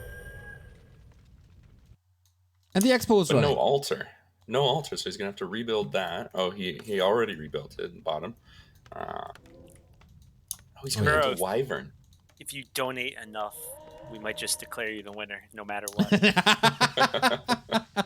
Speaking of which, thank you for the 1,000 bits, Chris Saddy. Love your content. Wonderful segue, Barren. Well done. I try. Bird Rush going into Wyvern now. I don't think that Ningxin is ready for that. He has think web he has ready. web. He He does. does? He does. Excellent. Boom. I mean, on Concealed, you sometimes do it because it's a fast upgrade and there's dragons anyway. But it's very makes helpful. Very, very helpful. match 4-4-3 versus 4-3-2. Just pray that your opponent doesn't know how to stop Wyvern and then like break to 80 supply Wyvern. Yeah, get all the time in the world. Yeah. Has happened. I mean, getting Wyvern when you're on tier 2 base is amazing, but I mean, especially even when it's one base versus one base, it's really hard. But 2 base undead, oh, it's gonna be an uphill battle.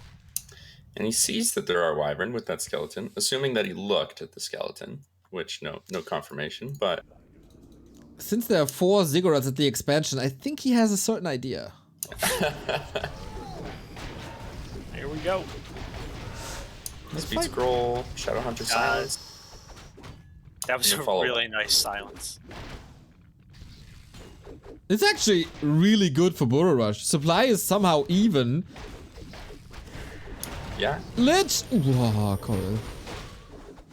Ningxun, I think, making a little bit of a mistake. Nice Dark Ritual there, but I think he could have turned around and just nuked the Shadowhunter. Instead, he just tried to run away. Running away. Oh, boom, he does it now. Oh, just like that.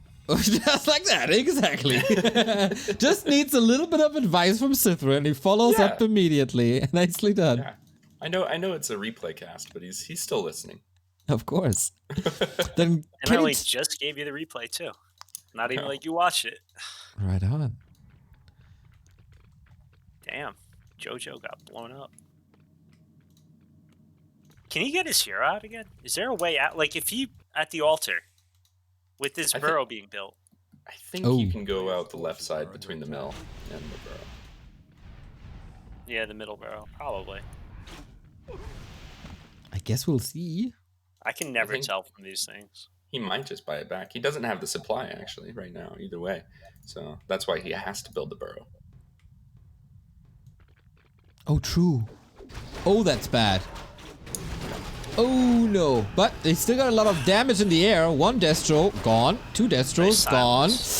Ooh, any way to save him? Yep, with the heal scroll. That was the last bit. Nice save. Even more time for the expo now, though. Ooh, eats a fiend on the way out, which is always nice. Yeah, when that fiend dies, that'll be level 3 for the Torrent Chieftain, which is a nice little bone. He's still gonna make something happen. Burrow Rush not in the best position in the world. No, but oh my! Didn't see that coming. Nicely sharking around. Like this is exactly how you want to play Undead. Just coil Nova as much as you can. Yeah, boom, hero gone. Yeah, it's like first rule of GNL: use your mana. Right on. It's also the first rule of Undead: coil Nova. Shadowhunter back. Oh no. JoJo head drinker. JoJo Death Eater, I guess. Oh, can he save himself? There's a coil soon. But the Lich died. What? Wait. Oh, the Shadowhunter's safe. Through? No way. The Fiend. No. Oh no! Is this game turning on its head now? This is where A-bomb. you start. God, you start questioning yourself as an undead when this happens. You're like, what happened to me? Yep. Oh, this is such a big damage army now.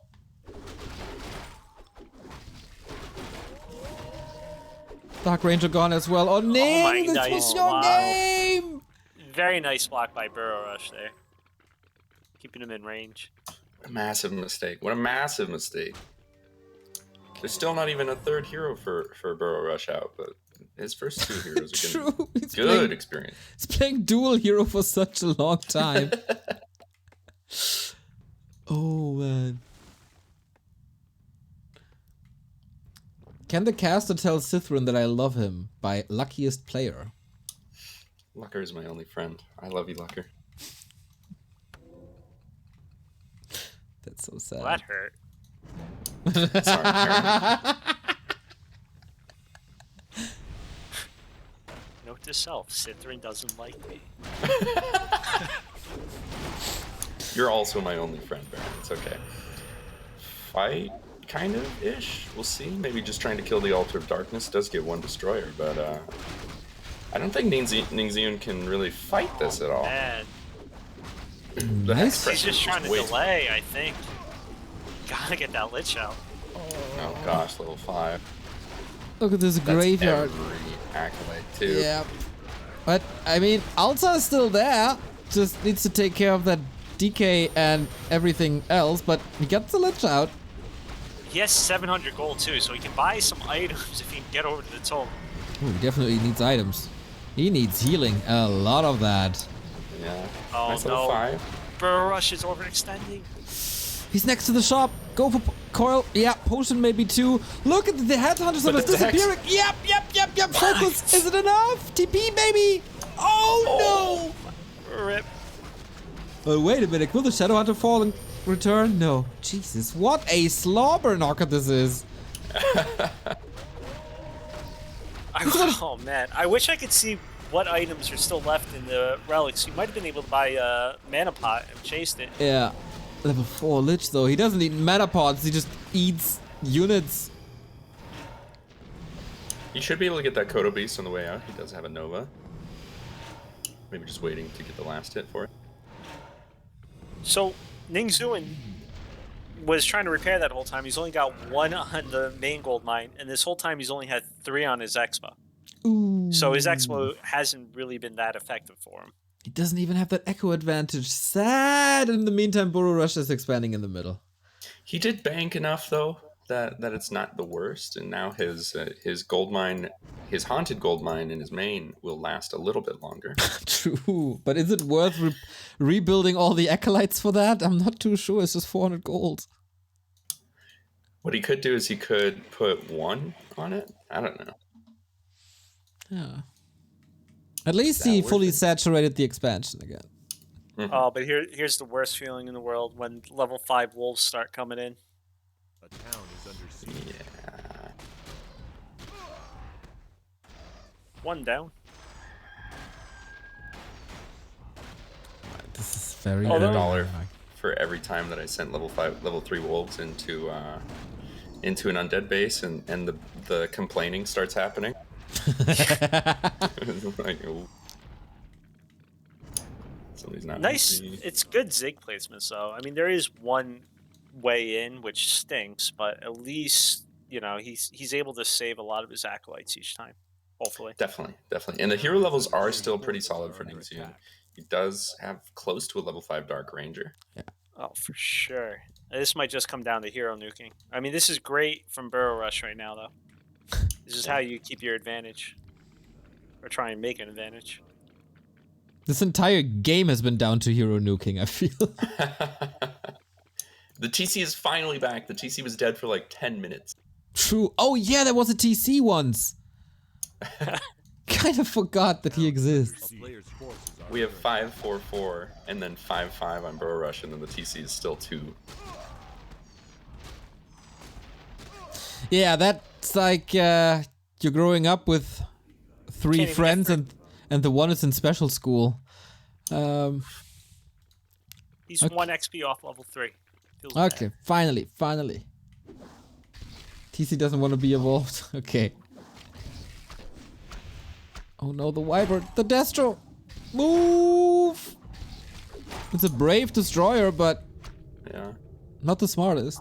He probably could have killed that one, but plus, town is under siege. 5 food lives. Barely. Okay, we are back on like one base somehow. A player's forces are under attack.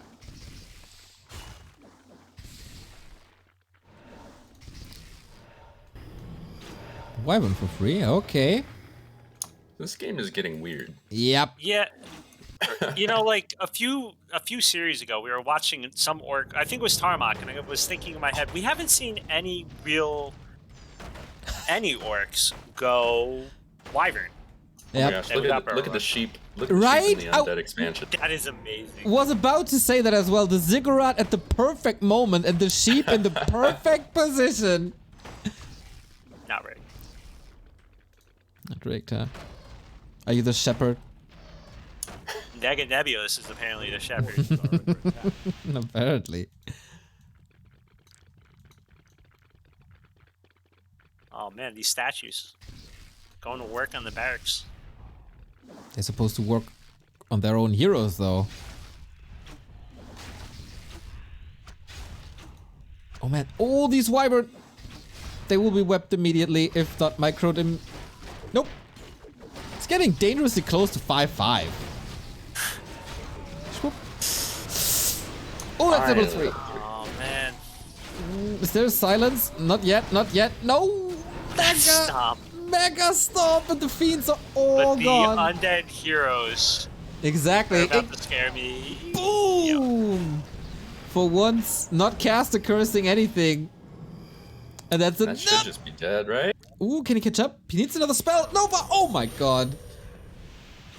Is there more? He turns. No, don't turn. Run. You fool. He didn't. I don't think he can kill him unless he can get another coil and another Nova. Like, there's just too much mana on the Shadow Hunter, right? If This is a weird game, man. I mean, it's a Burrow Rush game. What do you expect? Yeah. that's what I was about to say. Statues waiting for their masters. Full mana, Remember- unfortunately. I think the last time you casted Burrow Rush, Neo, was him versus Atari. Oh yeah, that was something. We had a lot of fun that day. Oh, try stomp again. He's got amazing. If he had like the FS here, maybe the stomps, you know, with some wolves. But jeez, no follow up. Invo. A player's Yeah, forces needs these statues to do more damage. And more healing, I guess.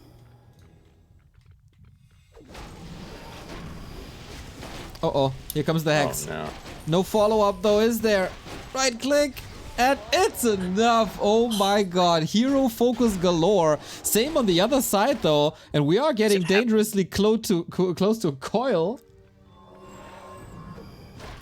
Buyback on the lid.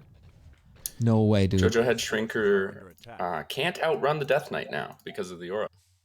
And he's got mana. And Oh, he's got man. that ain't good. Neither is that between the rider. Could Charm decide this game in the long run? Oh, God. If he sacrificed the Fiend, he might have been able to get a Nova for that. I don't know if it's enough. I mean, we got a Pillard ulti. I think it's only fair we get a DR ulti. Right? Exactly. Moon, is that you? Blood Castle, is that Ningsian's strategy? Should be. Don't say these things around Burrow Rush.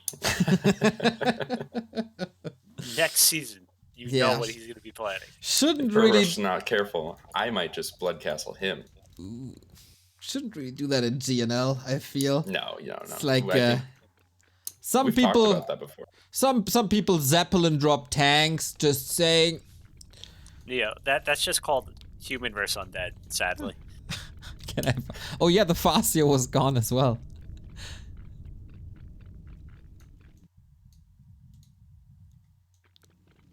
How does this game end? are under attack. With one person lagging out and a regame. That would be amazing.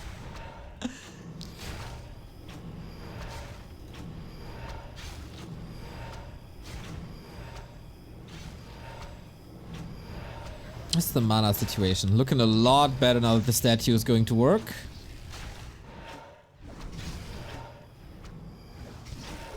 Quberte, I don't know if you had the wood for it. To For tap revive. and revive. Yeah. Nope, he can't.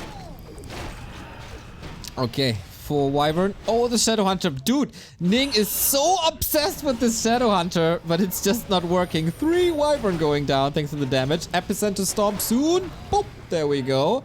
But it's all about heroes.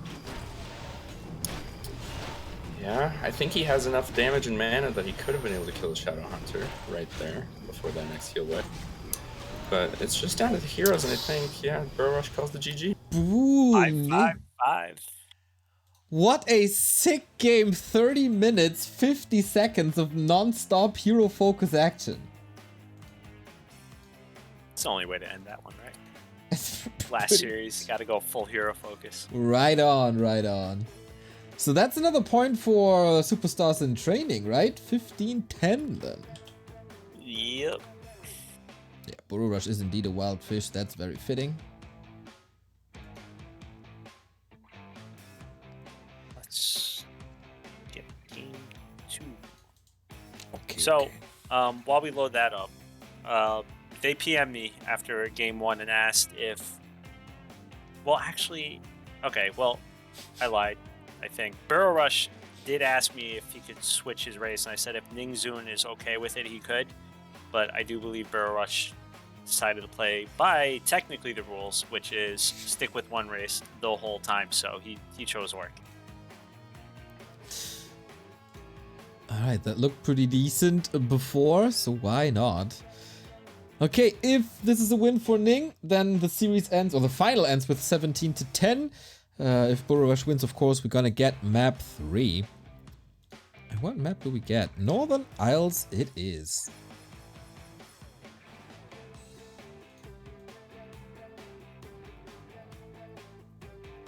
Barren rules are rules, TV. It's so funny that he uses TV as your last name. Okay, maybe it's just me being a little tired and streaming for 10 hours, but I thought that's super funny. Your name is TV. Anyway, we have a different matchup since Ning was random, so we are blessed with a Night Elf race, and this is apparently Ning's main, right? Was it? Yes? I think Ning is a human player. But Oh. I could be wrong. I could be making that up. I don't know. Sounds good, though. That sounds very good. I'm synced up. You're synced up. We move on in 3, 2, 1, go! Players' forces are under attack. So more Farseer Headhunters, but this time Ning's throwing things a little bit for a loop as far as meta goes. Going with a Demon Hunter first. Right on. Didn't expect that at all. Yeah. In a fast shop, I'm not sure if he was trying to do like a shop trick and then just forgot to cancel the shop.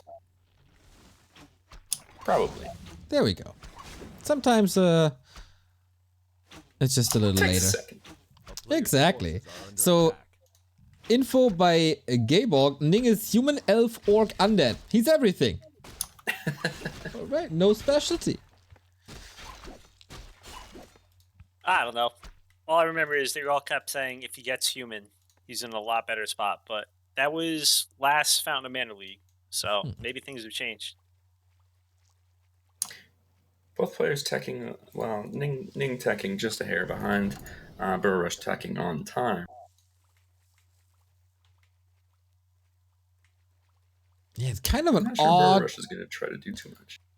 dynamic. Seeing Farseer on this map versus Night Elf is not usual. Seeing a Demon Hunter on this map versus Orc is also unusual. I don't know who has the better odds here.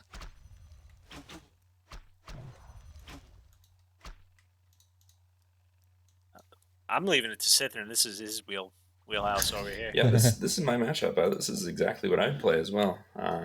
Circular Nobility bot. He's going to buy the boots as well. And then he's going to just chase down this Farseer for the rest of the Farseer's days. A player's forces Burrow are Rush is going to try and creep up a little bit, but his Headhunters are quite behind. I think maybe that was just a little bit of a mistake. He is going into second racks, so probably going to be a Tower Rush because that's what Burrow Rush likes to do. But, yeah. Now, if Ning is a true Gem Night Elf, is it going to be Pit Lord second? Oh, yeah. I'd rather Panda. Panda second. Could be. True. Yeah. That would be such a nice way to end the final with a Pit Lord second game against the Tower Push of all things. With, like, Rain of Fire first. Right on. That's what you do. I kind of expected that in the previous Pit Lord game, but never got my Rain of Fire. Sag. A little. I was kind of happy with the Doom Guard though, so it's all forgotten and That forgiven. was pretty good. A player's forces are under attack. Did Sythren appear when the Doom Guard was casted, by the way? Oh, I appeared with Belit's game on. Town is under Was it siege. Northern Isles? I think. I think in my reality, the Doom God would cast and you spawned in the channel, but were silenced. Yeah, I did join and I was silent for like 5 minutes. 'cause I Right just didn't up. wanna That's join. exactly the Doom God timing then. Okay, no coincidence. Yeah, I was not gonna. I saw you there for a while. I was gonna say hi, but then I realized you might have done that thing where you join a chat and then you're AFK for like 4 hours. I don't do that, right? That's another GNL Sythren move. Yeah, true. So this Demon Hunter putting in good work, just chasing down headhunters, doing damage, not letting the Farseer get any mana ever, and overall just being unkillable. Must feel good. Yeah, I mean, what can he basically feel do? okay. There's no wolves possibly because of mana burn, no nuke possibly because of mana burn, and if he had the idea of going for a tower push, then it's not gonna get easier. Yeah, you're just supposed to sit in your base, basically, and then as you push out, maybe creep that last level to level 2. But here's the panda. Burrow Rush is bringing up a good point that boots are unfair. Why? Because he doesn't have them, but Ning does. But he can't go for them. Boots on a Demon Hunter, Neo, I don't know if you know this, boots on a Demon Hunter are an instant plus 50 MMR. Okay, got it. That's why Remo is constantly yelling at all these night elves to get boots as That's well. right. I just heard it, but I never knew the reason. I gotta say though, every time I see a Night Elf Expo go down to an undead in GNL, all I can hear is Remo screaming, "Bring some wisp." That's what I tell him. It is a good advice, though. If your buildings get damaged, have something there to repair them. I mean, simple yet effective. This is gonna be tough A to player's try forces and are tower under into attack. this one. Yeah. Yeah. Oh, and Burrowish makes a big mistake. He's building a Demolisher instead of getting his second hero with 41 supply. And he has to put down a Burrow now and leave behind the tower push. Although I think he would have lost if he had tried the tower push. But Yeah, I mean Ning Zoon was ready. He had an AP up. yeah. And he's close to tier 3, and he's getting bears. Burrowish is leaving the peons behind, which, come on, you need the lumber, man. Does he, though? Alright, guess we're still gonna be a go. Let's try this. Love, by the way, how Quberte said an hour ago that he definitely has to leave because of work tomorrow and real life and stuff. Still here sitting in chat. Correcting people. There we go, Tinka! Oh, that's A different. player's Okay. forces are under attack. And although there's bears out, they're going to be GNL bears for quite some time. Oh, he has the Adept upgrade already. Master Training is relatively fast. And a Demon Hunter with Reju against an army without Dispel. Quite powerful. Town is under siege. Let's siege it up, boys. That is a lot of stuff, though. Yeah, that is Alright. a lot of stuff. Apparently, the next time Ning Zoon or Nega Nebulous play on Back to Warcraft, you guys got to change your name. Zion tried to say that Ning's strong. That was due to Chinese characters, though. Ah, But okay, this is a decent force. The Panda's not focusing too much on headhunters. That is some damage, but he's getting that demo with only the heroes. The peons try everything, but sometimes everything isn't enough. I'm kind of surprised this is working. Yeah, me too. It looks way better than I expected. Bearsfield just played. I mean, it's only going to work for so much longer. Master Training will be done. In Yeah. 5, 4, 3, 2, 1. Okay, kill the hype, kill the anticipation. Good job. Good job, Sythren. Just tell everybody it's over, like all the pro casters do. Player's forces are under attack. You might be right, of course, but Wow, this is over. You see this? There's 2 heroes left for the Night Elf. He can do anything. That's not. I mean, everyone says that, so that's just true. It's also soon to be nighttime. Can't get the kill. Oh man, he's diving so deep for this. Oh, there's no TP either. I didn't even notice that. I think he sold it earlier. Everybody's down to nothing. Oh no! Fun last way to do Yeah, this. right. Last series, Jesus. First game was like 30 minutes. This one is just going crazy. Oh yes, knowing what these guys did on map 1, this is far from over. I mean, they both lost their entire army, but you can rebuild them, right?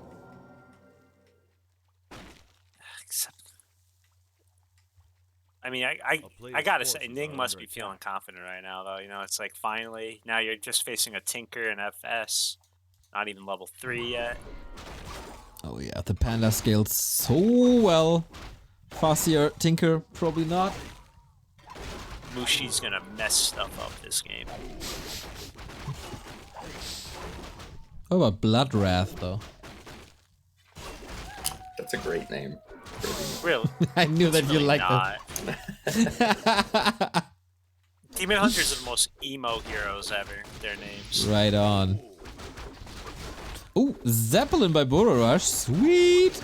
Can he save that? Oh, insane micro on that Headhunter. Gotta be careful about that Zap, though. Gonna get burned.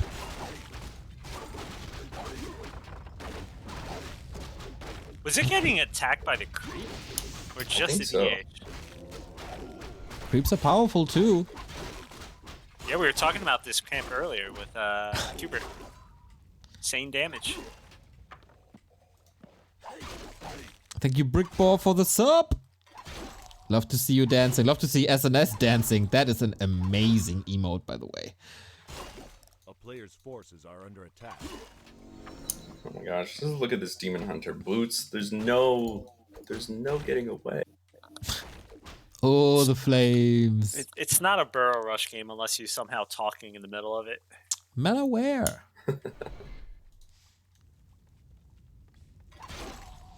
It's so mean how this Demon Hunter is punishing everything. Right? Yeah. Somebody needs to send this replay to 15 Sway. I don't know why 15 Sway, but somebody needs to send it to him. Okay. Maybe the Wandering Dragons can hook him up with that.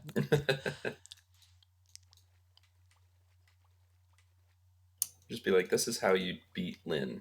A When he player's goes forces first. are Yeah. Exactly how the games would look like then. Not taking anything away from Burrow Rush, but No. No, Burrow Rush has remarkable resilience, I would say, in games, actually. He knows when he's lost, but he also knows when there's still maybe a chance. like right here. I think Demon this is Hunter. this is an RHH. Bears just keep them alive. Expo coming, Dryads coming, another one dead. But, tier 3 is coming for Burrow Rush. What can he do with that, really? He can get Berserkers at the very least. True. That'll be a little stronger. Maybe a third hero too. I'm not sure what he would with. The Tinker third with rockets. Oh my god. Love it, Ning. Love it. We're 14 minutes in, and Burrow Rush still hasn't hit level 3 on his main hero, though. Damn. Is he getting a kill on the Expo, though? No, right? Rockets, stun, wolves gone. Painful. Pain train. But Burrows is trying to find every single angle there might be to get rid of that Tree of Life, and I think he succeeds this time.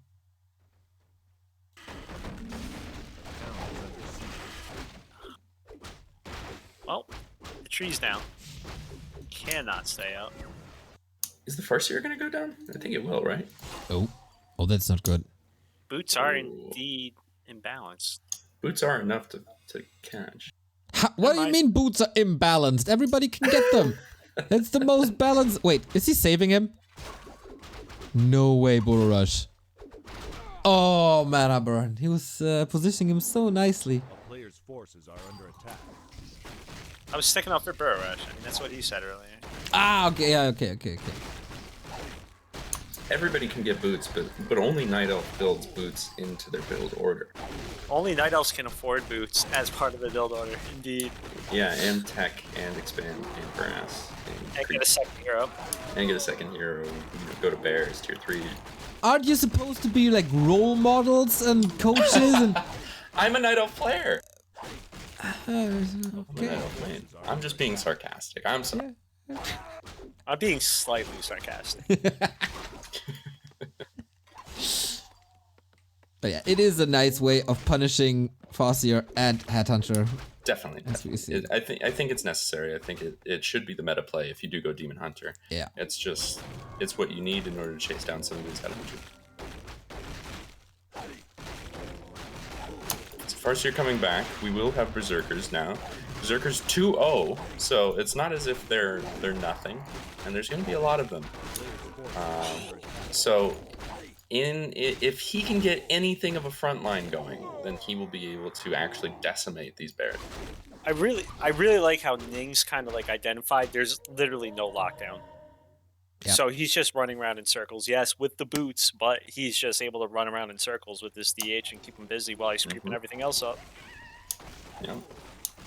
Tiny Great Hall for Burrow Rush. It seems like kind of the economic Hail Mary, but you know, better than nothing. Oh my gosh, 4-4-3 on the Night Elf versus 2-1. Yeah, I also want to give a shout out to this Ring of Regeneration that allows a lot more harass than like even normally. Yeah. Oh, there's double Ring of Regen too. I didn't even notice that. The Panda has one as well, so you could have had 2. He actually has 3 because the Tinker has one as well. He just bought one, right? Imagine getting 3 and like a health stone. Oh, that's so sick.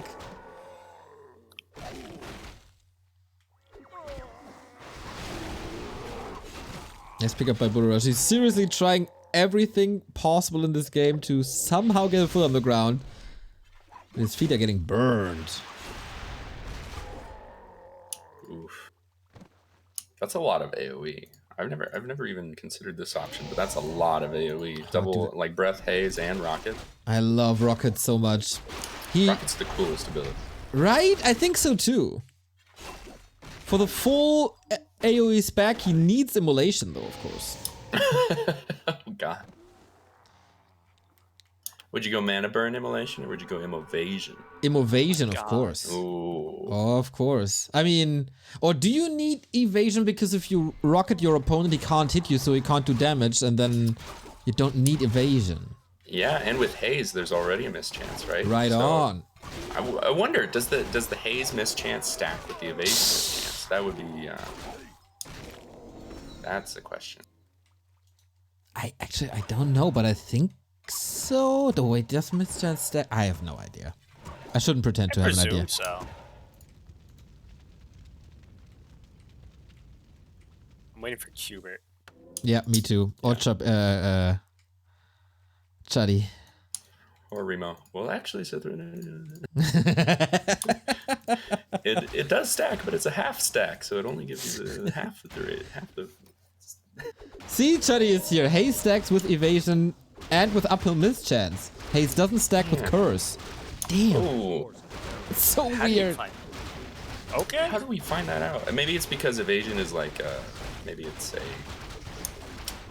like a physical ability. It's not a spell, and uphill mischance is also a physical effect. Maybe in the same way that like Shadow Strike can still damage through anti-magic shell.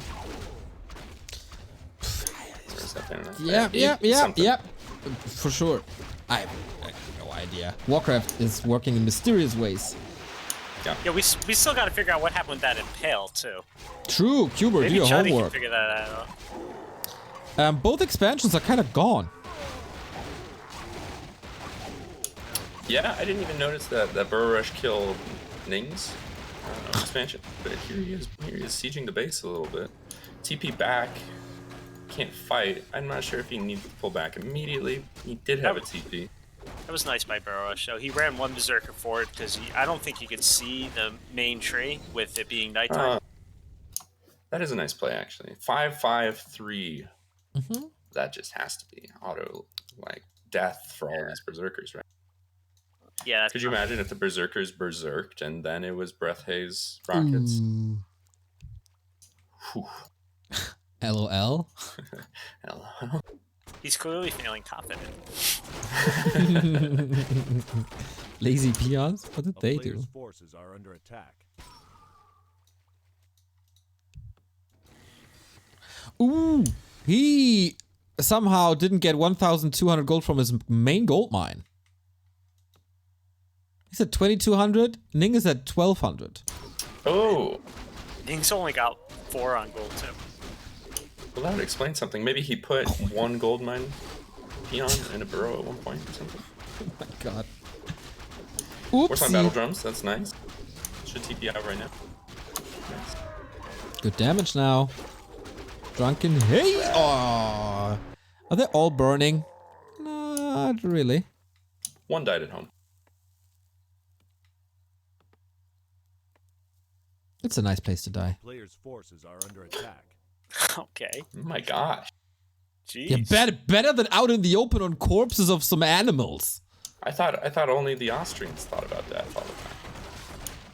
That's it. That's. I'm not thinking about it all the time. Just, like, Just I mean- after a 9-hour cast. it's actually a 12-hour cast now, isn't it? Oh, yeah, I God. started at 1 p.m. Now it's 1 a.m. How do you do it, Neo? Like With I ease. know it's your job. I know you're a professional. I know you love it. But like, how do you do it? I mean, it wasn't even a solo cast, so Sure, that makes it easier. like, I don't know. I don't feel tired. Probably when I turn off the stream, then I'm tired. But Mm-hmm. I could go on for a couple of hours. But Well, let's do it then. Let's get a ladder stream afterwards. I heard Barren is taking over with King of the Hill afterwards. It's like, it's not late for me, but I think it's late for everyone else. But I'll leave it up to others. Still They got want 900 people watching. I'm gonna host you. You're gonna have an amazing King of the Hill. Yeah. Then when I go, who wants to play? There's like one person. It's it's Buzzkill. Quberte playing from an iPad. Still owning. Oh my god, this is all clumped up. This is an invite to a massive AoE ball! Ooh, not good for a rush. Not good. Demon Hunter's picking up the pieces. Oh man, this is an explosive way to end this series as everything is down. Oh my god. Multi-kill. Yep, there's no way back. Holy cow. Curse bears. Level 5 Tinker. We'll never stop the wild fish. That's kinda. We end this final with a big bang. 17-10 is the score, the final score. Superstars in training taking the series by actually winning most of the games. All of the games except 2, I think, went to Superstars in training. Yeah, I mean that's just how it rolls sometimes. It's a little scary when you see it, but then when you realize so many of them were 2-1s, I mean these were some close series. Exactly. Matchmaking was exquisite, dear captain and riggers of the GNL. This could have gone either way, with a little more luck on one side, maybe stronger nerves on one side. Wild fish, super nice final. How long? This was just even. It was until match 5 or something that the score was dead even. So shout out to both teams. This was a hell of a show. Yeah, we didn't even manipulate it. Like, you just casted right in order the folders we gave, too. So, Yeah. like, it was live matches and then that, and it stayed close to the very end. Can't complain. All right, so we still have quite a few things to plug. I think before going into this, you said you had 3 important things to plug, Barren. So, please, go ahead. Oh, well, the first one was donate. I'm not sure. Leo, you can tell me what is the link for the Ukrainian refugees? !Help Ukraine leads you there. It's up on Match Reno. We were gathering funds the entire day, since starting with the show match of Foggy versus Moon for Help Ukraine Center, an initiative by some Polish and German folks who are operating close to the border to Ukraine in Poland, Romania, and of course Ukraine as well, to help the victims of the invasion, the refugees, with food, medicine, and other humanitarian supplies. And we got $8,000 plus. This was super sick, and I didn't expect so much. Kleine Schildpad 2K, the legendary Moon with $2,000 as well. Kato 500, and so many people with $20, $10, $5. This was the start to the show match series for this initiative, and I hope you enjoyed it. And this was a banger support once again. Really proud that the scene contributed so much once again. That's insane. I mean, 7,500 for just one day. That's insane. Moon putting in his own money is even crazier because, you know, we don't get to hear too much from Moon, but it's nice to see his actions. All right, what was next? Next one. Sign up for Fountain of Manor League. Yes. All you guys out there. Fountain of Manor League, they started sign-ups yesterday, and it should be going for a little while. You can find out all the information on their Discord or their challenge link. I'm not sure if I can post links or not, but you know, you can find it on Gym. You can find it everywhere. It's run by Wantu and all the other Fountain Manor guys. It's awesome. They put you in groups that are similar MMRs as you, and it's just a ton of fun. It's a good community. And then finally, it's just on stream right now. Just making sure people get it right. Fountain of Manor League Season 3 on Challenge. The short link is FOMLS3 on Challenge. The seeding is not done yet, so you sign up. You will be distributed in one of these groups, but the actual seeding will be done later. We have Carson in, we have Neo in, we got some people from today. We got Echo Goodman in, Brickball contributed as well, was watching, and so many players that we know from Creep Camp and the stream and GNL. Gonna be a lovely bunch. Very much looking forward to my first Fountain of Mana season. Oh yeah, I'll be there. Barren, are you gonna be there? Are you gonna be? I'm gonna be admitting. I'm not sure if I'm going to be playing, but I might play. But I'm definitely admitting to help rig everything up. You know, we'll see. But no, yeah, I might be in there. I gotta see, because we got a ton of other stuff that is still happening around Gym. So I just wanted to say thank you to everyone. You know, like Neo, thank you for casting. Thank you for playing. Thank you for promoting everything with GNL and Gym in general. But if anyone else wants to help out, you know, just shoot me a message. We could always use more help. Thank you to everyone that's just even playing or just watching. Is even like so many people have just come in and given like tips to players, including myself. And it's awesome to see. I mean, I don't know how many other communities you can say like someone like Todd is giving you an hour-long training session for no other reason than he hates watching you lose to Undead. You know, like, that's awesome. Like, how many other people at that level just spend time doing that? Yeah, it's super sick. It's a great community just to hang out, just to have a connection to other Warcraft aficionados around the world. There's a lot of cool people in there. Little drama from what I've seen. I can't wait for Season 10, whenever that is, sometime after Fountain of Mana. We will, of course, keep you up to date. Want to give a special shout out to Grinchy, not because he's one of the greatest and most wholesome personalities in the entire scene, but he also did an interview with a map maker just recently on his Twitch. You should definitely check that out. And I heard that Grinchy also has something in store for you guys if you want to watch competitive Warcraft, and the Pantheon was already quite nice, and Grinchy has some new stuff in store for you, so follow the Grinch. Grinch is always grinding behind the scenes. He's always got something going. Right on. So, Barren's gonna start a 9-hour King of the Hill now after this 12-hour Back to Warcraft podcast. It's gonna be dope. Sythren, your single is dropping soon, I heard. That's right. That's right. It's not pre-savable yet on Spotify, but it will be within, I think, about 3 days. It should be released. Will be released on May 12th. So what name should people look for on Spotify, Apple Music, and Google Play, and wherever? It'll be Bluebird, and the picture will be my face, which I know we haven't shown my face yet or at all today. But I will be posting about it everywhere, don't worry.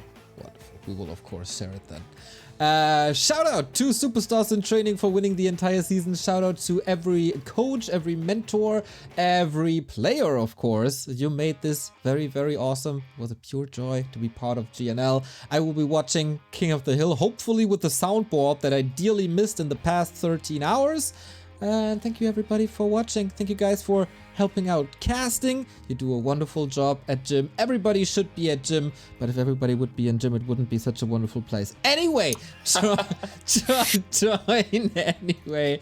That was a cool day. I haven't had a long cast in a while like this, but it was absolutely worth it for grassroots Warcraft initiatives and also the fundraiser. So I'm going to bed a very, very, very happy man. Thanks for everything. See you soon tomorrow for nothing less than Happy versus Lynn, a best of 6 show match. It's gonna be absolutely insane. It is in exactly 12 hours, so set your alarms, be there, or I don't know what else you're doing here then. See ya.